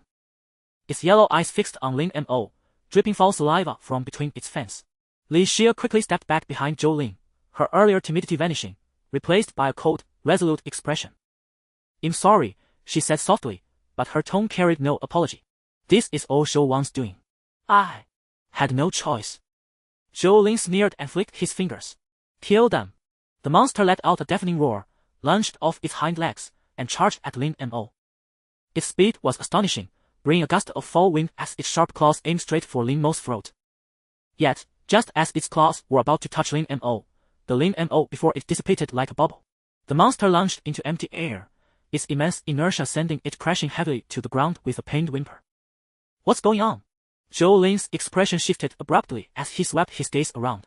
At that moment, the real Lin Mo slowly emerged from the shadows beside the folding bed, clutching Soul Devourer. A faint, mocking smile curled at the corner of his mouth. "Did you think I'd stand there waiting to die without a plan?" Yang Yuhang's figure also surfaced from the darkness on the other side, her ashen pupils flickering with an eerie light. A wisp of grayish mist coiled around her fingertips. She had already laid an illusionary trap. The reason Lin Mo had picked up his phone earlier was to send a message to Yang Yuhang. Since it didn't involve others targeted by the infinite corridor shadow, their communication remained effective. Lin Mo had already tested this point. Without a moment's hesitation, he flickered and closed in on Zhou Lin in an instant. Zhou Lin's pupils constricted sharply, but before he could react, the sharp blade slashed fiercely across his throat. Though Soul Devourer wasn't an offensive cursed artifact, as a blade it was exceptionally sharp, far more useful than a folding knife. Lin Mo held nothing back with that strike, nearly severing the opponent's neck. "You!" Zhou Lin squeezed out his final word, then blood gushed like a fountain. He clamped his hands over his throat, but they couldn't stem the tide of his fading life. His body staggered back before crashing heavily to the ground, his face frozen in a mask of resentment and terror. Witnessing this, the monster let out a mournful howl, its massive frame trembling violently. The moment Zhou Lin fell silent, its slimy fur rapidly receded, bones crackling as it morphed back into the small, earthy dog. It wobbled over to Zhou Lin's corpse, nudging its master's face with a wet nose, low whines rising from its throat as if calling out to someone who would never respond. Lin Mo watched coldly, not a trace of pity in his eyes. He stepped forward, the soles of his shoes squelching in the blood. Sensing danger, the dog snapped its head up, its dark eyes brimming with tears and fury. It bared its teeth, emitting a faint, menacing growl as if trying to protect its owner's body. "A nuisance." Lin Mo's voice was icy. If he hadn't kept a trick up his sleeve, that situation might have cost him another use of time freeze. He raised his foot and stomped hard onto the dog's back. The sharp crack of breaking bones pierced the air. The dog let out a blood-curdling scream, its body convulsing violently as blood spilled from its mouth. Lin Mo didn't stop, landing several more heavy stomps. Each blow produced a dull, fleshy thud.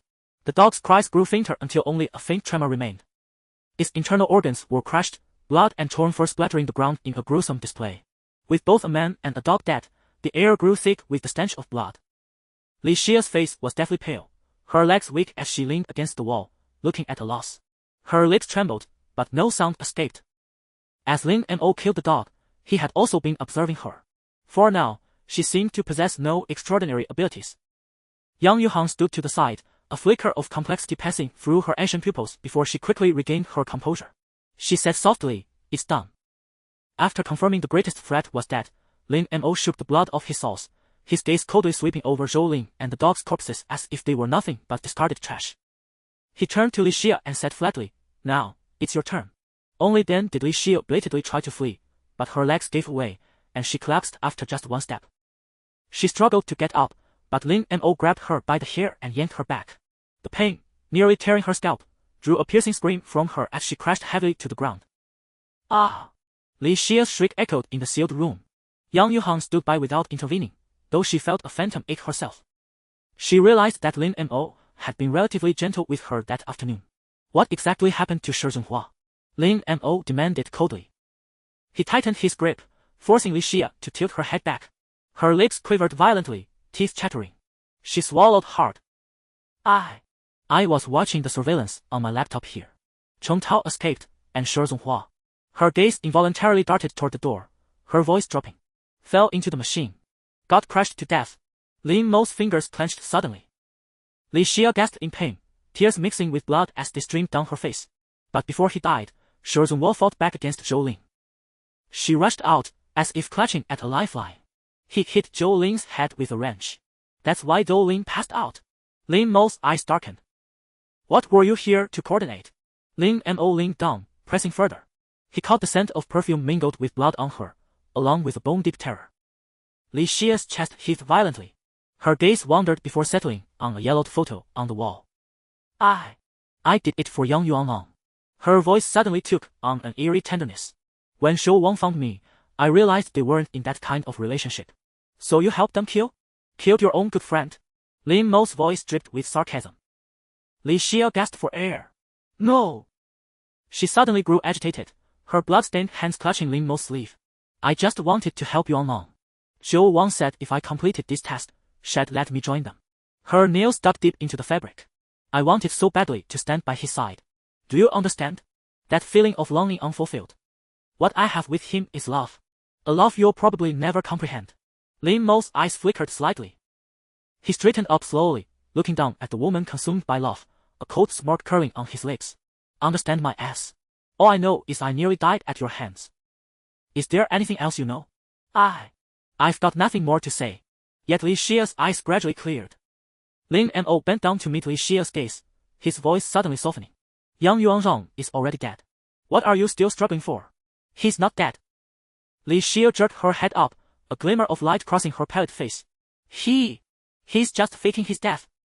The moment the words left her mouth, Li Xia's pupils constricted sharply, instantly realizing she had misspoken.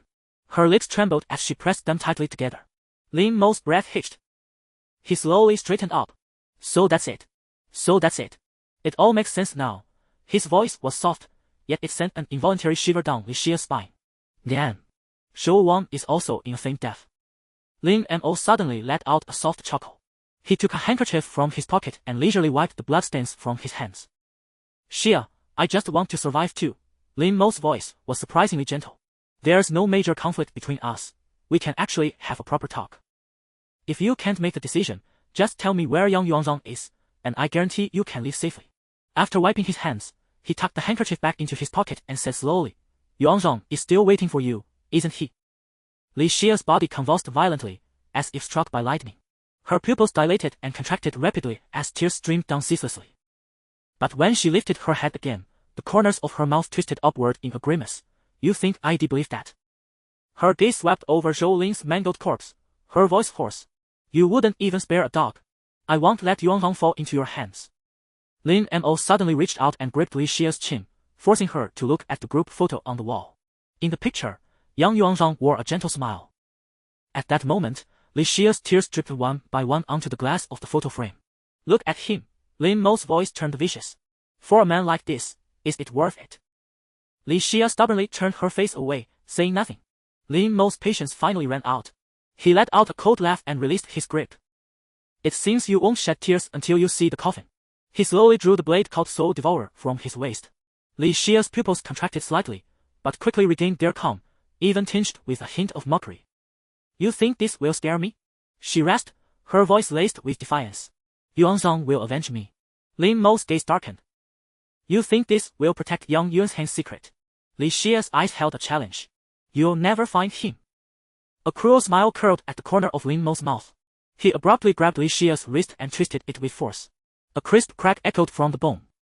Li Xia gasped in pain, sweat beading on her forehead, but she clenched her teeth stubbornly, not uttering a single cry. The bone seems broken. Does it hurt? Lin Mo's voice was terrifyingly soft, yet his grip remained unyielding. But this is only the beginning. Li Xia's face was deathly pale, her lips bitten until they bled, yet she still glared at Lin Mo obstinately, her eyes filled with nothing but hatred. Lin Mo released her wrist and instead gripped her neck, his fingers slowly tightening. Li Xia's breathing immediately became labored, her face turning from pale to blue, but she still stared fixedly at Lin Mo, as if etching his image into her soul. Killing me won't help. She forced out the words through clenched teeth. A glimmer of understanding flashed in Lin Mo's eyes. Li Xia was unlikely to speak, and continuing this was futile. Besides, she probably didn't know much. He released his grip. Li Xia immediately collapsed to the ground, gasping for air. Since you insist on seeking death, I'll grant your wish. He stood up, looking down at her, slowly raising the soul devourer in his hand. Li Xia suddenly laughed, a laugh tinged with madness and release. She struggled to prop herself up, looked up at Lin Mo, her voice hoarse but clear. Yuan Heng and Zhou Wang will avenge me. You won't escape. Lin Mo's eyes turned cold, and the blade in his hand fell without hesitation. Then I'll send them down to join you later. A flash of steel, and blood splattered. Lin Mo controlled his strength, stabbing her again and again. The first strike on her right leg, the second on her left arm, the third in her abdomen. He wouldn't let her die quickly. He wanted to torment her thoroughly. After over 100 strikes, the light in Li Xia's eyes gradually extinguished, leaving only deep fear and despair on her face. Lin Mo flicked the blood off his blade, cast a cold glance at the corpse on the floor, and turned toward the door. Let's go. His voice was eerily calm. Yang Yuhang lowered her head and silently followed. Her hand slipped into her pocket, clutching something tightly, as if holding onto something. Lin Mo walked out of the room and stood in the middle of the warehouse. His gaze fell on the massive hydraulic press. The machine's cold metal surface glimmered, and beneath the press plate, a dark red stain was faintly visible. He approached slowly, the soles of his shoes making faint squeaks on the damp concrete floor. The air was thick with the smell of rust, machine oil, and a faint trace of blood. Lin Mo's fingers lightly traced the control panel of the hydraulic press, where several blurred bloody fingerprints remained. Unexpected, he murmured to himself. He bent down, leaning close to the gap in the press plate to look inside. In the dim light, he saw a mass of flesh, no longer human in form, mixed with shreds of cloth and bone fragments, stuck to the machine's interior. Lin Mo's breath caught, his chest feeling as if something heavy was pressing on it. Old Sure. He called softly, his voice barely audible. Though he hadn't known Shi Zhongguo for long, the man had helped him considerably. He hadn't expected that, after Lu Qijun, he too would die. He stood quietly for a moment, as if in silent mourning. After a while, Lin Mo straightened up, took a deep breath, and turned to walk out of the warehouse. Arriving at the parking lot, moonlight poured down like water, illuminating the chaotic tire tracks on the ground. Lin Mo crouched down and touched the deep and shallow impressions. His gaze followed the tracks and finally stopped at a distinct skid mark. This is... He squinted, carefully identifying it, left by a sharp turn. He stood up and looked around. At the edge of the parking lot, several clumps of wild grass were crushed and scattered, clearly indicating a vehicle had sped away from here. Lin Mo's brow relaxed slightly. This must be the trace of Chen Tao's escape. Only that would explain why Shi Zhenguo's car was gone and account for these fresh tire marks. That Chen Tao kid, he's clever, he muttered, a bitter smile tugging at the corner of his mouth. Suddenly reminded of something, Lin Mo turned and quickly walked back to the warehouse. Returning to the blood-reeking room, Lin Mo's gaze fell on the laptop in the corner. This must be the surveillance computer Li Xia had mentioned. The screen was dark, but the power indicator still glowed a faint green. He walked over, gently lifted the screen, and the display immediately lit up. There was no password. Lucky break, he muttered under his breath, swiping his finger on the touchpad to quickly browse through the surveillance recordings. Lin Mo's fingers moved lightly over the mouse, the surveillance footage on the screen rewinding frame by frame, finally stopping at the moment when Shi Zhongguo and Chen Tao had just stepped into the factory building. In the surveillance footage replay, within the dim warehouse, the figures of two individuals were somewhat blurred by the camera, yet the slender silhouettes of Shi Zhongguo and Chen Tao were still discernible. The two seemed to detect nothing unusual and continued deeper into the storage room. Just then, the image suddenly trembled. Lin Mo narrowed his eyes, noticing a blurry shadow flickering at the edge of the screen. It was Zhou Lin. He had appeared silently behind the shelves, accompanied by a small, earthy dog. Zhou Lin seemed to issue a command, and the small dog swiftly transformed into a ferocious canine monster, pouncing out from the shadows directly at Shi Zhonghua. Shi Zhonghua reacted with lightning speed, rolling to evade the first strike, but the monster was faster, immediately sinking its fangs into his arm. Shi Zhonghua staggered backward. "Oh, sure!" Cheng Tao cried out in alarm, grabbing a steel pipe from the ground and charging forward, only to be sent flying by a single claw swipe from the monster, crashing heavily into a shelf. Cheng Tao struggled to his feet. The monster did not pursue him but instead turned and lunged at Shi Zhonghua. Because Shi Zhonghua had spotted Zhou Lin and began moving toward him, simultaneously drawing a rune-inscribed dagger. Lin Mo knew that rune dagger possessed two abilities, but Shi Zhonghua had used its active ability just last night, so it should still be on cooldown. The monster charged. Shi Zhonghua and Zhou Lin were already locked in a scuffle, but it was clear Shi Zhonghua had the upper hand, firmly suppressing Zhou Lin. Furthermore, because the monster was too large and feared injuring its master, it could only prowl the periphery, hesitant to approach. "Go! Tear apart that fleeing bastard!" Zhou Lin roared, pointing towards Cheng Tao's location. The monster moved at his command, its massive form like a yellow lightning bolt, lunging straight at Cheng Tao, who was cornered. "Old Cheng, watch out!" Shi Zhenhua's eyes blazed with fury. He wanted to rush over and help, but Zhou Lin held him fast. The moment his attention wavered, Zhou Lin's boot slammed viciously into his temple.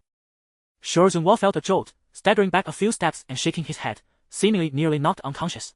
"Ha ha! You can't even save yourself, and you're worried about others?"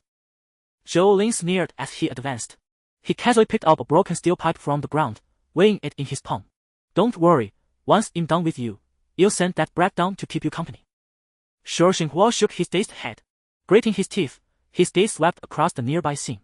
The monster had already cornered Cheng Tao beside a hydraulic press. Cheng Tao's back was pressed against it, with no room to retreat. "Ram! Don't just stand there!" Shi Zhenhua roared. He suddenly bent down and pulled a rusty wrench from a tool bag. Seeing this, Zhou Lin's tone was contemptuous. A dying struggle. He raised the steel pipe high and brought it crashing down towards Shi Zhenhua's crown. Shi Zhenhua sidestepped the blow. The steel pipe grazed his shoulder and struck the ground, sending up a shower of sparks.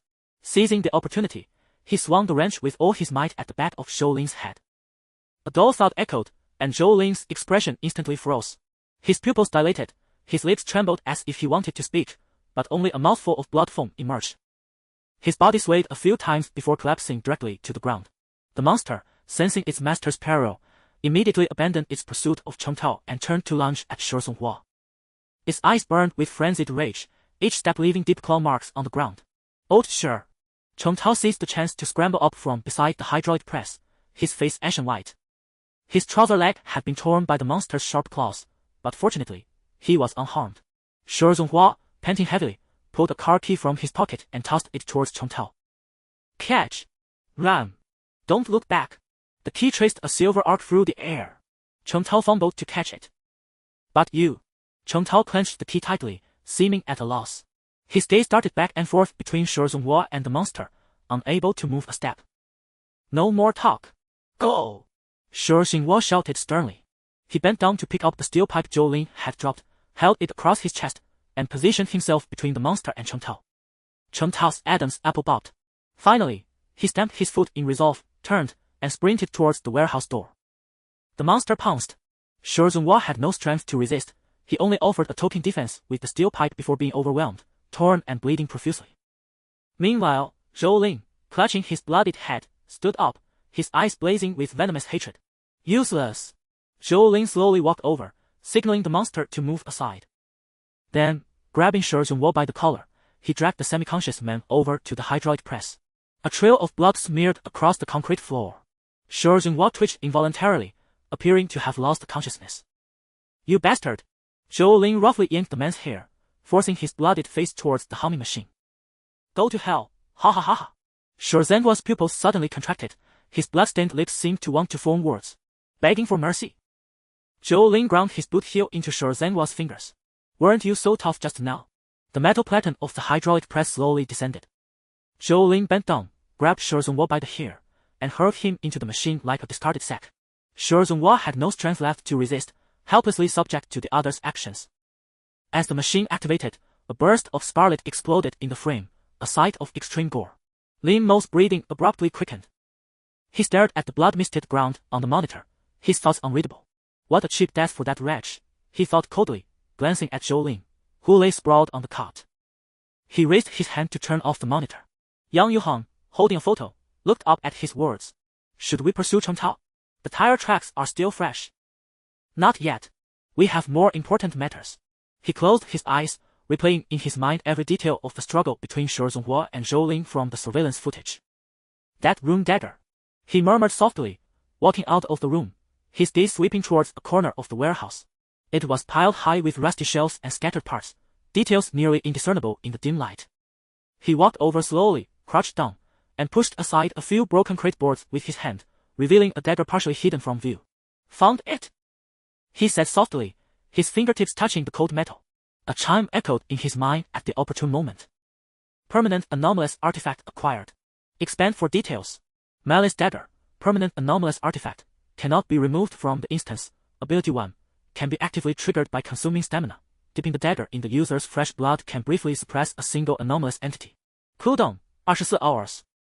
Ability 2, stabbing a vengeful spirit's body, upon hit, can repel the anomaly. Note, each time it is blooded, the dagger's blade glows with an eerie crimson light, as if reliving the warmth of the souls it has claimed. Lin Mo narrowed his eyes, carefully scrutinizing the eerie artifact that once belonged to Shi Zhonghua. This, too, was a permanent eerie artifact, yet it could not be taken out of the Fuban. Fortunately, he could now wield this eerie artifact. This might be due to Shi Zhonghua's death. However, Shi Zhonghua had used it once last night, and now it would take a few more hours before its first ability could be activated again. Without the aid of its first ability, the chance for an ordinary person to strike a ferocious ghost was nearly zero. Oh sure, he murmured, his voice so low it was almost inaudible. After a moment, he sheathed the dagger and turned to walk toward the corpses of Zhou Lin and Li Xia. Zhou Lin's body still lay by the folding bed. Lin Mo crouched down, his fingers delving into Zhou Lin's coat pocket, quickly retrieving a black smartphone. The screen lit up, revealing a lock screen image of Zhou Lin with that strange creature. In the photo, the dog was still a docile, earth-yellow puppy, and Zhou Lin, with his arm around its neck, wore a cheerful expression. Ha, quite sentimental, Lin Mo sneered, grabbing Zhou Lin's naughty-at-flared finger and pressing it to the fingerprint sensor. Those well-versed in killing know that after death, cells do not die instantly. The electrical signals formed by ion transmembrane flow between cells do not disappear immediately. Thus, within a short time after death, one can still use a finger to unlock a phone. It's only after more than 3 hours that unlocking may become impossible. The phone unlocked, revealing a home screen so pristine it was almost abnormal, with only a few basic applications. Lin Mo tapped into the call log. The most recent contact was labeled Xiao Shou, with a timestamp half an hour before Lin Mo and his team arrived at the warehouse. It was a missed call. Calculating the time, Zhou Lin would have fallen into a coma after pushing Shi Zhonghua into the hydraulic press around that moment. Xiao Hou? Lin Mo frowned slightly, his finger hovering over the dial button. After a moment's hesitation, he ultimately refrained from rashly calling back. Could this Xiao Shou be Shou Wang? What exactly was the relationship between Zhou Lin and Shou Wang? He then opened the text message inbox, which was completely empty, evidently deliberately cleared. Hiding things quite cleanly, he snorted, exiting the interface. His gaze swept across the room to Yang Yuhang, who was crouching beside Li Xia's corpse, seemingly conducting an inspection. Lin Mo pocketed the phone and looked at Yang Yuhang. Any findings on your end? Yang Yuhang slowly stood up. She shook her head. No, aside from this photo, she had nothing on her. She raised her hand, holding a group photo. In the photo, Li Xia's smile was radiant, a stark contrast to her current state lying in a pool of blood. Lin Mo nodded, his gaze lingering on the photo for a moment before shifting away. Let's go. There's nothing valuable here anymore. Yang Yuhang glanced at the bodies on the floor, her brow slightly furrowed. Don't we need to clean up the traces? No need. In a place like this, even if someone discovers it, it won't draw too much attention, Lin Mo replied calmly, showing no sign of being a first-time killer. He paused, his gaze falling on the laptop. Just deal with the surveillance. Lin Mo and Yang Yuhang spent over 10 minutes destroying all the surveillance cameras and removing the memory cards. A peculiar detail was that Lin Mo noticed the cameras had been recently installed, with barely any dust settled on them. After destroying the surveillance, They also took the laptop. Lin Mo had considered arson to completely erase the traces, but that would quickly attract official attention and hinder their subsequent actions. Since hardly anyone came here, destroying the crucial clues in this manner was sufficient. Finally, they roughly cleaned off the bloodstains on their clothes. About half an hour later, Yang Yuhang stood at the entrance, her gaze sweeping over every corner of the warehouse. Confirming nothing was left behind, she said softly, "We can go." Lin Mo nodded, cast one last look at the blood-reeking warehouse, and turned to walk out the door. "Where to next?" Yang Yuhang asked. Lin Mo's steps faltered slightly, his gaze fixed on the dark street in the distance. After a moment of silence, he spoke, "Let's leave here first. As for the rest, well, take it slow." His voice was very soft, as if talking to himself. Lin Mo stood in the open space outside the warehouse, taking a deep breath of the cold air. Though it was his first time killing, he felt no discomfort. After all, it was in self-defense against those who sought to kill him. "Let's find a place to rest first," Lin Mo said to Yang Yuhang, his voice tinged with exhaustion. "There should be hotels nearby." Yang Yuhang nodded. "What do you need me to do?" Lin Mo pondered for a moment, his gaze sweeping over the faint lights visible in the distance. "Tomorrow, well, buy a tent, one of good quality, with strong ceiling." "A tent?" Yang Yuhang frowned slightly, a hint of confusion in her eyes. Lin Mo said calmly. "I just read Chu Shimin's notes. I suspect that the Mi-shi constructed by the tip seal of binding isn't exactly the same as the enclosed space we understand.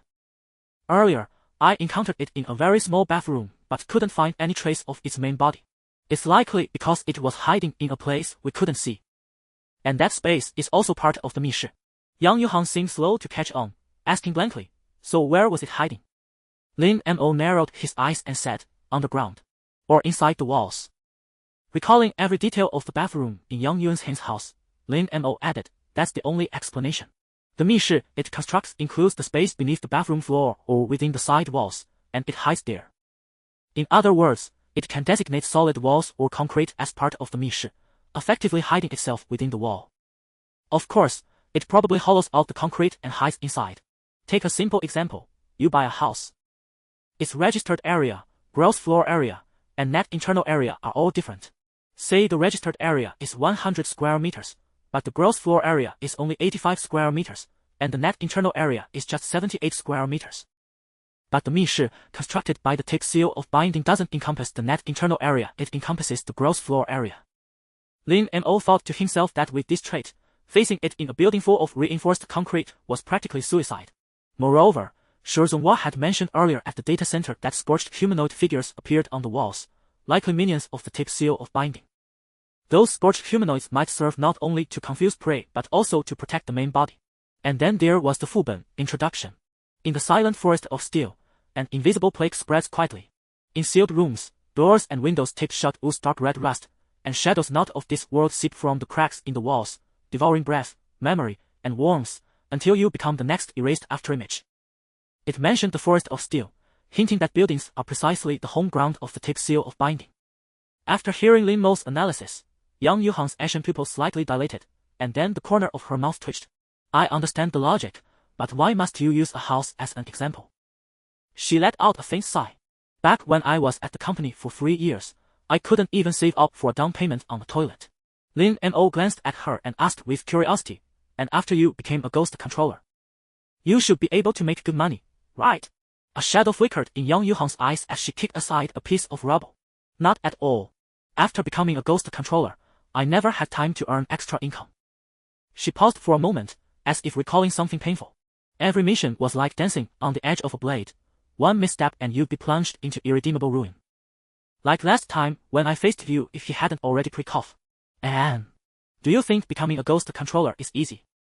Lin Mo didn't respond, merely waiting silently for her to continue. Yang Yuhang took a deep breath. "First, you need aptitude. Not everyone can withstand the erosion of a sinister artifact." A bitter smile tugged at her lips. "It's like some kind of innate compatibility. Maybe 1 in 100 has it. Even with aptitude, you still have to undergo a specific ritual. That process is more agonizing than death." Lin Mo's gaze fell on her trembling shoulders, his voice calm. "What was your ritual?" Yang Yuhang shook her head. "You should know the rules. I can't say. It's a personal secret." Her gaze drifted toward the distant pitch-black night sky. Then she looked at Lin Mo playfully and blinked. Unless you tell me about your ritual process first. Lin Mo smiled, realizing he hadn't extracted the information he wanted. Yet he understood that the ritual of a ghost controller was immensely important to each one of them. Moreover, the rituals of different ghost controllers likely had very low similarity. Otherwise, Yang Yuhang wouldn't have needed to question him in return. Forget it, then. Yang Yuhang didn't mind. Each ghost controller accommodated a different malevolent spirit, so their corresponding rituals varied as well. If one's ritual were exposed, others could potentially deduce their weaknesses, which was far more severe than revealing their abilities. She returned to the earlier topic. You want to use a tent to create an enclosed space and lure it out. That's right. Lin Mo also appeared uninterested in the previous subject, a cold smirk curling at the corner of his mouth. Since it likes to hide, it'll leave it nowhere to run. Yang Yuhang's ashen eyes narrowed slightly. Do we need to prepare anything else? Not for now. Lin Mo shook his head and walked toward her car. Let's find a place to settle down first. Yang Yuhang quickly followed and opened the car door. Get in. Lin Mo nodded and still sat in the back seat. The car soon started. His gaze swept across the receding abandoned factory through the window. Then he withdrew his sight, tapping his fingers lightly on his knee, lost in thought. Where do you think Chen Tao will go? Yang Yuhang suddenly asked. Lin Mo narrowed his eyes, pondering for a moment. He's injured, so he should find a place to tend to his wounds first. However, he paused, his voice low. Given his nature, he won't just hide away. Yang Yuhang glanced at him sideways. You mean he'll reach out to you on his own? Definitely. Lin Mo thought to himself. Though they hadn't spent much time together, he had a good read on Chen Tao's character. That is, although he seemed timid, once something mattered to him, he became incredibly resolute. Lu Qijun couldn't bear the pressure and chose to flee, but Chen Tao held firm and persisted in the exploration. Lin Mo's gaze rested on the scenery flashing by outside the window, his tone flat. Perhaps. But before that, we need to solve our own problems. Besides, he can't contact me through electronic devices right now. Unless Chu Shiming can seal the shadow of the infinite corridor. Lin Mo said with implication. The night wind poured in through the half-open window, carrying a chill. By the way. Yang Yuhang suddenly spoke, a hint of hesitation in her voice. Are you really planning to use the tent to lure that thing out? It's the safest approach for now. Lin Mo replied. Yang Yuhang's brow furrowed slightly. But, if it can truly hide within walls, the tent might not be foolproof. Moreover, the space inside is too cramped. The tip seal of confinement would kill at an alarming speed. That's why we need a suitable location, with no other physical entities nearby. The tent is just the first step. Yang Yuhang fell silent for a moment, then finally nodded. Alright, I'll trust you on this. The car continued onward, and the distant city lights gradually came into view. The silhouettes of towering buildings stood in the night. There seems to be a budget hotel ahead. Lin Mo pointed at a low-rise building not far away. Yang Yuhang looked in his direction, her brow creasing almost imperceptibly. A place like this. Is it safe? The more inconspicuous, the better. Lin Mo said calmly. Now's not the time to be picky. The hotel lobby was bathed in harsh white light, with a drowsy middle-aged man sitting at the front desk. Seeing someone enter, he mustered his energy. Stay in the night. Only 2 rooms left, both with king beds. 1 king bed. Lin Mo pulled out his ID and cash, his movements swift and decisive. He didn't plan to use electronic payment, he had just killed someone, after all, and caution was wise. The clerk took the money, lazily registered it, and handed over a room card. 308, elevators on the left. Lin Mo took the card, nodded, and led Yang Yuhang toward the elevator. Entering the elevator, he pressed the button for the 3rd floor. The elevator let out a dull creak as it slowly ascended. 3rd floor. A mechanical female voice announced as the doors slid open. The wallpaper on the walls was peeling in places. Room 308 was at the end of the corridor. Lin Mo swiped the card to open the door, and the smell of cheap air freshener hit them. The room was more spacious than expected, but the furnishings were exceedingly simple. The only place to sleep was a double bed. Still, the room was relatively clean overall. The curtains were half-drawn, letting in some streetlight. The conditions are average, but well make do. Lin Mo casually tossed his backpack onto the bed with a dull thud. Lin Mo said in a firm tone. By the way, for safety, we'll stay in the same room tonight. Yang Yuhang raised an eyebrow slightly. Oh. Don't overthink it, just to keep an eye on each other. He walked to the bed and patted the mattress. You take the floor, you'll take the bed. Each of us will keep watch for half the night. To honor the principle of chivalry, you'll take the second half. Young Yuhan's mouth twitched as she stared straight at him. Are you serious? Lin Mo's expression was matter-of-fact. Of course. There's enough space under the bed for you to sleep on the floor. He pointed at the wardrobe. There should be spare blankets in there. If not, go downstairs and ask for one. Young Yuhan took a deep breath. Lin Mo, do you have any idea what taking care of a woman means? Lin Mo frowned, as if pondering. Misunderstanding? No, I don't. He pointed at himself. You take the first half of the night watch, you'll take the second half. The latter half is the hardest.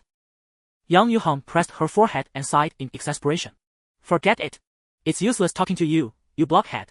She walked to the wardrobe and yanked the door open, a cloud of dust rushing into her face. She coughed a few times, pulled out a thin blanket and a pillow, and shook them with disdain.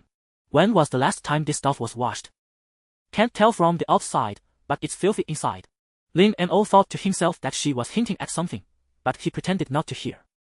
He was definitely going to sleep on the bed. It was more comfortable, and had need the energy to deal with the vengeful spirits tomorrow.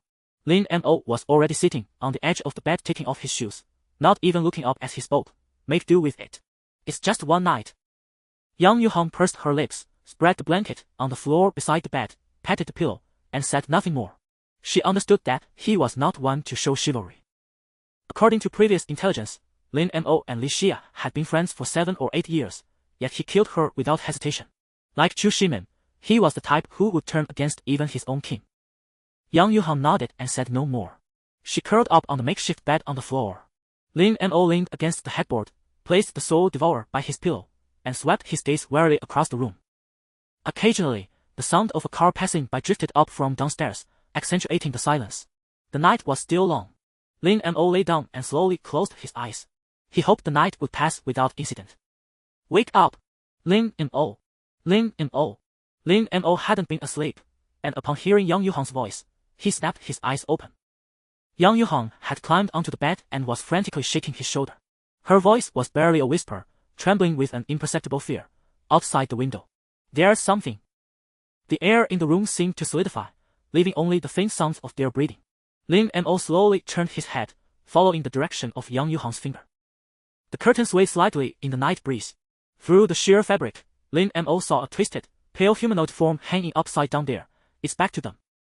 Lin Mo's pupils constricted sharply. The dark shadow was suspended upside down outside the window, its limbs grotesquely contorted, as if dangling in midair by invisible strings. Moonlight outlined its elongated silhouette. Its head was tilted back at an impossible angle, revealing half of a ghastly pale face. It was exactly the ghostly figure they had encountered at Zhou Wang's house. It's them. Lin Mo's voice was low and icy as his fingers silently tightened around the soul devourer by his pill. The cold touch of the hilt steadied him. He slowly sat up, his movements so light they made no sound. Young Yuhan whispered, "What is this thing? Have you seen it before? Do you know its rules?" Lin Mo didn't answer. His gaze was locked on the ghostly figure. The apparition seemed to sense their stare. With a sudden crack, the half-tilted head spun 180 degrees, its pitch-black eye sockets staring directly into the room. Under the moonlight, the pale figure's lips slowly curled into a grin so wide it seemed almost to split its face. Its fingers made a cracking sound as unnaturally long nails scraped across the glass, producing a piercing noise. Screech! Screech! Young Yuhan's body trembled slightly, a flicker of fear passing through her gray pupils. What's it doing? Is it testing? Lin Mo's mind raced. The appearance of the pale figure here meant they had been marked. But when exactly had it happened? Earlier, at Zhou Wang's room, it had attacked Cheng Tao but was driven back by Shi Zhenhua's cursed artifact. Lin Mo still didn't understand its rules. Just then, Lin Mo's gaze swept over the bedside table, and his breath caught. A silver wind chime had appeared there, its end tied with a red string. This is the same kind of wind chime as the one at Zhou Wang's door, he murmured. Young Yuhan sensed something was wrong and followed his gaze. Her gray pupils abruptly contracted. When did this appear? Lin Mo had a sudden premonition and slowly looked up, immediately breaking into a cold sweat. The ceiling was densely covered with identical silver wind chimes. They swayed silently, as if stirred by an unseen wind, yet they made no sound at all. Then he looked at the floor. The area near the door was covered in silver wind chimes, and even the door itself was wrapped in a multitude of them. This might be its rule. Lin Mo's voice was taut. Earlier, one of us was attacked after touching something similar. Yang Yuhang stared at the wind chimes, at a loss. She reached into her clothes and asked, "What do we do now?" "These wind chimes. Don't touch them." Lin Mo cut her off, his voice barely a whisper. "Not a single one." His eyes darted rapidly around the room, searching for an escape route. But the door was at least 5 meters away, and the wind chimes on the ceiling covered almost the entire room above them. "But..." Yang Yuhang's voice trembled. "They seem to be lowering." Lin Mo looked up again. Indeed, the wind chimes were descending at a very slow pace, the red strings lengthening bit by bit. At this rate, they would touch the chimes in just a few minutes. The ghostly figure outside the window suddenly convulsed violently, its grin stretching wider, nearly tearing to its ears. Lin Mo felt a wave of dizziness and bit down hard on his tongue, forcing himself to stay conscious. "Lin Mo." This time, Yang Yuhang's voice carried an unprecedented panic. "My ability doesn't work on it. It seems immune to illusions." "Calm down." He took a deep breath, keeping his voice as steady as possible. "Since it hasn't attacked directly, the rule might not be fully triggered yet." Lin Mo's eyes swept the room, cold sweat beading on his temples. The ghostly figure outside the window was still pressed against the glass, its ghastly face nearly breaking through the pane. The wind chimes on the ceiling swayed silently, the red strings slowly descending, now less than 30 centimeters above their heads. "Lin Mo." Yang Yuhang's voice was laced with a tremor as she stared at the eerie chimes. "What do we do?" Lin Mo took a deep breath, forcing himself to stay calm. He lowered his voice and said, "There are 2 options now. The first is to stay still."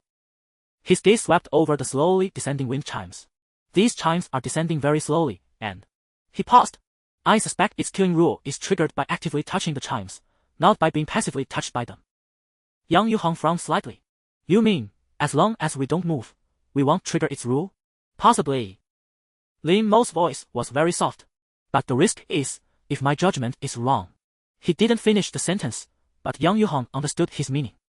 If his judgment was wrong, they would be in extreme danger. Sure, Zhenhua's cursed artifact had been used last night. Although ownership had now transferred to him, the cooldown period hadn't expired, so it was currently unusable. And using the Soul Devourer to create a domain and escape, or using his time reversal ability, felt like too much of a waste. If they hadn't discovered the rule, using those methods to flee would have been justifiable. But when dealing with these ghastly things, they would have to figure out their rules sooner or later. It was better to test them while he still had a disposable pawn around. "So, what's the second option?" Yang Yuhang asked. Yang Yuhang naturally refused to choose the first option. She could not bear the feeling of sitting idly and waiting for death. Lin Mo's gaze shifted toward the window. "Well, go that way." He pointed toward the window where the pale figure hung. "The door has been sealed by the wind chimes, but only that ghostly shadow is by the window." "Are you insane?" Yang Yuhang's voice suddenly rose, then immediately dropped. "The ghost's true form is right there." "I know." Lin Mo cut her off. "But that ghostly shadow hasn't attacked us directly yet, which means it might just be trying to intimidate us.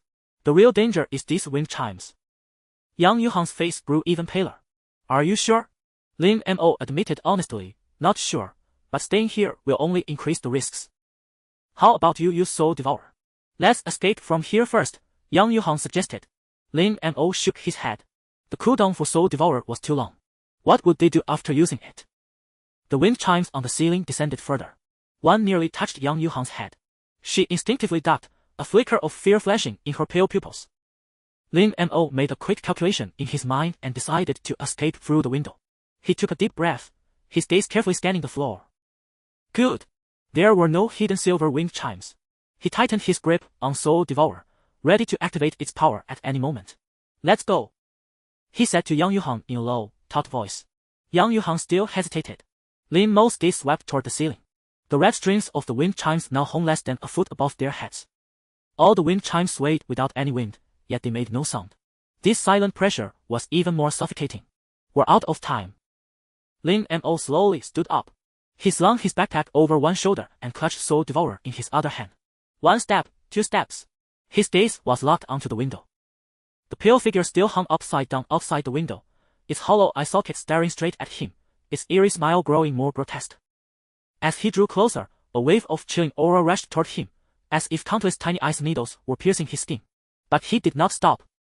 5 meters, 3 meters, 2 meters. The malicious spirit outside the window suddenly moved. Its limbs twitched violently, its long, thin fingers gripping the window frame with a piercing creak. Under its force, the window slowly opened, and a putrid stench instantly flooded the room. Lin Mo paused, his pupils abruptly contracting. It's luring us?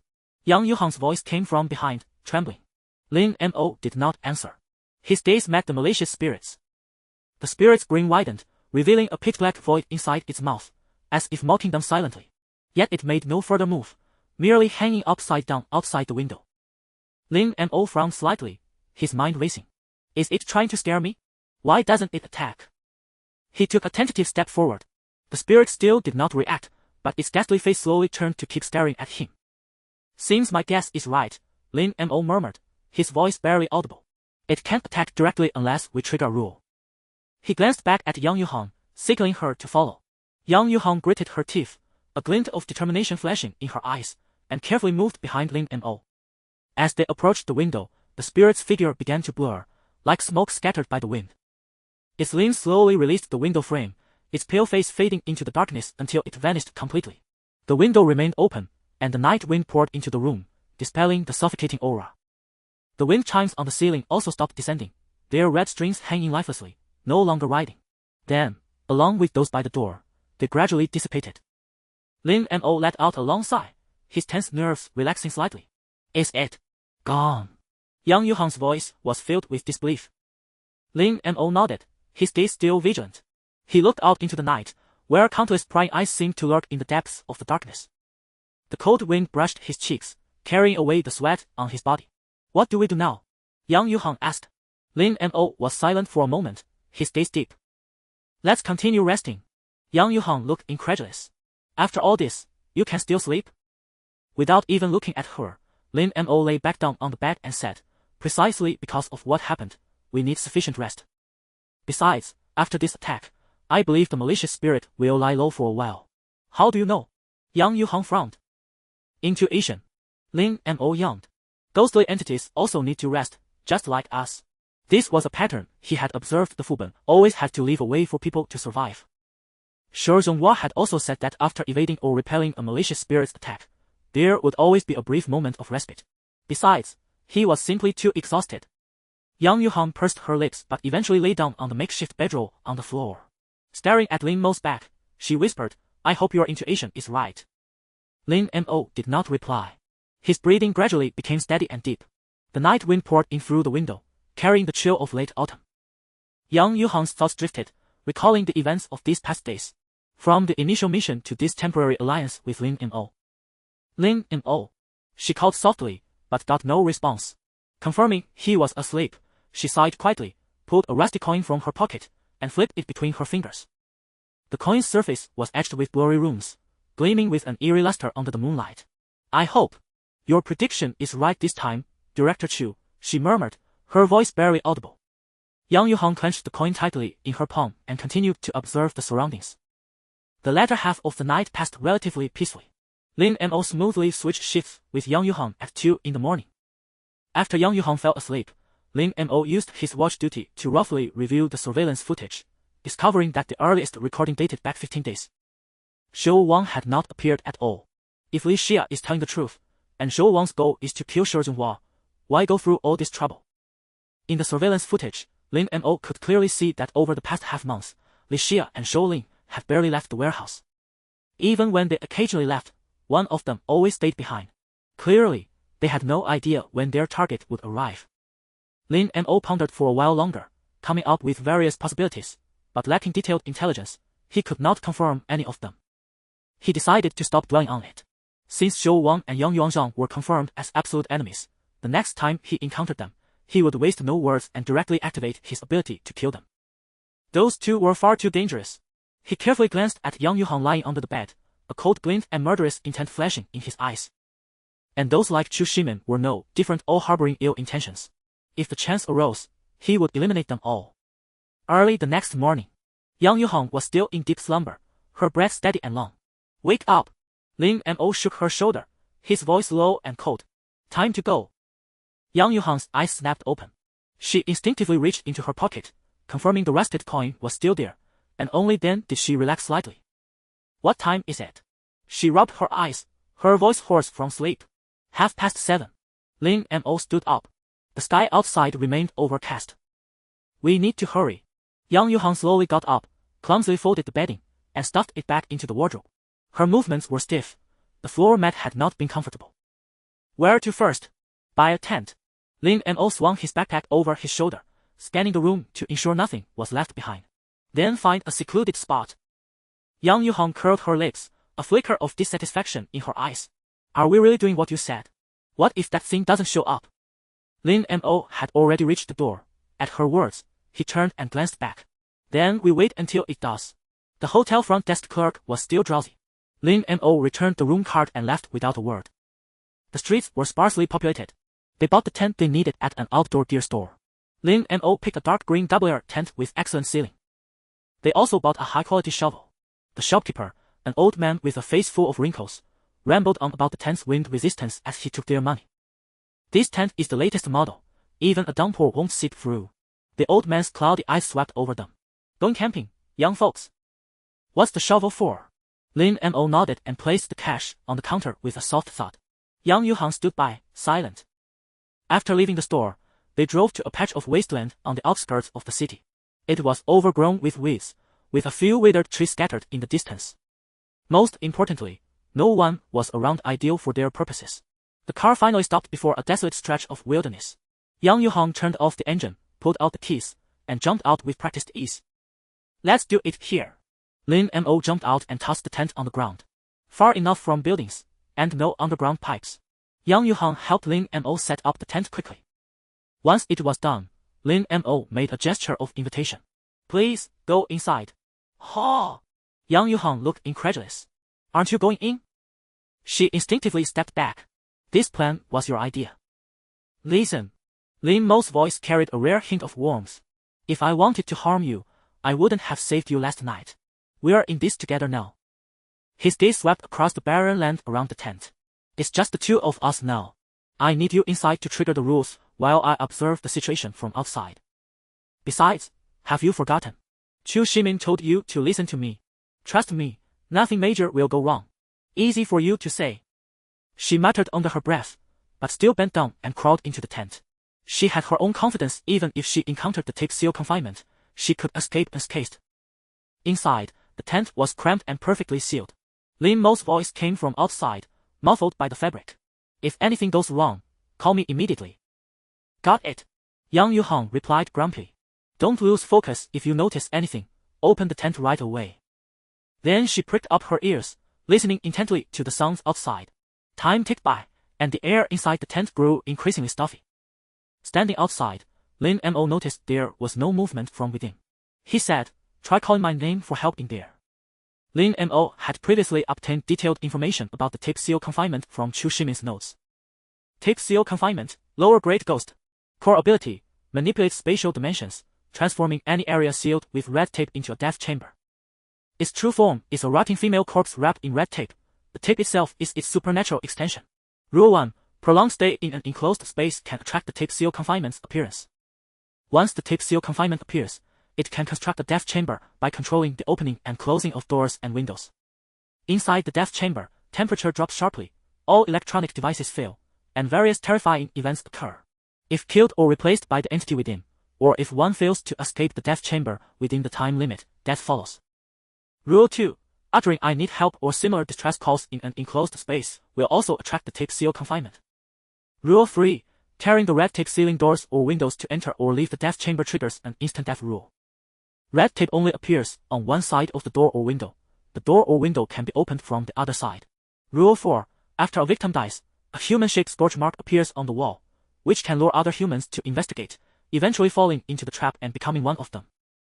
Hidden Rule 1. The smaller and simpler the internal space of the death chamber, the faster the temperature drops, the more frequent the terrifying events, and the stronger the supernatural power of the tape-seal confinement. Hidden Rule 2. The tape-seal confinement requires a catalyst to build the death space. Focus on the coldest spot in the death space, find and touch the source causing the temperature drop, and the death chamber constructed by the tape-seal confinement will collapse. Hidden Rule 3. If the hidden true form of the tape-seal confinement is exposed to human sight, it will enter a 48-hour shutdown state, during which it cannot execute any killing rules. Hidden Rule 4. The true form of the tape-seal confinement must remain within the death space it has constructed, and once the death space is built, its true form cannot move by any means. These were the 7 rules of the tape seal confinement. When Lin Mo first saw them, he wondered why he had been marked. After all, he encountered the tape seal confinement not long after entering the instance. The only explanation was that he had inherited the karma within the instance. Now that the tape seal confinement refused to appear, they could only try Rule 2 to lure it out. Yang Yuhang hesitated for a moment upon hearing Lin Mo's instruction, then began to call out. Lin Mo, help me. Lin Mo, help me. At first, her voice was clear from inside the tent, but gradually, Lin Mo noticed her cries becoming muffled, as if blocked by an invisible barrier. Lin Mo. Lin Mo. Her voice grew weaker and finally vanished entirely. Lin Mo frowned, stepped forward, and patted the tent's outer wall. The texture felt normal rough canvas, taught nothing unusual. He listened intently. A dead silence reigned inside. Yang Yuhang. He called out in a low voice, his fingers tightening on the tent's corner. Can you hear me? No response. Lin Mo scanned every inch of the tent, confirming there were no eerie traces of red tape. The tent stood there quietly, like an ordinary camping gear. But he narrowed his eyes, alarms blaring in his mind. Something's wrong, he murmured. The ghost must have appeared. At that moment, Yang Yuan in the tent also sensed something amiss. Her voice echoed within the tent but was blocked by an invisible barrier, unable to transmit even a single sound.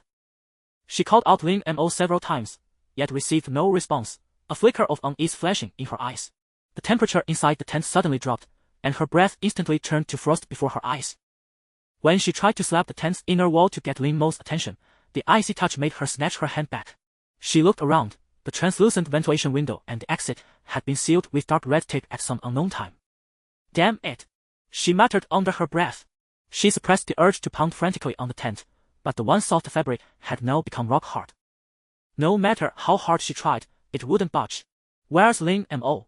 Did he abandon me? A flicker of panic crossed Yang Yuan's mind, and she immediately took out the coin from her bosom. This coin of hers was also a ghost artifact, but quite special, possessing 2 abilities. The first ability was passive. Merely carrying it on her person could slightly increase her luck. The second ability was active. Upon activation, it could grant immunity to a ghost's lethal rule for 30 seconds and greatly enhance luck, but after use, the coin would vanish forever. Lin Mo. Can you hear me? She called out again, her voice muffled in the confined space, but still no response. Yang Yuan's breathing grew increasingly rapid. She recalled Lin Mo's words, that the ghost's true body might be hidden underground. So Yang Yuan knelt down, frantically searching every corner, her nails scraping across the tent's bottom, tearing through the fabric only to touch cold soil and weeds. Where is it hiding? Her voice trembled slightly as her eyes scanned every spot in the dim light. The temperature continued to drop, her limbs began to grow numb, her movements becoming stiff. Suddenly, a faint creaking sound came from the tent's top, as if something was slowly crawling over it. Yang Yuan jerked her head up, her pupils contracting. The fabric at the top slightly sagged, forming a blurry humanoid silhouette, as if something was moving close against the outer wall of the tent. Found you. A hoarse female voice whispered in her ear, sounding as though it came from all directions or drilled directly into her mind. Yang Yuan shuddered. In the corner of the tent, a strand of dark red tape began to rise slowly, crawling toward her like a living thing. Her body could no longer move, and even her thoughts began to stagnate. Her hand clutched the coin tightly, but she couldn't activate it with her will. Despair glimmered in her eyes. How did this attack come so quickly? From the moment she realized what was happening until she was completely immobilized, at most a minute had passed. Could this have been within Lin Mo's calculations? Yang Yuan's consciousness gradually faded in the icy darkness. Am I going to die? No. It can't be. President Chu predicted that it wouldn't be me who dies. Suddenly, a tearing sound came from the tent zipper, and a dazzling ray of light split the darkness, shining directly into her eyes. Yang Yuan squinted instinctively, and in her blurred vision, a tall, slender figure stood against the light. Are you alright? Lin Mo reached out his hand. After opening the tent, a piercing chill rushed out, and the scene inside made Lin Mo's expression stiffen. Yang Yuan was huddled in a corner, her face deathly pale, with tiny ice crystals clinging to her eyelashes and hair. Her body trembled slightly, her eyes fixed on the tent's top. Lin Mo. Her lips were blue and purple, her voice barely a whisper. Without hesitation, Lin Mo grabbed her wrist and yanked her out of the tent. Yang Yuan's body was stiff as ice, and she nearly stumbled as she was dragged out. Can you still move? Lin Mo asked, turning his head, his voice low. Yang Yuan nodded with difficulty, still clutching the coin tightly in her hand. It was too fast. She panted, white mist condensing in the air. I was so close. Lin Mo also noticed the strange coin clutch in Yang Yuan's hand, his gaze flickering. This must be her trump card, but I wonder why she didn't use it. Lin Mo narrowed his eyes, scanning the interior of the tent. He said coldly, "It seems the rule is correct," but its reaction was more intense than expected. Yang Yuan steadied herself, a trace of lingering fear in her eyes. "Why didn't you answer when I called you just now?"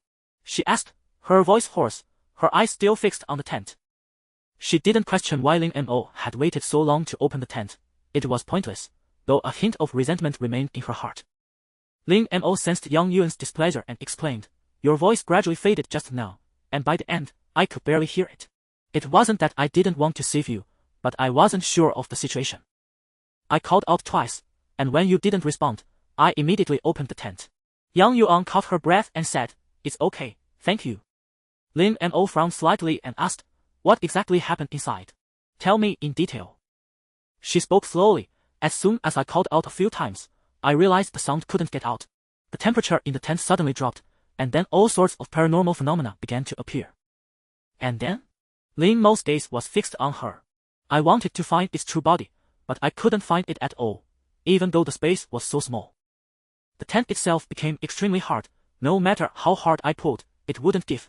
Then I started digging down, but after tearing the tent, there was only soil and grass underneath. In less than a minute after that, my body started to lose control." Yang Yuan's voice grew softer. "I thought this time it was really over." Lin Mo was silent for a moment before speaking slowly. "It seems the rules of the tape-sealed chamber are more complex than we thought. You said before that it hides in the walls, and there's nothing under the tent." Yang Yuan lifted her head, a flicker of confusion in her eyes. Lin Mo didn't answer immediately. His gaze fell on the coin clenched in Yang Yuan's hand. The rusty coin gleamed with a strange luster in the sunlight. He asked thoughtfully, "Is this your ghost artifact? Why didn't you use it just now?" Yang Yuan's fingers tightened abruptly, and she tucked the coin into her clothes. She gave a bitter smile. "No time. It appeared too fast." Lin Mo's gaze slowly swept around the tent. Then he crouched down and opened it. He saw the hole torn at the bottom, where the blades of grass still bore the chaotic traces of Yang Yuan's struggle. "Look here." His voice was low as he pointed to the small hole at the tent's bottom. "You said earlier that the sides and top were hard as iron, but you could pierce downward. What do you think that implies?" Yang Yuan brushed back her wind-tousled hair and crouched beside him. Her grayish-white eyes stared at the traces of her struggle, her brow gradually furrowing. "You mean the ground below is also part of the sealed chamber?" "Exactly." Lin Mo pinched a bit of soil, rubbing it slowly between his fingers. "The tape-sealed chamber is likely hidden in the earth beneath us. The tent was just a decoy. The real walls are this very ground below." Yang Yuhan's voice carried a hint of hesitation, as if she could hardly believe Lin Mo's conjecture. "Then can it move freely on the ground, like a fish in water?" Lin Mo shook his head and spoke. "If that were true, the entire earth could be its hiding place, and we would have no way to force it out. But that's impossible." Lin Mo shifted his tone. "Remember the hidden rule of the tape chamber trap? Its true form must remain within the chamber, unable to move. Moreover," Lin Mo narrowed his eyes slightly, "the smaller and simpler the death space it constructs, the higher the frequency of supernatural events. You said it attacked you within just a minute, which means the space is definitely not large, so it couldn't have constructed such an expansive death space. I estimate that if we dig just a dozen or so centimeters deeper, we'll find it." Without further ado, Lin Mo moved the tent aside to verify his guess, revealing the damp soil beneath. He crouched down and plunged his fingers into the earth. "This soil, it's too loose," he murmured. His fingers felt an unusual texture, as if beneath the surface lay not solid ground, but some kind of hollow structure. Yang Yuhan leaned in, staring intently at the small hole he had dug. "Indeed, it feels like someone has disturbed it." She recalled the earlier sensation. The soil had indeed been very soft. Was this a hint? Lin Mo did not answer. Instead, he retrieved a spade he had prepared earlier from the vehicle and continued digging downward. His movements were swift. The scraping sound of the shovel was unusually clear on the silent wasteland. When he reached a depth of over 10 centimeters, Lin Mo felt the blade suddenly encounter an empty space. "It's hollow beneath." Yang Yuhan held her breath. Lin Mo carefully shoveled away the surrounding soil, revealing a large cavity below, from which emanated a bone-chilling cold. The edges of the cavity showed unnatural cracks, as if forcibly pried open by some force. This is... Yang Yuhan's voice trembled slightly. Lin Mo did not answer immediately. He leaned down, his nose nearly touching the soil, and sniffed carefully. A faint, putrid odor mixed with the earthy scent assailed his nostrils, nauseating him. There's the smell of a corpse. Lin Mo straightened up, his gaze darkening. Very faint, but unmistakable. He stood, brushed the dirt from his hands, and re-erected the tent he had just discarded nearby. Now, I'm going in, he said in a low voice. Yang Yuhan was taken aback, a flicker of surprise in her pale pupils. Are you sure? You saw what happened just now. That thing appeared so fast, I nearly got taken down. Precisely because I saw it, I need to confirm some details. Lin Mo cut her off. You stand guard outside. Well, keep in touch via video call. When the video cuts out and we lose contact, you start timing. If I haven't sealed it within 50 seconds, open the tent immediately. Yang Yuhan's eyes lit up slightly. That's right. We can use electronic devices to determine the exact moment the tape chamber trap appears. Why didn't I think of that before? Lin Mo glanced at her.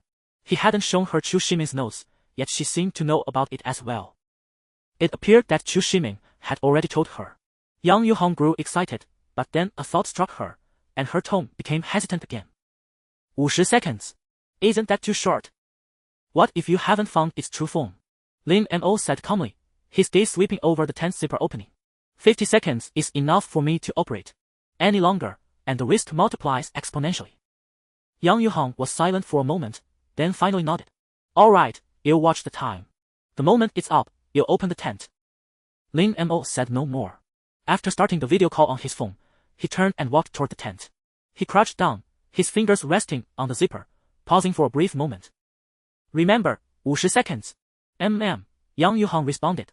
After connecting the video, she watched his every move intently. Lin Mo unzipped the tent, picked up the spade, and bent down to crawl inside. Inside the tent, Lin Mo sat cross-legged in the center, his gaze calmly scanning the surroundings. In the cramped space, only his steady breathing could be heard. Let's begin, he murmured to himself, then raised his voice toward the phone's front camera. Yang Yuhan, can you hear me? Outside the tent, Yang Yuhan immediately replied, loud and clear. Lin Mo waited patiently. The temperature inside the tent seemed unchanged, and the canvas walls showed no signs of abnormality. He frowned slightly and decided to emulate Yang Yuhan's earlier actions. Yang Yuhan, help me! Yang Yuhan, help me! Lin Mo called out repeatedly. It seemed somewhat absurd inside the tent, yet it was eerily strange. Time ticked by. Yang Yuhan paced back and forth outside. It's been 3 minutes. Inside the tent, Lin Mo's breathing remained steady as he continued his rhythmic calls. He looked up at the tent's ceiling, where there was nothing out of the ordinary. He then glanced down at the ground. The traces of soil and grass blades were clearly visible, as if everything was normal. Strange. He narrowed his eyes, his voice dropping to a whisper. Could there be more than one trigger condition? Just then, his peripheral vision caught a trace of dark red in the tent's corner. Lin Mo's pupils contracted sharply, but his expression remained calm. He did not move, only fell silent, quietly observing the movement of that strip of tape. Yang Yuhan. He suddenly spoke, his voice eerily calm. How long has it been? A reply came from outside immediately. 3 minutes and 40 seconds. What's happening on your end? Yang Yuhan's voice was abruptly cut off, as if severed by an invisible pair of scissors. Lin Mo looked down at his phone screen. The video feed had ended, and the phone displayed no service. He immediately raised his head, his gaze sweeping over every corner of the tent. Lin Mo's breath hitched slightly. He could feel the temperature inside the tent dropping. But, compared to the drastic drop Yang Yuhan had described, this change was abnormally slow. Something's wrong. Lin Mo murmured, a glint of wariness flashing in his eyes. He stood up, the canvas floor rustling softly beneath his feet. He reached out and touched the inner wall. It felt cold and hard, as if he were touching a frozen iron plate. Yang Yuhan said it appeared incredibly fast, giving her almost no time to react. But this time it's so slow. As if it's testing, or... His gaze suddenly sharpened, a horrifying thought flashing through his mind. Could it be intelligent? Does it know we're setting a trap for it? Lin Mo furrowed his brow deeply, pondering in his mind, if it truly possesses intelligence, then it might be waiting for me to let my guard down. He crouched down, swiftly brushing aside the blades of grass with his hand to reveal the soft soil beneath. Without further observation, he immediately began digging with his shovel. Meanwhile, He carefully monitored the movements inside the tent, guarding against any sudden changes. Lin Mo's shovel continued to dig deeper, turning up large amounts of damp soil that scattered across the tent's interior. His movements grew faster, but his expression darkened. There's nothing. His voice was low and tense, his eyes fixed intently on the hole. Having dug nearly 30 centimeters deep, he found nothing but cold earth and a few withered roots. But at that moment, he realized something even more terrifying. Yang Yuhang had betrayed him. He glanced at his phone, the screen already dark. He woke it up. The agreed-upon 50 seconds had stretched into a full 3 minutes. By now, Yang Yuhang should have long since pulled the zipper, but she hadn't made a move. Heh! Lin Mo suddenly let out a cold laugh. He discarded the shovel head. Lin Mo had confirmed that, relying solely on himself, he was utterly incapable of finding the true body of the tape-sealed prison. The slow drop in temperature indirectly proved that the dead space constructed by the tape-sealed prison was vast enough. It indicated that his plan had been seen through by this vengeful spirit. More crucially, Yang Yuhang had betrayed him. Yet he was not surprised. She was never a companion to begin with, merely a collaborator at best. But a cold smirk curled at the corner of Lin Mo's mouth.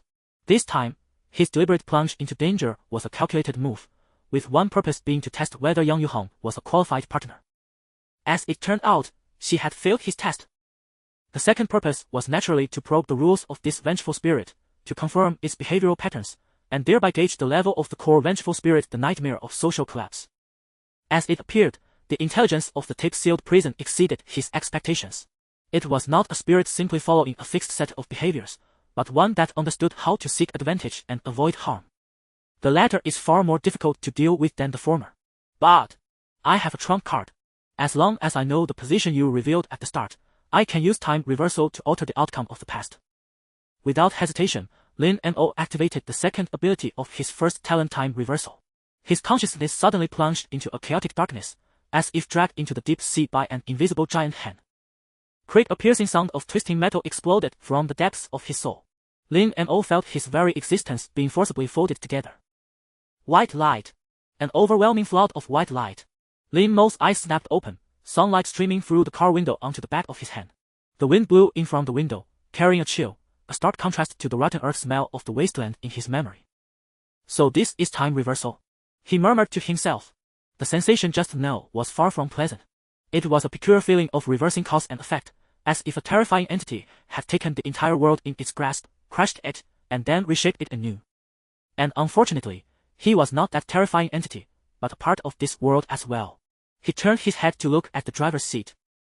Yang Yuhang was focusing on the steering wheel, a faint, almost imperceptible smile on her lips. What's wrong?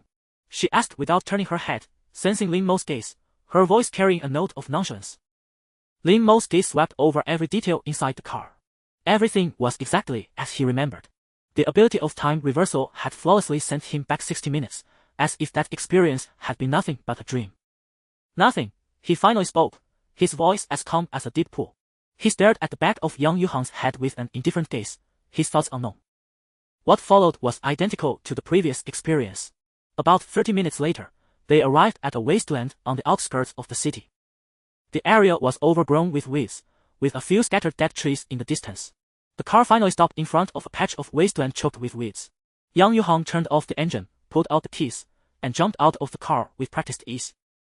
Her movements and demeanor were exactly the same as before the time reversal. Lin Mo, on the other hand, leisurely pushed open the car door. Standing on the wasteland, Lin Mo's gaze swept over the surrounding dead grass and the distant withered trees. A desolate wind picked up a few fallen leaves, swirling them around his feet. He stroked his chin in faint contemplation, then turned his head to look at Yang Yuhang, who was setting up the tent. His tone was casual, as if making small talk. By the way, we'll need your illusion ability next. Does it have any limitations? Yang Yuhang was bending over, spreading the tent's canvas. At his words, her movements paused slightly. She looked up, a faint smile curling at the corner of her mouth. Of course it does. Did you think I could use it freely? I mentioned it before, didn't I? She patted the dust off her hands and straightened up. There's no limit on the number of times I can use it in a day, but each use can't exceed 5 minutes, and I can't use it consecutively. There must be at least a 10-minute interval between uses. Also, the illusion targets the 5 senses. The more people I intend to influence, and the more senses I target, the more physical strength and eyesight it consumes. Lin Mo nodded thoughtfully, his gaze lingering on her face for a moment, as if weighing something. The wind over the wasteland suddenly picked up, tousling Yang Yuhang's hair. She casually tucked a strand behind her ear and asked, "Why the sudden question?" "Nothing much," Lin Mo said with a slight smile. "I just thought your illusion might be needed for our next move, so I wanted to get a better understanding first." He paused, his gaze sweeping over the tent poles in her hand. "The time limit is a bit troublesome, but 5 minutes should be enough." He stepped forward to help Yang Yuhang set up the tent. She gave him a suspicious look, feeling that his tone was somewhat strange, though she couldn't quite put her finger on it. She lowered her head and continued with the tent, the canvas flapping noisily in the wind. "What exactly are you plotting?" she asked casually as she secured a pole. Lin Mo walked over to her side, crouched down, and helped hold down one corner of the tent, his hand inadvertently brushing against her wrist. The touch felt normal. "Good," he said slowly, "I just think we need to be thoroughly prepared. After all, the vengeful spirit we're facing this time is more cunning than we imagined. I apologize for being so rude to you earlier.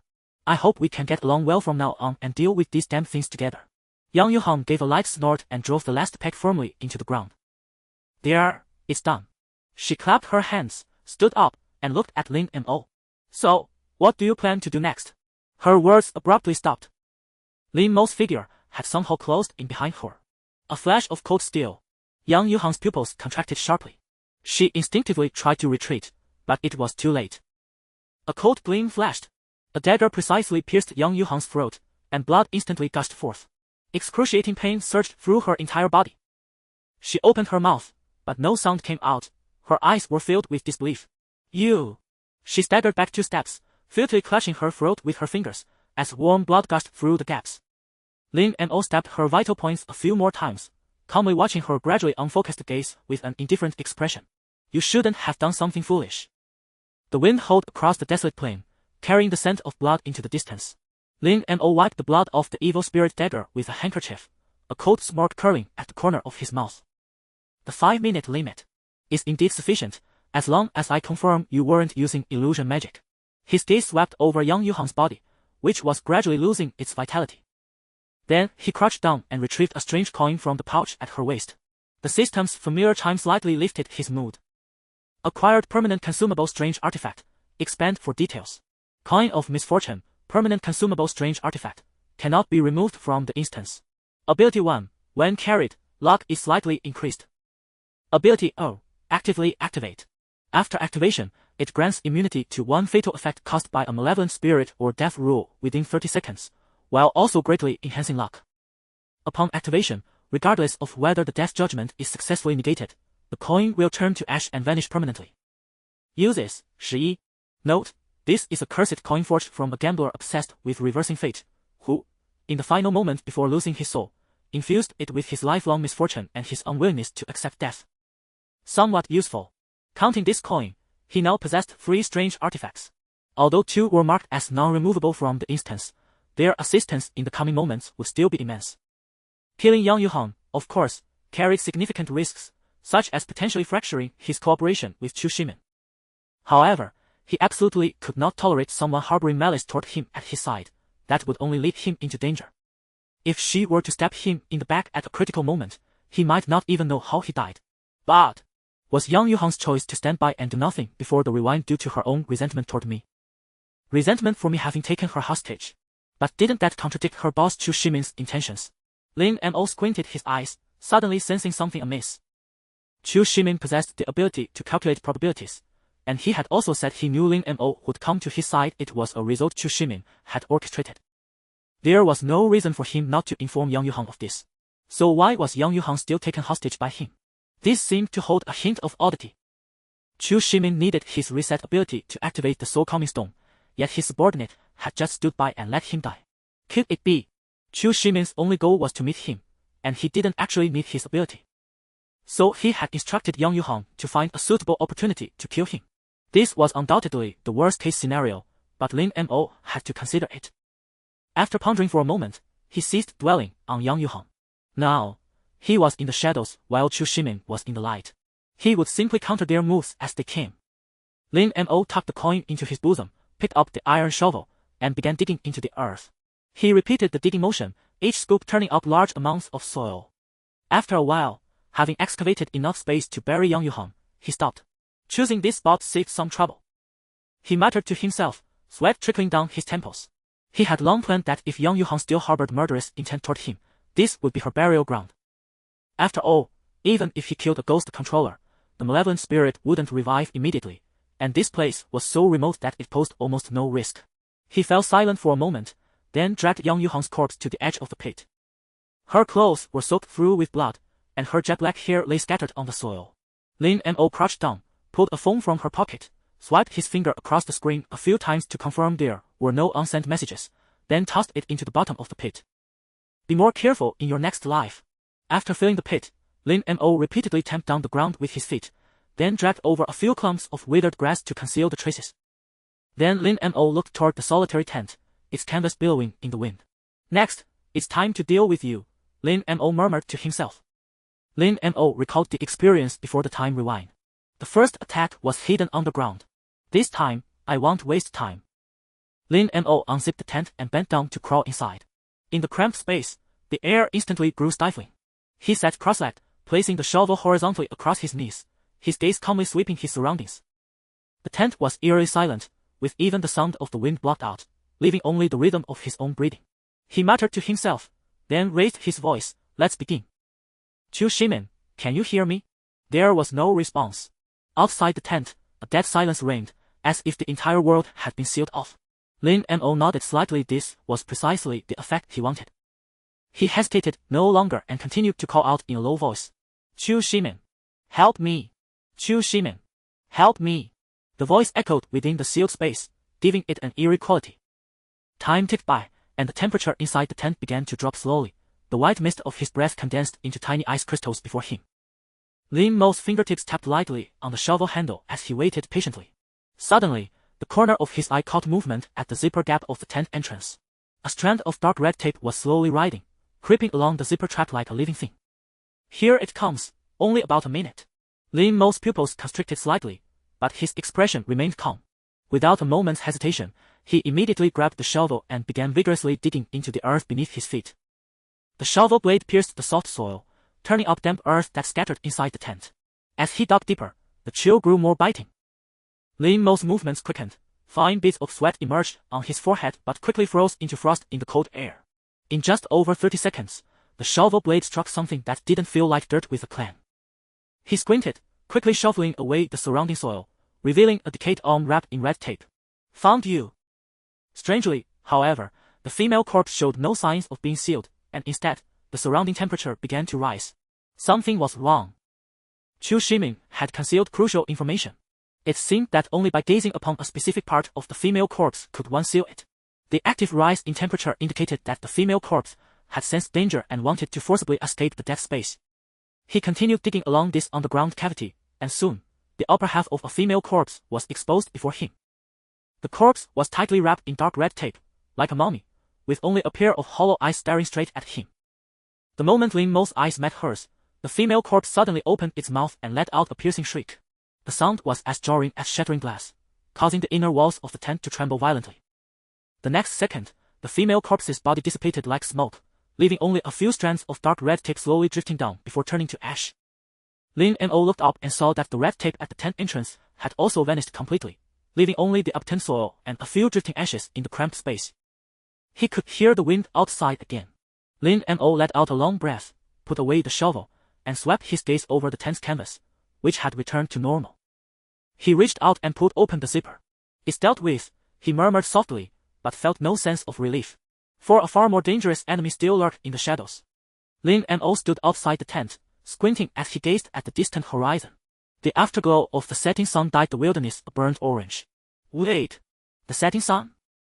It had been broad daylight when he entered the tent. Lin Mo quickly calmed himself. This situation was strikingly similar to his first day in the instance. If not for this sudden occurrence, he might have forgotten entirely. He picked up his phone, which now displayed the time as 5:10 p.m. Time has accelerated. He narrowed his eyes, carefully recalling every detail before entering the tent. All clues now pointed to a bizarre reality. I was inside the tent for less than 5 minutes, yet nearly 6 hours passed outside.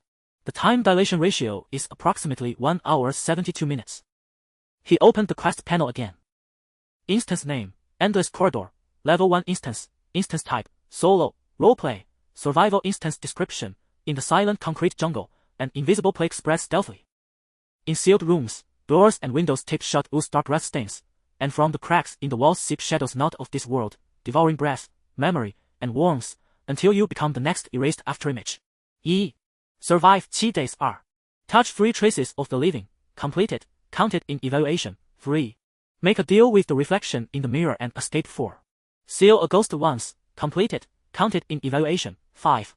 After triggering the echo loop, prevent your own existence from being completely erased across the 3 temporal dimensions of past, present, and future. Complete task 1 to exit the instance at any time. Other tasks are more difficult but greatly improve evaluation. Newbie tip.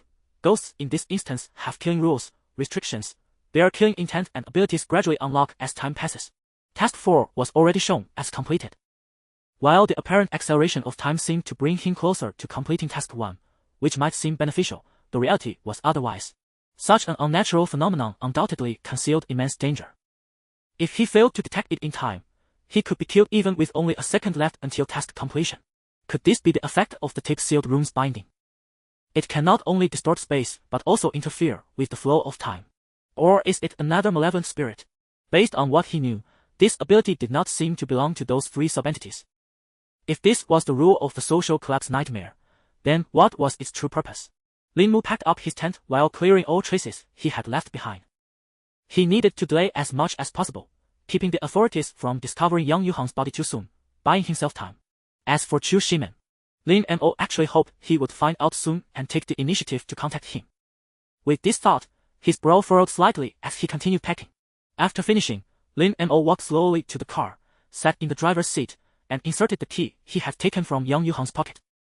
Next, I need to replan the route.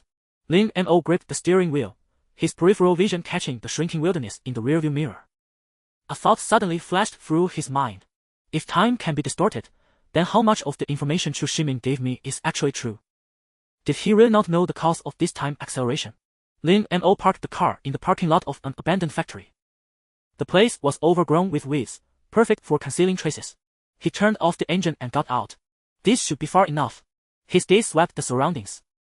Though he didn't know how long he could delay, separating the vehicles and the body as much as possible would effectively reduce the chance of the authorities finding him. As for Chu Shimen, he probably couldn't keep it from him for long. He and Yang Yuhan must have had a way to stay in touch. Just as he was about to check the supplies in the car, his phone suddenly vibrated in his pocket. Lin Mo frowned, slowly pulling out his phone. The screen displayed a text message from a number that was both familiar and unfamiliar. Bro Mo, are you there? Another message followed immediately. We can actually contact each other now. Lin Mo's pupils contracted slightly, and his fingers tightened involuntarily. He knew this number very well. It was Chen Tao's. Since entering the instance, none of them had been able to contact each other via electronic devices. How could this be? Could it be that Chu Shimin had successfully sealed the infinite corridor shadow? He quickly took out the notebook and examined it carefully. Infinite corridor shadow, lower level ghost, core ability, constructs a data maze, environment, through electronic devices, computers, phones, trapping the victim's consciousness in an infinitely recursive virtual space. It alters human memory and cognition, gradually erasing traces of a person's existence, including physical objects, and its true form is a server. Rule 1. Gazing at or listening to specific images or specific audio, including chat records, games, appearing on electronic devices for over 137 seconds will cause the infinite corridor shadow to mark you as a target. Rule 2.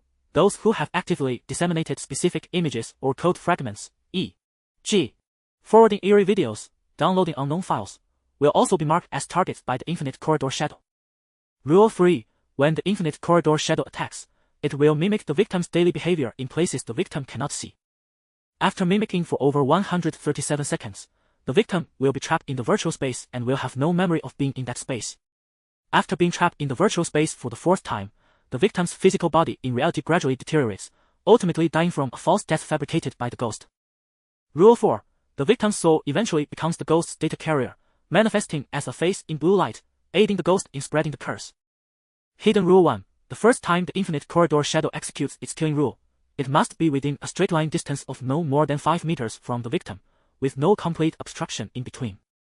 After the victim is first trapped in the virtual space, this straight line distance increases by 100 to 10 meters, and subsequently doubles to 20 meters, 40 meters, and so on. Hidden Rule 2. After witnessing the infinite loop projection of one's own daily behavior, performing an action that completely contradicts the victim's habitual movements will cause a logical rift in the data maze due to the conflict between real behavior and the virtual projection, thereby breaking the infinite corridor shadows killing rule.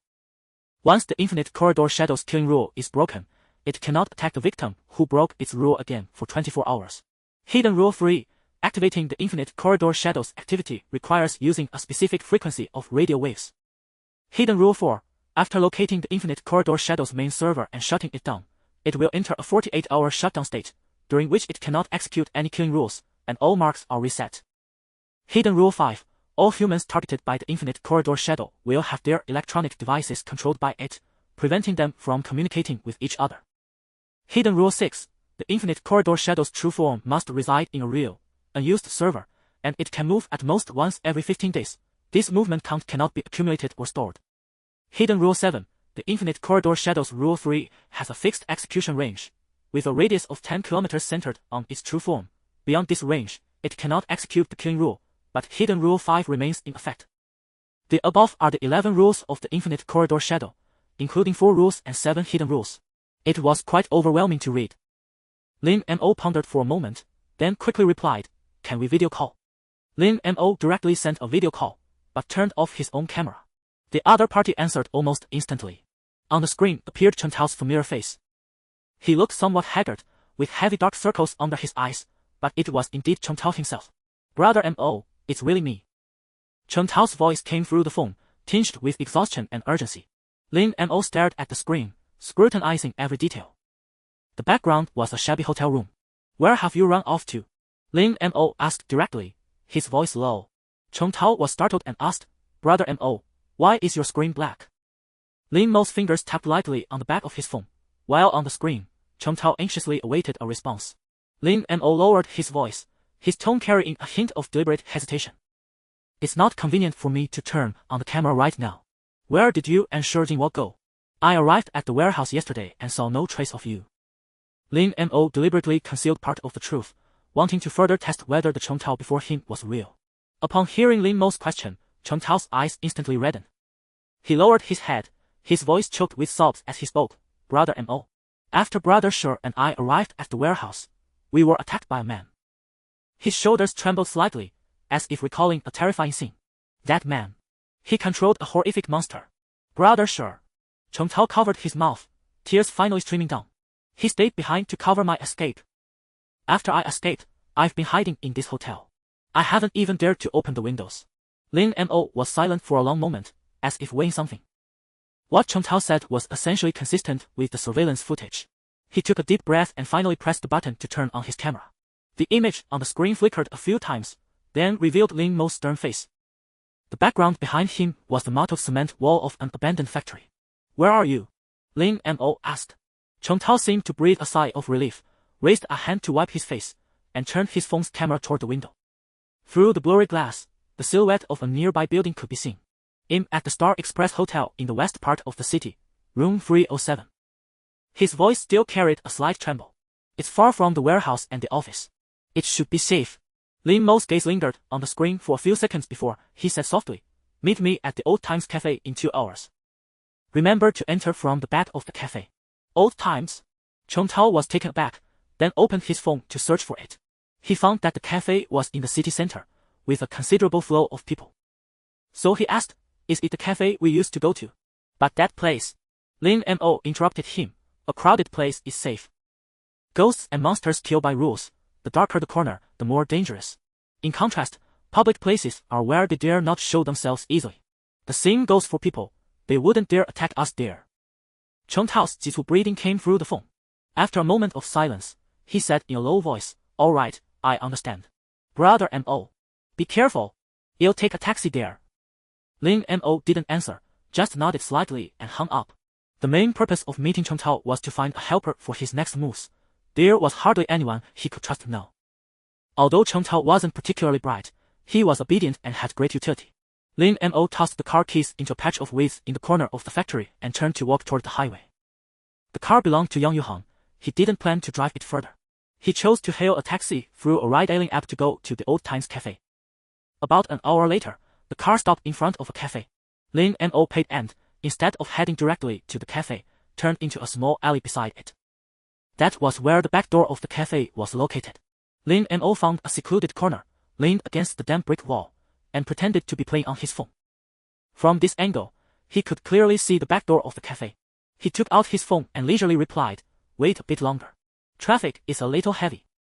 Choosing this cafe was part of his plan. He was closer to this location and would arrive first. That way, he could observe if anyone was following Cheng Tao. 10 minutes later, a familiar figure appeared at the back door. Cheng Tao was wearing a wrinkled plaid shirt, constantly looking left and right, then walked inside. Lin Mo squinted, carefully observing every passerby behind him. His phone vibrated again. "Brother Mo, where are you? It's so noisy here, I'm a bit scared." Lin Mo replied, "Almost there." After waiting another 5 minutes, confirming there was nothing unusual around, he straightened his collar and walked toward the back door of the cafe. Upon entering the cafe, Lin Mo's gaze pierced through the dim corridor and landed on the figure constantly looking around in the corner. Seeing him, Cheng Tao's eyes lit up, and he immediately stood up and waved. 2 cups of coffee were placed on the table in front of him, one in front of himself, the other on the opposite side. Lin Mo didn't walk over immediately but stood at the door, letting his eyes adjust to the indoor lighting. At the same time, he scanned the entire back hall. "Brother Mo, you're finally here." Only then did Lin Mo quickly walk over and sit down opposite him. He noticed that the coffee cup in front of Cheng Tao was already empty, with a dark brown residue at the bottom. "Have you been waiting long?" Lin Mo asked, his voice so calm it betrayed no emotion. Lin Mo picked up the coffee in front of him and took a gentle sip. The coffee had a perfect hint of caramelized aroma. The dim lighting inside the cafe cast a glow on Cheng Tao's haggard face, making his dark circles appear even heavier. "You don't look well," Lin Mo said, setting down the cup and gazing at him calmly. Cheng Tao's fingers clenched tightly around the empty cup, his knuckles turning white. His voice was hoarse. "Brother Mo, I didn't sleep a wink last night. Every time I close my eyes, I see Brother Sure." His voice choked up, and his eyes reddened again. Lin Mo was silent for a moment before speaking slowly. "I've already avenged Shi Zonghua." Cheng Tao's head shot up, a flicker of shock in his eyes. "Really? Who killed him?" "Li Xia and Zhou Ling." Lin Mo's voice was low, as if stating an irrelevant fact. Cheng Tao's pupils suddenly constricted, his face turning pale. "Li Xia? How could it be her? She clearly..." Lin Mo's gaze swept over the crowd in the cafe, and after confirming no one was paying attention, he continued, "She was in collusion with Shou Wang and Yang Yuanzhang. She was at the warehouse yesterday too." Lin Mo took out the laptop containing the surveillance footage, and after ensuring no one was watching them, he turned the screen toward Cheng Tao. "You can focus on the surveillance from yesterday afternoon. I learned from Li Xia that they had been waiting there for almost 10 days, just for us to show up, so they could wipe us all out." He didn't mention that Li Xia's main target was Shi Zonghua, instead implying that all 3 of them were the targets. Cheng Tao couldn't wait to watch, he had to find out the truth. When he saw Shi Zonghua being ground into pieces, a fierce hatred blazed in his eyes. Cheng Tao lowered his head, his voice barely audible. I once liked her so much." Lin Mo's voice carried a faint trace of pity. Emotions can blind a person. "But now, you should see clearly. Yang Yuanzhang, Shou Wang, and Li Xia are none of them good people." Cheng Tao let out a bitter laugh and wiped his face with his hand. "Yeah, I see clearly now. Brother Mo, thank you." Next, Lin Mo detailed to Cheng Tao everything that had happened from yesterday afternoon until now. There was no need for concealment. The more Cheng Tao knew, the more he could help. Of course, he omitted the details of his own innate abilities. As for the deal with Chu Shimin, he vaguely described it as having inadvertently obtained an item that Chu Shimin needed. After hearing about Lin Mo's experiences since departed, Cheng Tao was left stunned. "So, Brother Mo, are you a ghost controller now? And does that mean Chu Shimin is also our enemy?" Lin Mo nodded slightly, his gaze shifting toward the window. "The night was deepening now. I've met Chu Shimin. He's no simple character. He's definitely using us," Lin Mo said, withdrawing his gaze and lowering his voice. "But we still need to use their information to help us survive. The tape confinement and the infinite corridor shadow have already been sealed. Now only the mirror reflection and the mother entity's social collapse nightmare remain." A glimmer of hope flashed in Cheng Tao's eyes. "Are we almost done, then?" "It's not that simple. The mother entity is far more dangerous than its children. We need more preparation. And we must also be wary of Shou Wang and Chu Shimin. We still don't know their true intentions. But one thing is certain, they are no longer on the same side. We can use that to our advantage. Chen Tao took a deep breath, trying to calm himself. Brother Mo, I'll follow your lead. What? What do we do next? Next. We just wait. Lin Mo smiled slightly as he spoke. Chen Tao was taken aback. Wait. But Brother Mo, shouldn't we take the initiative? What about Brother Shi's revenge? What's the rush? Chu Shimin is more anxious than we are. He needs what I have. Hell come to us. He paused, a cold smirk curling at the corner of his mouth. When that time comes, the advantage will be ours. Chen Tao opened his mouth as if to say something, but in the end, he just lowered his head. Lin Mo took in his reaction and said slowly, Don't worry. What's meant to come will come. Acting rashly now will only alert the enemy. And I have a plan. If Chu Shimin hasn't contacted me by the end of tonight, you'll contact him. Lin Mo and Chen Tao found a decent hotel nearby and settled in. The sky had darkened. Lin Mo stood by the window, gazing at the streetlights. Chen Tao sat on the edge of the bed, scrolling through his phone. Brother Mo, do we really have to wait until tomorrow? Chen Tao finally couldn't help asking. He looked up at Lin Mo's back. What if Chu Shimin doesn't call? He will. Lin Mo didn't turn around. He's more anxious than we are. As his words faded, the phone on the nightstand suddenly vibrated. Both of them looked at the phone simultaneously. The screen displayed a string of unfamiliar numbers, the caller's location marked as unknown. Chen Tao's breathing instantly became rapid. Lin Mo merely narrowed his eyes, walking slowly toward the bedside. Just as the call was about to auto-disconnect, he pressed the answer button. The voice on the other end was Chu Shimin's, low and deep.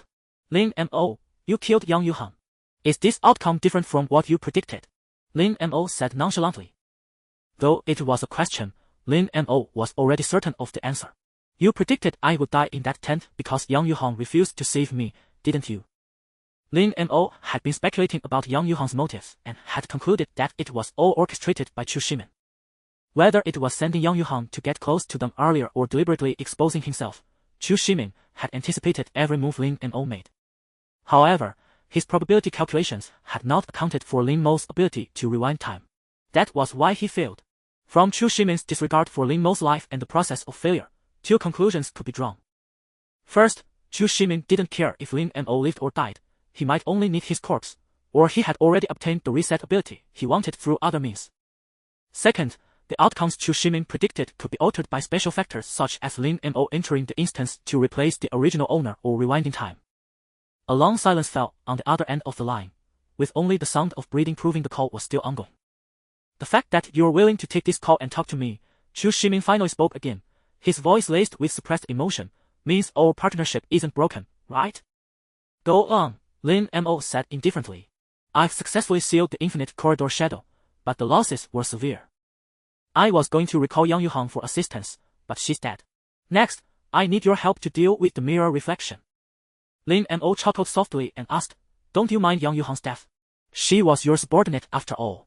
The other side fell silent, but Lin Mo could sense his anger. Of course not. Outmatched, I concede defeat, Chu Shimin replied flatly, his tone unreadable. Mr. Chu, do you remember what I said? Once trust is broken, it takes a much greater price to mend it, Lin Mo pressed on. Silence again from the other end of the line. Chen Tao saw Lin Mo turn around and make a shushing gesture. A prize? What do you want? Hearing this, a barely perceptible smile curved at the corner of Lin Mo's mouth. Chu Shimin had voluntarily handed over the negotiation power. Information, naturally. All the rules regarding the mirror reflection and the social collapse nightmare, and your true purpose. I will make a comprehensive assessment based on the information I have. If I judge that you are still deceiving me, I will not give you a second chance. I'll give you 10 minutes to think it over. The notes Chu Shimin had given Lin Mo only contained the rules for the taped confinement and the infinite corridor shadow, so Lin Mo had to ask for clarification. A barely audible sigh came from the other end, followed by the rustling of paper. Chu Shimin seemed to be weighing his words before continuing. The rules of the mirror reflection are more complex than you imagine. It's not just a mirror. It can fulfill people's wishes. Go on, Lin Mo said in a low voice, his gaze never leaving the window. Chu Shimin's voice turned solemn. It is the most mysterious of the three children. But one thing is certain, every wish made to it will be fulfilled in a severely twisted form. As for the rest, we can discuss it when we meet. Lin Mo narrowed his eyes, his voice as cold as ice. Mr. Chu, there's no trust left between us. Either you tell me clearly now, or... He deliberately drew out the last syllable, in hanging up. An indistinct beeping sound from instruments came from the other end. After a few seconds, Chu Shimin seemed to have made up his mind. Su Zugang is severely injured and needs treatment. I need to borrow your ability to reset a consumable cursed artifact. Lin Mo's pupils contracted sharply. He spoke slowly, each word heavily emphasized. I remember you said. My ability was to be used on the soul calming stone. Chu Shimin's voice turned hoarse. I have a replica ability item. It's already copied your talent, but it can only be used once. I've used it on the soul suppressing stone. The air in the room seemed to freeze. A cold sneer curled at the corner of Lin Mo's lips. This explained everything. Interesting. So from the very beginning, you didn't need me alive? Then why did you approach me? Does that replica ability item require close proximity to take effect? Chu Shimin quickly said, No, you misunderstand. The effect of the replicated ability is only 70% of the original, and for this item to work, the target must personally acknowledge their true ability. Lin Mo's eyes flickered slightly. It seems you have quite a few good things on you. Chu Shimin chuckled, a hint of pride creeping into his voice as he spoke. An ordinary ghost controller usually has 2 or 3 paranormal items or cursed artifacts at most, but I once had over 50. He paused, as if recalling something unpleasant. But after official suppression, my collection shrunk drastically. Now I only have a few fine pieces left. Why don't they understand? Only the path I've chosen is the right one. Only I can save this world that has fallen into the abyss. Why? Why can't they see it? I've explained it so clearly. If it weren't for that person. On the other end of the phone, Lin Mo did not interrupt, listening quietly instead. Whether Chu Shimin's outburst was genuine or a bid for sympathy, Lin Mo did not care. He listened calmly to Chu Shimin's breathing gradually steadying over the phone. After a moment of silence, Chu Shimin finally spoke, his voice regaining its former composure. The rules of the mirror reflection are indeed complex, but not without trace. The rustling of paper came through the phone. I'll relay the detailed information to you now. Go ahead, I'm listening. Alright. Chu Shimin took a deep breath. The mirror reflection's core ability is to grant wishes through reflective surfaces, but the price is exceedingly steep. Lin Mo walked over to the bed and sat down, signaling Cheng Tao to bring him paper and a pen. Cheng Tao quickly rummaged through his backpack, pulled out a notebook, and handed it over. Mirror reflection, lower-level ghost, core ability, conducts transactions with humans through reflective media, including but not limited to mirrors, water surfaces, glass, and other reflective objects, to grant wishes. Once a wish is granted, it collects a price equivalent to the wish's value. Its true form is an ancient bronze mirror. Rule 1. The wisher must be alone in an enclosed space, facing a reflective surface, and call out mirror person 3 times consecutively to trigger the mirror reflection's appearance. After the mirror reflection appears, the wisher must finalize the transaction within 10 minutes, otherwise, the mirror reflection will directly seize the wisher's soul. Rule 2. Upon transaction completion, the mirror reflection will randomly collect a price, which could be memories, emotions, body parts, lifespan, and so on. Rule 3. Different individuals can pay different prices. If the required price exceeds the wisher's limit, the mirror reflection will dissipate and cancel the transaction. Rule 4. The mirror reflection will disclose the required price in advance and collect it within 3 to 5 days after the transaction is confirmed. Rule 5. If the wisher dies before the transaction is completed, it is terminated. Hidden Rule 1. All wishes are granted in a distorted manner. Hidden Rule 2. If the mirror reflection agrees to the transaction but fails to fulfill it within the specified time, its true form falls into a 24-hour slumber. Hidden Rule 3. The mirror reflection's true form is an ancient bronze mirror that can move freely. Destroying it will render it dormant for 48 hours. Hidden Rule 4. The mirror reflection is phototactic. All its abilities are sealed in complete darkness. Lin Mo's pen paused on the paper, his brow furrowing slightly. Is that all? On the other end of the phone, Chu Shimin gave a bitter laugh. This is the intelligence I've gathered at the cost of countless lives. As for the mother entity, the social collapse nightmare. His voice suddenly turned grave. Its rules are even more dangerous. Go on. Lin Mo's pen touched the paper again. Chu Shimin's voice came through the phone, laden with a suppressed fear. The social collapse nightmare's rules are more bizarre than its offspring. It doesn't kill directly like other ghosts but instead distorts human social relationships, causing society to collapse from within. The rustling of paper came through the phone as Chu Shimin seemed to be consulting his materials. Lin Mo's gaze fell on the still damp ink on the paper. Strange, shouldn't these things be committed to memory? Why is Chu Shimin still flipping through materials? Its rules are complex. I'll explain them one by one. First, its core ability is to control electronic device signals and data, while also distorting human social relationships and inducing collective self-destructive behavior. Its true form consists of countless floating, luminous particles that can attach to social media interfaces. Chu Shimin continued, his voice growing heavier. The most terrifying part is that as long as human loneliness and despair exist, it will never disappear. Lin Mo's pen slid rapidly across the paper, recording every piece of key information. Social collapse nightmare, core ghost, core ability, controls electronic device signals and data, distorts human social relationships, and induces collective self-destruction. Possesses infinite evolution capabilities and can create lower-level ghosts. Its true form is countless floating, luminous particles that can attach to social media interfaces. As long as loneliness and despair exist, this ghost cannot be destroyed. Rule 1. When a human posts negative emotional content on social media, such as despair, hatred, violence, etc., or participates in at least one instance of online mob violence, they will be marked by the social collapse nightmare. After being marked, their personality becomes paranoid, irritable, and misanthropic. Rule 2. Negative actions and emotions directed at others in the real world will also cause the target and participants to be marked. Rule 3. The marked individual's social relationships will collapse in a reasonable manner, e.g. friends suddenly turn hostile, family members become inexplicably suspicious, and all communication content will be altered to induce negative information. Rule 4. When the marked individual can no longer bear the social pressure, they will choose suicide and transform into a loneliness vessel. The time frame is typically 510 days. There are no exceptions, not even for the strongest-willed individuals. Their original social media accounts will remain active, posting content that further distorts the social relationships of others, becoming transmission nodes for the social collapse nightmare. Rule 5. When a certain number of loneliness vessels accumulate, the social collapse nightmare will generate new lower-level ghosts. Hidden Rule 1. All those who die due to its lower-level ghosts can be transformed into loneliness vessels. Hidden Rule 2. Anyone who makes physical contact with a marked individual becomes a new marked target. Hidden Rule 3. Anyone who views content posted by a loneliness vessel will also become a marking target for the social collapse nightmare. Hidden Rule 4. Has the ability to alter historical records. This point is questionable. Hidden Rule 5. As the number of loneliness vessels increases, the social collapse nightmare will evolve new rules. This point is questionable. Lin Mo's fingers tightened slightly. Although this fierce ghost had many rules, each one was terrifyingly simple to trigger, so much so that even knowing the rules, one could not avoid them. Such a terrifying ghost, and you people actually dared to study it. Lin Mo's voice carried a hint of mockery. On the other end of the phone, Chu Shimin suddenly became agitated. This is a ghost I calculated at the cost of 5 years of my lifespan.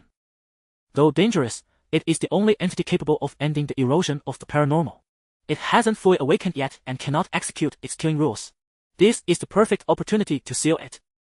Lin Mo did not respond, merely flipping over a page of his notebook. He silently noted this point in his heart. The rules here do not mention the restrictions of the nightmare of social collapse. How do we handle it? Chu Shimin's voice became exceedingly weary.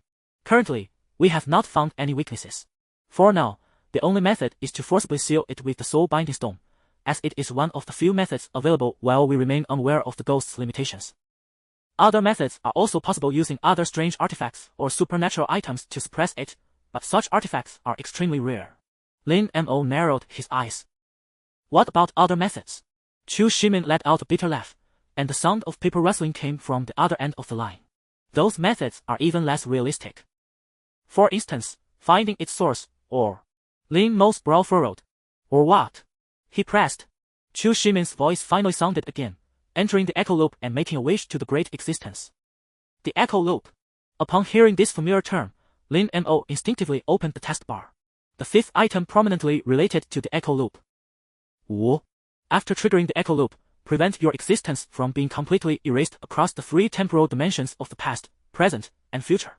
After so many days, there finally emerged a lead regarding the triggering of the echo loop required in Task 5. Undoubtedly, Task 5 should be crucial in dealing with the nightmare of social collapse. But what does it mean that the soul binding stone is a key item? Lin Mo's gaze lingered on the taskbar for a moment before he slowly spoke. Mr. Chu, I would like to learn more details about the echo loop you just mentioned. A light chuckle from Chu Shimin came through the phone, accompanied by the sound of paper rustling. This discovery. It's a long story. He paused, seemingly organizing his thoughts. It is derived from my probability calculation abilities, combined with countless experiments over the years. Because the information has always been incomplete, it was not included in the rule manual. Lin Mo's voice remained calm. The triggering conditions for the echo loop are exceedingly stringent, requiring the simultaneous fulfillment of 3 key elements. First, it must occur at a specific time point exactly at midnight, with the moon in either the new moon or full moon phase. If that's the case, tomorrow early morning should be the most suitable time. Second, the trigger must be at a location where a mass death event has previously occurred, such as an abandoned hospital or an old apartment building. And the third? Lin Mo inquired. The third condition requires the trigger to simultaneously possess 3 items directly related to death, and these 3 items must be closely linked to the nightmare of social collapse. Chu Shimin's voice grew increasingly somber. For instance, items carried by the deceased before they became lonely vessels, or the things they touched at the moment of their death. For example, the few mediums you obtained previously. Lin Mo was momentarily taken aback. Was this not the trace of the living? Was Task 5 related to Task 2? Lin Mo remained silent for a moment before asking, have you personally verified these conditions? Partially verified. Chu Shimin let out a bitter laugh. That is natural, for I have personally entered before, but when truly entering the echo loop, you will see things that should not exist. Lin Mo pressed, such as. Chu Shimin remained silent for a few seconds before slowly speaking. Such as your deceased friends and relatives. Or even another version of yourself from a different timeline. What we need to do is to find the great existence in such an environment. It will grant you one wish, and you can take the opportunity to ask it for information about the source of the nightmare of social collapse. However, I do not recommend doing this, as even I can only roughly estimate some of the risks involved. We should honestly use the soul binding stone to seal it instead. Lin Mo lightly tapped the table, emitting a barely audible cold laugh. Chu Shimin laid out the conditions so clearly, only to conclude by saying not to do it. Wasn't that a joke? Mr. Chu. His voice held a hint of sarcasm. If the soul binding stone is truly so effective, how did the nightmare of social collapse reappear? Suddenly, a muffled sound of a thought echoed from the other end of the phone, as if a fist had struck the table heavily. Chu Shimin's breathing became rapid, his voice suppressing a nearly uncontrollable emotion. It's Zhou Wang. That despicable woman has betrayed humanity. She made a deal with the nightmare of social collapse and personally unsealed it. Lin Mo's gaze swept outside at the deepening night, calmly probing. What was her purpose in doing this? Purpose? Chu Shimin's voice became hoarse. She has long forsaken her humanity. There is no longer any purpose. Lin Mo listened quietly. A brief silence fell on the other end of the line, and after a moment, Chu Shimin seemed to calm his emotions, his voice returning to its previous steadiness. The severe injury suffered by Su Zugan this time is all thanks to her. Our plan to seal the shadow of the infinite corridor was supposed to be foolproof, but her appearance disrupted everything. I wasn't aware she was secretly causing trouble before, but just now she admitted to it. If it weren't for her, my operation wouldn't have incurred such heavy losses. Chu Shimin spoke in one breath, slightly panting. Lin Mo silently absorbed this information, his expression grave. It now appeared that Zhou Wang was the most troublesome existence. If only he had not hesitated back then and had simply killed her.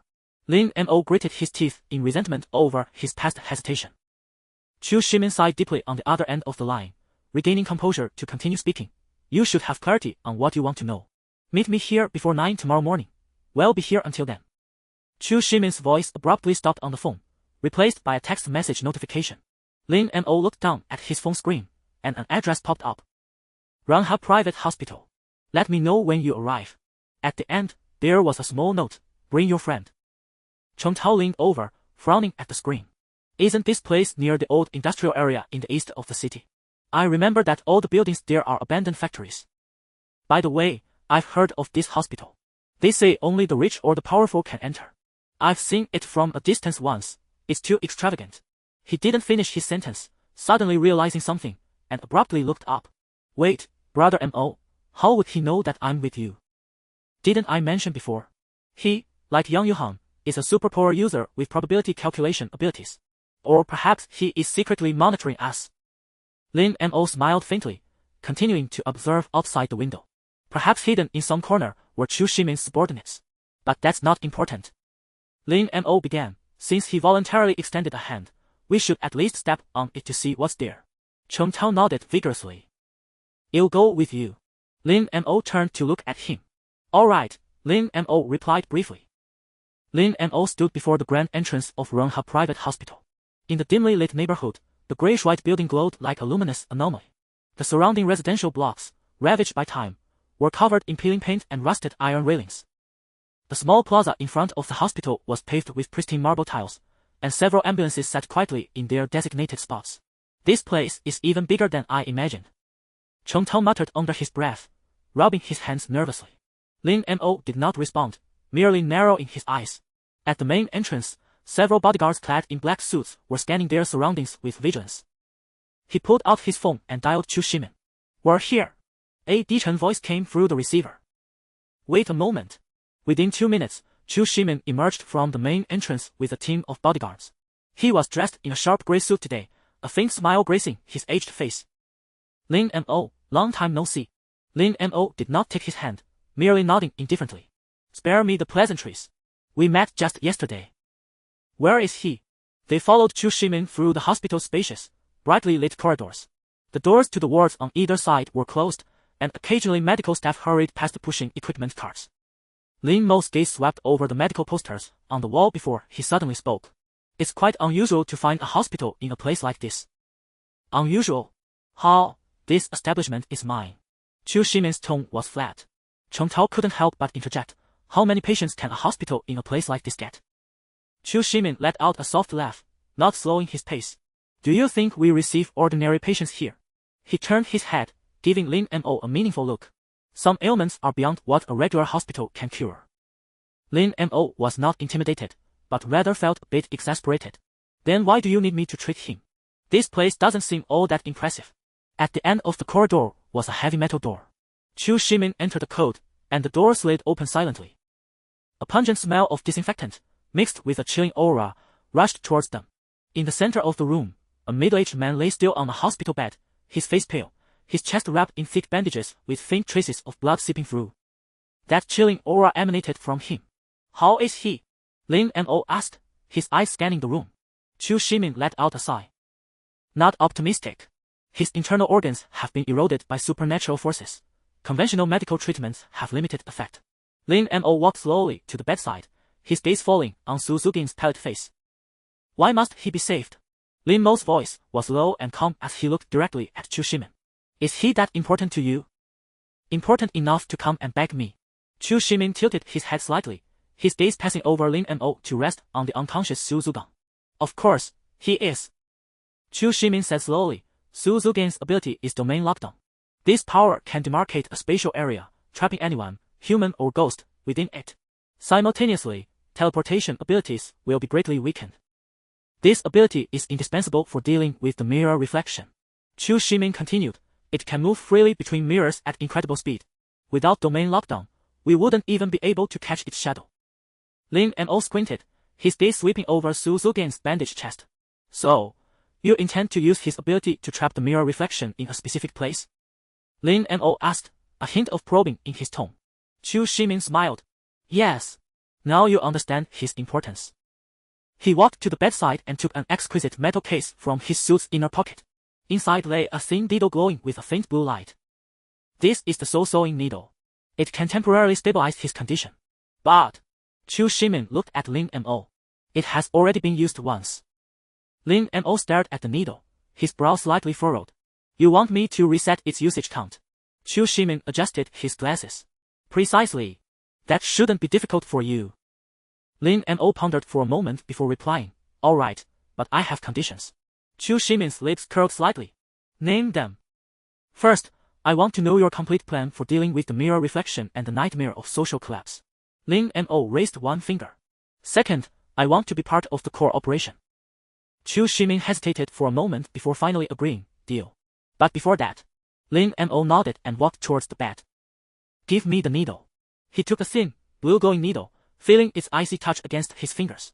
Simultaneously, a system notification chimed in his ear. Obtained consumable cursed artifact. Expand for details. Soul sewing needle, consumable cursed artifact, cannot be taken out of the instance. Ability 1, Soul Stitch. Can be inserted into a vengeful spirit or a living person to temporarily suture their wounds or stabilize their soul state.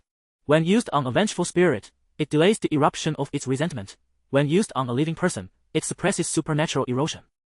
Usage count, 0-2. Note, occasionally, a drop of dark red blood oozes from the needle's tip. No one knows how many fragmented souls it has stitched together. He hadn't expected this consumable cursed artifact to have two uses. He couldn't let Chu Shimin off so easily. His ability was to completely reset the usage count, restoring items, tools, and abilities to their original state. If it weren't for needing this man's ability to assist him in completing task 3, and the existence of the misfortune coin, Lin Mo wouldn't have come.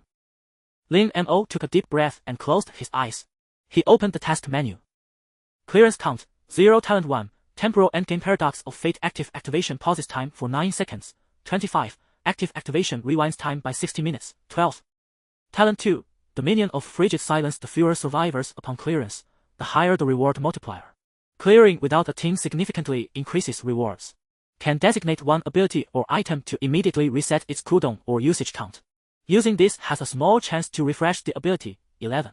Supernatural items, Malevolent Dagger, cannot be taken out of instance. Soul Devourer, Misfortune Coin, cannot be taken out of instance. Soul Sewing Needle, cannot be taken out of instance. Lin Mo slowly opened his eyes, gently stroking the needle that glowed with an ethereal blue light, a plan already forming in his mind. He raised his head, his gaze calm as he looked at Chu Shimin. I need an absolutely quiet environment. Everyone must leave. Only Chen Tao stays here. Chu Shimin frowned slightly, a flicker of doubt in his eyes. That's against protocol. Protocol? Lin Mo let out a cold laugh, his voice sharp. Mr. Chu, you are the one who needs my help. If you can't even offer this much trust, then our cooperation ends here. Chu Shimin's gaze wavered between Lin Mo and Chen Tao, but he finally took a deep breath and conceded. Fine. I'll give you 10 minutes. He turned and waved to the bodyguards behind him, who silently filed out of the room. The metal door slid shut with a soft thud, leaving the room in absolute silence. Chen Tao rubbed his hands nervously and whispered, Brother Mo, is this really okay? Lin Mo nodded confidently and walked to the bedside, placing the needle above Su Zugin's chest. He turned his head, scanning every corner of the room to ensure there were no surveillance devices, before murmuring, No matter what happens, don't make a sound. Chen Tao swallowed hard and nodded emphatically. Lin Mo's right hand hovered over the needle, while his left hand slid into his pocket, his fingers brushing against the icy misfortune coin. With a slight clench of his hand, he activated his second talent. The runes on the needle began to glow, its blue light flickering. At the same time, Lin Mo exerted a little pressure with his left hand, silently activating the misfortune coin. The system prompt materialized in Lin Mo's mind. Misfortune coin activated. Luck greatly increased. Talent 2 ability free usage count refreshed successfully. Lin Mo glanced at the quest bar and noticed that the usage count for ability free hadn't decreased. A faint, almost imperceptible smile curled at the corner of his lips. At the same time, he saw the runes on the fine needle fully illuminate, glowing with a steady, gentle blue light. It signified that this eerie artifact had been successfully reset. Soul Returning Needle, consumable eerie artifact, cannot be removed from the instance. Ability 1, Soul Stitching. Can be inserted into a malevolent spirit or a living person to temporarily mend their injuries or stabilize their soul state. When used on a malevolent spirit, it can delay the eruption of its resentment. When used on a living person, it can suppress spiritual erosion. Usage count, Ashar. Note, the tip of the needle occasionally seeks dark red blood beads. No one knows how many Tanxue souls it has stitched together. Did it succeed? Chen Tao whispered, his voice laced with suppressed excitement. Lin Mo nodded slightly. Simultaneously, the misfortune coin in Lin Mo's pocket silently crumbled into fine ash, vanishing without a trace. His expression remained as calm as if nothing had happened. He merely fingered the soul returning needle, feeling the chilling aura flowing within it. Let's begin, Lin Mo murmured. He bent down and slowly inserted the soul returning needle into Su Zugin's chest. The moment the needle tip touched his skin, a deep blue light flared up abruptly. A stream of pale blue energy flowed along the needle's shaft, finally merging into the wound beneath the bandages. Su Zugin's pallid complexion regained a hint of color visibly, and his previously furrowed brows relaxed slightly.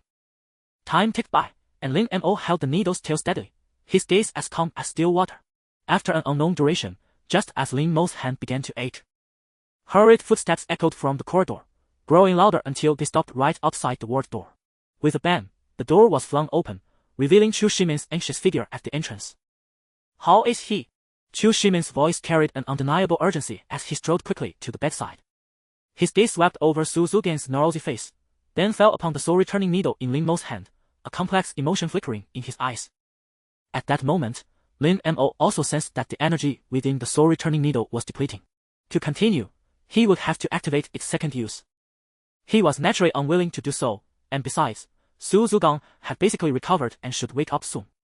Lin Mo straightened up slowly, naturally pulling out the needle, placing it in its case and then into his backpack, replying, "He's pretty much recovered." Chu Shimin made no comment on Lin Mo's actions, but quickly walked to the bedside to observe the various readings on the monitors. After a careful check, he let out a sigh of relief. Indeed, he's recovering well. At this rate, he should wake up soon. Chu Shimin turned around and offered his thanks. "Thank you. It seems your ability is more stable than I imagined." Lin Mo was silent for a moment, then suddenly spoke. "Have you ever seen a malevolent spirit shaped like a pale human figure?" What specific features? Its entire form is ghastly white, and it lures people into touching a silver wind chime, Lin Mo said softly. "Those who touch the wind chime are attacked by it." Cheng Tao suddenly shuddered. "Brother Mo, isn't that the same thing we encountered at Zhou Wang's place earlier?" Lin Mo's gaze swept over Su Zugin's gently rising and falling chest, and he nodded. "It came again last night, right by the hotel." Chu Shimin paused slightly in his movements. "Never seen it. This killing rule is very peculiar." Lin Mo carefully observed the other's expression. Chu Shimin didn't seem to be lying. However, this old fox was cunning, and Lin Mo wasn't about to trust him easily. Fortunately, his original purpose wasn't to learn about this malevolent spirit, but Zhou Wang's specific situation. Though he had no evidence, Lin Mo was certain she wasn't dead. What exactly is the ghost that Zhou Wang controls? Lin Mo's voice cut through the silence of the ward, startlingly clear. "The first time I saw that pale human figure was upstairs at Zhou Wang's place." Chu Shimin, who was sitting on a chair by the bed, looked up. He pondered for a moment before answering, "Just an ordinary water ghost. Its ability lets her move freely underwater. It doesn't seem related to what you encountered." Cheng Tao looked at Lin Mo. "Brother Mo, could it be a coincidence?" Lin Mo's expression was unreadable as he simply nodded. "Possibly. You'll wait here for Su Zugang to wake up," Lin Mo stated. Chu Shimin nodded. "My thoughts exactly. You'll stay here too." He turned to look at the steady waveforms on the ECG monitor. His condition is stable. He should wake up soon. The morning sunlight streamed through the gaps in the curtains, casting dappled light and shadow on the white sheets. Su Zugan's eyes snapped open, and the sharp pain in his chest made him gasp. He instinctively touched the bandaged wound, feeling the slightly warm skin beneath the gauze. The burning sensation from the spiritual erosion still lingered there. He also recalled the ambush by Zhou Wang and another bald man. To protect Chu Shimin, he had been struck by the opponent's long blade. "Awake!" Chu Shimin's voice came from the foot of the bed. "This is Lin Mo. He lent a hand last night." Su Zugang propped himself up. He sized up the young man standing by the window, who was also looking at him. "Thanks, bro." Su Zugang grinned broadly, his voice booming. Lin Mo replied, "You're welcome." Chu Shimin adjusted his glasses, a glint of relief flashing behind the lenses. "How are you feeling?" "Can't die." Su Zugang waved his hand. "Just a bit hungry. Can you rustle up some grub?"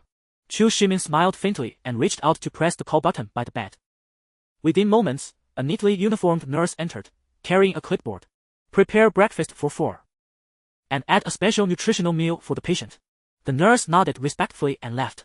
Chu Shimin turned back to Lin Mo and the others. "Pleasure working with you. Let's have breakfast first." Lin Mo stood by the window, his gaze sweeping over the hospital courtyard, which was gradually coming to life. Lin Mo suddenly asked, "By the way, Mr. Su, how large an area can your domain seal cover?" Su Zugang, who was trying to adjust the angle of the hospital bed, grinned in response. "Depends on my condition. At my peak, sealing off a residential area of over 100,000 square meters was no problem. Now though," he patted his bandaged chest, "even at half strength, it's more than enough to deal with a mirror." "That strong?" The range was enormous. Chu Shimin coughed lightly at this and said, "We'll discuss the specific action plan in detail after breakfast." Soon, a soft knock came at the ward door. 2 attendants pushed in a dining cart, with shiny metal covers over silver platters, faintly releasing an enticing aroma. The cart also held a bottle of chilled juice and several cups of steaming coffee. "Please, enjoy," the attendant said respectfully before silently exiting the room. Cheng Tao eagerly lifted the lid off his plate, his eyes lighting up instantly. Steak with fried eggs and truffle-salted mushrooms. He had been running around these past few days, utterly swamped, without a moment to sit down for a proper meal. Lin Mo cast a glance at his own plate. The plating was exquisite, the colors and aromas of the ingredients impeccable, yet he hesitated to start.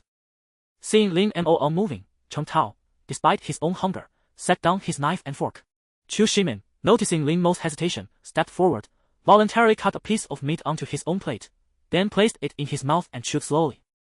You have already proven your abilities. I hope we can have more opportunities for cooperation in the future. I won't pull any more of these little tricks.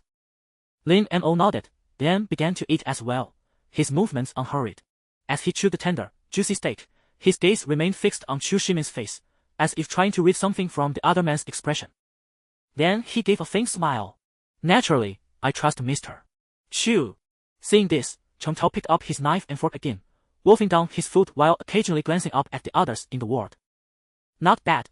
Chu Shimin smiled faintly, a glint of satisfaction flashing behind his glasses. The foundation of cooperation is sincerity. A breakfast is nothing. Su Zugang had already devoured his meal with lightning speed and was now gulping down his juice. He set down his cup, wiped his mouth, and said, full and satisfied, time to talk business. The atmosphere in the ward grew heavier. Lin Mo picked up his coffee. Regarding the operation plan for the mirror reflection, Mr. Chu, what specific arrangements do you have? Chu Shimin took a neatly folded map from his suit's inner pocket and slowly spread it out on the small table beside the hospital bed. The map was marked with several red circles, accompanied by dense handwritten notes. According to my calculations, the mirror reflection has been appearing frequently lately in the old industrial district in the east of the city. His finger pointed to one of the red circles. There's an abandoned textile mill here. The interior space is open, with plenty of mirrored surfaces, an ideal hiding place for it. Cheng Tao leaned in closer to the map, his brows furrowed. Such a large area, how do we pin down its exact location? Chu Shimin adjusted his glasses and said, that's where Zuding's realm seal comes in. We can seal off the entire factory complex and force it to reveal itself. Lin Mo looked at Su Zugang. Can your ability be broken by it? What if it forcibly tries to escape? Su Zugang grinned, revealing stark white teeth. That's exactly what we want. My seal isn't so easily broken. ITLL only drain more of its power, making it easier for us to deal with. Lin Mo's eyes swept over the documents, then he nodded. Alright, but before the seal, I want to make a deal with it first. What? Su Zugang's eyes widened, his voice suddenly rising. Are you insane? That thing is sinister as hell. Making a deal with it is suicide. Chu Shimin's brow also furrowed deeply, his gaze scrutinizing. Lin Mo, you should be well aware of the danger of the mirror reflection. Everyone who has made a deal with it has ultimately paid a heavy price. Lin Mo's voice was calm but firm. I have my reasons. Su Zugang slammed his hand on the bedboard. Reasons? What reason could be more important than your life? That damn thing grants wishes in the most twisted way. Isn't this just walking into a trap? Lin Mo remained resolute. I need to verify something. The truth about Zhou Wang's purpose might be hidden within the mirror reflection's deals. Mr. Chu, don't you wish to know Zhou Wang's true objective? A flicker of light passed through Chu Shimin's eyes. Even so, the risk is too great. Lin Mo turned around, his gaze meeting Chu Shimin's directly. Risk and reward go hand in hand. Besides, he paused, a barely perceptible curve forming at the corner of his mouth. I am confident I can walk away unscathed. Have you forgotten? We're going to seal it anyway. It needs 3 to 5 days to collect the price. That's plenty of time. Su Zugang wanted to argue further, but Chu Shimin raised a hand to stop him. Since you insist, Chu Shimin spoke slowly, we can create the conditions for the deal. But you must promise us that if anything goes wrong, you'll terminate it immediately and not scare it away. And I must emphasize that the danger of the mirror reflection is not limited to collecting the prize. One of its hidden rules is, all wishes are fulfilled in a twisted manner. Lin Mo nodded. Understood. Su Zugang let out a heavy sigh, his rugged face a picture of disapproval, but in the end, he didn't object further. He rolled his shoulders and climbed down from the hospital bed. Alright, since it's decided, let's get ready. I've been lying around so long my bones are soft. About an hour after leaving the hospital, Chu Shimin's convoy rumbled over potholed concrete roads, finally coming to a stop before a ruin of steel and concrete. The old industrial district in the east of the city. Red Star Textile Mill. Chu Shimin pushed open the car door. Behind him, over a dozen bodyguards in plain clothes but with cold, hard expressions quickly fanned out, taking up commanding positions on the factory's perimeter with practiced, disciplined movements. The air was thick with the stale, mixed odors of rust, machine oil, and dust. The wind whistled through the empty factory buildings, creating a wailing echo. This place shared a certain quality with the tower Lin Mo had seen before. Both had once witnessed the city's prosperity but now lay in desolation. These ghostly entities seemed to favor such environments. This is the place, Chu Shimin said briefly, turning his gaze to Su Zugang. Su Zugang flexed his bandaged shoulder. Though his face was still pale, his eyes burned with ferocity and impatience. Damn it, finally get to stretch my legs. Brother Lin, are you really going in alone? He looked at Lin Mo. Lin Mo responded. He carried a simple black backpack containing essential supplies. And most importantly, an oval handheld mirror wrapped in thick flannel, its edges inlaid with dark, dull metal. Remember our agreement, Chu Shimin said, stepping forward with a serious tone. If anything goes wrong, send a signal on your phone immediately. The mirror reflection cannot block signals. As soon as you send the message, welcome in. Zugan's realm seal will instantly cover the entire core factory area, and our people will provide immediate support. The deal itself is extremely risky. Be very cautious. On one hand, Chu Shimin feared Lin Mo dying inside, losing a valuable ghost controller ally.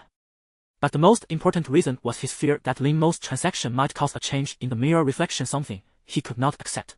Lin Mo nodded. I know. Give me half an hour. Su Zugang patted his chest in assurance, wincing as the motion pulled at his wound, then flashed a fierce grin. No problem. Don't worry, no one will disturb you. Cheng Tao stood at a slight distance, his eyes brimming with worry and confusion. He had just requested to enter alongside Lin Mo in the car, but was refused. For the reflection in the mirror held a cardinal rule: one must be alone in a sealed space. Lin Mo said no more, turned, and stepped into the vast, deathly shadow. Lin Mo's footsteps echoed within the eerily empty factory. The air carried an indescribable odor, and a faint, elusive chill. It seemed to pierce through clothes, seeping into marrow and soul. Following the map from Chu Shimin and his own instincts, he navigated the labyrinthine factory for about 5 minutes. Finally, he halted before a relatively isolated space, an abandoned parts warehouse. It was modest, roughly 30 square meters, with only a narrow doorway connecting to the main factory. Crucially, it was sufficiently sealed. Lin Mo retrieved a portable lamp, placed it on the floor, and switched it on, ensuring the room wouldn't be plunged into total darkness once the door was shut. Then he closed the only door. From his backpack, he took out the oval, metal-framed mirror and carefully peeled away the velvet cloth. He glanced around, confirming no other reflective surfaces were visible, then moved to the far corner of the warehouse, his back against the cold, rough concrete wall. Sealed space, solitude, mirror medium. The conditions were met. Lin Mo took a deep breath, adjusted his grip on the mirror, and held it facing himself. He spoke, his voice low. Reflection in the mirror. Reflection in the mirror. Reflection in the mirror. 3 calls, each clearer than the last. As he uttered the final word, something in the warehouse subtly shifted. The light didn't change, the temperature didn't plummet, but an intangible, viscous sensation of being watched instantly enveloped the space. Especially from the small mirror before him, it pierced through the darkness, locking onto him. The image in the mirror began to warp. Deep within the mirror's surface, a faint, gloomy radiance silently emerged, slowly spinning and expanding, like a vortex leading to an unknown abyss. The reflection in the mirror was answering the summons. A voice, genderless, as if woven from countless fragmented echoes, spoke directly within Lin Mo's mind. Trade. The deep, gloomy vortex in the mirror rotated slowly, devouring the faint light. Lin Mo took another deep breath and asked the 2 questions that concerned him most. First question, what is Shou Wang's true purpose? Second question, what deal did you make with Shou Wang? What did she pay, and what did she gain? A sharper chill instantly enveloped Lin Mo, as if even his thoughts were about to freeze. The mirror's surface blazed with ghostly light, and 2 lines of distorted text, as if written in coagulated blood, slowly emerged. Price 1, end the life of friend Cheng Tao with your own hands within 3 days. Price 2, the Witchmaker pays 100 years of their own lifespan. Kill! Cheng Tao with his own hands. What kind of price was this? Lin Mo's gaze locked onto those 2 lines of blood text, especially the second 100 years of lifespan. An overwhelming sense of absurdity surged within him. 100 years. He could actually pay a full century of his lifespan. It was like standing on the edge of a frozen abyss, and someone suddenly handed him a certificate of wealth stamped with an astonishing figure. So his life was actually quite valuable. Or rather, quite long. He knew that if the wishmaker couldn't pay the price, the reflection in the mirror would simply vanish. Didn't this imply that, under natural death, he could live another 100 years? On one hand, he was surprised by his own potential lifespan. On the other, he was shocked that the answer to this question required such a payment. Lin Mo quickly regained his composure. He had no intention of paying the price, only of exploiting the system. Confirmed. I choose to pay 100 years of lifespan and kill Cheng Tao with my own hands within 3 days. The mirror trembled violently. The 2 lines of blood text abruptly disintegrated. Lin Mo's vision blurred for an instant. He steadied himself against the cold, rough concrete wall. The ghostly light on the bronze mirror flickered intensely before all phenomena subsided into silence. The surface regained the texture of ordinary glass. Then twisted characters emerged. Deal concluded. Lin Mo narrowed his eyes. This text was identical to the scene he had witnessed with Zhou Wang. She had indeed made a deal with the reflection in the mirror. Though the mirror returned to normal, the inhuman voice echoed again in Lin Mo's mind. Beginning. Answer. Question 1. Its purpose. Not singular. One is to resurrect someone, the other is to enter the echo loop and become a weird. Due to uncontrollable factors, its weirdification process was interrupted. It is now severely wounded, abilities greatly weakened. Beginning. Answer. Question 2. Trade content, in exchange for the chance for it and a close friend to become weirds and enter the echo loop together. It did not enter the echo loop through normal channels. The true key to the echo loop lies with Chu Shimin. The voice was fragmented, the information broken, but Lin Mo grasped the gist. His pupils contracted slightly. Her goal was indeed to resurrect someone. Could it be Yang Yuanhang? More critically, she actually wanted to become weird. Who was that close friend? From the intelligence gathered, that friend was likely not Yang Yuanzhang, as he had died long ago. However, the voice of the reflection in the mirror turned abruptly cold, directly interrupting Lin Mo's contemplation. Deal concluded. 2 questions answered. Price will be collected within 5 days. The mirror clearly reflected Lin Mo's slightly pale face and his unfathomable eyes. The presence of the reflection in the mirror had vanished. The deal was done. Only Lin Mo's heavy breathing remained in the warehouse. He realized a peculiar point. The entity had answered both questions in excessive detail. Especially the final sentence of each answer. The entity had no need to say it. Was it deliberately guiding him? He forcibly suppressed his surging emotions. Now was not the time for deep analysis.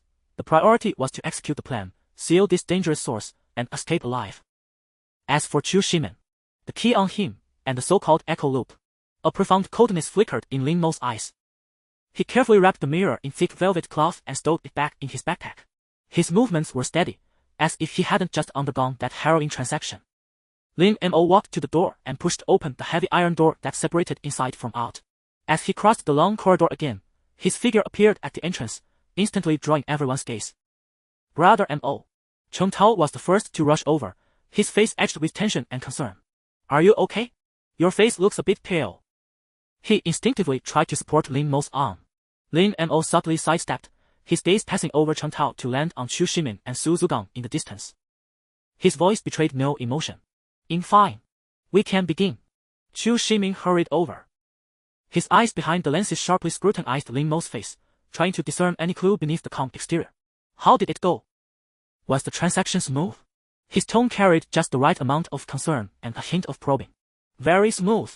Lin Mo's answer was almost terse, his gaze meeting Chu Shimin's scrutiny frankly. It gave the answers, and the price was confirmed. He disclosed nothing about the content of the trade, especially the parts concerning Zhou Wang's core purpose and the key. A sharp glint flashed in Chu Shimin's eyes.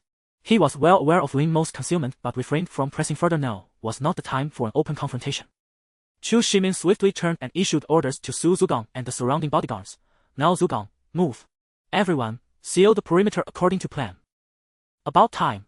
Su Zugang growled low, a fierce, savage grin spreading across his rugged face as he stepped forward with sudden force.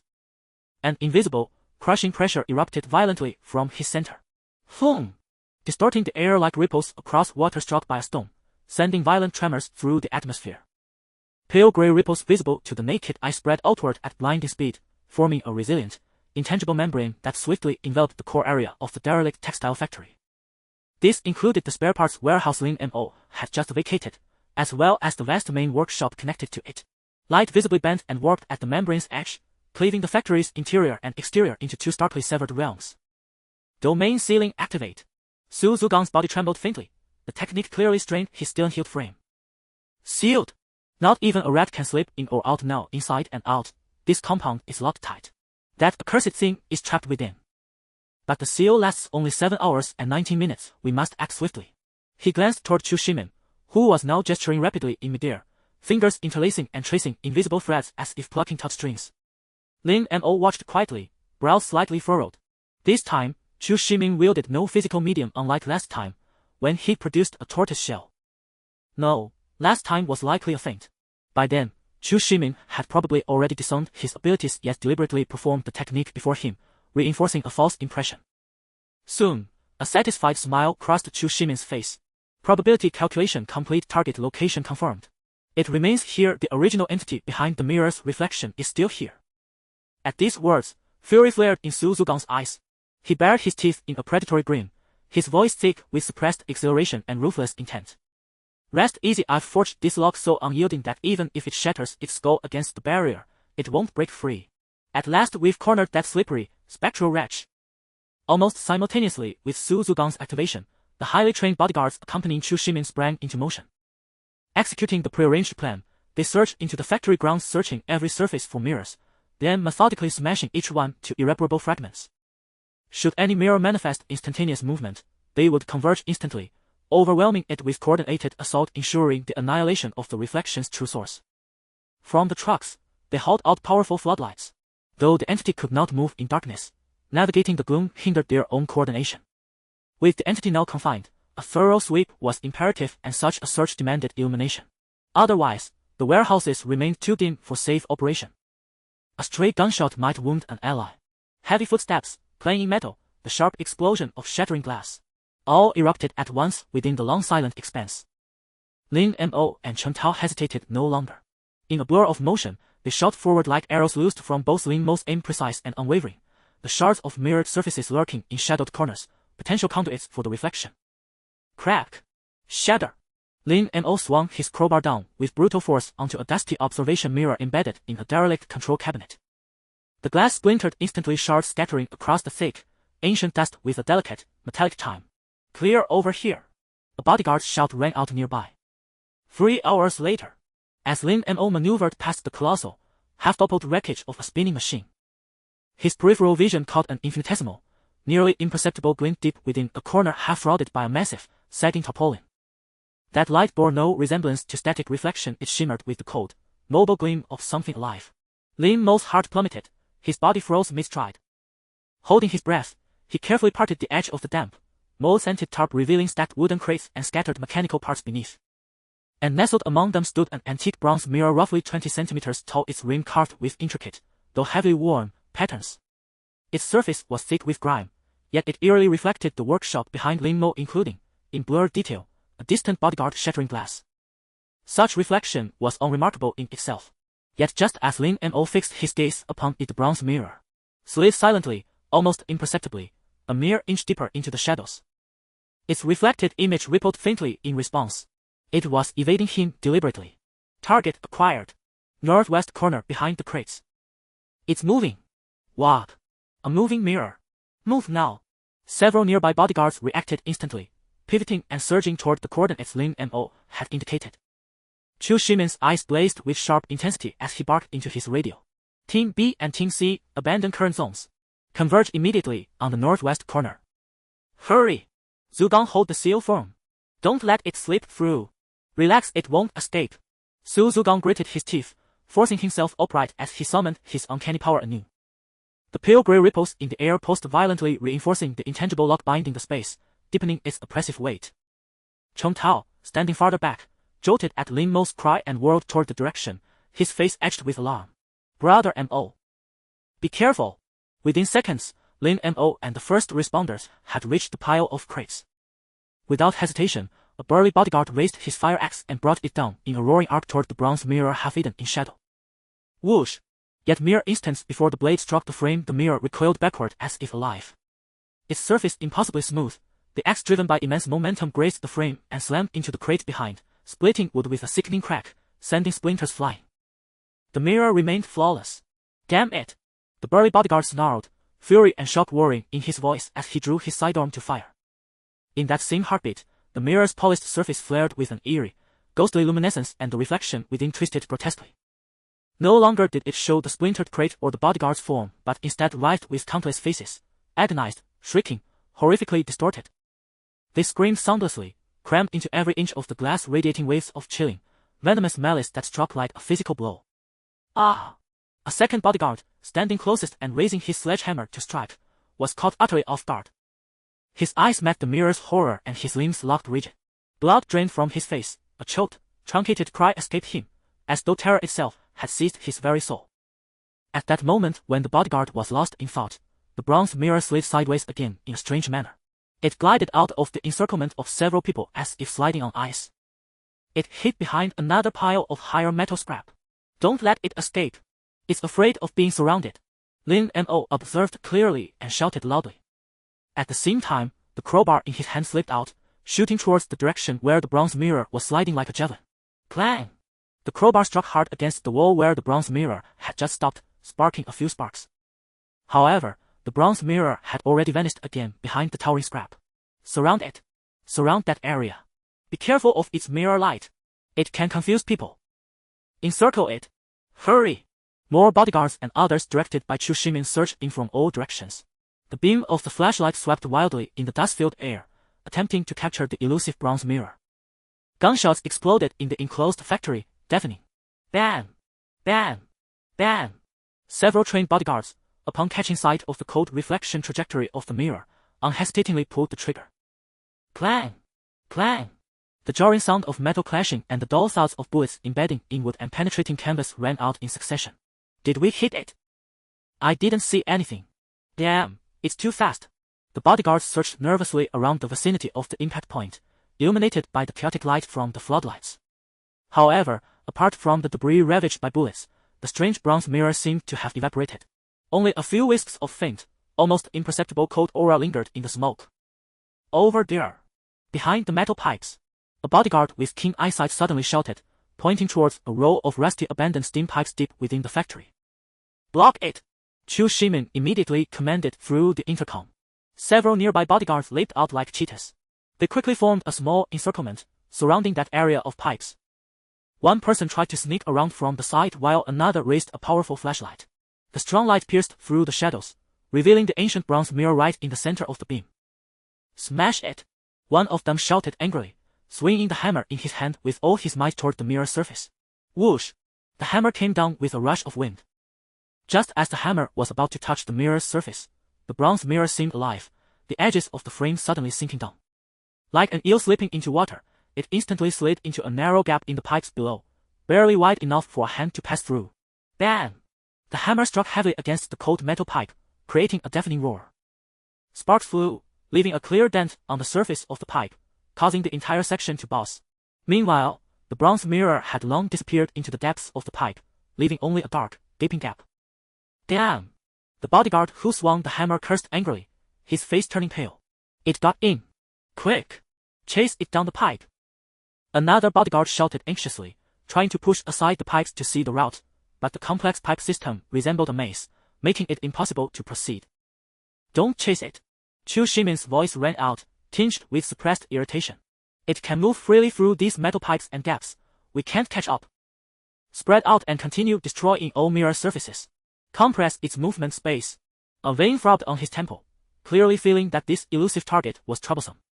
After that, the chaotic sounds of destruction erupted again, but everyone's movements clearly carried a hint of defeat and impatience. 2 full hours had passed. Every discovery they made was accompanied by a futile chase.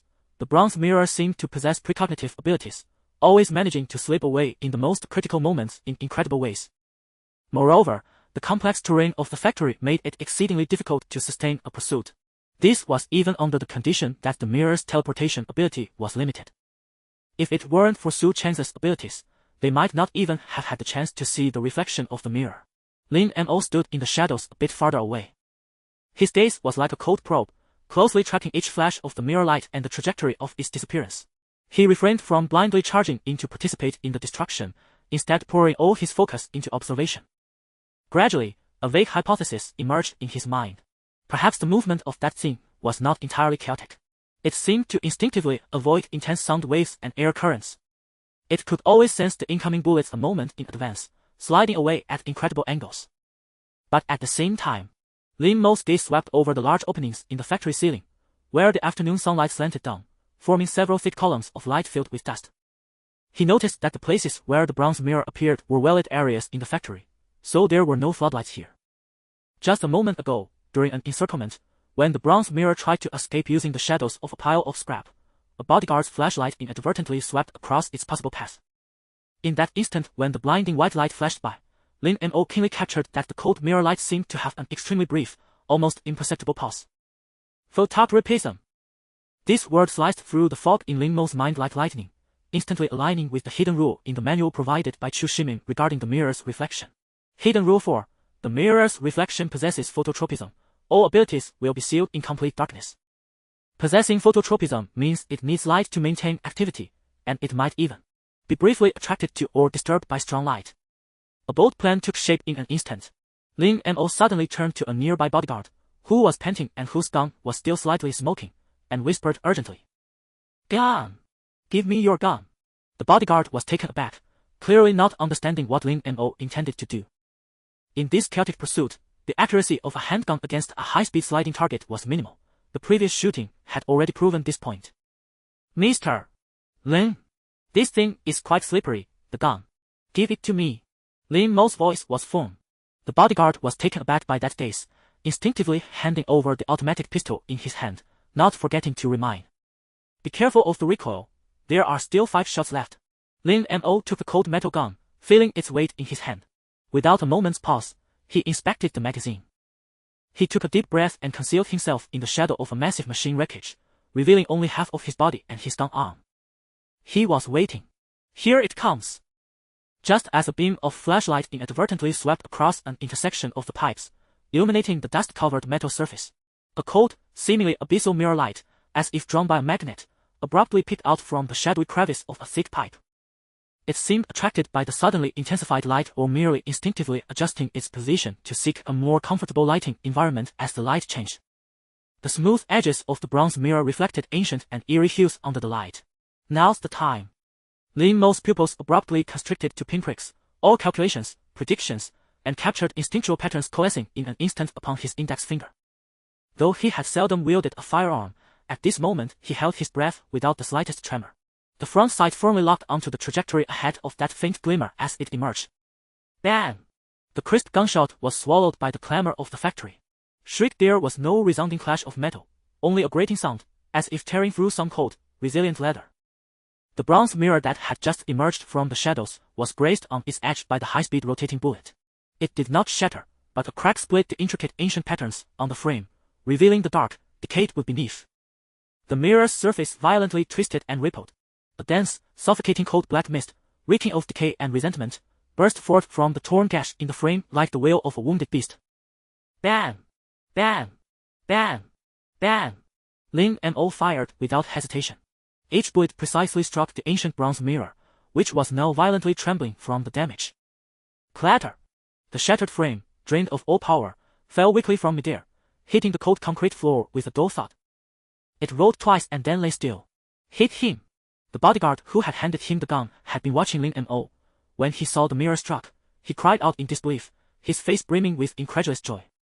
That shout, like a drop of water into boiling oil, instantly ignited the entire battlefield. Every gaze, including Su Zugang, who was struggling to maintain the domain seal in the distance, and Chu Shimin, who was directing the overall operation, abruptly focused on Lin Mo's position. After a brief silence, Chu Shimin's urgent voice rang out. Quick! Go check it out! He could no longer maintain his usual composed demeanor, almost stumbling as he pushed past the bodyguards in front of him, dashing toward where Lin Mo stood. On the ground, the ancient bronze mirror, once as slippery as a live fish, now lay quietly on the oil-stained concrete. Chu Shimin rushed over, nearly falling to his knees. He ignored decorum, trembling as he carefully wrapped a corner of the frame with an ordinary-looking flannel cloth he carried. Then he lifted it slightly, using a high-intensity flashlight to examine the damaged area and the slowly dissipating cold aura. After a moment, he let out a long, deep breath, one of profound relief. If one were to ask which of the three sub-entities was the hardest to deal with, it was undoubtedly the reflection in the mirror. The confidant of Chu Shimin, who had previously controlled it, could only wield a fraction of its power, yet was also a master of escape. Damn. The aura has completely quieted, the rule fluctuations entirely vanished. The mirror reflection is sealed. For at least 48 hours, it cannot stir up trouble. Chu Shimin's voice was hoarse yet mixed with immense joy. The surrounding bodyguards now gathered around. Their faces were etched with astonishment, disbelief, and a mix of relief and heartfelt admiration for Lin Mo. The scene of that mirror toying with them like a wraith was still vivid in their minds, yet this young man had ended it with just a few bullets. Incredible. That marksmanship just now. Simply divine. Yeah, we were all firing at it for ages and couldn't even touch it, but missed her. Lin made his move and murmurs buzzed with praise. Su Zhugang, supported by Chen Tao, squeezed over, his rugged face slick with sweat. He then abruptly turned to Lin Mo, his voice booming yet trembling with barely contained excitement and urgency. Brother Lin, tell me, how the hell did you catch that damn thing? I was busting my ass to lock it down, but it was slippery as an eel. Those shots of yours. Amazing. I was dumbstruck. Lin Mo slowly lowered the still warm pistol in his hand and returned it to the bodyguard who had lent it to him, his movements steady as ever. His face remained expressionless, save for a faint trace of weariness deep in his eyes. He did not immediately answer Su Zhugan's question but first turned to Chen Tao, who was approaching with a worried look, and slightly shook his head, signaling he was fine. Then, facing the scorching gazes of the crowd, his eyes swept over the broken mirror on the ground, which was slowly releasing its last traces of cold aura, and spoke calmly. Photo taxis. Lin Mo paused, as if organizing his thoughts. It fears absolute darkness, so wherever there is light, it is drawn to it, like a moth to flame. He pointed to the beams of light streaming through the holes in the ceiling, then to the high-intensity flashlights in the bodyguard's hands. The earlier chaos gunshots, shouts, the noise of things being smashed were all too loud. It could easily evade those strong vibrations and shock waves. Lin Mo's voice remained calm, as if stating the simplest of facts. But light is different. When a strong beam sweeps across the shadow where it hides, it instinctively tries to adjust its position, to make contact or adapt to that light.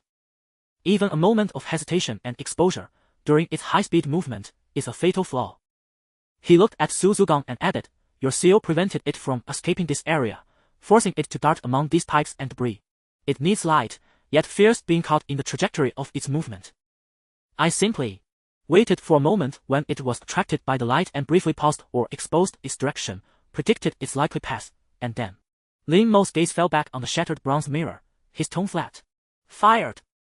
Those two simple words made everyone present draw in a sharp breath. Amid such chaos, with light flickering and a target moving at high speed, to capture that fleeting instinctual exposure and accurately predict and fire. What a cool-head, ruthless observation, and inhuman decisiveness that required. Chu Shimin looked at Lin Mo's young but excessively calm face, as if getting to know this young man who had repeatedly shattered his probability calculations. He opened his mouth as if to speak, but finally just nodded emphatically and said in a deep voice, remarkable. Mr. Lin, you deserve the highest credit for today's achievement. This insight and decisiveness. I, Chu, am in awe. 7 or 8 black off-road vehicles and 3 trucks rumbled over the ground littered with broken glass and twisted metal debris, kicking up rusty dust. Lin Mo was leaning back against the headrest with his eyes closed, summoning the task panel. Today marked the 6th day since entering the Fuban. Time flowed swiftly. As he had entered the Fuban around noon, the first task was expected to conclude by midday on the 8th day. Then, he could leave. Now, this Fuban was nearing its end, requiring him to complete one final task. The wheels rolled over potholes, causing the vehicle to jostle slightly. Lin Mo slowly opened his eyes, his gaze unfocused, lingering for a moment on the dusty windshield ahead. Then, with utmost naturalness, he turned to Chu Shimin beside him. Mr. Chu, now that the reflection in the mirror has been sealed, it cannot stir up trouble for a while. Do you have any intention of entering the echo loop? A subtle silence instantly settled within the car. Without a moment's hesitation, Chu Shimin uttered 2 decisive words, no. The refusal was crisp and final, leaving no room for negotiation. Lin Mo seemed unsurprised by this answer. He remained silent for a few seconds. The rays of the setting sun filtered through the car window. Unknowingly, evening had arrived. Then, what if I insist on entering? Lin Mo, Chu Shimin's voice was low, shattering the congealed air, each word seeming carefully weighed before falling. If you insist on entering. He paused, lifting his head slightly. Then we must part ways here. Lin Mo's gaze remained fixed on the ever-stretching road ahead. I must enter. Chu Shimin let out a soft sigh, yet inwardly, he felt a slight relief. To activate the echo loop, the three conditions you fulfilled were merely the stepping stones, the torches lighting the path. He reached into his bosom, his movement carrying an imperceptible solemnity, and retrieved an object from the inner pocket of his suit. It was a metallic badge, roughly the size of a thumb, antique in shape with worn edges. Its surface was etched with intricate, illegible patterns, gleaming with a dull, dark luster under the setting sun, like a piece of solidified old copper. Chu Shimin opened his palm, offering the cold badge to Lin Mo. Fulfilling those three conditions is merely the foundation. To truly enter, you need the key. Take it. Lin Mo's gaze finally retracted from the front, settling on the unremarkable badge. Heh! Just as he had suspected.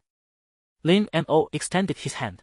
As he touched the badge's icy surface, an indescribable aura, as if from the depths of time, transmitted through his palm.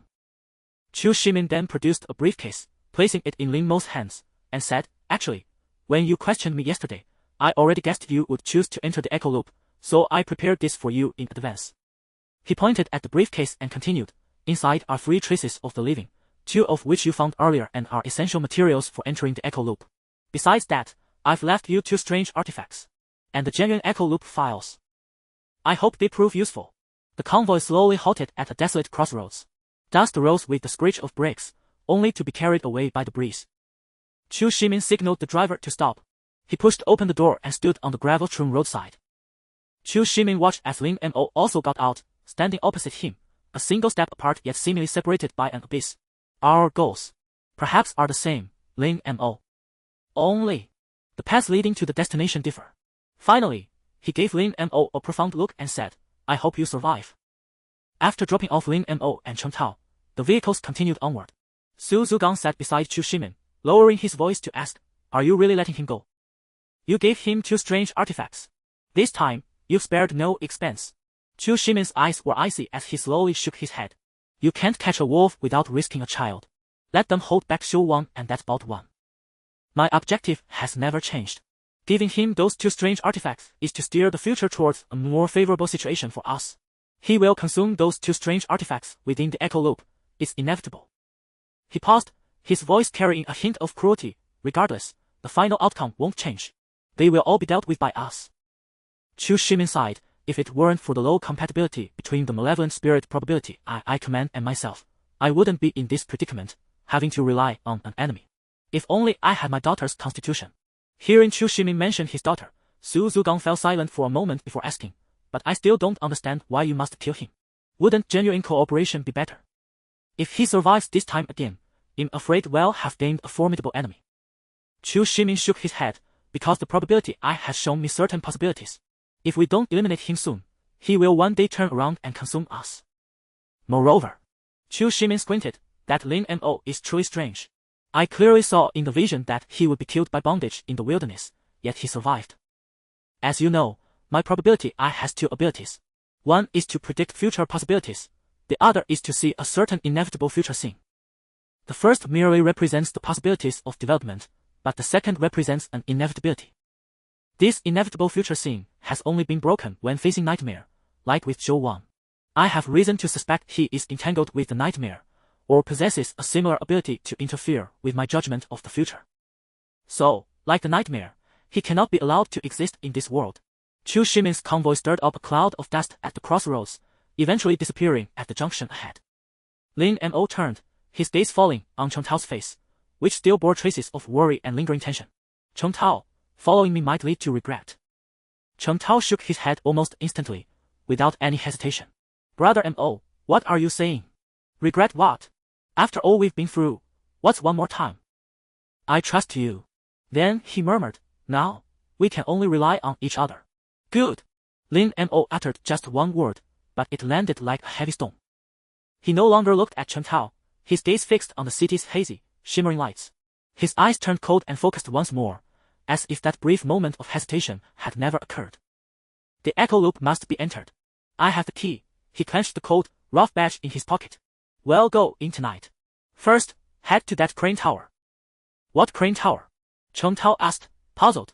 The one from the video Yang Yuanzhang sent me, where that woman jumped off. It's also the place where a large-scale death occurred before. The sun had already set. The taxi carrying Lin Mo and Chen Tao rumbled over the last stretch of pitted concrete road, stopping 100 meters from the crane tower. The driver refused to go any further. This is it, you two. That place up ahead gives me the creeps. The driver's voice held an imperceptible tremor, his gaze sweeping over the massive shadow devoured by darkness outside the window, as if a formless beast lurked there. The two got out of the car. Brother Mo. Chen Tao instinctively shrank his neck, looking around, his voice extremely low, as if afraid to disturb something. This place feels even more sinister than before. Lin Mo did not answer immediately. His gaze pierced the thick night, fixed on the crane tower standing like the skeleton of a giant beast in the desolation. He, too, sensed it a more eerie atmosphere than when they were last here. The air was thick not only with the scent of dust and barrenness but also with a deeper, indescribable aura of decay and resentment. It weighed heavily on the heart, almost suffocating. Brother Mo. Chen Tao, seeing Lin Mo silently staring at the crane tower, could not help calling out again, his voice laced with barely concealed tension. What? What do we do now? Lin Mo withdrew his gaze, turning to Chen Tao, his voice calm and clear in the night breeze. We wait here. Until midnight. He crouched down, unzipped his backpack, and began inspecting its contents. His movements were methodical, as if he were merely preparing for an ordinary camping trip. Watching Lin Mo's composed demeanor, Chen Tao felt his panic slightly subside. But as he gazed at the boundless darkness around them and the shadow of the crane tower, looming like a beast waiting to devour, a wave of unease surged back. He hurried over to Lin Mo, crouching down beside him to help with the preparations. After everything was arranged, Lin Mo crouched in the shadow of the curb, his back pressed against the cold, rough concrete pillar. He unzipped the heavy briefcase Chu Shimin had left behind. Chen Tao leaned in, straining his eyes to see what was inside. Lin Mo reached in and first pulled out 3 items. The first was a woman's arm, originally found in Yang Yun's bathroom. The second was an antique wooden comb engraved with twin lotus blossoms, discovered in Shou Wang's room. And the third. The moment he touched it, a system notification chimed. Ding! Item touch traces of the living, 46. It was a palm-sized leather wallet with cracked edges, revealing the corner of a faded, yellowed old photograph. The face in it was too blurry to make out, only discernible as a man. From the system's prompt, Lin Mo could roughly confirm that there were 6 traces of the living in total, and he now had 4 in his possession. If condition 3 for entering the echo loop was true, then he was the only one who could go in now. He continued to feel around the bottom of the briefcase. His fingertips touched 2 cold objects, emitting a faint, chilling aura. These must be the cursed artifacts Chu Shimin had mentioned. He took them out. One of them was a palm-sized, crudely made cloth doll. The doll was stitched from faded coarse linen, its face featureless except for a twisted cross sewn with dark red thread, crooked and uneven. It emitted a smell of old fabric mixed with a faint, fishy odor. Light in hand, yet it carried a presence that sent a chill through the heart. Obtained consumable cursed artifact. Expand for details. Surrogate doll, consumable cursed artifact, cannot be removed from instance. Ability E, death substitution. When the wielder triggers a vengeful spirit's instant death rule or faces an unavoidable fatal attack, the doll automatically activates, bearing the death judgment in their stead. The doll is destroyed, the wielder is exempt from death and all negative effects are dispelled. Uses, 11. Note, a blank face, crafted only to bear one final, utter despair. No one knows if its maker, in the moment the doll was activated, let out a similar sigh. The second item was an eyeball. It was a cold, hard, utterly lifeless stone eyeball. Similar in size to an adult human eye, it exhibited a deathly gray stone color, ice cold to the touch. The pupil was clouded and murky. Obtained consumable cursed artifact. Expand for details. Eye of Ghost Sight, consumable cursed artifact, cannot be removed from instance. Ability, Probe. Activate by crushing this item. For 1 minute, the user's left eye gains complete spiritual sight, capable of penetrating visual obstructions, such as thick fog, illusions, and some physical barriers, and directly observing the outlines of nearby spirits. Uses, 11.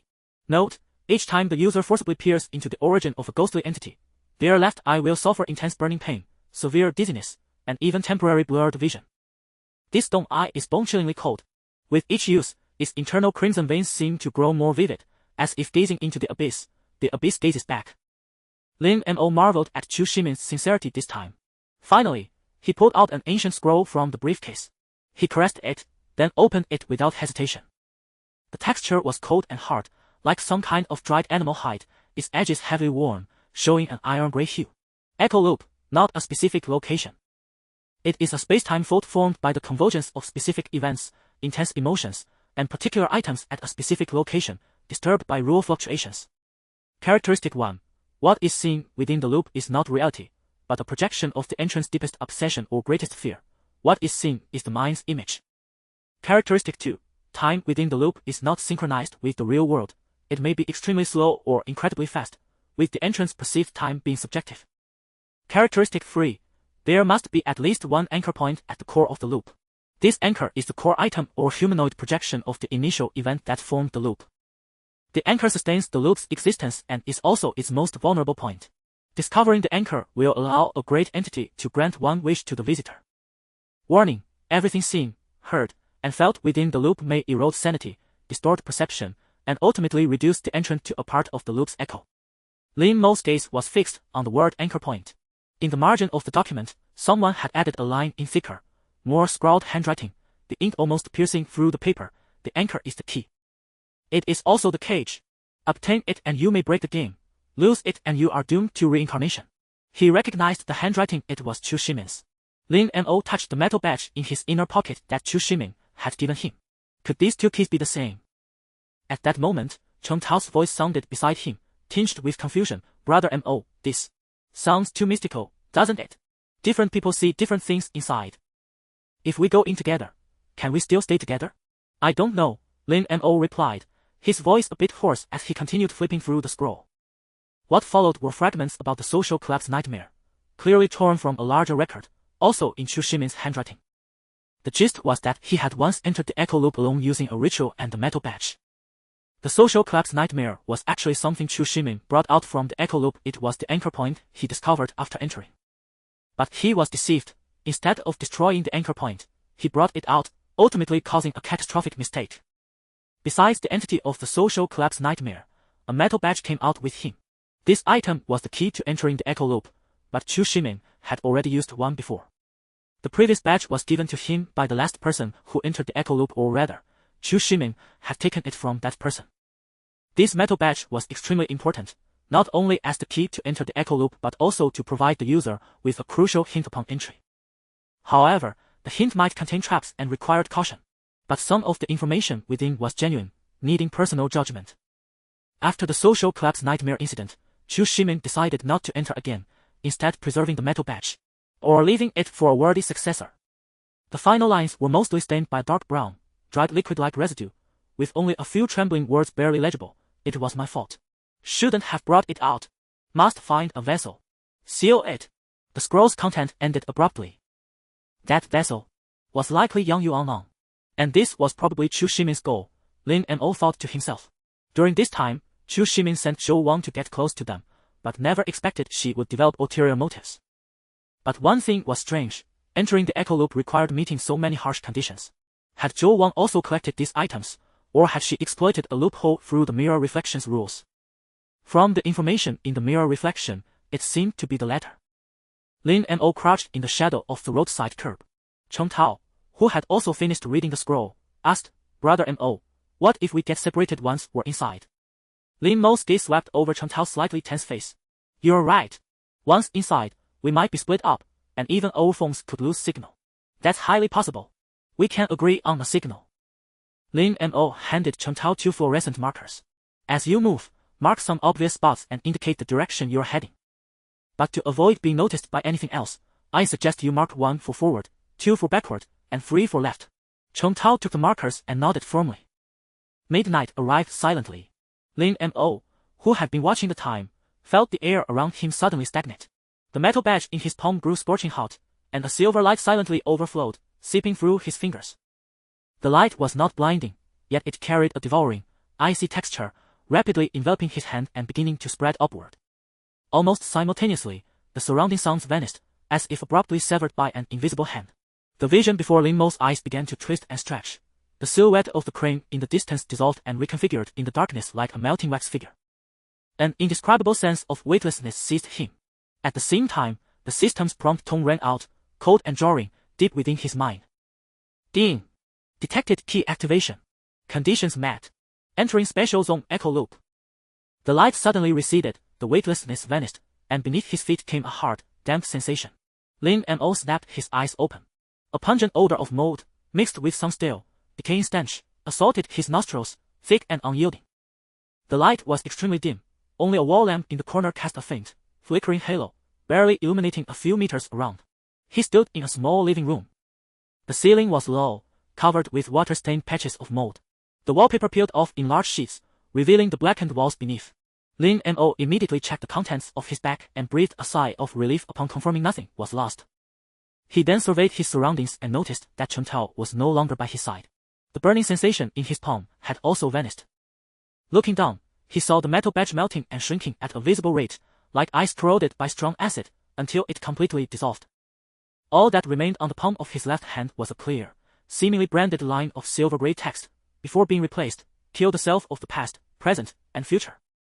This inscription appeared only for an instant, then gradually faded away. Lin Mo summoned his status bar. Clear count, 0 talent 1, temporal finale fate paradox active activation can pause time for 9 seconds, 25, active activation can rewind time for 60 minutes, 12, sealed, unusable. Talent 2, Dominion of Cold Stillness. The fewer survivors who clear the instance, the higher the reward multiplier. Clearing without a team greatly boosts rewards. Can designate one ability or item to immediately reset its cooldown or usage count. Using it has a small chance to refresh that ability. 11. Supernatural items, Wraith Dagger, cannot be removed from instance, Soul Devourer, Soul Returning Needle, cannot be removed from instance, Substitute Doll, cannot be removed from instance, Ghost Seeing Pupil, cannot be removed from instance. A total of 5 eerie artifacts granted him unparalleled security. Yet, for some reason, he could not use time reversal now, which greatly reduced his margin for error. The immediate priority was to figure out his current situation. He took out his phone from his pocket and, upon waking the screen, saw no service displayed in the top right corner. This did not surprise him. It would be abnormal to have a network here, as this was not the real world. One thing, however, was rather strange. It should have been the early hours of November 9th, but the phone displayed 1933 on March 13th. Lin Mo put the phone away and took a few steps around the living room, observing the environment. The living room was connected to 4 tightly shut rooms. Lin Mo tried but found he could not open them. They all seemed to be locked. The sofa was covered in a thick layer of dust. Half a glass of moldy water remained on the coffee table. In the corner lay a pile of scattered old magazines. This place was likely an abandoned room, though traces of past habitation still lingered. He walked to the window and looked out through the glass. Outside was an impenetrable darkness, like an abyss devouring all light. Instinct told him that stepping into that darkness would be suicide. Just then, thump, thump, thump. A knocking sound rang out abruptly, dull and slow, each knock striking like a blow to the heart. Lin Mo instantly tensed his body, his right hand silently sliding into his coat pocket, gripping the cold hilt of the Wraith Dagger. The sound came from the main door connected to the living room. The motion sensor light outside flickered on due to the noise. The knocking continued, unchanging in rhythm, like some mechanical repetition. He held his breath, his gaze sweeping toward the gap under the door. There was no shadow, no sound of footsteps. Even the knocking itself didn't seem like something a normal person could produce. It was too regular, unnaturally so. Each knock had the same interval, as if timed with a stopwatch. Just as Lin Mo was pondering how to respond, the knocking ceased abruptly. Then, the door handle slowly turned, the door opened. A narrow slit appeared in the darkness, and the dim yellow light from the motion sensor lamp outside squeezed in. Lin Mo's right hand clenched the hilt of the Wraith Dagger, his knuckles white from the strain. The musty, decaying odor in the air seemed even thicker now, sticky and suffocating. The gap in the door widened bit by bit. There were no footsteps, no sound of breathing, only the faint creak of the door hinges. Then, below the doorframe, something slowly crept in. It was a woman's head. Her jet black hair, like wet seaweed, clung grisly to her pale cheeks. Her neck bent upward at an impossible, broken angle, lifting her face from the shadows beneath the doorframe. That face bore a smile. The corners of her mouth stretched almost to her ears, revealing rows of densely packed, bone-white teeth and a pitch-black oral cavity. Her eyes were murky, grayish-white, devoid of pupils, yet they stared fixedly at Lin Mo. A chill shot from his tailbone to the top of his skull, making his scalp tingle. That expression and posture were beyond human. A thick, tangible malevolence, like ice-cold water, poured down over him. Heh! A light laugh rang out, dry and shrill, like rusted metal scraping together. The sound didn't seem to come from her throat but echoed directly inside his mind. The woman's head suddenly lunged forward. Fast! Unnaturally fast. The head, tearing through the air with a whoosh, flew straight at Lin Mo's face. That grinning, grotesque mouth opened wide, and a stench of decay blasted toward him. The laughter abruptly rose in pitch, becoming manic and piercing. He. Before Lin Mo could react, a head whizzed past his shoulder.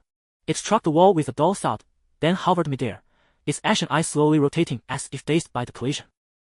It seemed incredulous that it had missed. Lin Mo wasted no time, spinning around and lunging toward the door. The dim yellow light seeping through the crack was his only escape. But just as his hand touched the doorknob, a loud bang echoed as the door slammed shut with such force that dust cascaded from the frame. Lin Mo's pupils contracted sharply.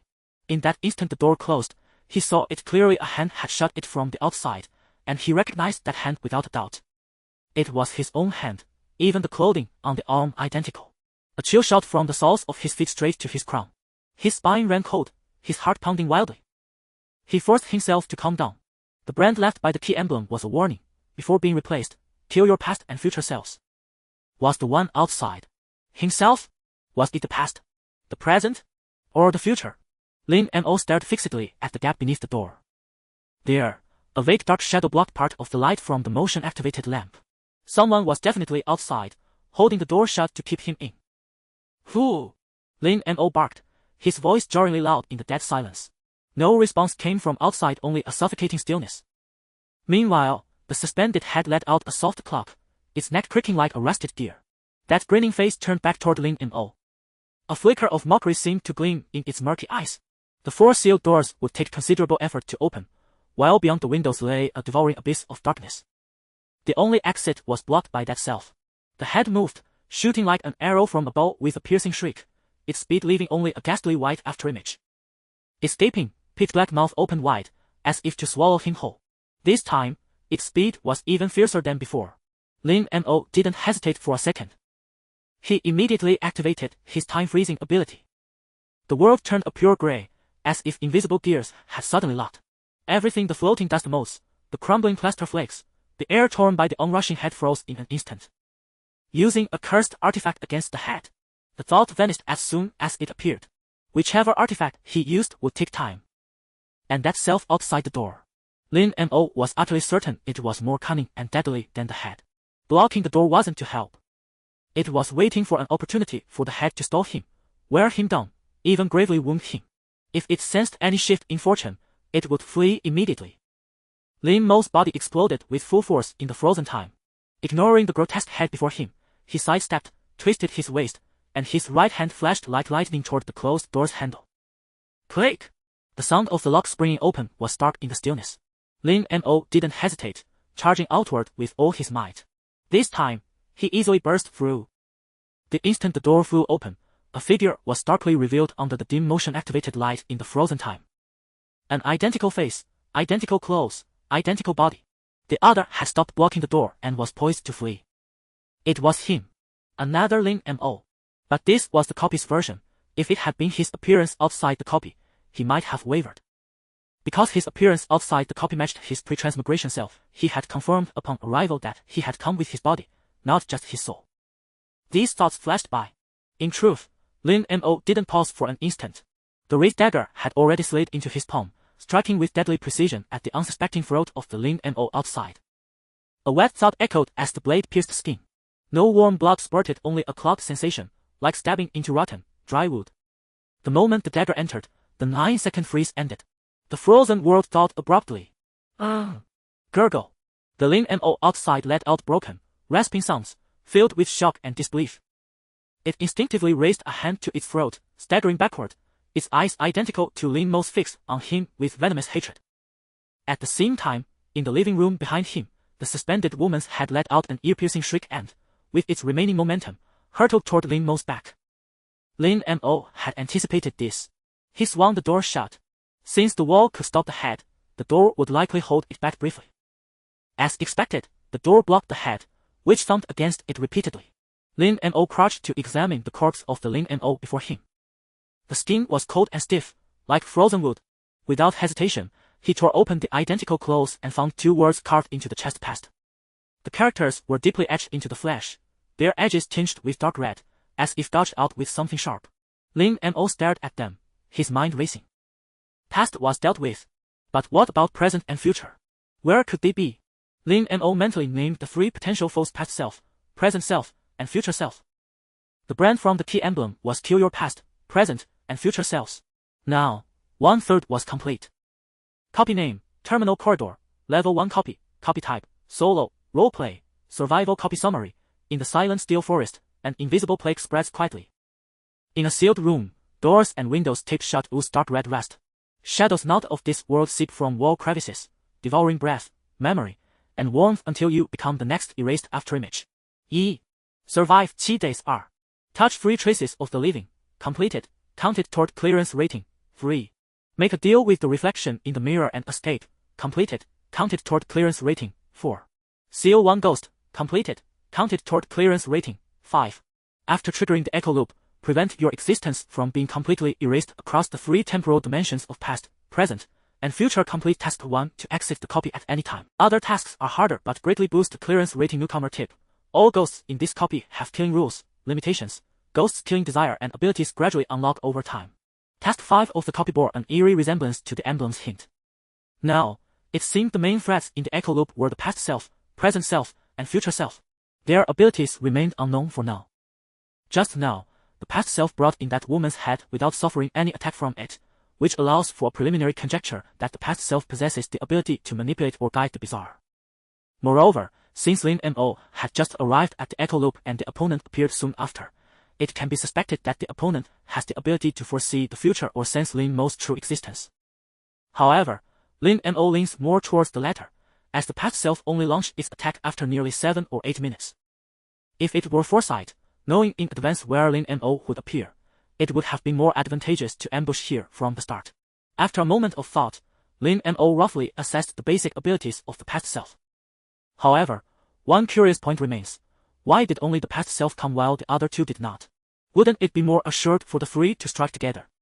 Lin Mo recalled the hint left by the badge, before being replaced. This indicates that the purpose of these 3 enemies is to replace him. Thus, it is highly likely that these 3 are in a competitive relationship, fighting for the right to kill and replace him, which explains why the past self came along. The sound of continuous banging came from the doorway. Lin Mo noticed that the woman's head in the room could not get out, and felt slightly relieved. He stood in the corridor, looking up at the door number 409. On both sides of the corridor were other tightly closed doors, all their numbers indistinct. Lin Mo approached and tried them, discovering they were all tightly locked. After pondering for a moment, Lin Mo abandoned the idea of forcibly breaking down a door. He was uncertain about what was hidden behind these doors. Just as he passed by 2 almost identical doors with indistinct numbers, a strange occurrence happened. His hollow, deep, turbid, and heavy breathing sound, seemingly squeezed from deep within the chest, suddenly came from the door on his right.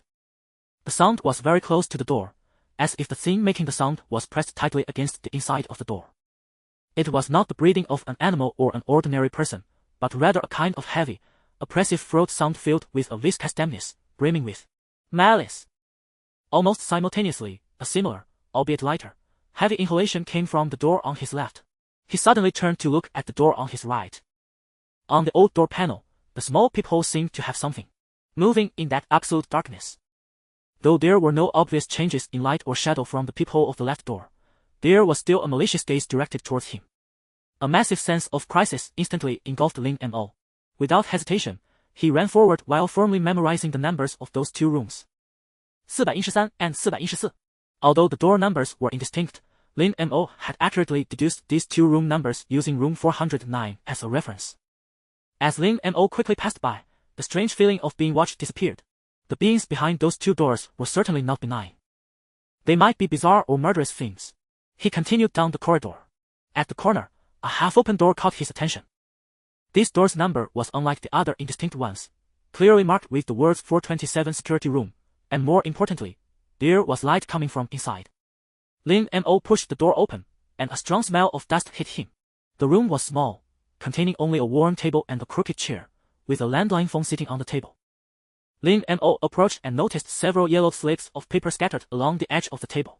He picked them up and found that they could be pieced together to form a sentence.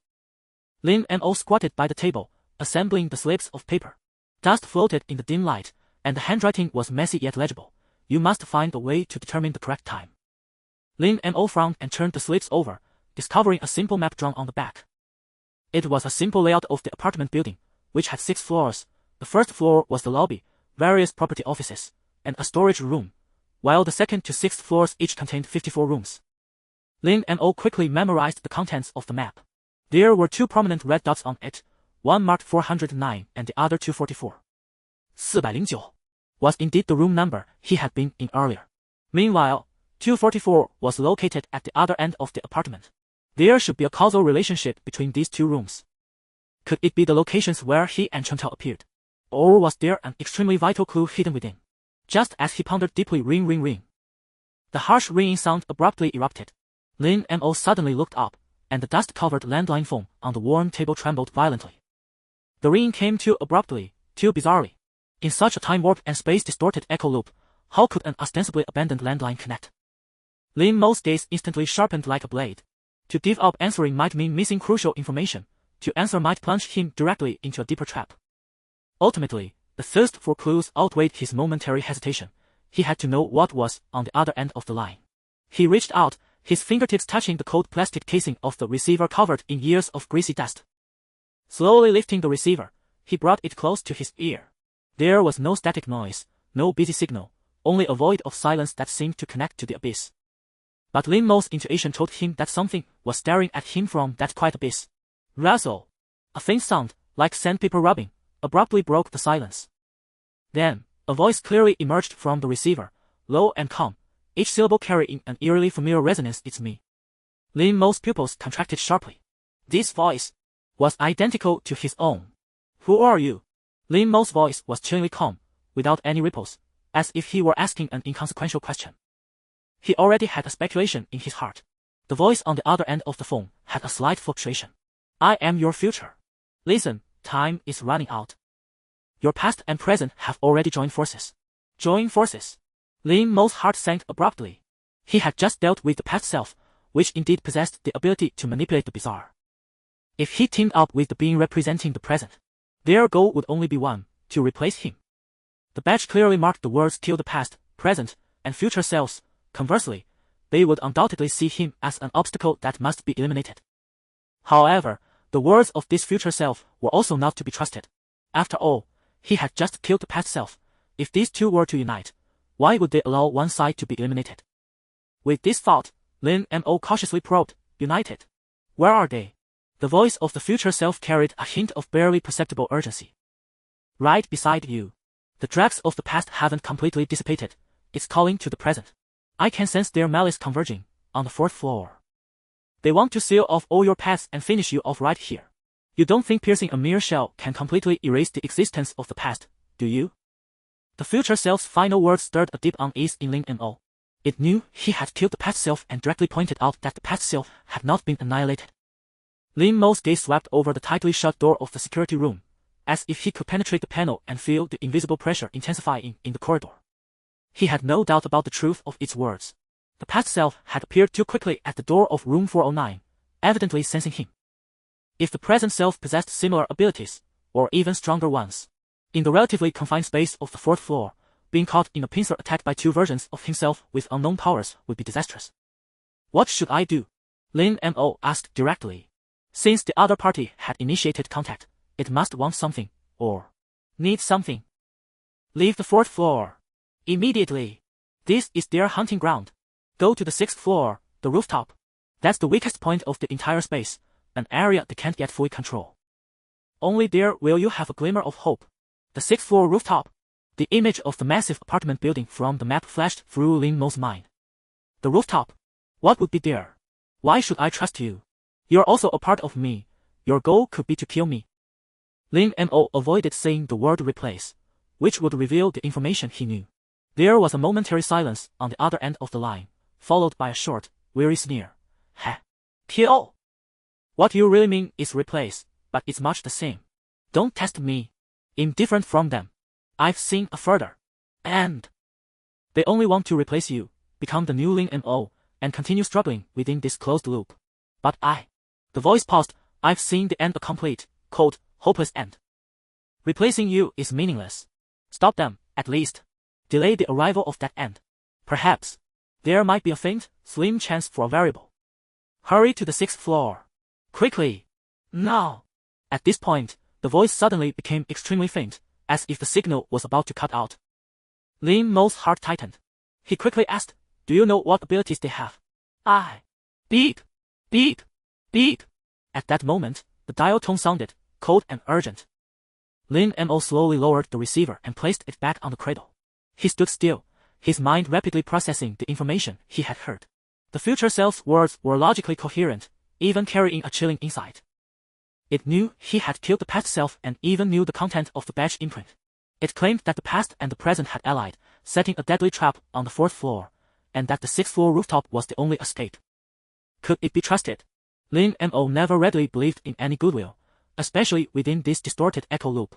The future self was also a part of himself. Its motives could not be pure. If the other party truly harbored absolute goodwill towards him, it wouldn't have spoken so vaguely. But what truly aroused Lin Mo's suspicion was the word united. If the past self and the present self had already joined forces, why hadn't the present self appeared when he killed the past self? It didn't add up. Either the future self was lying, or Lin Mo had already made his decision. He couldn't go to the 6th floor now. The future self's urgent guidance towards the rooftop was likely not a path to survival, but a place where the future self had a stronger home field advantage. Now, he needed more information. The top priority was to confirm the state of the past self. Lin Mo's eyes sharpened, and he stuffed the slips of paper into his pants pocket. Then, he turned and closed the security room door, swiftly approaching room 409. When Lin Mo stopped before the door of room 409, he found the door still tightly shut. The sounds of banging from within had ceased. However, the floor was empty. Not only was the cork gone, but even the bloodstains had vanished. Indeed, it hadn't been truly vanquished.